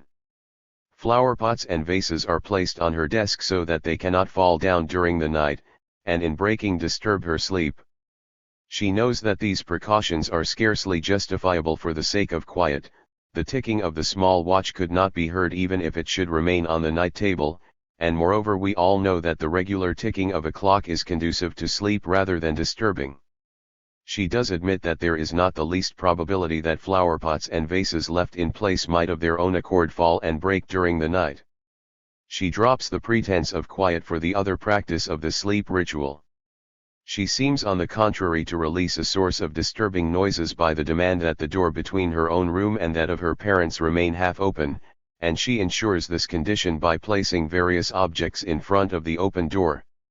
The most important observances concern the bed itself. The large pillow at the head of the bed may not touch the wooden back of the bed.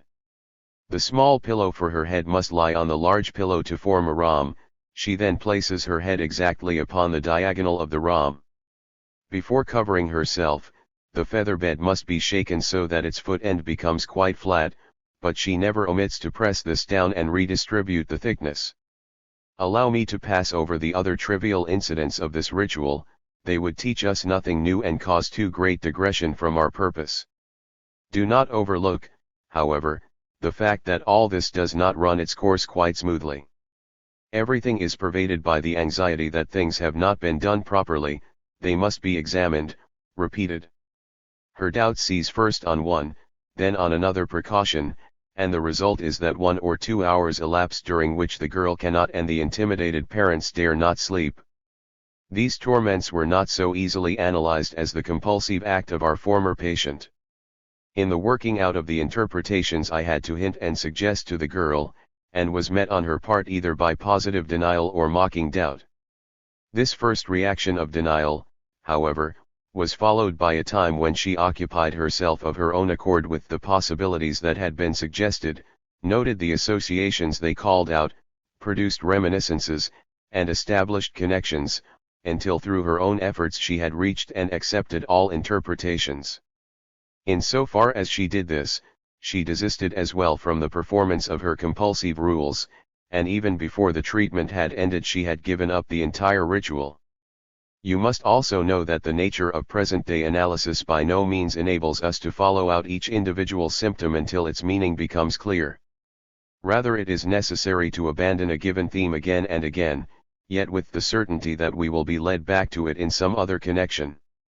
The interpretation of the symptoms in this case, which I am about to give you, is a synthesis of results, which, with the interruptions of other work, needed weeks and months for their compilation. Our patient gradually learns to understand that she has banished clocks and watches from her room during the night because the clock is the symbol of the female genital. The clock, which we have learned to interpret as a symbol for other things also, receives this role of the genital organ through its relation to periodic occurrences at equal intervals. A woman may for instance be found to boast that her menstruation is as regular as clockwork. The special fear of our patient, however, was that the ticking of the clock would disturb her in her sleep. The ticking of the clock may be compared to the throbbing of the clitoris during sexual excitement. Frequently she had actually been awakened by this painful sensation, and now this fear of an erection of the clitoris caused her to remove all ticking clocks during the night. Flower pots and vases are, as are all vessels, also female symbols. The precaution, therefore, that they should not fall and break at night, was not without meaning. We know the widespread custom of breaking a plate or dish when an engagement is celebrated. The fragment of which each guest possesses himself symbolizes his renunciation of his claim to the bride, a renunciation which we may assume as based on the monogamous marriage law. Furthermore, to this part of her ceremonial our patient adds a reminiscence and several associations. As a child she had slipped once and fallen with a bowl of glass or clay, had cut her finger, and bled violently. As she grew up and learned the facts of sexual intercourse, she developed the fear that she might not bleed during her bridal night and so not prove to be a virgin. Her precaution against the breaking of vases was a rejection of the entire virginity complex, including the bleeding connected with the first cohabitation. She rejected both the fear to bleed and the contradictory fear not to bleed. Indeed, her precautions had very little to do with the prevention of noise. One day she guessed the central idea of her ceremonial, when she suddenly understood her rule not to let the pillow come in contact with the bed. The pillows always had seemed a woman to her, the erect back of the bed a man. By means of magic, we may say, she wished to keep apart man and wife. It was her parents she wished to separate, so to prevent their marital intercourse. She had sought to attain the same end by more direct methods in earlier years, before the institution of her ceremonial. She had simulated fear or exploited a genuine timidity in order to keep open the door between the parents' bedroom and the nursery. This demand had been retained in her present ceremonial. Thus she had gained the opportunity of overhearing her parents, a proceeding which at one time subjected her to months of sleeplessness. Not content with this disturbance to her parents, she was at that time occasionally able to gain her point and sleep between father and mother in their very bed. Then pillow and wooden wall could really not come in contact. Finally, when she became so big that her presence between the parents could not longer be borne comfortably, she consciously simulated fear and actually succeeded in changing places with her mother and taking her place at her father's side. This situation was undoubtedly the starting point for the fantasies, whose after effects made themselves felt in her ritual. If a pillow represented a woman, then the shaking of the feather bed till all the feathers were lumped at one end, rounding it into a prominence, must have its meaning also. It meant the impregnation of the wife. The ceremonial, however, never failed to provide for the annulment of this pregnancy by the flattening down of the feathers. Indeed, for years our patient had feared that the intercourse between her parents might result in another child which would be her rival. Now, where the large pillow represents a woman, the mother, then the small pillow could be nothing but the daughter.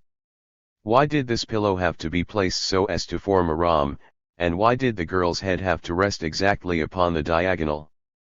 It was easy to remind the patient that the rhomb on all walls is the rune used to represent the open female genital.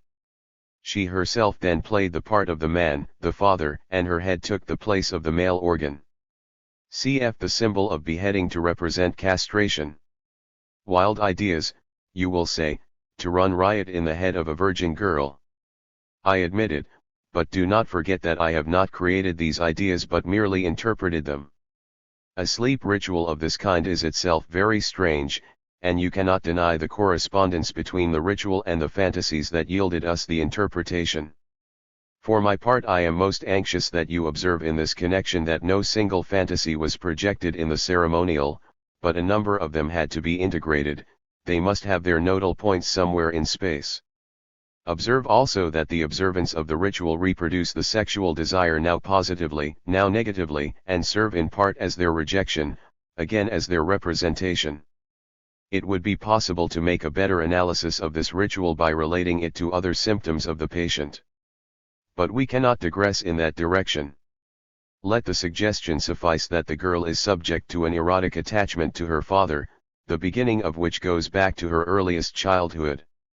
That perhaps is the reason for her unfriendly attitude toward her mother.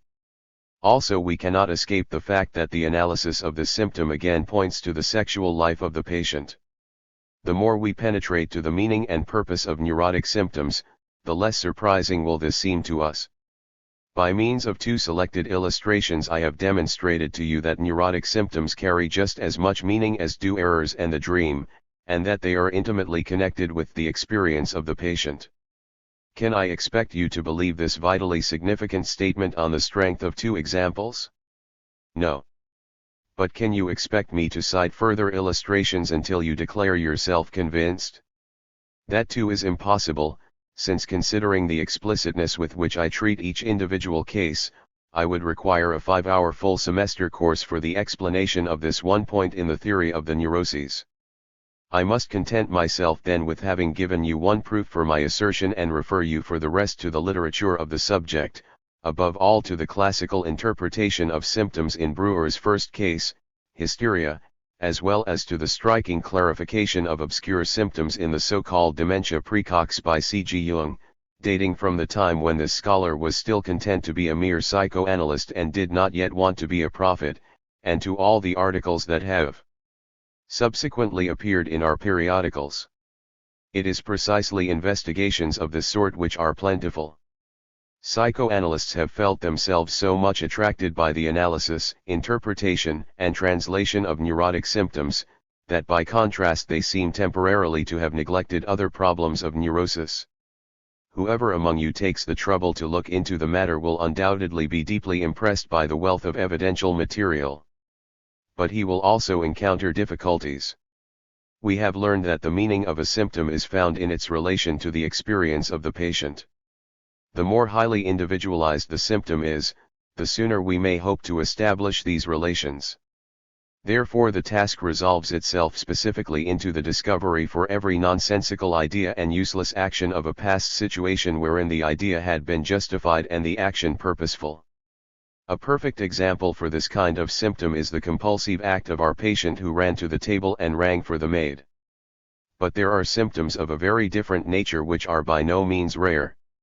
They must be called typical symptoms of the disease, for they are approximately alike in all cases, in which the individual differences disappear or shrivel to such an extent that it is difficult to connect them with the specific experiences of the patient and to relate them to the particular situations of his past. Let us again direct our attention to the compulsion neurosis. The sleep ritual of our second patient is already quite typical, but bears enough individual features to render possible what may be called an historic interpretation. But all compulsive patients tend to repeat, to isolate their actions from others and to subject them to a rhythmic sequence. Most of them wash too much. Agoraphobia, topophobia, fear of spaces, a malady which is no longer grouped with the compulsion neurosis, but is now called anxiety hysteria, invariably shows the same pathological picture. It repeats with exhausting monotony the same feature, the patient's fear of closed spaces, of large open squares, of long stretched streets and parkways, and their feeling of safety when acquaintances accompany them, when a carriage drives after them, etc. On this identical groundwork, however, the individual differences between the patients are superimposed moods, one might almost call them, which are sharply contrasted in the various cases. The one fears only narrow streets, the other only wide ones. The one can go out walking only when there are few people abroad, the other when there are many. Hysteria also, aside from its wealth of individual features, has a superfluity of common typical symptoms that appear to resist any facile historical methods of tracing them. But do not let us forget that it is by these typical symptoms that we get our bearings in reaching a diagnosis. When, in one case of hysteria, we have finally traced back a typical symptom to an experience or a series of similar experiences, for instance followed back an hysterical vomiting to its origin in a succession of disgust impressions, another case of vomiting will confuse us by revealing an entirely different chain of experiences, seemingly just as effective. It seems almost as though hysterical patients must vomit for some reason as yet unknown, and that the historic factors, revealed by analysis, are chance pretexts, seized on as opportunity best offered to serve the purposes of a deeper need. Thus we soon reach the discouraging conclusion that although we can satisfactorily explain the individual neurotic symptom by relating it to an experience, our science fails us when it comes to the typical symptoms that occur far more frequently. In addition, remember that I am not going into all the detailed difficulties which come up in the course of resolutely hunting down an historic interpretation of the symptom. I have no intention of doing this, for though I want to keep nothing from you, and so paint everything in its true colors, I still do not wish to confuse and discourage you at the very outset of our studies. It is true that we have only begun to understand the interpretation of symptoms, but we wish to hold fast to the results we have achieved, and struggle forward step by step toward the mastery of the still unintelligible data. I therefore try to cheer you with the thought that a fundamental between the two kinds of symptoms can scarcely be assumed. Since the individual symptoms are so obviously dependent upon the experience of the patient, there is a possibility that the typical symptoms revert to an experience that is in itself typical and common to all humanity. Other regularly recurring features of neurosis, such as the repetition and doubt of the compulsion neurosis, may be universal reactions which are forced upon the patient by the very nature of the abnormal change. In short, we have no reason to be prematurely discouraged. We shall see what our further results will yield. We meet a very similar difficulty in the theory of dreams, which in our previous discussion of the dream I could not go into. The manifest content of dreams is most profuse and individually varied, and I have shown very explicitly what analysis may glean from this content. But side by side with these dreams there are others which may also be termed typical and which occur similarly in all people. These are dreams of identical content which offer the same difficulties for their interpretation as the typical symptom. They are the dreams of falling, flying, floating, swimming, of being hemmed in, of nakedness, and various other anxiety dreams that yield first one and then another interpretation for the different patients, without resulting in an explanation of their monotonous and typical recurrence. In the matter of these dreams also, we see a fundamental groundwork enriched by individual additions. Probably they as well can be fitted into the theory of dream life, built up on the basis of other dreams, not however by straining the point, but by the gradual broadening of our views. 18th Lecture. General Theory of the Neuroses. Traumatic Fixation, the Unconscious. I said last time that we would not continue our work from the standpoint of our doubts, but on the basis of our results. We have not even touched upon two of the most interesting conclusions, derived equally from the same two sample analyses. In the first place, both patients give us the impression of being fixated upon some very definite part of their past, they are unable to free themselves therefrom, and have therefore come to be completely estranged both from the present and the future. They are now isolated in their ailment, just as in earlier days people withdrew into monasteries there to carry along the burden of their unhappy fates. In the case of the first patient, it is her marriage with her husband, really abandoned, that has determined her lot.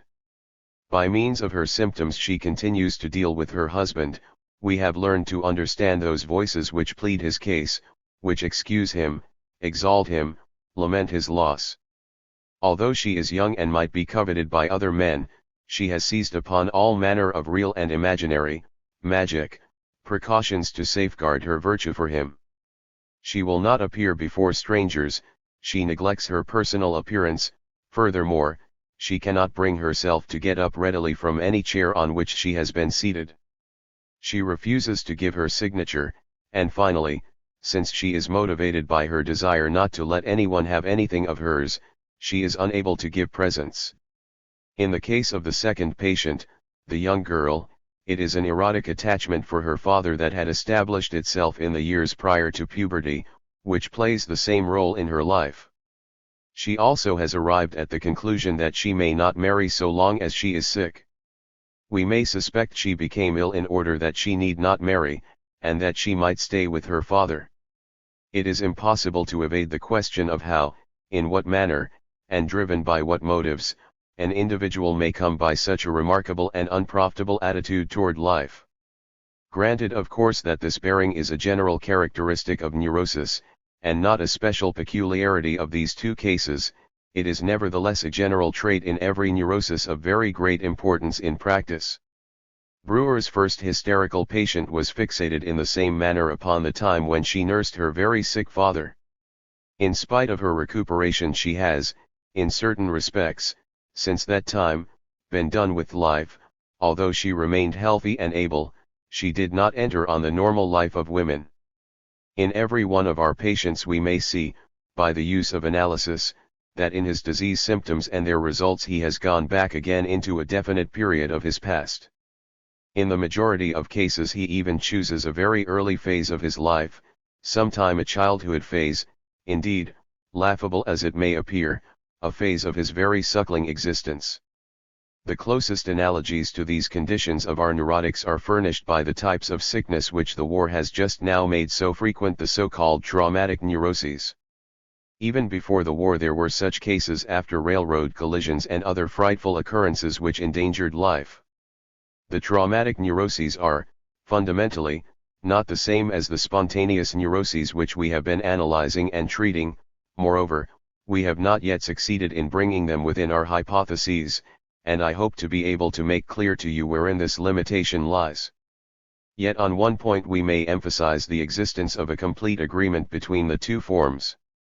The traumatic neuroses show clear indications that they are grounded in a fixation upon the moment of the traumatic disaster.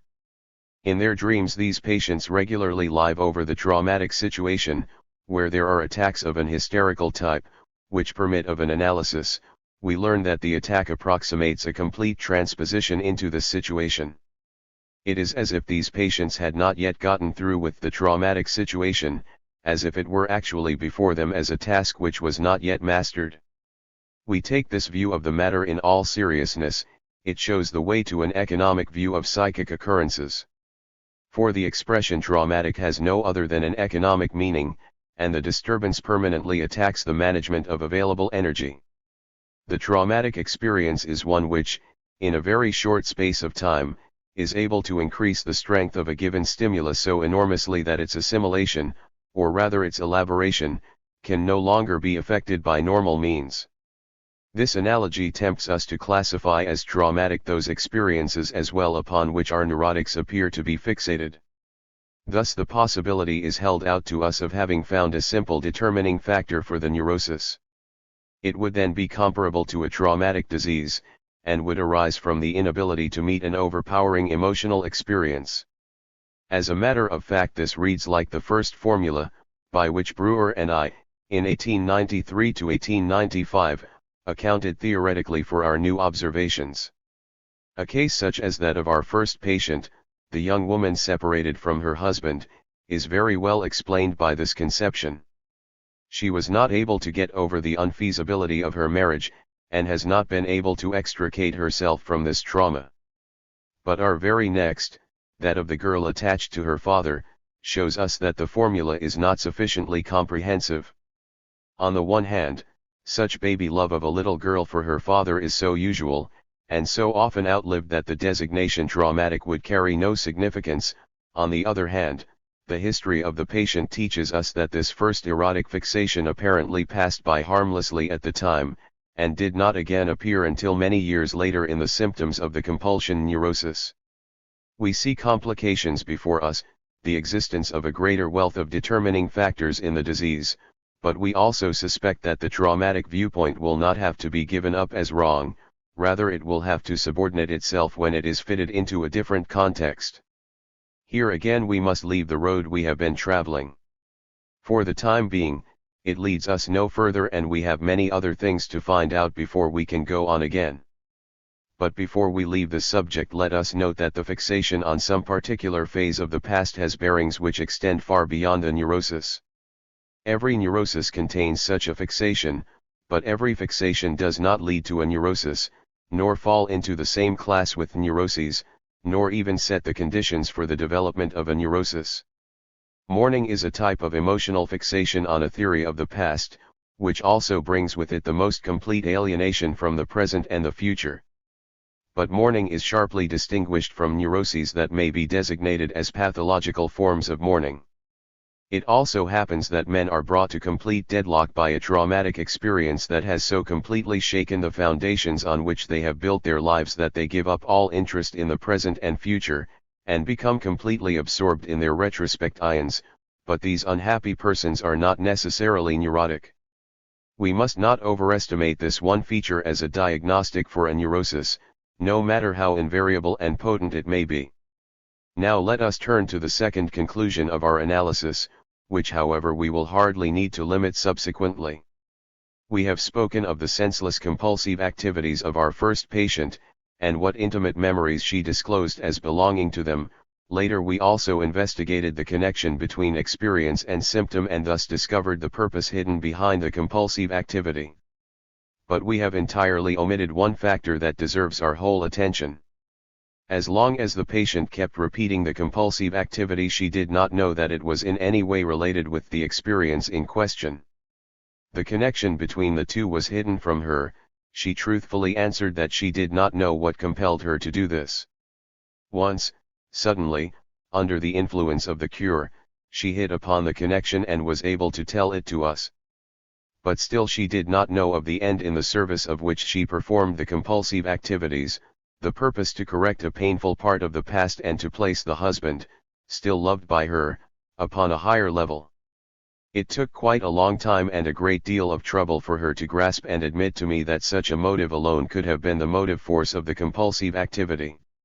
The relation between the scene after the unhappy bridal night and the tender motive of the patient yield what we have called the meaning of the compulsive activity. But both the whence and the why remained hidden from her as long as she continued to carry out the compulsive act. Psychological processes had been going on within her for which the compulsive act found an expression.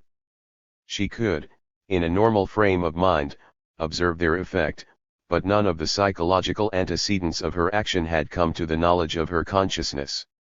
She had acted in just the same manner as a hypnotized person to whom Bernheim had given the injunction that 5 minutes after his awakening in the ward he was to open an umbrella, and he had carried out this order on awakening, but could give no motive for his so doing. We have exactly such facts in mind when we speak of the existence of unconscious psychological processes. Let anyone in the world account for these facts in a more correct scientific manner, and we will gladly withdraw completely our assumption of unconscious psychological processes. Until then, however, we shall continue to use this assumption, and when anyone wants to bring forward the objection that the unconscious can have no reality for science and is a mere makeshift, unfecund parlor, we must simply shrug our shoulders and reject his incomprehensible statement resignedly. A strange unreality which can call out such real and palpable effects as a compulsion symptom. In our second patient we meet with fundamentally the same thing. She had created a decree which she must follow: the pillow must not touch the head of the bed, yet she does not know how it originated, what its meaning is, nor to what motive it owes the source of its power. It is immaterial whether she looks upon it with indifference or struggles against it, storms against it, determines to overcome it. She must nevertheless follow it and carry out its ordinance, though she asks herself, in vain, why? One must admit that these symptoms of compulsion neurosis offer the clearest evidence for a special sphere of psychological activity, cut off from the rest. What else could be back of these images and impulses, which appear from one knows not where, which have such great resistance to all the influences of an otherwise normal psychic life, which give the patient himself the impression that here are superpowerful guests from another world, immortals mixing in the affairs of mortals? Neurotic symptoms lead unmistakably to a conviction of the existence of an unconscious psychology, and for that very reason clinical psychiatry, which recognizes only a conscious psychology, has no explanation other than that they are present as indications of a particular kind of degeneration. To be sure, the compulsive images and impulses are not themselves unconscious, no more so than the carrying out of the compulsive acts escapes conscious observation. They would not have been symptoms had they not penetrated through into consciousness. But their psychological antecedents as disclosed by the analysis, the associations into which we place them by our interpretations, are unconscious, at least until we have made them known to the patient during the course of the analysis. Consider now, in addition, that the facts established in our two cases are confirmed in all the symptoms of all neurotic diseases, that always and everywhere the meaning of the symptoms is unknown to the sufferer, that analysis shows without fail that these symptoms are derivatives of unconscious experiences which can, under various favorable conditions, become conscious. You will understand then that in psychoanalysis we cannot do without this unconscious psyche, and are accustomed to deal with it as with something tangible. Perhaps you will also be able to understand how those who know the unconscious only as an idea, who have never analyzed, never interpreted dreams, or never translated neurotic symptoms into meaning and purpose, are most ill-suited to pass an opinion on this subject. Let us express our point of view once more. Our ability to give meaning to neurotic symptoms by means of analytic interpretation is an irrefutable indication of the existence of unconscious psychological processes, or, if you prefer, an irrefutable proof of the necessity for their assumption. But that is not all. Thanks to a second discovery of Breuer's, for which he alone deserves credit and which appears to me to be even more far-reaching, we are able to learn still more concerning the relationship between the unconscious and the neurotic symptom. Not alone is the meaning of the symptoms invariably hidden in the unconscious, but the very existence of the symptom is conditioned by its relation to this unconscious. You will soon understand me. With Breuer I maintain the following: every time we hit upon a symptom we may conclude that the patient cherishes definite unconscious experiences which withhold the meaning of the symptoms. Vice versa, in order that the symptoms may come into being, it is also essential that this meaning be unconscious. Symptoms are not built up out of conscious experiences. As soon as the unconscious processes in question become conscious, the symptom disappears. You will at once recognize here the approach to our therapy, a way to make symptoms disappear. It was by these means that Breuer actually achieved the recovery of his patient, that is, freed her of her symptoms, he found a technique for bringing into her consciousness the unconscious experiences that carried the meaning of her symptoms, and the symptoms disappeared. This discovery of Breuer's was not the result of a speculation, but of a felicitous observation made possible by the cooperation of the patient. You should therefore not trouble yourself to find things you already know to which you can compare these occurrences, rather you should recognize herein a new fundamental fact which in itself is capable of much wider application. Toward this further end permit me to go over this ground again in a different way. The symptom develops as a substitution for something else that has remained suppressed. Certain psychological experiences should normally have become so far elaborated that consciousness would have attained knowledge of them. This did not take place, however, but out of these interrupted and disturbed processes, imprisoned in the unconscious, the symptom arose. That is to say, something in the nature of an interchange had been effected, as often as therapeutic measures are successful in again reversing this transposition. Psychoanalytic therapy solves the problem of the neurotic symptom. Accordingly, Breuer's discovery still remains the foundation of psychoanalytic therapy. The assertion that the symptoms disappear when one has made their unconscious connections conscious, has been borne out by all subsequent research, although the most extraordinary and unexpected complications have been met with in its practical execution. Our therapy does its work by means of changing the unconscious into the conscious, and is effective only insofar as it has the opportunity of bringing about this transformation. Now we shall make a hasty digression so that you do not by any chance imagine that this therapeutic work is too easy. From all we have learned so far, the neurosis would appear as the result of a sort of ignorance, the incognizance of psychological processes that we should know of. We would thus very closely approximate the well-known Socratic teachings, according to which evil itself is the result of ignorance. Now the experienced physician will, as a rule, discover fairly readily what psychic impulses in his several patients have remained unconscious. Accordingly it would seem easy for him to cure the patient by imparting this knowledge to him and freeing him of his ignorance. At least the part played by the unconscious meaning of the symptoms could easily be discovered in this manner, and it would only be in dealing with the relationship of the symptoms to the experiences of the patient that the physician would be handicapped.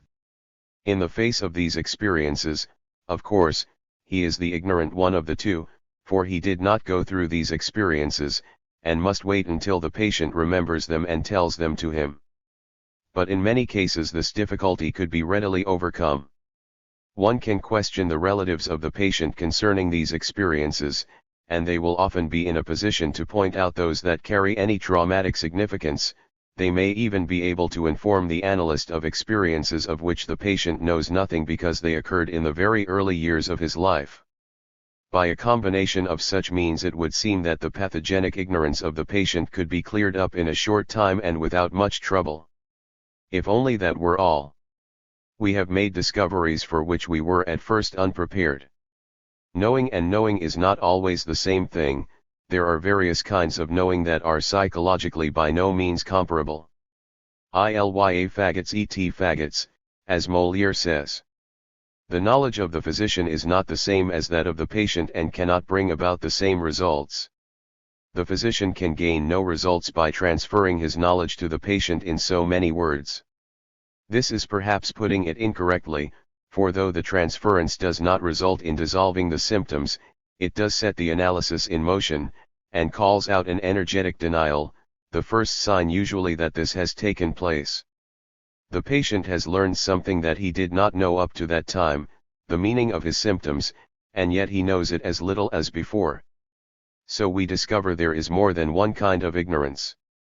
It will require a deepening of our psychological insight to make clear to us wherein the difference lies. But our assertion nevertheless remains true that the symptoms disappear with the knowledge of their meaning.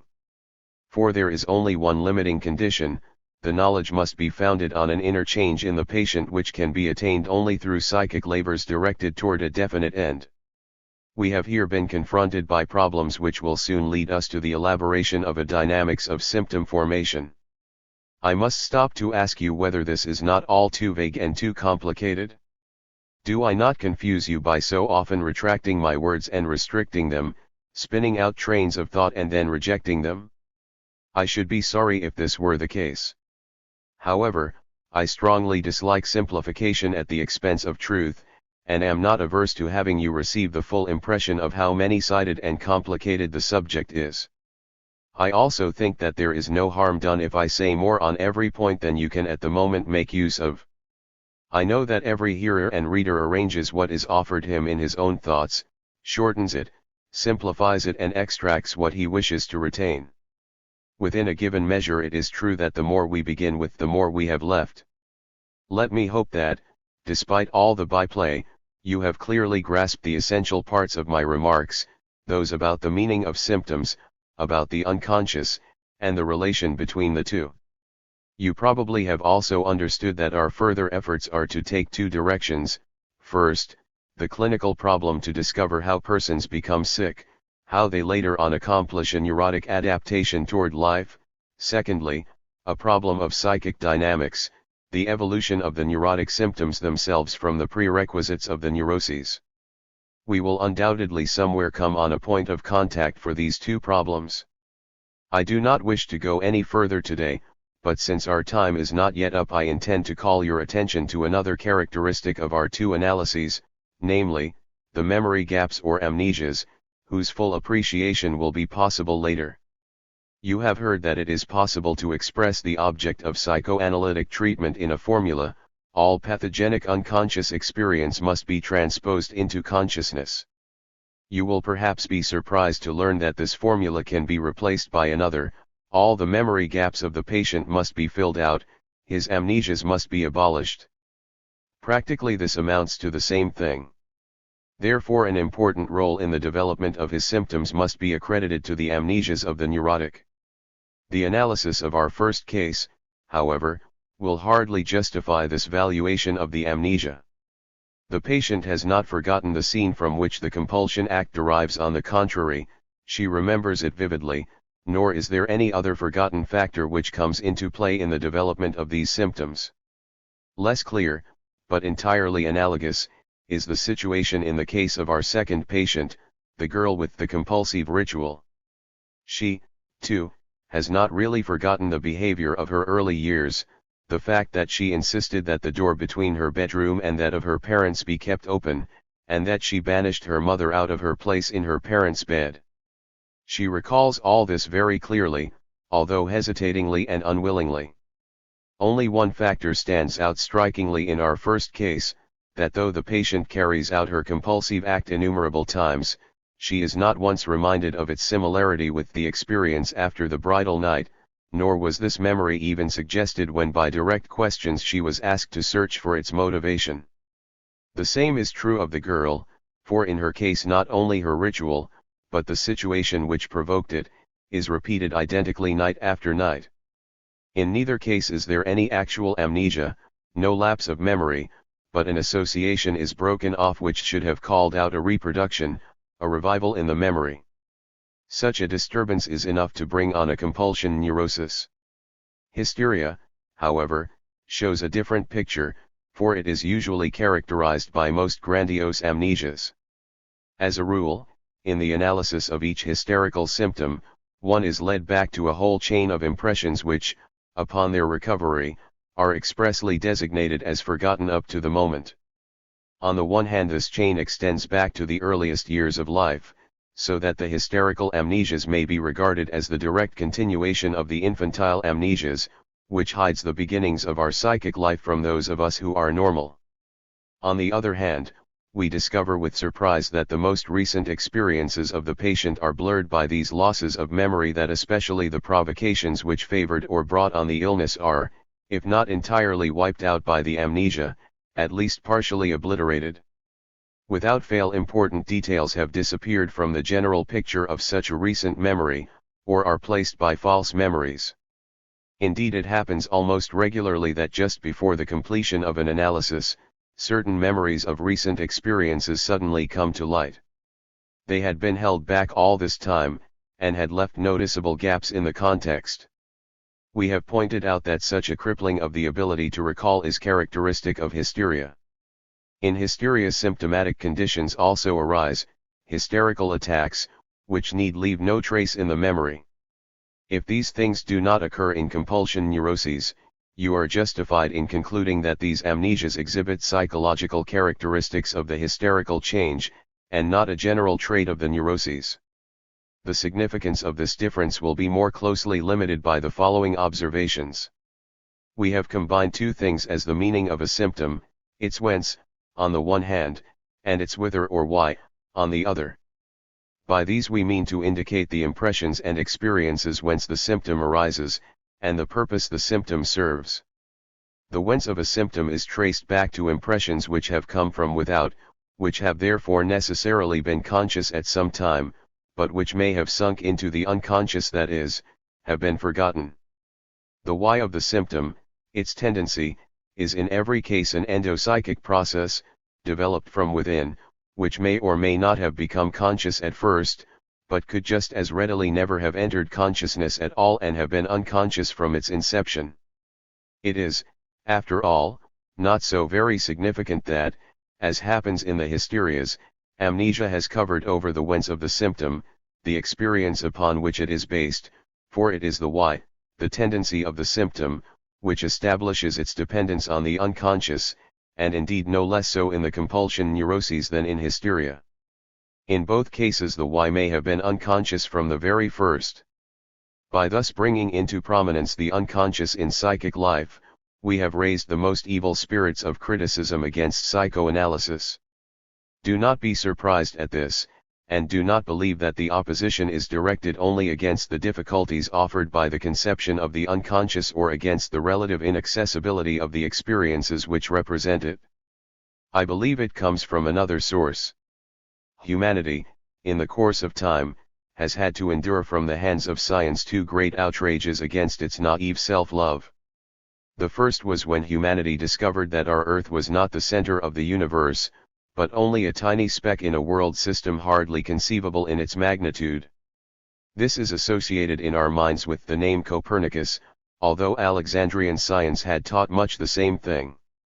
The second occurred when biological research robbed man of his apparent superiority under special creation, and rebuked him with his descent from the animal kingdom, and his ineradicable animal nature. This revaluation, under the influence of Charles Darwin, Wallace, and their predecessors, was not accomplished without the most violent opposition of their contemporaries. But the third and most irritating insult is flung at the human mania of greatness by present-day psychological research, which wants to prove to the eye that it is not even master in its own home, but is dependent upon the most scanty information concerning all that goes on unconsciously in its psychic life.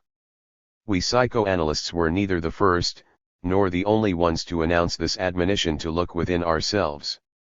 It appears that we are fated to represent it most insistently and to confirm it by means of empirical data which are of importance to every single person. This is the reason for the widespread revolt against our science, the omission of all considerations of academic urbanity, and emancipation of the opposition from all restraints of impartial logic. We were compelled to disturb the peace of the world, in addition, in another manner, of which you will soon come to know. 19th Lecture. General Theory of the Neuroses. Resistance and Suppression. In order to progress in our understanding of the neuroses, we need new experiences, and we are about to obtain two. Both are very remarkable and were at the time of their discovery, very surprising. You are, of course, prepared for both from our discussions of the past semester. In the first place, when we undertake to cure a patient, to free him from the symptoms of his malady, he confronts us with a vigorous, tenacious resistance that lasts during the whole time of the treatment. That is so peculiar a fact that we cannot expect much credence for it. The best thing is not to mention this fact to the patient's relatives, for they never think of it otherwise than as a subterfuge on our part in order to excuse the length or the failure of our treatment. The patient, moreover, produces all the phenomena of this resistance without even recognizing it as such. It is always a great advance to have brought him to the point of understanding this conception and reckoning with it. Just consider, this patient suffers from his symptoms and causes those about him to suffer with him. He is willing, moreover, to take upon himself so many sacrifices of time, money, effort, and self-denial in order to be freed. And yet he struggles, in the very interests of his malady, against one who would help him. How improbable this assertion must sound! And yet it is so, and if we are reproached with its improbability, we need only answer that this fact is not without its analogies. Whoever goes to a dentist with an unbearable toothache may very well find himself thrusting away the dentist's arm when the man makes for his sick tooth with a pair of pincers. The resistance which the patient shows is highly varied, exceedingly subtle, often difficult to recognize, protean-like in its manifold changes of form. It means that the doctor must become suspicious and be constantly on his guard against the patient.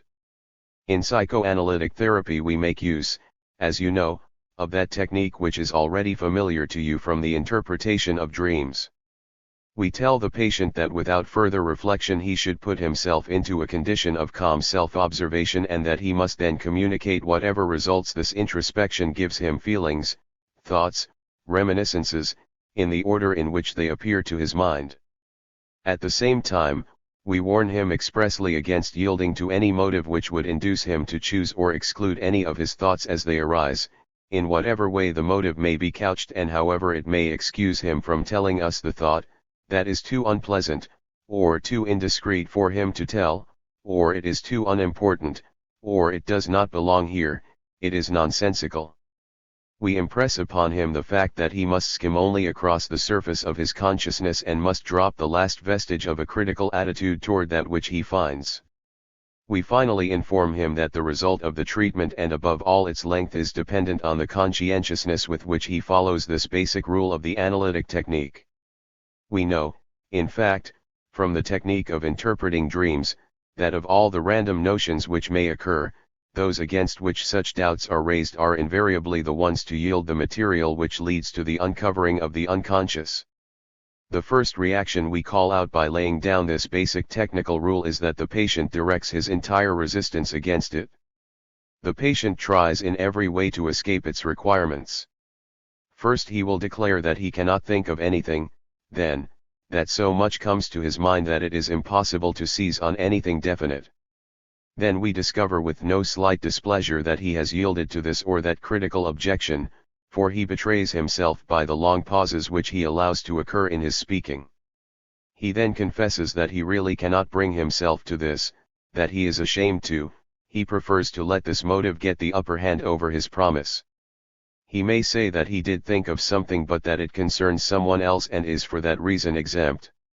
Or he says that what he just thought of is really too trivial, too stupid, and too foolish. I surely could not have meant that he should take such thoughts into account. Thus it goes on, with untold variations, in the face of which we continually reiterate that telling everything really means telling everything. One can scarcely find a patient who does not make the attempt to reserve some province for himself against the intrusion of the analysis.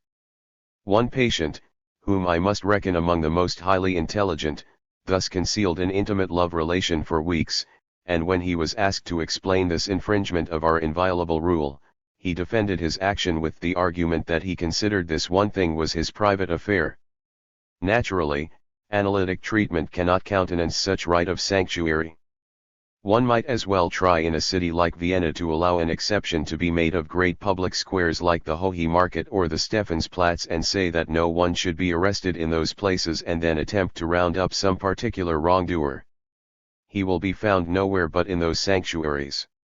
I once brought myself around to permit such an exception in the case of a man on whose capacity for work a great deal depended, and who was bound by his oath of service, which forbade him to tell anyone of certain things. To be sure, he was satisfied with the results but not I. I resolved never to repeat such an attempt under these conditions. Compulsion neurotics are exceedingly adept at making this technical rule almost useless by bringing to bear all their over-conscientiousness and their doubts upon it. Patients suffering from anxiety hysteria sometimes succeed in reducing it to absurdity by producing only notions so remote from the thing sought for that analysis is quite unprofitable. But it is not my intention to go into the way in which these technical difficulties may be met. It is enough to know that finally, by means of resolution and perseverance, we do succeed in wresting a certain amount of obedience from the patient toward this basic rule of the technique. The resistance then makes itself felt in other ways. It appears in the form of an intellectual resistance, battles by means of arguments, and makes use of all difficulties and improbabilities which a normal yet uninstructed thinking is bound to find in the theory of analysis. Then we hear from one voice alone the same criticisms and objections which thunder about us in mighty chorus in the scientific literature. Therefore the critics who shout to us from outside cannot tell us anything new. It is a veritable tempest in a teapot. Still the patient can be argued with. He is anxious to persuade us to instruct him, to teach him, to lead him to the literature, so that he may continue working things out for himself. He is very ready to become an adherent of psychoanalysis on condition that analysis spare him personally. But we recognize this curiosity as a resistance, as a diversion from our special objects, and we meet it accordingly. In those patients who suffer from compulsion neuroses, we must expect the resistance to display special tactics. They frequently allow the analysis to take its way, so that it may succeed in throwing more and more light on the problems of the case, but we finally begin to wonder how it is that this clearing up brings with it no practical progress, no diminution of the symptom. Then we may discover that the resistance has entrenched itself in the doubts of the compulsion neurosis itself, and in this position is able successfully to resist our efforts. The patient has said something like this to himself: "This is all very nice and interesting, and I would be glad to continue it. It would affect my malady considerably if it were true. But I don't believe that it is true, and as long as I don't believe it, it has nothing to do with my sickness." And so it may go on for a long time until one finally has shaken this position itself. It is then that the decisive battle takes place. The intellectual resistances are not the worst, one can always get ahead of them. But the patient can also put up resistances, within the limits of the analysis, whose conquest belongs to the most difficult tasks of our technique. Instead of recalling, he actually goes again through the attitudes and emotions of his previous life, which, by means of the so-called transference, can be utilized as resistances to the physician and the treatment. If the patient is a man, he takes this material as a rule from his relations to his father, in whose place he now puts the physician, and in so doing constructs a resistance out of his struggle for independence of person and opinion, out of his ambition to equal or to excel his father, out of his unwillingness to assume the burden of gratitude a second time in his life. For long times at a stretch one receives the impression that the patient desires to put the physician in the wrong and to let him feel his helplessness by triumphing over him, and that this desire has completely replaced his better intention of making an end to his sickness. Women are adepts at exploiting, for the purposes of the resistance, a tender, erotically tinged transference to the physician. When this leaning attains a certain intensity, all interest for the actual situation of the treatment is lost, together with every sense of the responsibility which was assumed by undertaking it.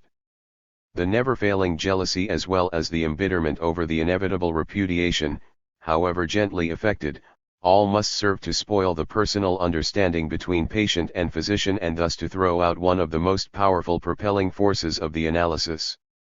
Resistances of this sort must not be narrow-mindedly condemned. They contain so much of the most important material of the patient's past and reproduce it in such a convincing manner, that they become of the greatest aid to the analysis, if a skillful technique is able to turn them in the right direction. It is only remarkable that this material is at first always in the service of the resistance, for which it serves as a barrier against the treatment. One can also say that here are traits of character, adjustments of the ego which were mobilized in order to defeat the attempted change. We are thus able to learn how these traits arose under the conditions of the neurosis, as a reaction to its demands, and to see features more clearly in this character which could otherwise not have shown up so clearly, or at least not to this extent, and which one may therefore designate as latent. You must also not get the impression that we see an unforeseen endangering of the analytic influence in the appearance of these resistances. On the contrary, we know that these resistances must come to light. We are dissatisfied only when we do not provoke them in their full strength and so make them plain to the patient. Indeed, We at last understand that overcoming these resistances is the essential achievement of analysis and is that portion of the work which alone assures us that we have accomplished something with the patient.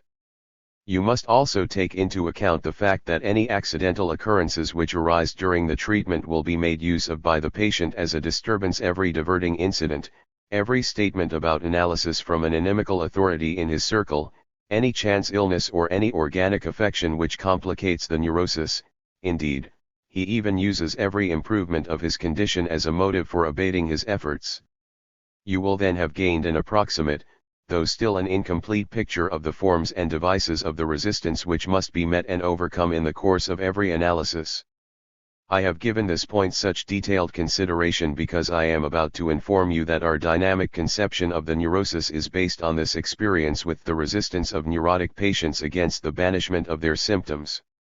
Brewer and I both originally practiced psychotherapy by means of hypnosis. Brewer's first patient was treated throughout under a condition of hypnotic suggestibility, and I at first followed his example. I admit that my work at that time progressed easily and agreeably and also took much less time. But the results were capricious and not permanent, therefore I finally gave up hypnotism. Then only did I realize that no insight into the forces which produce these diseases was possible as long as one used hypnotism. The condition of hypnosis could prevent the physician from realizing the existence of a resistance. Hypnosis drives back the resistance and frees a certain field for the work of analysis, but similarly to the doubt in the compulsion neurosis, in so doing it clogs the boundaries of this field till they become impenetrable. That is why I can say that true psychoanalysis began when the help of hypnotism was renounced. But if the establishment of the resistance thus becomes a matter of such importance, then surely we must give our caution full rein, and follow up any doubts as to whether we are not all too ready in our assumption of their existence. Perhaps there really are neurotic cases in which associations appear for other reasons. Perhaps the arguments against our hypothesis really deserve more consideration and we are unjustified in conveniently rejecting all intellectual criticisms of analysis as a resistance. Indeed, ladies and gentlemen, but our judgment was by no means readily arrived at. We had opportunity to observe every critical patient from the first sign of the resistance till after its disappearance. In the course of the treatment, the resistance is moreover constantly changing in intensity. It is always on the increase as we approach a new theme, is strongest at the height of its elaboration, and dies down again when this theme has been abandoned. Furthermore, unless we have made some unusual and awkward technical error, we never have to deal with the full measure of resistance of which the patient is capable. We could therefore convince ourselves that the same man took up and discarded his critical attitude innumerable times in the course of the analysis. Whenever we are on the point of bringing before his consciousness some piece of unconscious material which is especially painful to him, then he is critical in the extreme. Even though he had previously understood and accepted a great deal, nevertheless all record of these gains seems now to have been wiped out. He may, in his desire to resist at any cost, present a picture of veritable emotional feeble-mindedness. If one succeeds in helping him to overcome this new resistance, then he regains his insight and his understanding. Thus his criticism is not an independent function to be respected as such, it plays the role of handyman to his emotional attitude and is guided by his resistance. If something displeases him, he can defend himself against it very ingeniously and appear most critical. But if something strikes his fancy, then he may show himself easily convinced.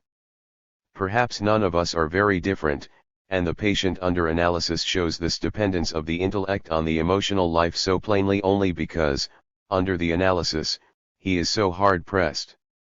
In what way shall we now account for the observation that the patient so energetically resists our attempts to rid him of his symptoms and to make his psychic processes function in a normal way? We tell ourselves that we have here come up against strong forces which oppose any change in the condition, furthermore, that these forces must be identical with those which originally brought about the condition. Some process must have been functional in the building up of these symptoms, a process which we can now reconstruct by means of our experiences in solving the meaning of the symptoms. We already know from Brewer's observations that the existence of a symptom presupposes that some psychic process was not carried to its normal conclusion, so that it could not become conscious. The symptom is the substitute for that which did not take place.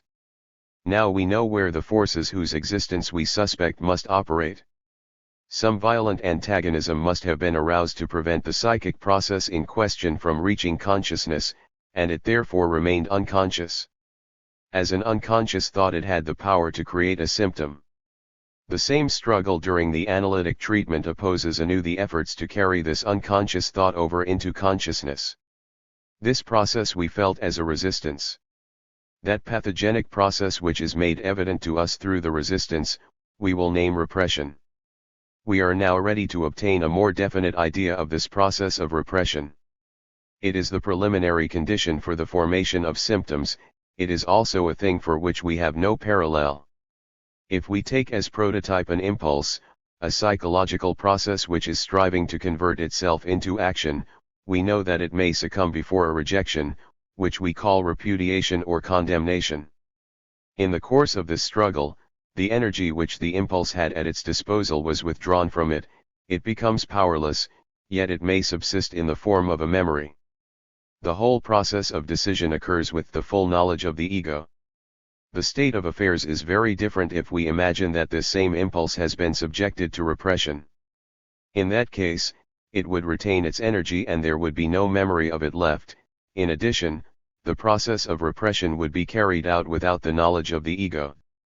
Through this comparison, however, we have come no nearer understanding the nature of repression. I now go into the theoretical ideas which alone have shown themselves useful in making the conception of repression more definite. It is above all necessary that we progress from a purely descriptive meaning of the word unconscious to its more systematic meaning, that is, we come to a point where we must call the consciousness or unconsciousness of a psychic process only one of its attributes, an attribute which is, moreover, not necessarily unequivocal. If such a process remained unconscious, then this separation from consciousness is perhaps only an indication of the fate to which it has submitted and not this fate itself. To bring this home to us more vividly, let us assume that every psychological process with one exception, which I will go into later, first exists in an unconscious state or phase and only goes over from this into a conscious phase, much as a photographic picture is first a negative and then becomes a picture by being printed. But not every negative need become a positive, and just as little is it necessary that every unconscious psychological process should be changed into a conscious one.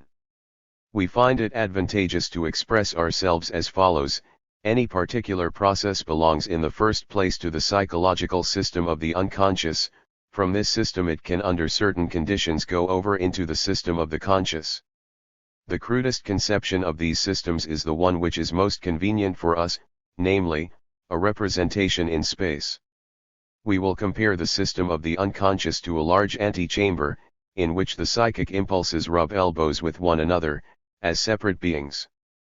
There opens out of this antechamber another, a smaller room, a sort of parlor, which consciousness occupies.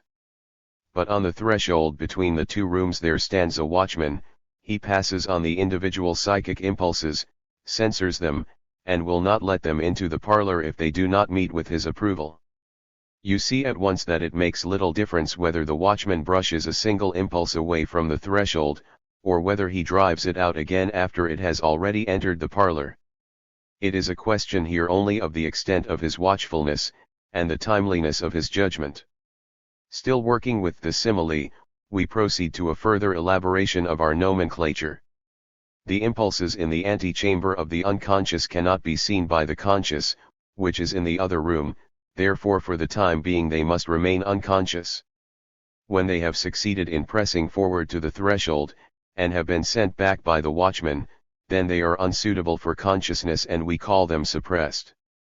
Those impulses, however, which the watchman has permitted to cross the threshold have not necessarily become conscious, for this can happen only if they have been successful in attracting to themselves the glance of the conscious. We therefore justifiably call this second room the system of the foreconscious. In this way the process of becoming conscious retains its purely descriptive sense.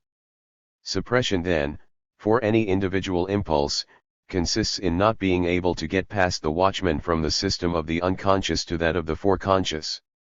The watchman himself is long since known to us, we have met him as the resistance which opposed us when we attempted to release the suppression through analytic treatment.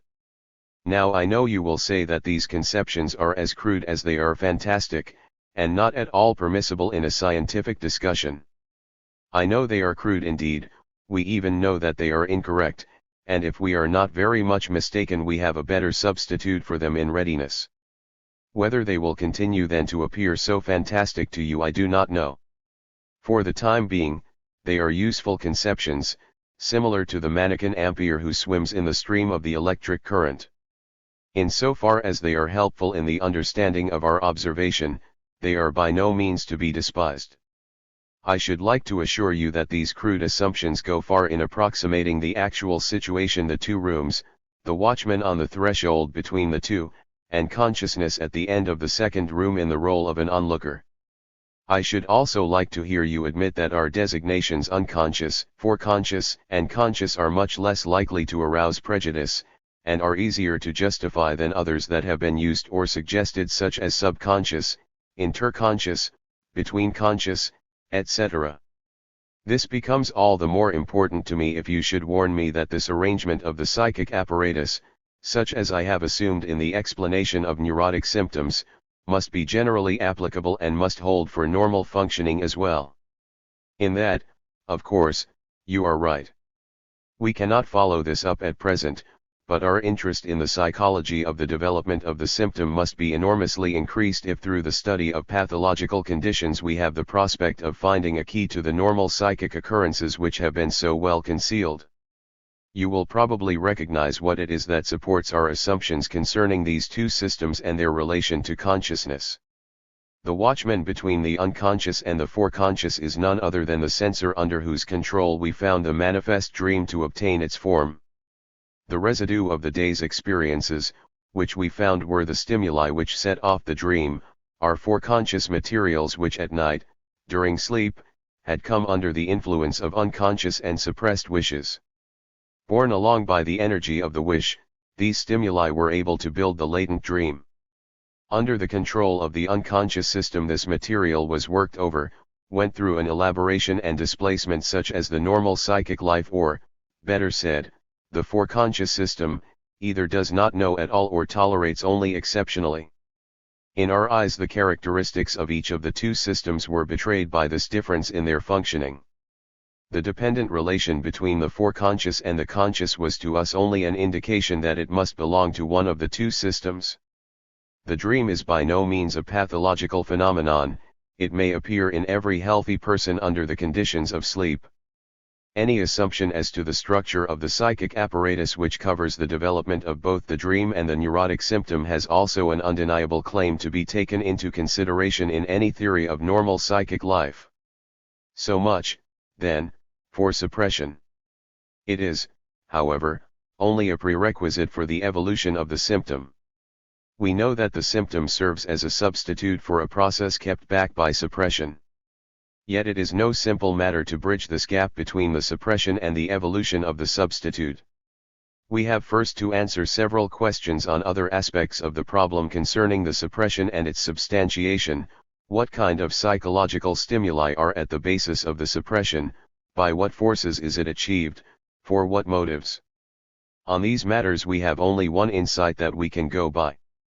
We learned in the investigation of resistance that it grows out of the forces of the I, in other words from obvious and latent traits of character. It must be from the same traits also that suppression derived support, at least they played a part in its development. All further knowledge is still withheld from us. A second observation, for which I have already prepared, will help us further at this point. By means of analysis we can assign one very general purpose to the neurotic symptom. This is of course nothing new to you. I have already shown it to you in the two cases of neuroses. But, to be sure, what is the significance of two cases? You have the right to demand that it be shown to you innumerable times. But I am unable to do this.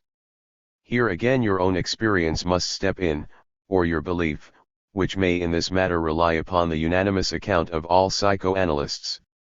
You will remember that in these two cases, whose symptoms we subjected to searching investigation, the analysis introduced us to the most intimate sexual life of these patients. In the first case, moreover, we could identify with unusual clearness the purpose or tendency of the symptoms under investigation. Perhaps in the second case it was slightly covered by another factor, one we will consider later. Now, the same thing that we saw in these two examples we would see in all other cases that we subjected to analysis. Each time, through analysis, we would be introduced to the sexual wishes and experiences of the patient, and every time we would have to conclude that their symptoms served the same purpose. This purpose shows itself to be the satisfaction of sexual wishes. The symptoms serve as a sexual satisfaction for the patient, they are a substitute for such satisfactions as they miss in reality. Recall the compulsive act of our first patient. The woman longs for her intensely beloved husband, with whom she cannot share her life because of his shortcoming and weaknesses. She feels she must remain true to him, she can give his place to no one else. Her compulsive symptom affords her that for which she pines, bless her husband, denies and corrects his weaknesses, above all, his impotence. This symptom is fundamentally a wish fulfillment, exactly as is a dream. Moreover, it is what a dream not always is, an erotic wish fulfillment. In the case of our second patient, you can see that one of the component purposes of her ceremonial was the prevention of the intercourse of her parents or the hindrance of the creation of a new child thereby. You have perhaps also guessed that essentially she strove to put herself in the place of her mother. Here again we find the removal of disturbances to sexual satisfaction and the fulfillment of personal sexual wishes. We shall soon turn to the complications of whose existence we have given you several indications. I do not want to make reservations as to the universal applicability of these declarations later on, and therefore I wish to call to your attention the fact that everything that I say here about suppression, symptom development, and symptom interpretation has been learned from three types of neuroses: anxiety hysteria, conversion hysteria, and compulsion neuroses, and for the time being is relevant to these forms only. These three conditions, which we are in the habit of combining into one group under the name of transference neuroses, also limit the field open to psychoanalytic therapy. The other neuroses have not been nearly so well studied by psychoanalysis. In one group, in fact, the impossibility of therapeutic influence has been the reason for the neglect. But you must not forget that psychoanalysis is still a very young science, that it demands much time and care in preparation for it, that not long ago it was still in the cradle, so to speak. Yet at all points we are about to penetrate into the understanding of those other conditions which are not transference neuroses. I hope I shall still be able to speak to you of the developments that our assumptions and results have undergone by being correlated with this new material, and to show you that these further studies have not led to contradictions but rather to the production of still greater uniformity. Granted that everything, then, that has been said here, holds good for the three transference neuroses, allow me to add a new bit of information to the evaluation of its symptoms. A comparative investigation into the causes of the disease discloses a result that may be confined into the formula: in some way or other these patients fell ill through self-denial when reality withheld from them the satisfaction of their sexual wishes. You recognize how excellently well these two results are found to agree. The symptoms must be understood, then, as a substitute satisfaction for that which is missed in life. To be sure, there are all kinds of objections possible to the declaration that neurotic symptoms are substitutes for sexual satisfaction. I shall still go into two of them today. If you yourself have analytically examined a fairly large number of neurotics, you will perhaps gravely inform me that in one class of cases this is not at all applicable. The symptoms appear rather to have the opposite purpose, to exclude sexual satisfaction, or discontinue it. I shall not deny the correctness of your interpretation. The psychoanalytic content has a habit of being more complicated than we should like to have it. Had it been so simple, perhaps we should have had no need for psychoanalysis to bring it to light.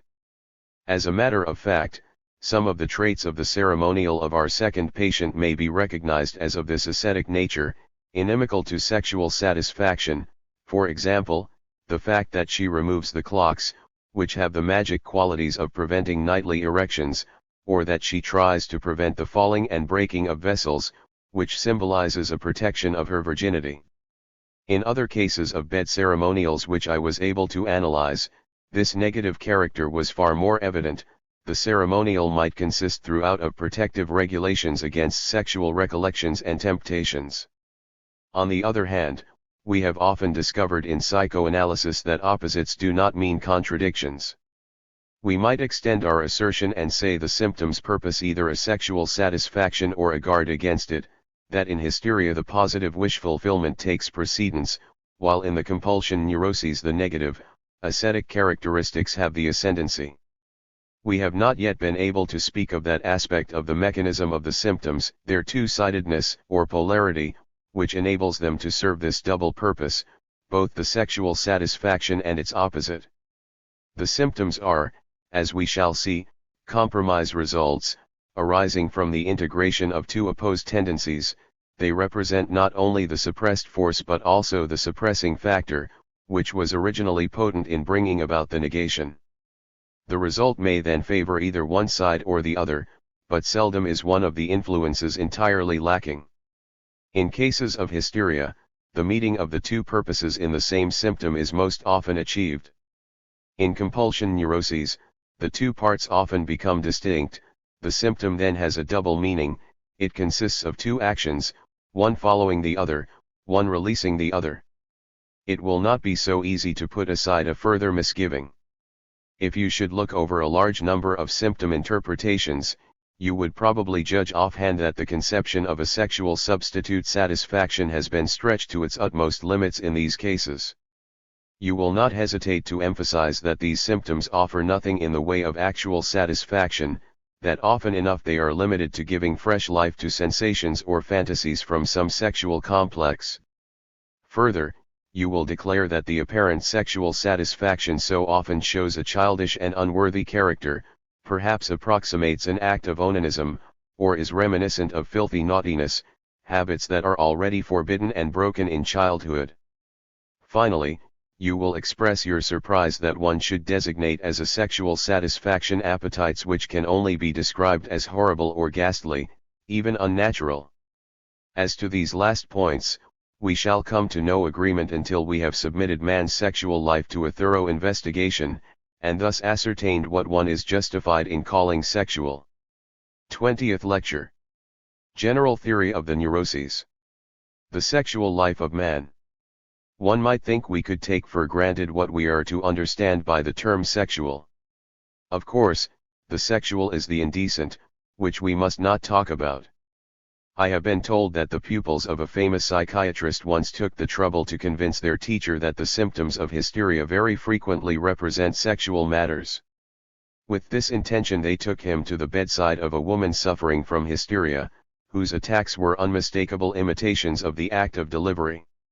He, however, threw aside their suggestion with the remark, "A delivery is nothing sexual." Assuredly, a delivery need not under all circumstances be indecent. I see that you take it amiss that I jest about such serious matters. But this is not altogether a jest. In all seriousness, it is not altogether easy to define the concept sexual. Perhaps the only accurate definition would be everything that is connected with the difference between the two sexes, but this you may find too general and too colorless. If you emphasize the sexual act as the central factor, you might say that everything is sexual which seeks to obtain sensual excitement from the body and especially from the sexual organs of the opposite sex, and which aims toward the union of the genitals and the performance of the sexual act. But then you are really very close to the comparison of sexual and indecent, and the act of delivery is not sexual. But if you think of the function of reproduction as the nucleus of sexuality, you are in danger of excluding a number of things that do not aim at reproduction but are certainly sexual, such as onanism or even kissing. But we are prepared to realize that attempts at definition always lead to difficulties. Let us give up the attempt to achieve the unusual in our particular case. We may suspect that in the development of the concept sexual something occurred which resulted in a false disguise. On the whole, we are quite well oriented as to what people call sexual.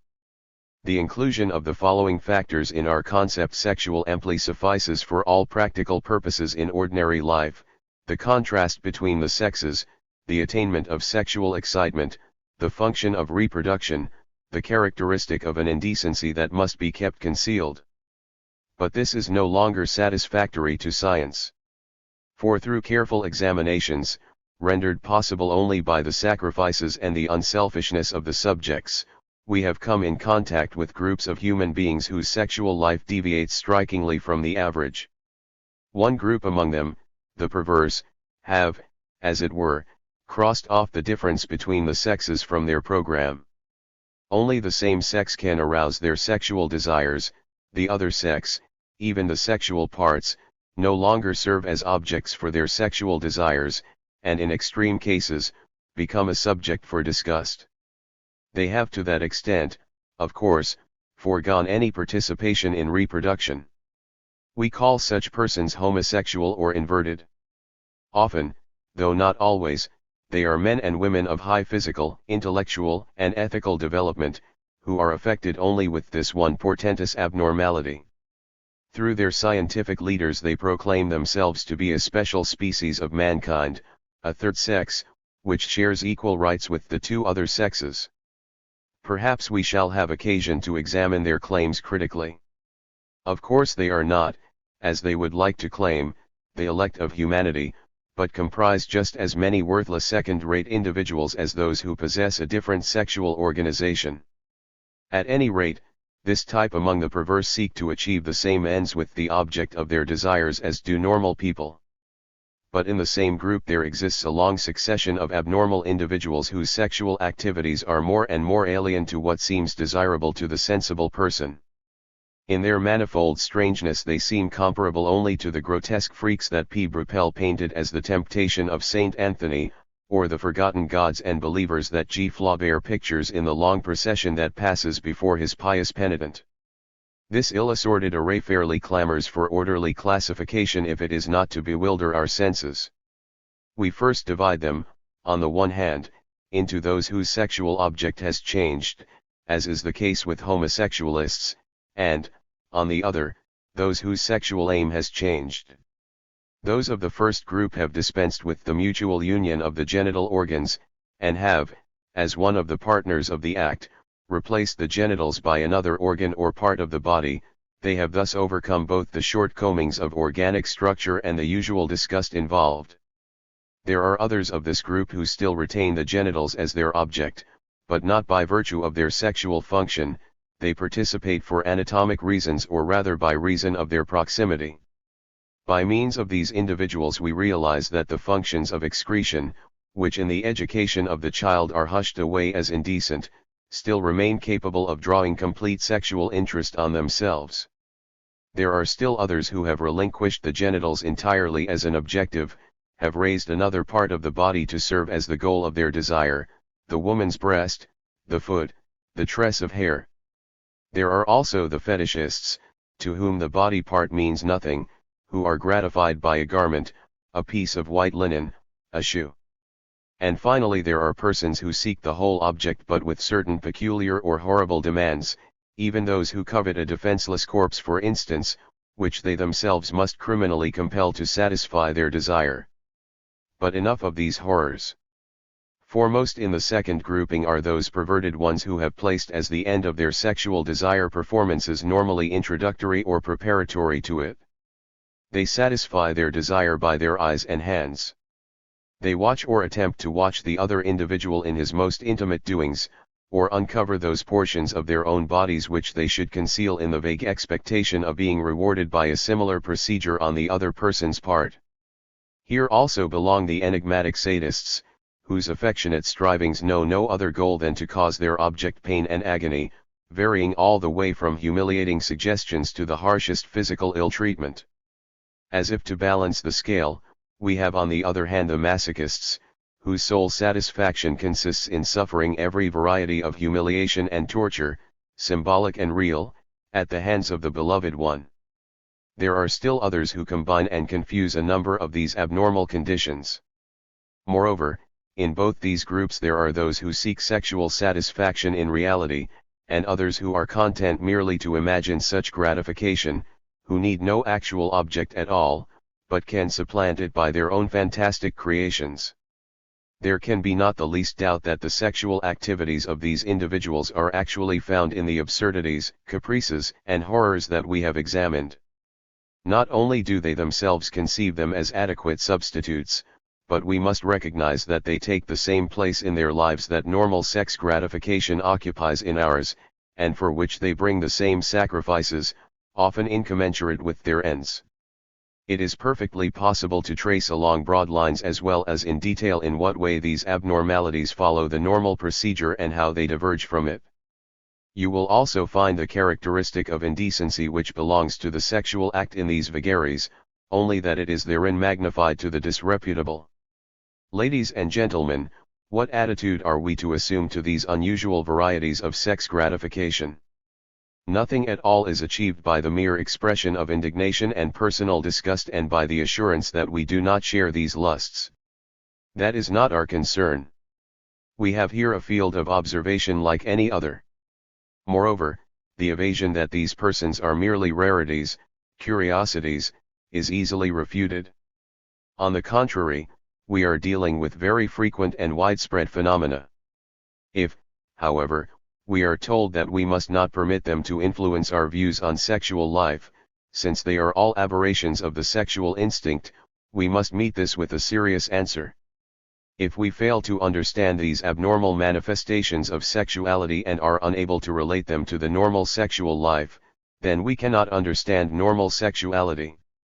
It is, in short, our unavoidable task to account theoretically for all the potentialities of the perversions we have gone over and to explain their relation to the so-called normal sexuality. A penetrating insight due to Yvonne Bloch and 2 new experimental results will help us in this task. Bloch takes exception to the point of view which sees in a perversion a sign of degeneration. He proves that such deviations from the aim of the sexual instinct, such loose relations to the object of sexuality, have occurred at all times, among the most primitive and the most highly civilized peoples, and have occasionally achieved toleration and general recognition. The 2 experimental results were obtained in the course of psychoanalytic investigations of neurotics.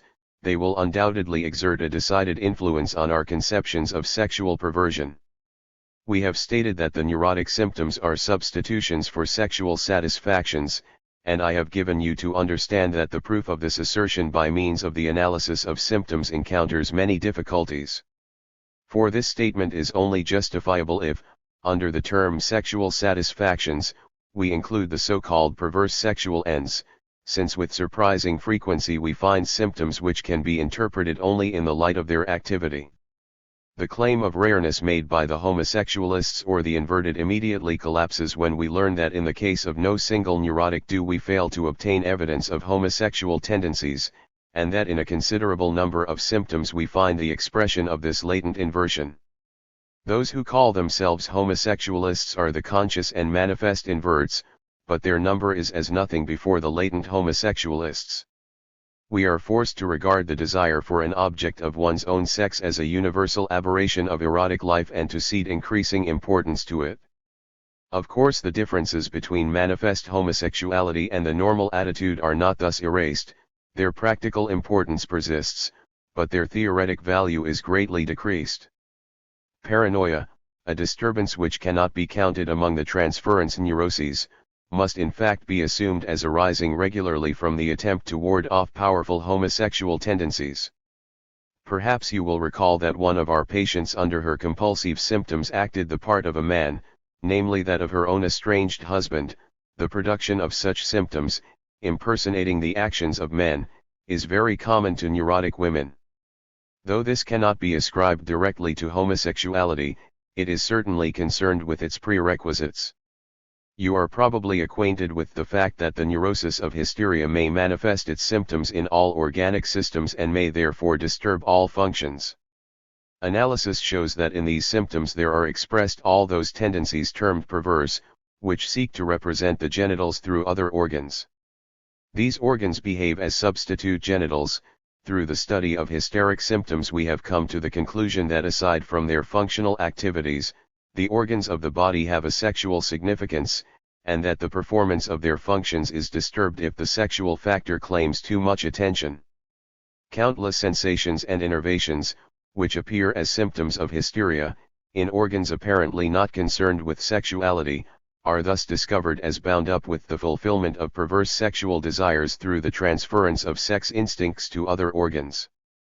These symptoms bring home to us the extent to which the organs used in the consumption of food and in excretion may become the bearers of sexual excitement. We see repeated here the same picture which the perversions have openly and unmistakably lain before us.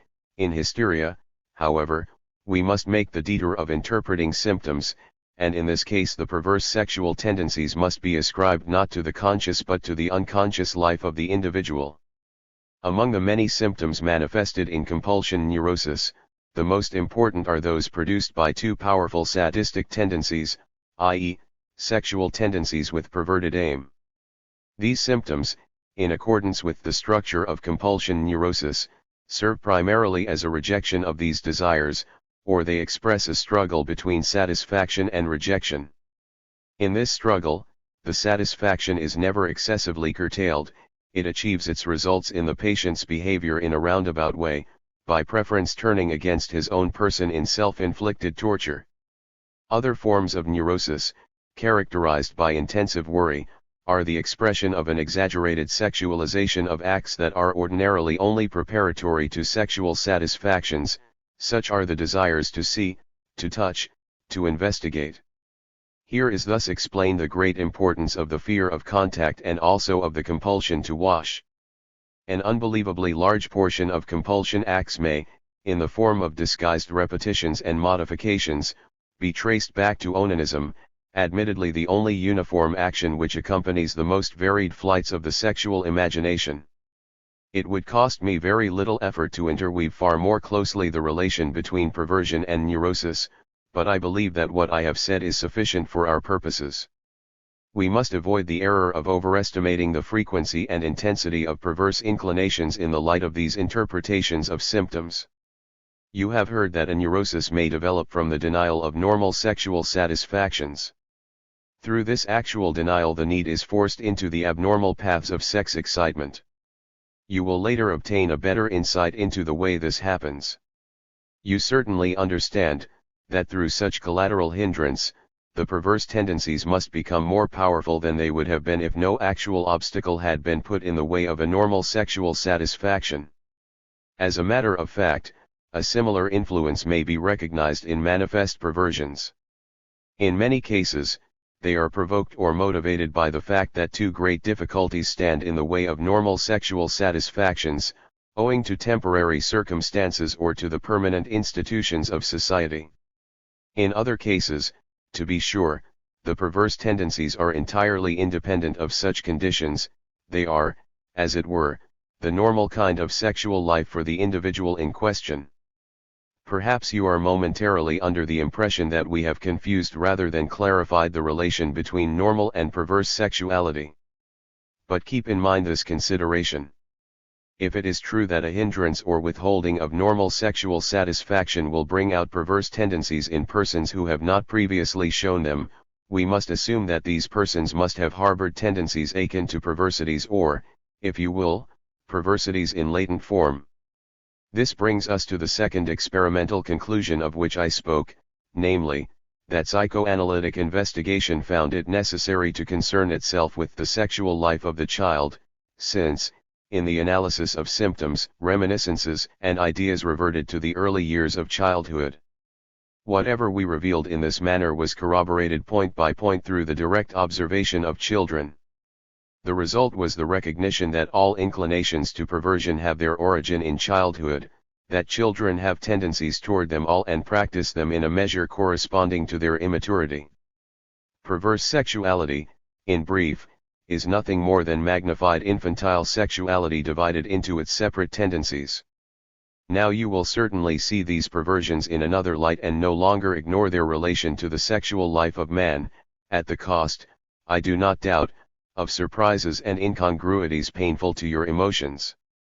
At first you will undoubtedly be disposed to deny everything: the fact that children have something which may be termed sexual life, the truth of our observations, and the justification of our claim to see in the behavior of children any relation to what is condemned in later years as perversity. Permit me first to explain to you the cause of your reluctance and then to present to you the sum of our observations. It is biologically improbable, even absurd, to assume that children have no sexual life, sexual excitements, desires, and some sort of satisfaction, but that they develop it suddenly between the ages of 12 and 14. This would be just as improbable from the viewpoint of biology as to say that they were not born with genitals but developed them only in the period of puberty. The new factor which becomes active in them at the time is the function of reproduction, which avails itself for its own purposes of all the physical and psychic material already present. You commit the error of confusing sexuality with reproduction and thereby block the road to the understanding of sexuality, and of perversions and neuroses as well. This error is a prejudice. Oddly enough, its source is the fact that you yourselves were children, and as children succumbed to the influence of education. One of the most important educational tasks which society must assume is the control, the restriction of the sexual instinct. When it breaks forth as an impulse toward reproduction, it must be subdued to an individual will that is identical with the mandates of society.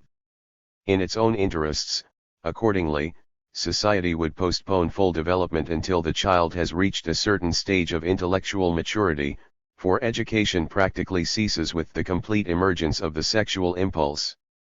Otherwise the instinct would burst all bounds and the work of culture, achieved with such difficulty, would be shattered. The task of restraining this sexuality is never easy, it succeeds here too poorly and there too well. The motivating force of human society is fundamentally economic, since there is not sufficient nourishment to support its members without work on their part. The number of these members must be limited and their energies diverted from sexual activity to labor. Here, again, we have the eternal struggle for life that has persisted from prehistoric times to the present.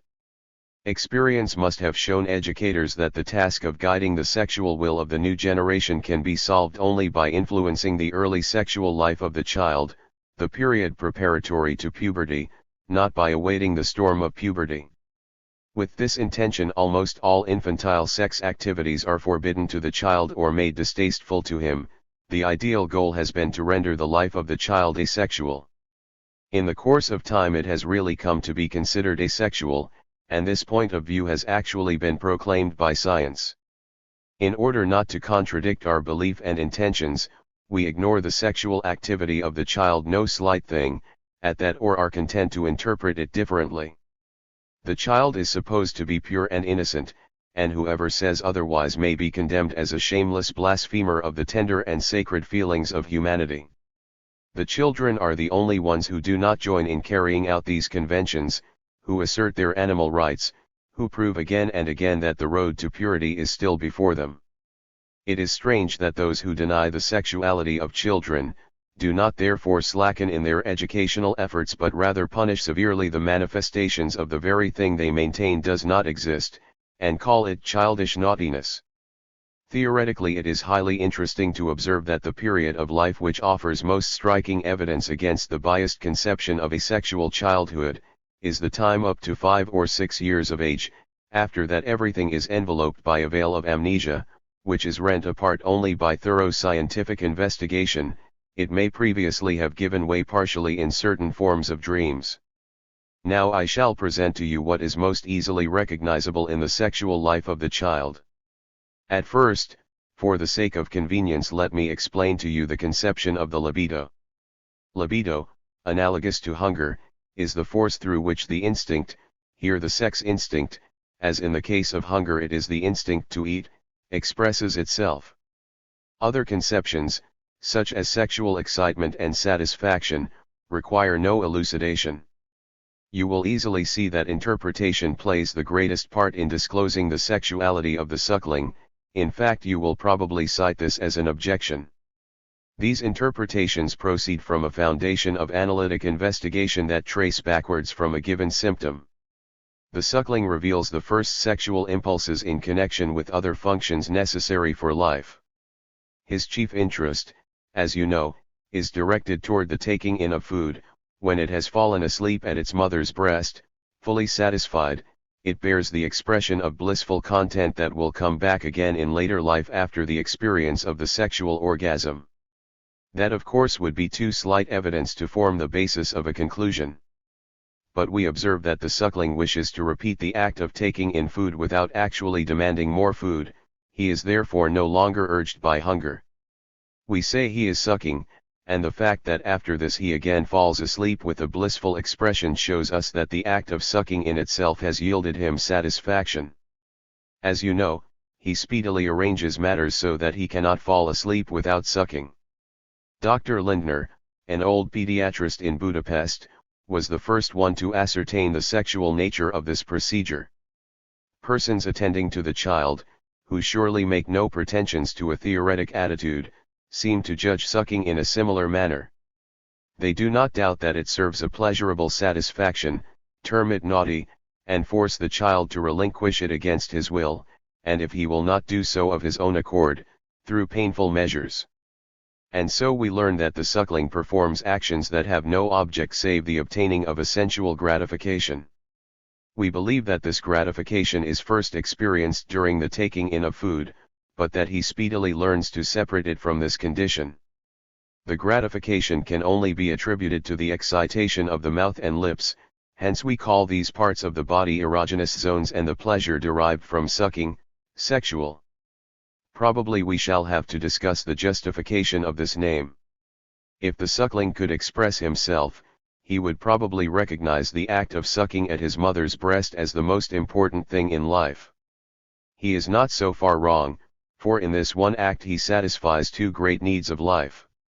With no small degree of surprise we learn through psychoanalysis how much of the physical significance of this act is retained through life.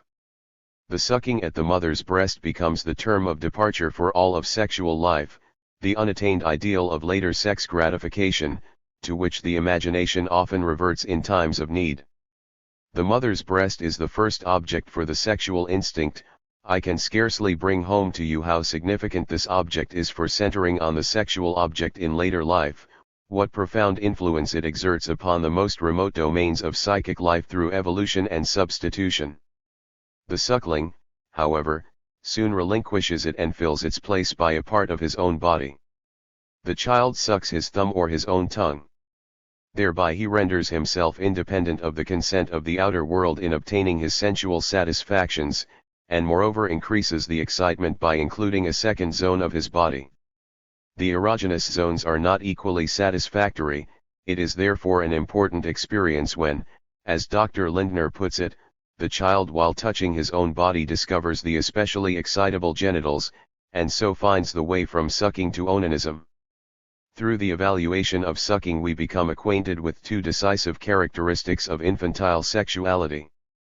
It arises in connection with the satisfaction of great organic needs and behaves autoerotically, that is to say, it seeks and finds it objects on its own body. What is most clearly discernible during the taking in of food is partially repeated during excretion. We conclude that the nursling experiences pleasure during the excretion of urine and the contents of the intestine, and that he soon strives to arrange these acts in a way to secure the greatest possible amount of satisfaction by the corresponding excitement of the erogenous membrane zones.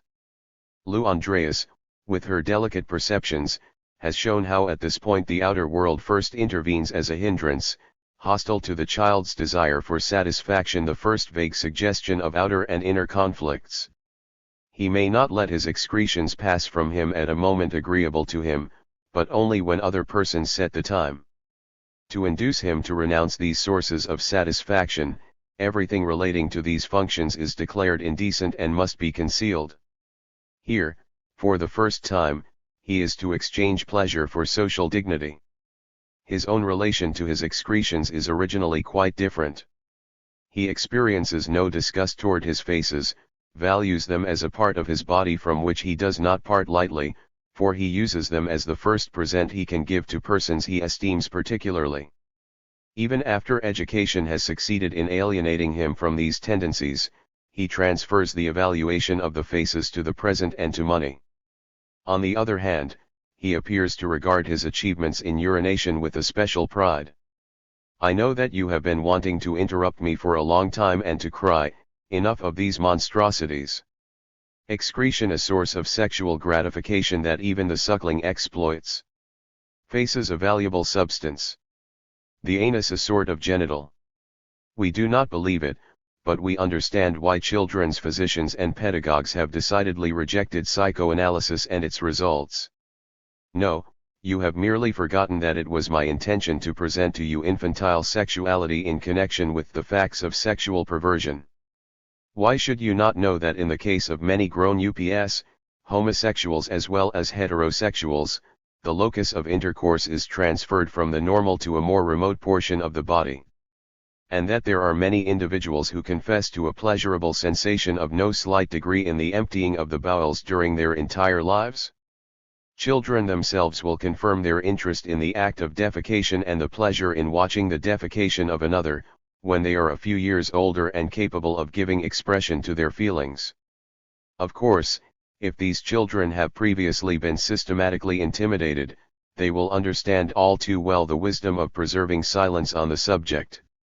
As for the other things that you do not wish to believe, let me refer you to the results of analysis and the direct observation of children, and you will realize that it is difficult not to see these things or to see them in a different light.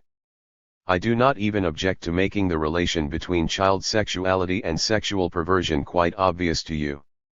It is really only natural, if the child has sexual life at all, it must necessarily be perverse, because aside from a few hazy illusions, the child does not know how sexuality gives rise to reproduction. The common characteristic of all perversions, on the other hand, is that they have abandoned reproduction as their aim. We term sexual activity perverse when it has renounced the aim of reproduction and follows the pursuit of pleasure as an independent goal. And so you realize that the turning point in the development of sexual life lies in its subjugation to the purpose of reproduction. Everything this side of the turning point, everything that has given up this purpose and serves the pursuit of pleasure alone, must carry the term perverse and as such be regarded with contempt. Permit me, therefore, to continue with my brief presentation of infantile sexuality. What I have told you about two organic systems I could supplement by a discussion of all the others. The sexual life of the child exhausts itself in the exercise of a series of partial instincts which seek, independently of one another, to gain satisfaction from his own body or from an external object. Among these organs the genitals speedily predominate. There are persons who continue the pursuit of satisfaction by means of their own genitals, without the aid of another genital or object, uninterruptedly from the onanism of the suckling to the onanism of necessity which arises in puberty, and even indefinitely beyond that. The theme of onanism alone would occupy us for a long period of time. It offers material for diverse observations. In spite of my inclination to shorten the theme, I must tell you something about the sexual curiosity of children. It is most characteristic for child sexuality and significant for the study of neurotic symptoms. The sexual curiosity of children begins very early, sometimes before the third year. It is not connected with the differences of sexes, which means nothing to the child, since the boy, at any rate, ascribes the same male genital to both sexes. When the boy first discovers the primary sexual structure of the female, he tries at first to deny the evidence of his senses, for he cannot conceive a human being who lacks the part of his body that is of such importance to him. Later he is terrified at the possibility revealed to him and he feels the influence of all the former threats, occasioned by his intensive preoccupation with his little organ. He becomes subject to the domination of the castration complex, the formation of which plays an important part in the development of his character, provided he remains healthy, of his neurosis, if he becomes diseased, of his resistance, if he is treated analytically. We know that the little girl feels injured on account of her lack of a large, visible penis, envies the boy his possession, and primarily from this motive desires to be a man. This wish manifests itself subsequently in neurosis, arising from some failure in her role as a woman. During childhood, the clitoris of the girl is the equivalent of the penis, it is especially excitable, the zone where autoerotic satisfaction is achieved. In the transition to womanhood, it is most important that the sensations of the clitoris are completely transferred at the right time to the entrance of the vagina. In cases of so-called sexual anesthesia of women, the clitoris has obstinately retained its excitability. The sexual interest of children generally turns first to the mystery of birth, the same problem that is the basis of the questions asked by the Sphinx of Thebes. This curiosity is for the most part aroused by the selfish fear of the arrival of a new child. The answer which the nursery has ready for the child, that the stork brings children, is doubted far more frequently than we imagine, even by very young children. The feeling that he has been cheated out of the truth by grown-ups, contributes greatly to the child's sense of solitude and to his independent development. But the child is not capable of solving this problem unaided. His undeveloped sexual constitution restricts his ability to understand. At first he assumes that children are produced by a special substance in one's food and does not know that only women can bear children. Later he learns of this limitation and relinquishes the derivation of children from food, a supposition retained in the fairy tale. The growing child soon notices that the father plays some part in reproduction, but what it is he cannot guess. If, by chance, he is witness of a sexual act, he sees in it an attempt to subjugate, a scuffle, the sadistic miscomprehension of coitus. He does not, however, relate this act immediately to the evolution of the child. When he discovers traces of blood on the bed sheets or on the clothing of his mother, he considers them the proof of an injury inflicted by the father. During the latter part of childhood, he imagines that the sexual organ of the man plays an important part in the evolution of children, but can ascribe only the function of urination to that part of his body. From the very outset, children unite in believing that the birth of the child takes place through the anus, that the child therefore appears as a ball of faces. After anal interests have been proven valueless, he abandons this theory and assumes that the navel opens or that the region between the two breasts is the birthplace of the child. In this way the curious child approaches the knowledge of sexual facts, which, clouded by his ignorance, he often fails to see. In the years prior to puberty he generally receives an incomplete, disparaging explanation which often causes traumatic consequences. You have probably heard that the conception sexual is unduly expanded by psychoanalysis in order that it may maintain the hypothesis that all neuroses are due to sexual causes and that the meaning of the symptoms is sexual. You are now in a position to judge whether or not this expansion is unjustifiable. We have expanded the conception sexual only to include the sexual life of children and of perverse persons. That is to say, we have re-established its proper boundaries. Outside of psychoanalysis, sexuality means only a very limited thing, normal sexual life in the service of reproduction. 21st Lecture. General Theory of the Neuroses. Development of the libido and sexual organizations. I am under the impression that I did not succeed in convincing you of the significance of perversions for our conception of sexuality. I should therefore like to clarify and add as much as I can. It was not only perversions that necessitated an alteration of our conception of sexuality, which aroused such vehement contradiction. The study of infantile sexuality did a great deal more along that line, and its close correspondence to the perversions became decisive for us. But the origin of the expressions of infantile sexuality, unmistakable as they are in later years of childhood, seem to be lost in obscurity. Those who disregard the history of evolution and analytic coherence, will dispute the potency of the sexual factor and will infer the agency of generalized forces. Do not forget that as yet we have no generally acknowledged criterion for identifying the sexual nature of an occurrence, unless we assume that we can find it in a relation to the functions of reproduction, and this we must reject as too narrow. The biological criteria, such as the periodicities of 23 and 28 days, suggested by W. Fliess, are by no means established. The specific chemical nature which we can possibly assume for sexual occurrences is still to be discovered. The sexual perversions of adults, on the other hand, are tangible and unambiguous. As their generally accepted nomenclature shows, they are undoubtedly sexual in character, whether we designate them as signs of degeneration, or otherwise. No one has yet had the courage to place them outside the phenomena of sex. They alone justify the assertion that sexuality and reproduction are not coincident, for it is clear that all of them disavow the goal of reproduction. This brings me to an interesting parallel.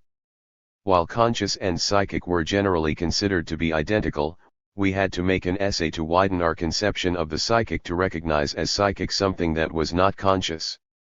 Analogously, when sexual and related to reproduction, or, in shorter form, genital, has been generally considered identical, psychoanalysis must admit as sexual such things as are not genital, things which have nothing to do with reproduction. It is only a formal analogy, but it does not lack a deeper basis. But if the existence of sexual perversions is such a compelling argument, why has it not long ago had its effect, and settled the question? I really am unable to say. It appears to be because the sexual perversions are subject to a peculiar ban that extends even into theory, and stands in the way of their scientific appreciation. It seems as if no one could forget that they are not only revolting, but even unnatural, dangerous, as if they had a seductive influence, and that at bottom one had to stifle a secret envy of those who enjoyed them. As the Count who passes judgment in the famous Tannhauser parody admits. And in the Mount of Venus, his honor slipped his mind. It's odd that never happens to people of our kind. Truthfully speaking, the perverts are rather poor devils who atone most bitterly for the satisfaction they attain with such difficulty. What makes the perverse activity unmistakably sexual, despite all the strangeness of its object, is that the act in perverse satisfaction most frequently is accompanied by a complete orgasm, and by an ejaculation of the genital product. Of course, this is only true in the case of adults. With children, orgasms and genital excretions are hardly possible. They are replaced by rudiments which, again, are not recognized as truly sexual. In order to complete the appreciation of sexual perversions, I have something to add. Condemned as they are, sharply as they are contrasted with the normal sexual activity, simple observation shows that rarely is normal sex life entirely free from one or another of the perverse traits. Even the kiss can be claimed to be perverse, for it consists in the union of two erogenous mouth zones in place of the respective genitals. But no one outlaws it as perverse. It is, on the contrary, admitted in theatrical performances as a modified suggestion of the sexual act. This very kissing may easily become a complete perversion if it results in such intensity that it is immediately followed by an emission and orgasm, a thing that is not at all unusual. Further, we can learn that handling and gazing upon the object becomes an essential prerequisite to sexual pleasure, that some, in the height of sexual excitation, pinch and bite, that the greatest excitation is not always called forth in lovers by the genitals, but rather by other parts of the body, and so forth. There is no sense in considering persons with single traits of this kind abnormal, and counting them among the perverts.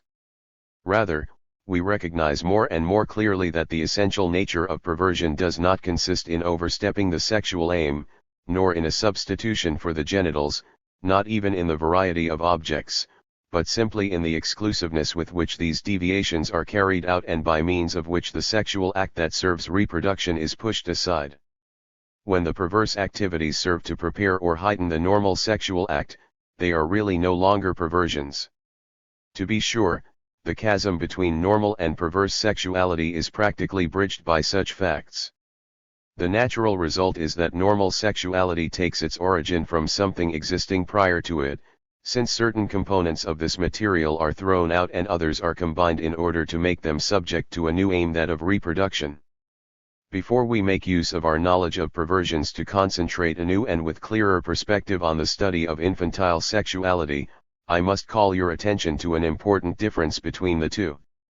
Perverse sexuality is as a rule extraordinarily centralized.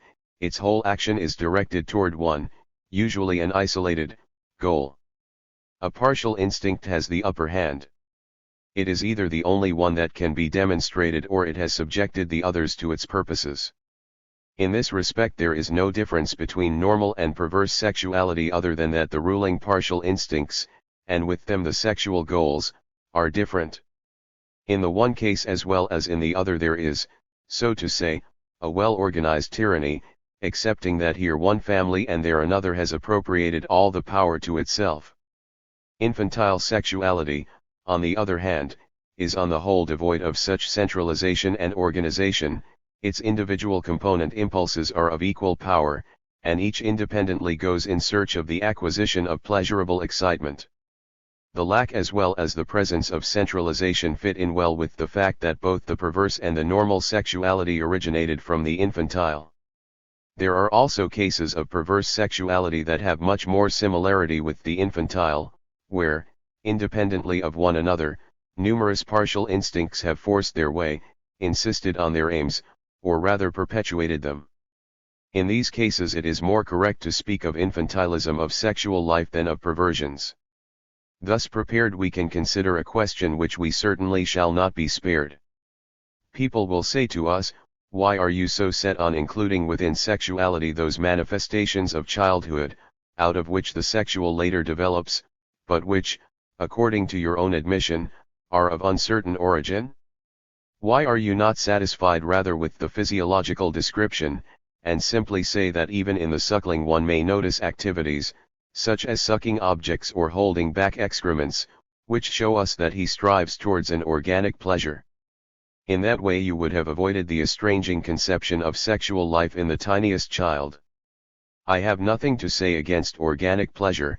I know that the most extreme excitement of the sexual union is only an organic pleasure derived from the activity of the genitals. But can you tell me when this organic pleasure, originally not differentiated, acquires the sexual character that it undoubtedly does possess in the later phases of development? Do you know more about the organic pleasure than about sexuality? You will answer, the sexual character is acquired when the genitals begin to play their role. Sexual means genital.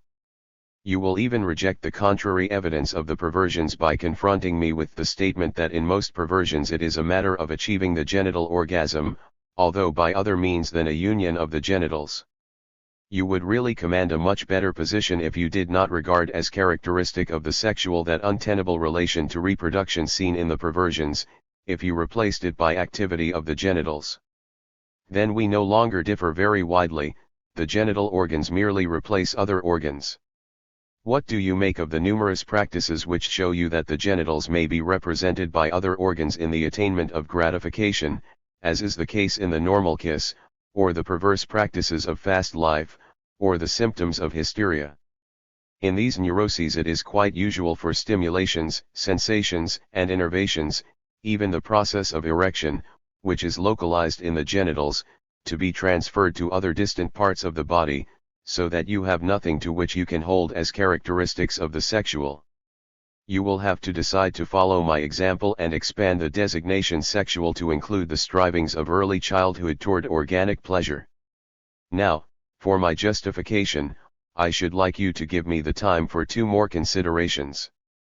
As you know, we call the doubtful and indefinable pleasure activities of earliest childhood sexual because our analysis of the symptoms leads us to them by way of material that is undeniably sexual.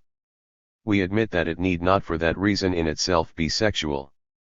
But take an analogous case. Suppose there were no way to observe the development of two dicotyledonous plants from their seeds, the apple tree and the bean. In both cases, however, imagine it possible to follow their evolution from the fully developed plant backwards to the first seedling with two leaf divisions. The two little leaves are indistinguishable, in both cases they look exactly alike. Shall I conclude from this that they really are the same and that the specific differences between an apple tree and bean plant do not appear until later in the history of the plant? Or is it biologically more correct to believe that this difference is already present in the seedling, although the two little leaves show no differences? We do the same thing when we term as sexual the pleasure derived from the activities of the suckling. Whether each and every organic enjoyment may be called sexual, or if besides the sexual there is another that does not deserve this name, is a matter I cannot discuss here. I know too little about organic pleasure and its conditions, and will not be at all surprised if the retrogressive character of the analysis leads us back finally to a generalized factor. One thing more. You have on the whole gained very little for what you are so anxious to maintain, the sexual purity of the child, even when you can convince me that the activities of the suckling had better not be called sexual. For from the third year on, there is no longer any doubt concerning the presence of a sexual life in the child. At this time the genitals already begin to become active, there is perhaps regularly a period of infantile masturbation, in other words, a gratification by means of the genitals. The psychic and social expressions of the sexual life are no longer absent, choice of an object, affectionate preference for certain persons, indeed, a leaning toward one of the two sexes, jealousy, all these have been established independently by unprejudiced observation, prior to the advent of psychoanalysis, and confirmed by every careful observer. You will say that you had no doubt as to the early awakening of affection, you will take issue only with its sexual nature. Children between the ages of 3 and 8 have already learned to hide these things, but if you look sharply you can always gather sufficient evidence of the sexual purpose of this affection. What escapes you will be amply supplied by investigation. The sexual goals of this period of life are most intimately connected with the contemporaneous sexual theories, of which I have given you some examples. The perverse nature of some of these goals is the result of the constitutional immaturity of the child, who has not yet discovered the goal of the act of copulation. From about the 6th or the 8th year on a pause in, and reversion of, sexual development is noticeable, which in the cases that reach the highest cultural standard deserves the name of a latent period. The latent period may also fail to appear, and there need not be an interruption of sexual activity and sexual interests at any period. Most of the experiences and impulses prior to the latent period then fall victim to the infantile amnesia, the forgetting we have already discussed, which cloaks our earliest childhood and makes us strangers to it. In every psychoanalysis we are confronted with the task of leading this forgotten period of life back into memory. One cannot resist the supposition that the beginning of sexual life it contains furnishes the motive for this forgetting, namely, that this forgetting is a result of suppression. The sexual life of the child shows from the third year that it has much in common with that of the adult. It is distinguished from the latter, as we already know, by the lack of stable organization under the primacy of the genitals, by the unavoidable traits of perversion, and, naturally, by the far lesser intensity of the whole impulse. Theoretically, the most interesting phases of the sexual development, or, as we would rather say, the libido development, so far as theory is concerned, lie back of this period. This development is so rapidly gone through that perhaps it would never have been possible for direct observation to grasp its fleeting pictures. Psychoanalytic investigation of the neuroses has for the first time made it possible to discover more remote phases of the libido development. These are, to be sure, nothing but constructions, but if you wish to carry on psychoanalysis in a practical way you will find that they are necessary and valuable constructions. You will soon understand why pathology may disclose conditions which we would have overlooked in the normal object. We can now declare what form the sexual life of the child takes before the primacy of the genitals is established. This primacy is prepared in the first infantile epoch prior to the latent period, and is continuously organized from puberty on. There is in this early period a sort of loose organization, which we shall call pregenital. In the foreground of this phase, however, the partial instincts of the genitals are not prominent, rather the sadistic and anal. The contrast between masculine and feminine plays no part as yet, its place is taken by the contrast between active and passive, which we may designate as the forerunner of sexual polarity, with which it is later fused. That which appears masculine to us in the activity of this phase, observed from the standpoint of the later genital stage, is the expression of an instinct to mastery, which may border on cruelty. Impulses with passive goals attach themselves to the erogenous zone of the rectal opening. Most important at this time, curiosity and the instinct to watch are powerful. The genital really takes part in the sexual life only in its role as excretory organ for the bladder. Objects are not lacking to the partial impulses of this period, but they do not necessarily combine into a single object. The sadistico-anal organization is the step antecedent to the phase of genital primacy. A more penetrating study furnishes proof how much of this is retained for the later and final form, and in what ways its partial instincts are forced into line under the new genital organization. Back of the sadistico-anal phase of libido development, we get a view of an earlier, even more primitive phase of organization, in which the erogenous mouth zone plays the chief role. You may surmise that the sexual activity of sucking belongs to it, and may wonder at the intuition of the ancient Egyptians, whose art characterized the child, as well as the god Horus, with the finger in his month. Abraham only recently published material concerning the traces which this primitive oral phase has left upon the sexual life of later years. I can surmise that these details about sexual organization have burdened your mind more than they have informed you. Perhaps I have again gone into detail too much. But be patient, what you have heard will become more valuable through the uses to which it is later put. Keep well in mind the impression that sexual life, as we call it, the function, of the libido, does not make its appearance as a completed whole, nor does it develop in its own image, but goes through a series of successive phases which are not similar to each other. In fact, it is a developmental sequence, like that from the grub to the butterfly. The turning point of the development is the subordination of all sexual partial instincts to the primacy of the genitals, and thereby the subjection of sexuality to the function of reproduction. Originally it is a diffused sexual life, one which consists of independent activities of single partial instincts which strive towards organic gratification.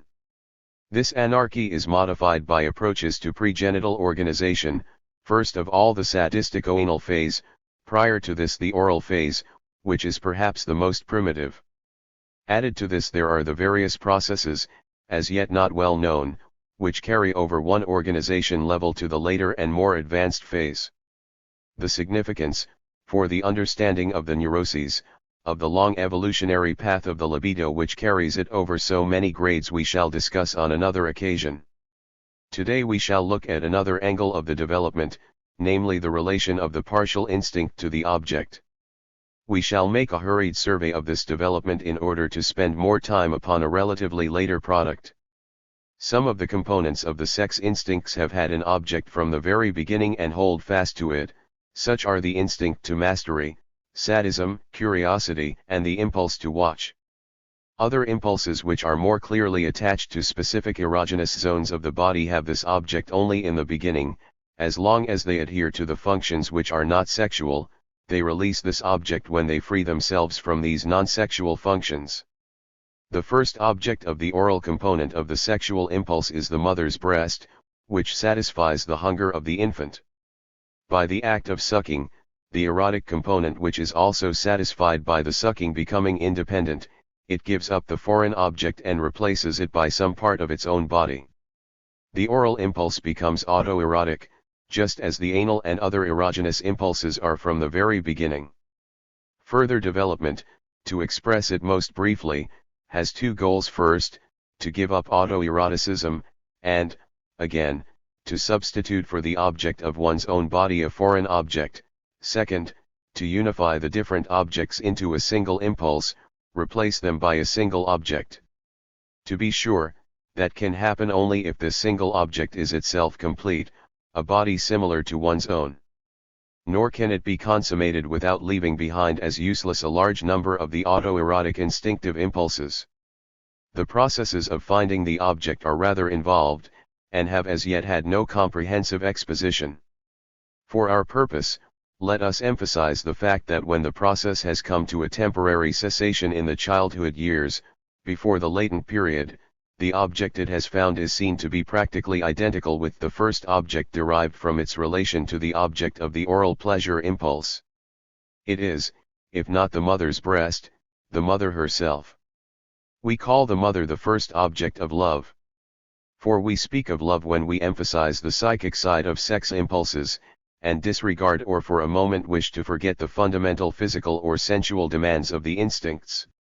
At the time when the mother becomes the object of love, the psychic work of suppression which withdraws the knowledge of a part of his sexual goal from his consciousness has already begun in the child. The selection of the mother as the object of love involves everything we understand by the Oedipus complex, which has come to have such great significance in the psychoanalytic explanation of neuroses, and which has had no small part in arousing opposition to psychoanalysis. Here is a little experience which took place during the present war. A brave young disciple of psychoanalysis is a doctor at the German front somewhere in Poland, and attracts the attention of his colleagues by the fact that he occasionally exercises an unexpected influence in the case of a patient. Upon being questioned, he admits that he works by means of psychoanalysis and is finally induced to impart his knowledge to his colleagues. Every evening the physicians of the corps, colleagues, and superiors, gather in order to listen to the inmost secrets of analysis.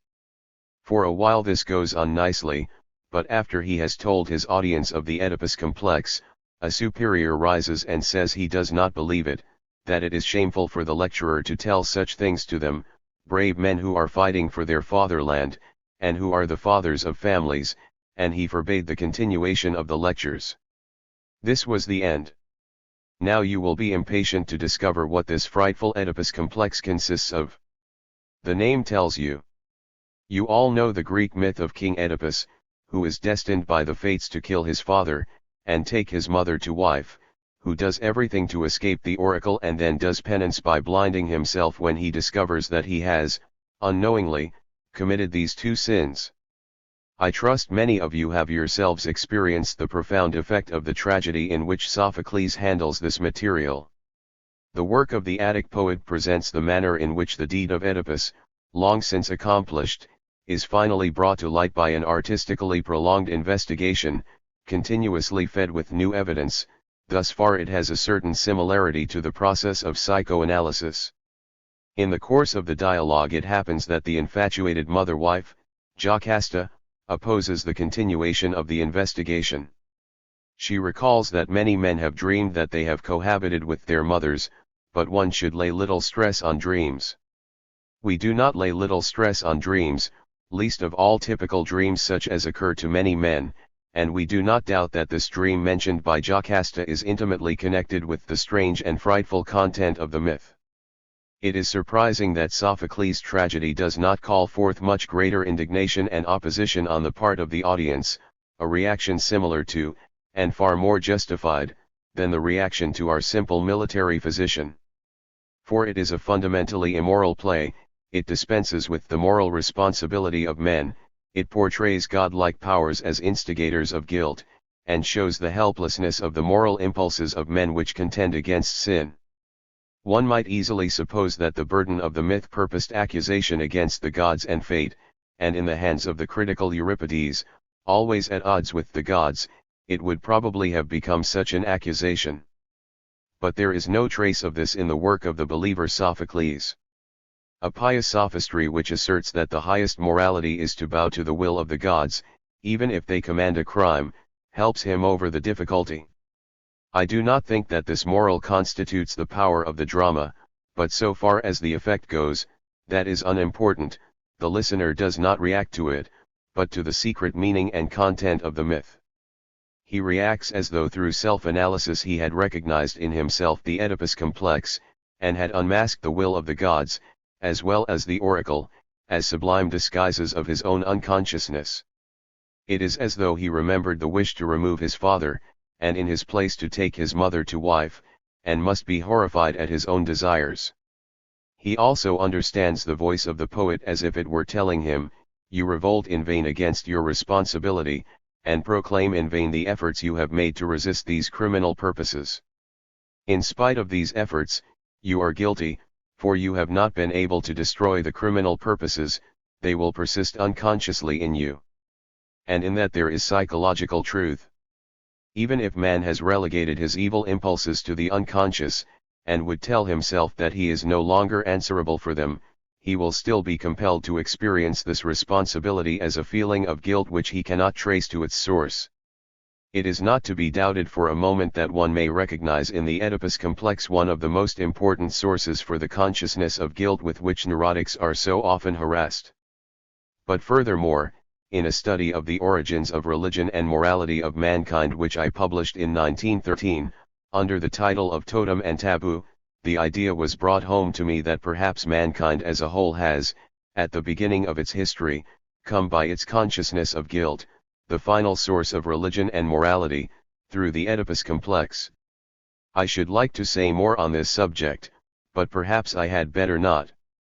It is difficult to turn away from this subject now that I have begun speaking of it, but we must return to individual psychology. What does direct observation of the child at the time of the selection of its object, before the latent period, show us concerning the Oedipus complex?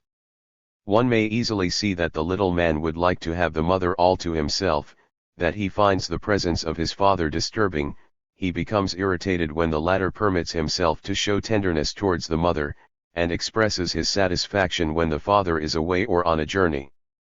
Frequently he expresses his feelings directly in words, promises the mother he will marry her.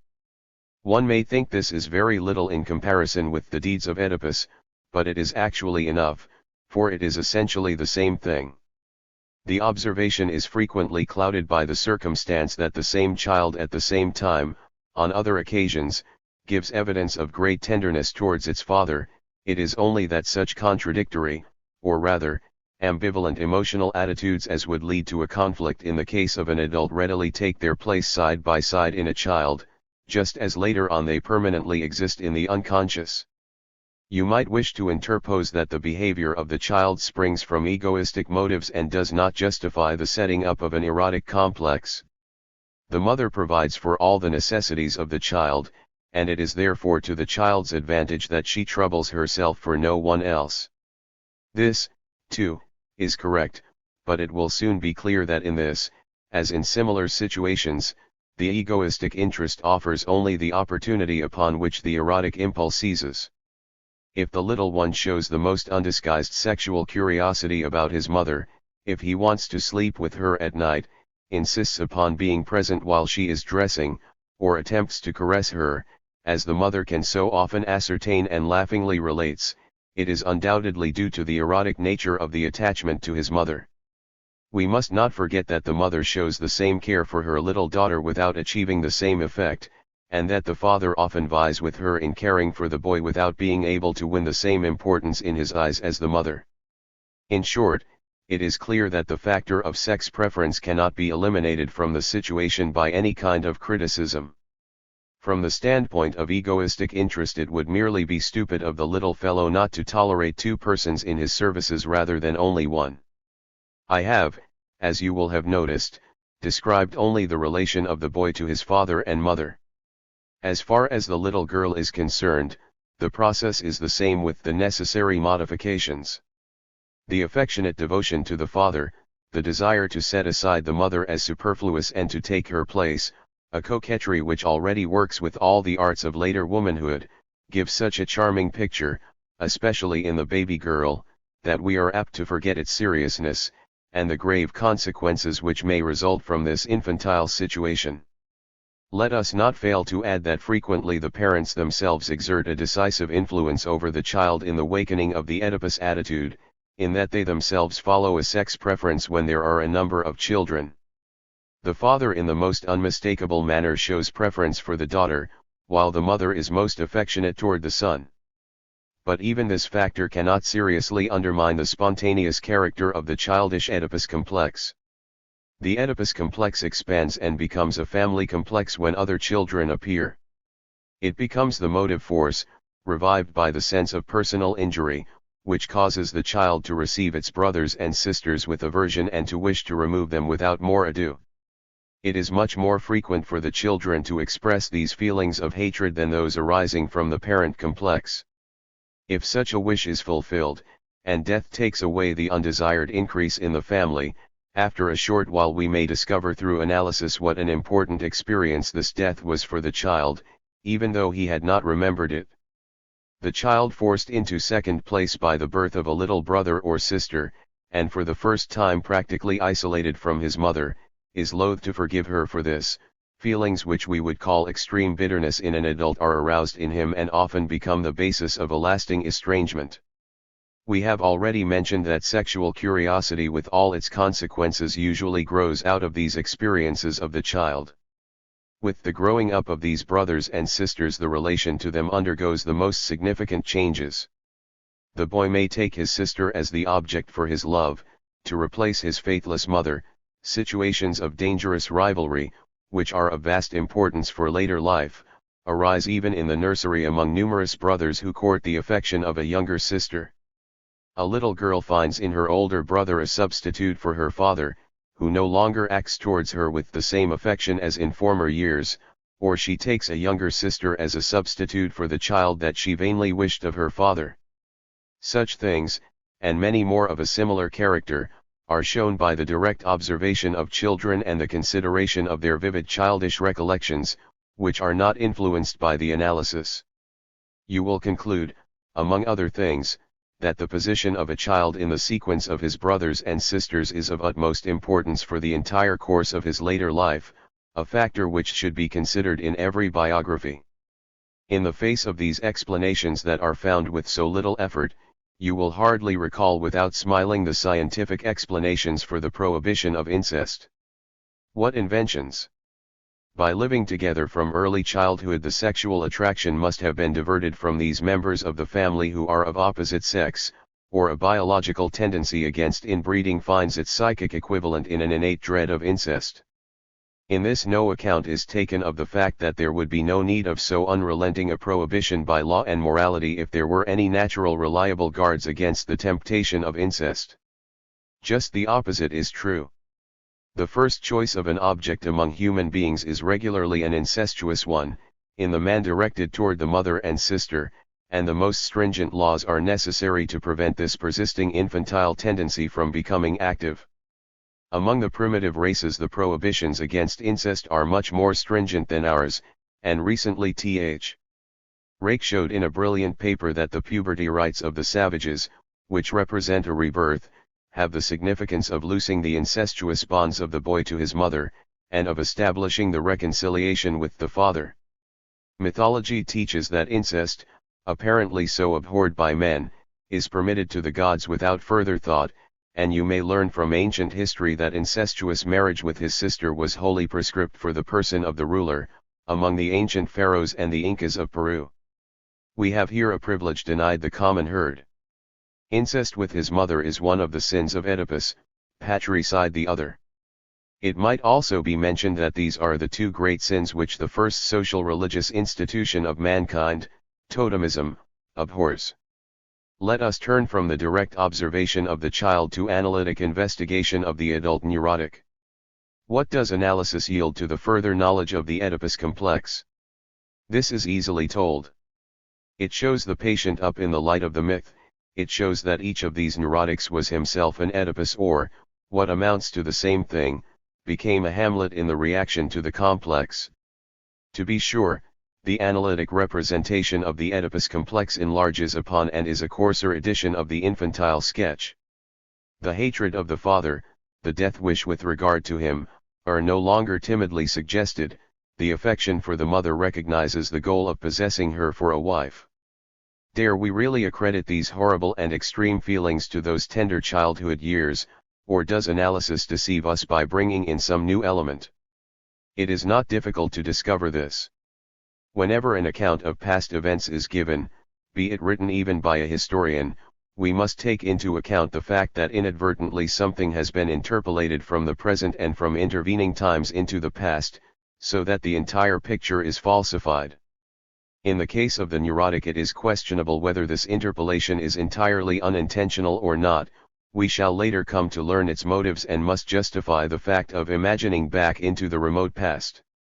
We also easily discover that hatred of the father is fortified by numerous motives which originate in later times and circumstances, since the sexual wishes for the mother are cast in forms which are necessarily foreign to the child. But it would be a vain endeavor to explain the whole of the Oedipus complex by imagining back, and as related to later times. The infantile nucleus and more or less of what has been added to it continues to exist and may be verified by the direct observation of the child. The clinical fact which we meet with in penetrating the form of the Oedipus complex as established by analysis, is of the greatest practical importance. We learn that at the period of puberty, when the sexual instinct first asserts its demands in full strength, the old incestuous and familiar objects are again taken up and seized anew by the libido. The infant's choice of an object was feeble, but it nevertheless set the direction for the choice of an object in puberty. At that time very intense emotional experiences are brought into play and directed towards the Oedipus complex, or utilized in the reaction to it. However, since their presuppositions have become unsupportable, they must in large part remain outside of consciousness. From this time on, the human individual must devote himself to the great task of freeing himself from his parents, and only after he has freed himself can he cease to be a child, and become a member of the social community. The task confronting the son consists of freeing himself from his libidinous wishes towards his mother and utilizing them in the quest for a really foreign object for his love. He must also effect a reconciliation with his father, if he has stayed hostile to him, or if in the reaction to his infantile opposition he has become subject to his domination. He must now free himself from this pressure. These tasks are set for every man. It is noteworthy how seldom their solution is ideally achieved, i.e., how seldom the solution is psychologically as well as socially correct. Neurotics, however, find no solution whatever.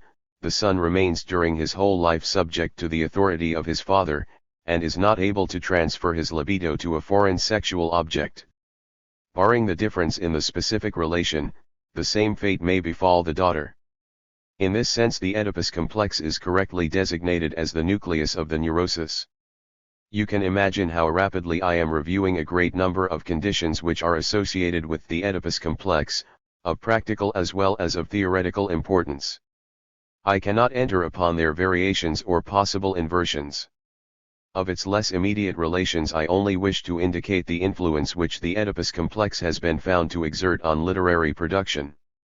In a valuable book, Otto Rank has shown that the dramatists of all times have taken their materials principally from the Oedipus and incest complexes, with their variations and disguises. Moreover, we will not forget to mention that the two guilty wishes of Oedipus were recognized long before the time of psychoanalysis as the true representatives of the unrestrained life of impulses. Among the writings of the encyclopedist Diderot we find a famous dialogue, the nephew of Rameau, which no less a person than Goethe has translated into German. In this you may read the remarkable sentence, "If the little savage were left to himself he would preserve all his imbecility, he would unite the passions of a man of 30 to the unreasonableness of the child in the cradle, he would twist his father's neck and bed with his mother." There is also one other thing of which I must needs speak.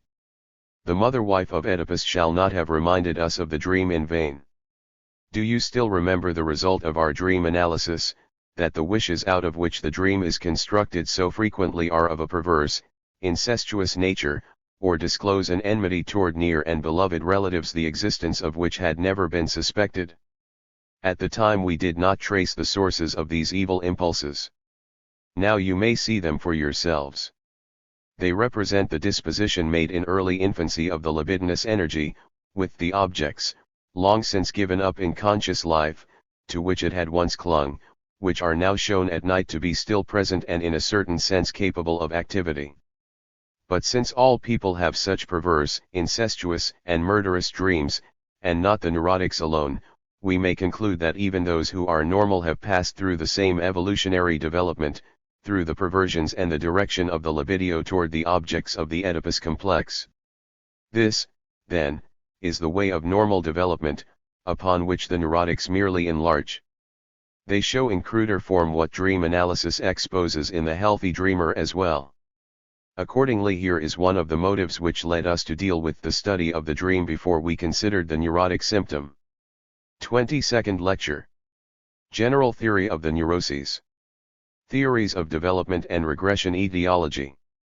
We have learned that the libido goes through an extensive development before it can enter the service of reproduction in a way which may be regarded as normal.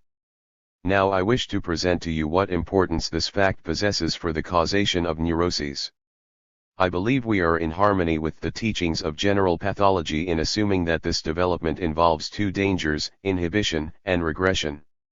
In other words, With the universal tendency of biological processes toward variation, it must necessarily happen that not all preparatory phases of a given function are equally well passed through or accomplished with comparable thoroughness. Certain components of a function may be permanently held back in an early stage of development, and the complete development is therefore retarded to a certain extent. Let us seek analogies for these processes from other fields. If a whole people leaves its dwellings to seek a new home, as frequently happened in the early periods of the history of mankind, their entire number will certainly not reach the new destination. Setting aside other losses, small groups or associations of these wandering peoples would stop on the way, and, while the majority passes on, they would settle down at these way stations. Or, to seek a more appropriate comparison, you know that in the most highly evolved mammals, the male seminal glands, which originally are located in the far depths of the abdominal cavity, begin to wander during a certain period of intrauterine life until they reach a position almost immediately under the skin of the pelvic extremity. In the case of a number of male individuals, one of the paired glands may as a result of this wandering remain in the pelvic cavity, or may be permanently located in the canal through which both glands must pass in their journey, or finally the canal itself may stay open permanently instead of growing together with the seminal glands after the change of position has taken place normally. When, as a young student, I was doing my first piece of scientific research under the direction of von Bruck, I was working on the dorsal nerve roots in the spinal cord of a small fish very archaic in form. I discovered that the nerve ganglia of these roots grow out from large cells which lie in the gray matter of the dorsal column, a condition no longer true of other vertebrates. But I soon discovered that such nerve cells are found outside the gray matter all the way to the so-called spinal ganglion of the dorsal root. From this I concluded that the cells of this group of ganglia had traveled from the spinal cord to the roots of the nerves. This same result is attested by embryology.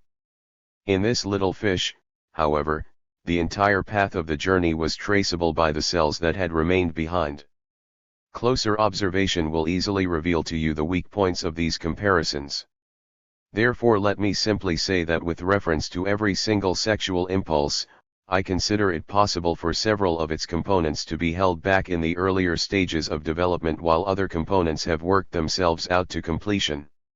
You will realize that we think of every such impulse as a current continuously driving on from the very beginning of life, and that our resolving it into individual movements which follow separately one upon the other is to a certain extent artificial. Your impression that these concepts require further clarification is correct, but an attempt would lead to too great digression. Before we pass on, however, let us agree to call this arrest of a partial impulse in an early stage of development, a fixation of the instinct. Regression is the second danger of this development by stages. Even those components which have achieved a degree of progress may readily turn backward to these earlier stages. Having attained to this later and more highly developed form, the impulse is forced to a regression when it encounters great external difficulties in the exercise of its function, and accordingly cannot reach the goal which will satisfy its strivings. We can obviously assume that fixation and regression are not independent of each other. The stronger the fixations in the process of development prove to be, the more readily will the function evade external difficulties by a regression back to those fixations, and the less capable will the fully developed function be to withstand the hindrances that stand in the way of its exercise. Remember that if a people in its wandering has left large groups at certain way stations, it is natural for those who have gone on to return to these stations if they are beaten or encounter a mighty foe. The more they have left on the way, however, the greater is their chance of defeat. For your comprehension of the neuroses, it is necessary to keep in mind this connection between fixation and regression. This will give you a secure hold upon the question of the cause of neuroses of the etiology of neuroses, which we shall soon consider. For the present we have still to discuss various aspects of regression. With the knowledge you have gained concerning the development of the function of libido, you must expect two kinds of regression: incestuous return to the first libidinous objects and return of the entire sexual organization to an earlier stage of development. Both occur in the transference neuroses and play an important part in its mechanism. Especially is the return to the first incestuous objects of libido a feature that the neurotic exhibits with positively tiresome regularity. We could say far more about regression of libido if we took into consideration another group of neuroses, neurotic narcissism. But we cannot do this now. These conditions give us a clue to other stages of development of the function of libido, which have not been mentioned previously, and correspondingly show new kinds of regression. But I think the most important task before me at this point is to warn you not to confuse regression and suppression, and aid you to see clearly the connection between the two processes. Suppression, as you know, is the process by which an act capable of becoming conscious, in other words, an act that belongs to the foreconscious system, is rendered unconscious and accordingly is thrust back into the unconscious system. Similarly, we speak of suppression when the unconscious psychic act never has been admitted into the adjoining foreconscious system but is arrested by the censor at the threshold. Kindly observe that the conception of suppression has nothing to do with sexuality. It describes a purely psychological process, which could better be characterized by terming it localized. By that we mean that it is concerned with the spatial relationships within the psyche, or if we drop this crude metaphor, with building up the psychological apparatus out of separate, psychic systems. Through these comparisons we observe that up to this point we have not used the word regression in its general, but in a very special sense. If you accord it the general meaning of return from a higher to a lower stage of development, you must include suppression as a form of regression, for suppression may also be described as the reversion to an earlier and lower stage in the development of a psychic act.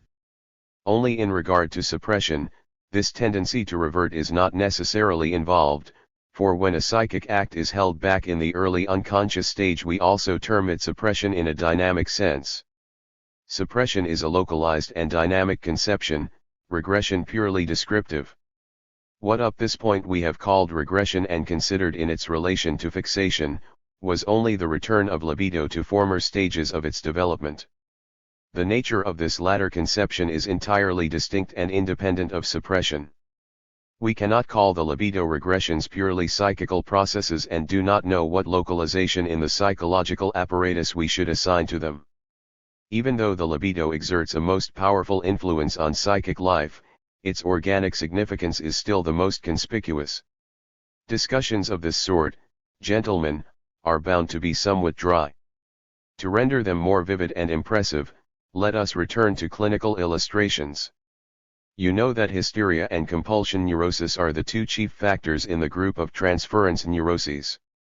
In hysteria, libidinous return to primary, incestuous sexual objects is quite regular, but regression to a former stage of sexual organization very rare. In the mechanism of hysteria, suppression plays the chief part.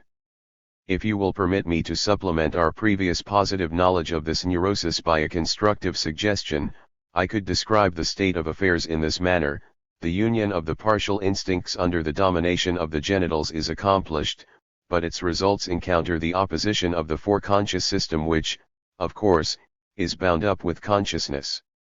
Genital organization, therefore, may stand for the unconscious but not for the foreconscious. Through this rejection on the part of the foreconscious, a situation arises which in certain aspects is similar to the condition existing before the genitals had attained their primacy. Of the two libido regressions, the regression to a former stage of sexual organization is by far the more conspicuous. Since it is lacking in hysteria and our entire conception of the neuroses is still too much dominated by the study of hysteria which preceded it in point of time, the meaning of libido regression became clearer to us much later than that of repression. Let us be prepared to widen and change our attitude still more when we consider other narcissistic neuroses besides compulsion neurosis and hysteria in our discussion. In contrast to this, regression of libido in compulsion neurosis turns back most conspicuously to the earlier sadistico-anal organization, which accordingly becomes the most significant factor expressed by the symptoms. Under these conditions the love impulse must mask itself as a sadistic impulse. The compulsion idea must therefore be reinterpreted. Isolated from other superimposed factors, which though they are not accidental are also indispensable, it no longer reads, "I want to murder you," rather it says I want to enjoy you in love. Add to this, that simultaneously regression of the object has also set in, so that this impulse is invariably directed toward the nearest and dearest persons, and you can imagine with what horror the patient thinks of these compulsion ideas and how alien they appear to his conscious perception. In the mechanism of these neuroses, suppression, too, assumes an important part, which it is not easy to explain in a superficial discussion of this sort. Regression of the libido without suppression would never result in neurosis but would finally end in perversion. This makes it obvious that suppression is the process most characteristic of neurosis, and typifies it most perfectly. Perhaps I shall at some future time have the opportunity of presenting to you our knowledge of the mechanism of perversions, and then you will see that here also things do not work themselves out as simply as we should best like to construe them. You will most readily reconcile yourself with these elucidations of fixation and regression, when you consider them as a preface to the investigation of the etiology of neuroses. Towards this I have only advanced a single fact, that people become neurotically ill when the possibility of satisfying their libido is removed, ill with denial, as I expressed myself, and that their symptoms are the substitutes for the denied gratification. Of course, that does not mean that every denial of libidinous satisfaction makes every person neurotic, but merely that in all cases known of neurosis, the factor of denial was traceable. The syllogism therefore cannot be reversed. You also understand, I trust, that this statement is not supposed to reveal the entire secret of the etiology of neurosis, but only emphasizes an important and indispensable condition.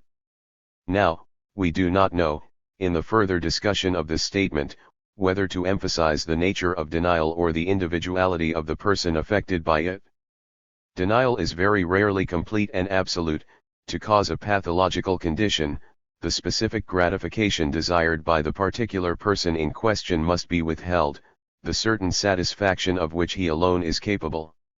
On the whole, there are many ways of enduring abstinence from libidinous gratification without succumbing to a neurosis by reason thereof. Above all, we know of people who are able to endure abstinence without doing themselves injury. They are not happy under the circumstances, they are filled with yearning, but they do not become ill. Furthermore, we must take into consideration that the impulses of the sex instinct are extraordinarily plastic, if I may use that term in this connection. One thing may take the place of the other, one may assume the other's intensity. If reality refuses the one gratification, the satisfaction of another may offer full compensation. The sexual impulses are like a network of communicating channels filled with fluids. They are this in spite of their subjugation to the primacy of the genitals, though I realize it is difficult to unite these two ideas in one conception. The component impulses of sexuality as well as the total sexual desire, which represents their aggregate, show a marked ability to change their object, to exchange it, for instance, for one more easily attainable. This displacement and the readiness to accept substitutes must exert powerful influences in opposition to the pathological effect of abstinence. Among these processes which resist the ill effects of abstinence, one in particular has one cultural significance. Sexual desire relinquishes either its goal of partial gratification of desire, or the goal of desire toward reproduction, and adopts another aim, genetically related to the abandoned one, save that it is no longer sexual but must be termed social. This process is called sublimation, and in adopting this process we subscribe to the general standard which places social aims above selfish sexual desires. Sublimation is, as a matter of fact, only a special case of the relation of sexual to non-sexual desires. We shall have occasion to talk more about this later in another connection. Now your impression will be that abstinence has become an insignificant factor, since there are so many methods of enduring it. Yet this is not the case, for its pathological power is unimpaired. The remedies are generally not sufficient. The measure of unsatisfied libido which the average human being can stand is limited. The plasticity and freedom of movement of libido is by no means retained to the same extent by all individuals. Sublimation can, moreover, never account for more than a certain small fraction of the libido, and finally most people possess the capacity for sublimation only to a very slight degree. The most important of these limitations clearly lies in the adaptability of the libido, as it renders the gratification of the individual dependent upon the attainment of only a very few aims and objects. Kindly recall that incomplete development of the libido leaves extensive and possibly even numerous libido fixations in earlier developmental phases of the processes of sexual organization and object finding, and that these phases are usually not capable of affording a real gratification. You will then recognize libido fixation as the second powerful factor which together with abstinence constitutes the causative factors of the illness. We may abbreviate schematically and say that libido fixation represents the internal disposing factor, abstinence the accidental external factor of the etiology of neurosis. I seize the opportunity to warn you of taking sides in a most unnecessary conflict. In scientific affairs it is a popular proceeding to emphasize a part of the truth in place of the whole truth and to combat all the rest, which has lost none of its verity, in the name of that fraction. In this way various factions have already separated out from the movement of psychoanalysis. One faction recognizes only the egoistic impulses and denies the sexual, another appreciates the influence of objective tasks in life, but ignores the part played by the individual past, and so on. Here is occasion for a similar antithesis and subject for dispute. Are neuroses exogenous or endogenous diseases? Are they the inevitable results of a special constitution or the product of certain harmful, traumatic, impressions?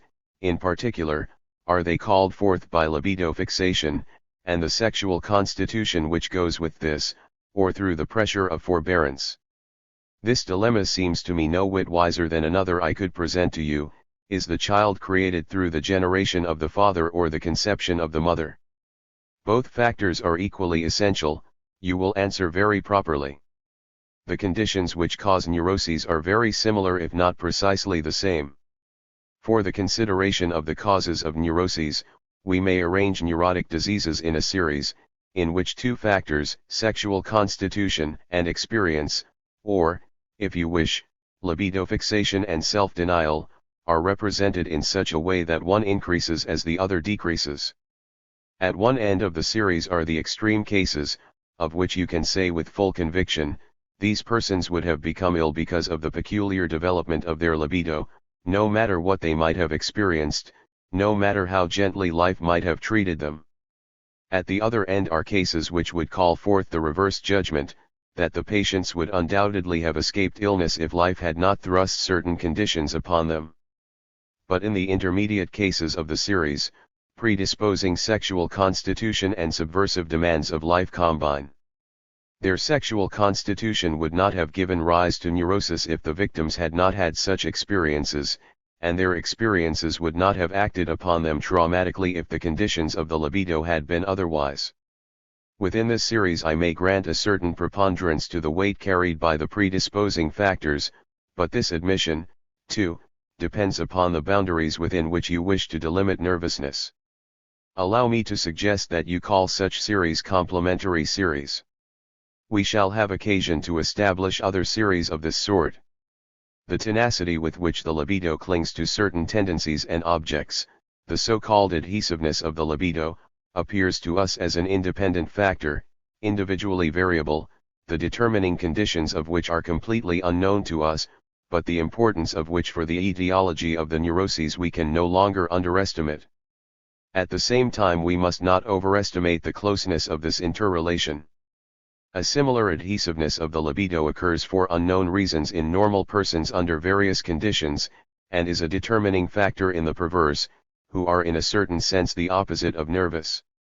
Before the period of psychoanalysis, it was known, Binet, that the anamnesia of the perverse is often traced back to an early impression and abnormality in the tendency of the instinct or its choice of object, and it is to this that the libido of the individual has clung for life.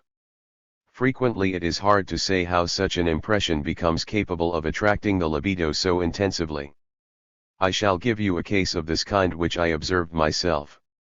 A man, to whom the genital and all other sex stimuli of woman now mean nothing, who in fact can only be thrown into an irresistible sexual excitation by the sight of a shoe on a foot of a certain form, is able to recall an experience he had in his 6th year, which proved decisive for the fixation of his libido. One day he sat on a stool beside his governess, who was to give him an English lesson. She was an old, shriveled, unbeautiful girl with washed-out blue eyes and a pug nose, who on this day, because of some injury, had put a velvet slipper on her foot and stretched it out on a footstool, the leg itself she had most decorously covered. After a diffident attempt at normal sexual activity, undertaken during puberty, such a thin sinewy foot as his governess had become the sole object of his sexuality, and the man was irresistibly carried away if other features, reminiscent of the English governess, appeared in conjunction with the foot. Through this fixation of the libido the man did not become neurotic but perverse, a foot fetishist, as we say. So you see that, although exaggerated and premature fixation of the libido is indispensable for the causation of neuroses, its sphere of action exceeds the limits of neuroses immeasurably. This condition also, taken by itself, is no more decisive than abstinence. And so the problem of the cause of neuroses seems to become more complicated. Psychoanalytic investigation does, in fact, acquaint us with a new factor, not considered in our etiological series, which is recognized most easily in those cases where permanent well-being is suddenly disturbed by an attack of neurosis. These individuals regularly show signs of contradiction between their wishes, or, as we are wont to say, indication of psychic conflict. A part of their personality represents certain wishes, another rebels against them and resists them. A neurosis cannot come into existence without such conflict. This may seem to be of small significance. You know that our psychic life is continually agitated by conflicts for which we must find a solution. Certain conditions, therefore, must exist to make such a conflict pathological. We want to know what these conditions are, what psychic powers form the background for these pathological conflicts, what relation the conflict bears to the causative factors. I hope I shall be able to give you satisfactory answers to these questions even if I must make them schematically brief. Self-denial gives rise to conflict, for libido deprived of its gratification is forced to seek other means and ends. A pathogenic conflict arises when these other means and ends arouse the disfavor of one part of the personality, and a veto ensues which makes the new mode of gratification impossible for the time being. This is the point of departure for the development of the symptoms, a process which we shall consider later. The rejected libidinous desires manage to have their own way, through circuitous byways, but not without catering to the objections through the observance of certain symptom formation. The symptoms are the new or substitute satisfaction which the condition of self-denial has made necessary. We can express the significance of the psychic conflict in another way, by saying, the outer self-denial, in order to become pathological, must be supplemented by an inner self-denial. Outer denial removes one possibility of gratification, inner denial would like to exclude another possibility, and it is this second possibility which becomes the center of the ensuing conflict. I prefer this form of presentation because it possesses secret content. It implies the probability that the inner impediment found its origin in the prehistoric stage of human development in real external hindrances. What powers are these which interpose objections to libidinous desire? Who are the other parties to the pathological conflict? They are, in the widest sense, the non-sexual impulses. We call them comprehensively the ego impulses. Psychoanalysis of transference neuroses does not grant us ready access to their further investigation, but we learn to know them, in a measure, through the resistance they offer to analysis. The pathological struggle is waged between ego impulses and sexual impulses. In a series of cases it appears as though conflict could exist between various purely sexual desires, but that is really the same thing, for of the two sexual desires involved in the conflict, one is always considerate of the ego, while the other demands that the ego be denied, and so it remains a conflict between the ego and sexuality. Again and again when psychoanalysis claimed that psychological event was the result of sexual impulses, indignant protest was raised that in psychic life there were other impulses and interests besides the sexual, that everything could not be derived from sexuality, etc. Well, it is a great pleasure to share for once the opinion of one's opponents. Psychoanalysis never forgot that non-sexual impulses exist. It insisted on the decided distinction between sexual and ego impulses and maintained in the face of every objection not that neuroses arise from sexuality, but that they owe their origin to the conflict between sexuality and the ego. Psychoanalysis can have no reasonable motive for denying the existence or significance of ego impulses, even though it investigates the influence sexual impulses play in illness and in life. Only it has been destined to deal primarily with sexual impulses, because transference neuroses have furnished the readiest access to their investigation, and because it had become obligatory to study what others had neglected. It does not follow, either, that psychoanalysis has never occupied itself at all with the non-sexual side of personality.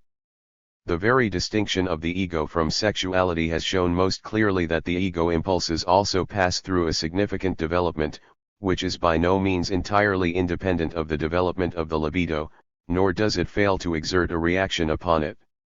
To be sure, we know much less about the evolution of the ego than about libido development, for so far only the study of narcissistic neuroses has promised to throw light on the structure of the ego. There is extant the notable attempt of Ferenczi to construct theoretically the stages of ego development, and furthermore we already possess two fixed points from which to proceed in our evolution of this development. We do not dream of asserting that the libidinous interests of a person are from the outset opposed to the interests of self-preservation.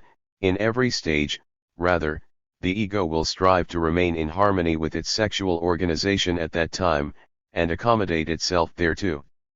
The succession of the separate phases of development of libido probably follows a prescribed program, but we cannot deny that the sequence can be influenced by the ego, and that a certain parallelism of the phases of development of the ego and the libido may also be assumed. Indeed, the disturbance of this parallelism could become a pathological factor.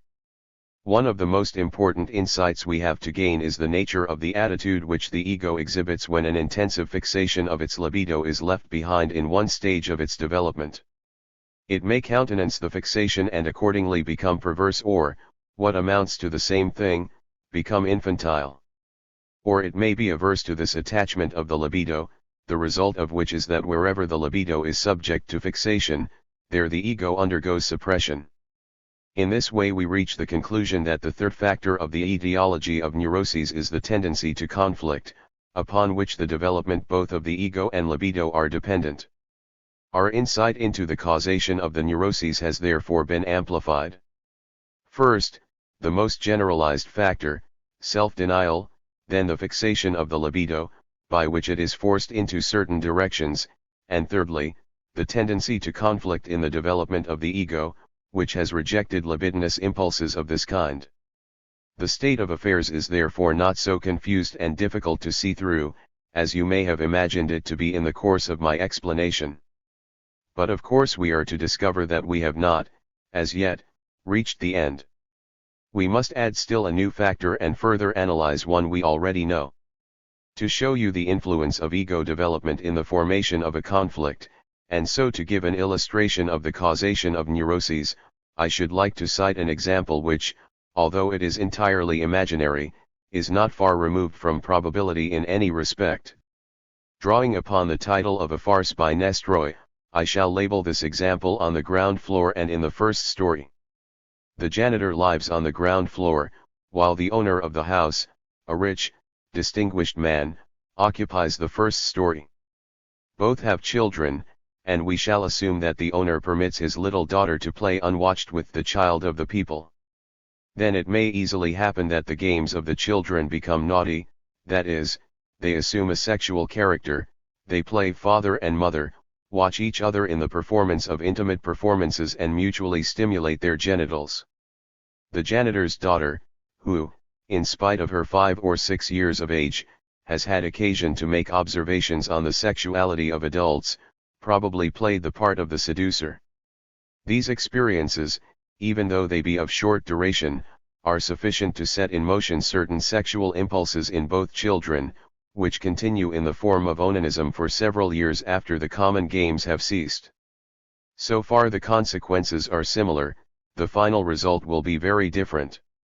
The janitor's daughter will continue onanism possibly to the commencement of her periods, abandon it then without difficulty, not many years later find a lover, perhaps bear a child, choose this or that path of life, which may likely enough make of her a popular artist who ends as an aristocrat. Perhaps the outcome will be less brilliant, but at any rate she will work out her life, free from neurosis, unharmed by her premature sexual activity. Very different is the effect on the other child. Even while she is very young she will realize vaguely that she has done wrong.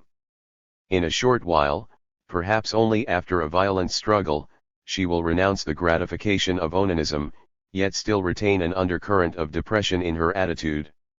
If, during her early childhood, she chances to learn something about sexual intercourse, she will turn away in inexplicable disgust and seek to remain innocent. Probably she is at the time subjected anew to an irresistible impulse to onanism, of which she does not dare to complain. When the time arrives for her to find favor in the eyes of a man, a neurosis will suddenly develop and cheat her out of marriage and the joy of life. When analysis succeeds in gaining insight into this neurosis, it will reveal that this well-bred, intelligent girl of high ideals, has completely suppressed her sexual desires, but that unconsciously they cling to the meager experiences she had with the friend of her childhood. The difference of these two destinies, arising from the same experience, is due to the fact that one ego has experienced development while the other has not. The janitor's daughter in later years looks upon sexual intercourse as the same natural and harmless thing it had seemed in her childhood. The owner's daughter had experienced the influence of education and had recognized its claims. Thus stimulated, her ego had forged its ideals of womanly purity and lack of desire which, however, could not agree with any sexual activity. Her intellectual development had made unworthy her interest in the woman's part she was to play. This higher moral and intellectual evolution of her ego was in conflict with the claims of her sexuality. I should like to consider today one more point in the development of the ego, partly because it opens wide vistas, partly because it will justify the sharp, perhaps unnatural line of division we are wont to draw between sexual and ego impulses.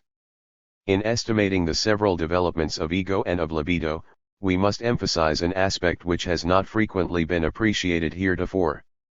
Both the ego and the libido are fundamentally heritages, abbreviated repetitions of an evolution which mankind has, in the course of long periods of time, traversed from primeval ages. The libido shows its phylogenetic origin most readily, I should say. Recall, if you please, that in one class of animals the genital apparatus is closely connected with the mouth, that in another it cannot be separated from the excretory apparatus, and in others it is attached to organs of locomotion. Of all these things you will find a most fascinating description in the valuable book of W. Bolsha. Animals portray, so to speak, all kinds of perversions which have become set as their permanent sexual organizations. In man this phylogenetic aspect is partly clouded by the circumstance that these activities, although fundamentally inherited, are achieved anew in individual development, presumably because the same conditions still prevail and still continue to exert their influence on each personality. I should say that originally they served to call forth an activity, where they now serve only as a stimulus for recollection. There is no doubt that in addition the course of development in each individual, which has been innately determined, may be disturbed or altered from without by recent influences. That power which has forced this development upon mankind, and which today maintains the identical pressure, is indeed known to us. It is the same self-denial enforced by the realities or, given its big and actual name, necessity, the struggle for existence, the Alpha Nu Gamma Chi Eta. This has been a severe teacher, but under him we have become potent. The neurotics are those children upon whom this severity has had a bad effect, but there is risk in all education. This appreciation of the struggle of life as the moving force of development need not prejudice us against the importance of innate tendencies in evolution if their existence can be proved. It is worth noting that sexual instincts and instincts of self-preservation do not behave similarly when they are confronted with the necessities of actuality. It is easier to educate the instincts of self-preservation and everything that is connected with them. They speedily learn to adapt themselves to necessity and to arrange their development in accordance with the mandates of fact. That is easy to understand, for they cannot procure the objects they require in any other way. Without these objects the individual must perish. The sex instincts are more difficult to educate because at the outset they do not suffer from the need of an object. As they are related almost parasitically to the other functions of the body and gratify themselves autoerotically by way of their own body, they are at first withdrawn from the educational influence of real necessity. In most people, they maintain themselves in some way or other during the entire course of life as those characteristics of obstinacy and inaccessibility to influence which are generally collectively called unreasonableness. The education of youth generally comes to an end when the sexual demands are aroused to their full strength. Educators know this and act accordingly, but perhaps the results of psychoanalysis will influence them to transfer the greatest emphasis to the education of the early years, of childhood, beginning with the suckling. The little human being is frequently a finished product in his 4th or 5th year, and only reveals gradually in later years what has long been ready within him. To appreciate the full significance of the aforementioned difference between the two groups of instincts, we must digress considerably and introduce a consideration which we must needs call economic. Thereby we enter upon one of the most important but unfortunately one of the most obscure domains of psychoanalysis. We ask ourselves whether a fundamental purpose is recognizable in the workings of our psychological apparatus, and answer immediately that this purpose is the pursuit of pleasurable excitement. It seems as if our entire psychological activity were directed toward gaining pleasurable stimulation, toward avoiding painful ones, that it is regulated automatically by the principle of pleasure. Now we should like to know, above all, what conditions cause the creation of pleasure and pain, but here we fall short. We may only venture to say that pleasurable excitation in some way involves lessening, lowering, or obliterating the amount of stimuli present in the psychic apparatus. This amount, on the other hand, is increased by pain. Examination of the most intense pleasurable excitement accessible to man, the pleasure which accompanies the performance of the sexual act, leaves small doubt on this point.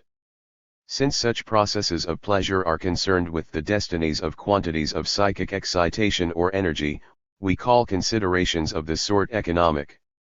It thus appears that we can describe the tasks and performances of the psychic apparatus in different and more generalized terms than by the emphasis of the pursuit of pleasure. We may say that the psychic apparatus serves the purpose of mastering and bringing to rest the mass of stimuli and the stimulating forces which approach it. The sexual instincts obviously show their aim of pleasurable excitement from the beginning to the end of their development. They retain this original function without much change. The ego instincts strive at first for the same thing. But through the influence of their teacher, necessity, the ego instincts soon learn to adduce some qualification to the principle of pleasure. The task of avoiding pain becomes an objective almost comparable to the gain of pleasure. The ego learns that its direct gratification is unavoidably withheld, the gain of pleasurable excitement postponed, that always a certain amount of pain must be borne and certain sources of pleasure entirely relinquished. This educated ego has become reasonable. It is no longer controlled by the principle of pleasure, but by the principle of fact, which at bottom also aims at pleasure, but pleasure which is postponed and lessened by considerations of fact. The transition from the pleasure principle to that of fact is the most important advance in the development of the ego. We already know that the sexual instincts pass through this stage unwillingly and late. We shall presently learn the consequence to man of the fact that his sexuality admits of such a loose relation to the external realities of his life. Yet one more observation belongs here. Since the ego of man has, like the libido, its history of evolution, you will not be surprised to hear that there are ego regressions, and you will want to know what role this return of the ego to former phases of development plays in neurotic disease. 23rd Lecture. General Theory of the Neuroses. The development of the symptoms. In the layman's eyes, the symptom shows the nature of the disease, and cure means removal of symptoms. The physician, however, finds it important to distinguish the symptoms from the disease and recognizes that doing away with the symptoms is not necessarily curing the disease. Of course, the only tangible thing left over after the removal of the symptoms is the capacity to build new symptoms. Accordingly, for the time being, let us accept the layman's viewpoint and consider the understanding of the symptoms as equivalent to the understanding of the sickness. The symptoms, of course, we are dealing here with psychic, or psychogenic, symptoms, and psychic illness are acts which are detrimental to life as a whole, or which are at least useless. Frequently they are obnoxious to the individual who performs them and are accompanied by distaste and suffering. The principal injury lies in the psychic exertion which they cost, and in the further exertion needed to combat them. The price these efforts exact may, when there is an extensive development of the symptoms, bring about an extraordinary impoverishment of the personality of the patient with respect to his available psychic energy, and consequently cripple him in all the important tasks of life. Since such an outcome is dependent on the amount of energy so utilized, you will readily understand that being sick is essentially a practical concept. But if you take a theoretical standpoint and disregard these quantitative relations, you can readily say that we are all sick, or rather neurotic, since the conditions favorable to the development of symptoms are demonstrable also among normal persons. As to the neurotic symptoms, we already know that they are the result of a conflict aroused by a new form of gratifying the libido.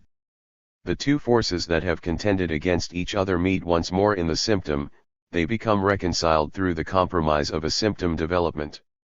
That is why the symptom is capable of such resistance, it is sustained from both sides. We also know that one of the two partners to the conflict is the unsatisfied libido, frustrated by reality, which must now seek other means for its satisfaction. If reality remains inflexible even where the libido is prepared to take another object in place of the one denied it, the libido will then finally be compelled to resort to regression and to seek gratification in one of the earlier stages in its organizations already outlived, or by means of one of the objects given up in the past. Along the path of regression the libido is enticed by fixations which it has left behind at these stages in its development. Here the development toward perversion branches off sharply from that of the neuroses. If the regressions do not awaken the resistance of the ego, then a neurosis does not follow and the libido arrives at some actual, even if abnormal, satisfaction. The ego, however, controls not alone consciousness, but also the approaches to motor innervation, and hence the realization of psychic impulses. If the ego then does not approve this regression, the conflict takes place. The libido is locked out, as it were, and must seek refuge in some place where it can find an outlet for its fund of energy, in accordance with the controlling demands for pleasurable gratification. It must withdraw from the ego. Such an evasion is offered by the fixations established in the course of its evolution and now traversed regressively, against which the ego had, at the time, protected itself by suppressions. The libido, streaming back, occupies these suppressed positions and thus withdraws from before the ego and its laws. At the same time, however, it throws off all the influences acquired under its tutelage. The libido could be guided so long as there was a possibility of its being satisfied. Under the double pressure of external and internal denial it becomes unruly and harks back to former and more happy times. Such is its character, fundamentally unchangeable. The ideas which the libido now takes over in order to hold its energy belong to the system of the unconscious, and are therefore subject to its peculiar processes, especially elaboration and displacement. Conditions are set up here which are entirely comparable to those of dream formation. Just as the latent dream, the fulfillment of a wish fantasy, is first built up in the unconsciousness, but must then pass through conscious processes before, censored and approved, it can enter into the compromise construction of the manifest dream, so the ideas representing the libido in the unconscious must still contend against the power of the foreconscious ego. The opposition that has arisen against it in the ego follows it down by a counter-siege and forces it to choose such an expression as will serve at the same time to express itself. Thus, then, the symptom comes into being as a much distorted offshoot from the unconscious libidinous wish fulfillment, an artificially selected ambiguity with two entirely contradictory meanings. In this last point alone do we realize a difference between dream and symptom development, for the only foreconscious purpose in dream formation is the maintenance of sleep, the exclusion from consciousness of anything which may disturb sleep, but it does not necessarily oppose the unconscious wish impulse with an insistent no. Quite the contrary, the purpose of the dream may be more tolerant, because the situation of the sleeper is a less dangerous one. The exit to reality is closed only through the condition of sleep. You see, this evasion which the libido finds under the conditions of the conflict is possible only by virtue of the existing fixations. When these fixations are taken in hand by the regression, the suppression is sidetracked and the libido, which must maintain itself under the conditions of the compromise, is led off or gratified. By means of such a detour by way of the unconscious and the old fixations, the libido has at last succeeded in breaking its way through to some sort of gratification, however extraordinarily limited this may seem and however unrecognizable any longer as a genuine satisfaction. Now allow me to add two further remarks concerning this final result. In the first place, I should like you to take note of the intimate connection between the libido and the unconscious on the one hand, and on the other of the ego, consciousness, and reality. The connection that is evidenced here, however, does not indicate that originally they in any way belong together. I should like you to bear continually in mind that everything I have said here, and all that will follow, pertains only to the symptom development of hysterical neurosis. Where, now, can the libido find the fixations which it must have in order to force its way through the suppressians? In the activities and experiences of infantile sexuality, in its abandoned component impulses, its childish objects which have been given up. The libido again returns to them. The significance of this period of childhood is a double one. On the one hand, the instinctive tendencies which were congenital in the child first showed themselves at this time. Secondly, at the same time, environmental influences and chance experiences were first awakening his other instincts. I believe our right to establish this bipartite division cannot be questioned. The assertion that the innate disposition plays a part is hardly open to criticism, but analytic experience actually makes it necessary for us to assume that purely accidental experiences of childhood are capable of leaving fixations of the libido. I do not see any theoretical difficulties here. Congenital tendencies undoubtedly represent the after effects of the experiences of an earlier ancestry. They must also have once been acquired. Without such acquired characters there could be no heredity. And is it conceivable that the inheritance of such acquired characters comes to a standstill in the very generation that we have under observation? The significance of infantile experience, however, should not, as is so often done, be completely ignored as compared with ancestral experiences or those of our adult years. On the contrary, they should meet with an especial appreciation. They have such important results because they occur in the period of uncompleted development, and because of this very fact are in a position to cause a traumatic effect. The researches on the mechanics of development by Roux and others have shown us that a needle prick into an embryonic cell mass which is undergoing division results in most serious developmental disturbances. The same injury to a larva or a completed animal can be borne without injury. The libido fixation of adults, which we have referred to as representative of the constitutional factor in the etiological comparison of the neuroses, can be thought of, so far as we are concerned, as divisible into two separate factors, the inherited disposition and the tendency acquired in early childhood. We know that a schematic representation is most acceptable to the student. Let us combine these relations as follows. Cause of the neurosis equals disposition as determined by libido fixation plus accidental experiences traumatic element sexual constitution prehistoric experience infantile experience. The hereditary sexual constitution provides us with manifold tendencies, varying with the special emphasis given one or the other component of the instinct, either individually or in combination. With the factor of infantile experience, there is again built up a complementary series within the sexual constitution which is perfectly comparable with our first series, namely, the gradations between disposition and the chance experiences of the adult. Here again we find the same extreme cases and similar relations in the matter of substitution. At this point the question becomes pertinent as to whether the most striking regressions of the libido, those which hark back to very early stages in sexual organization, are not essentially conditioned by the hereditary constitutional factor. The answer to this question, however, may best be put off until we are in a position to consider a wider range in the forms of neurotic disease. Let us devote a little time to the consideration of the fact that analytic investigation of neurotics shows the libido to be bound up with the infantile sexual experiences of these persons. In this light they seem of enormous importance for both the life and health of mankind. With respect to therapeutic work their importance remains undiminished. But when we do not take this into account we can herein readily recognize the danger of being misled by the situation as it exists in neurotics into adopting a mistaken and one-sided orientation toward life. In figuring the importance of the infantile experiences we must also subtract the influences arising from the fact that the libido has returned to them by regression, after having been forced out of its later positions. Thus we approach the opposite conclusion, that experiences of the libido had no importance whatever in their own time, but rather acquired it at the time of regression. You will remember that we were led to a similar alternative in the discussion of the Oedipus complex.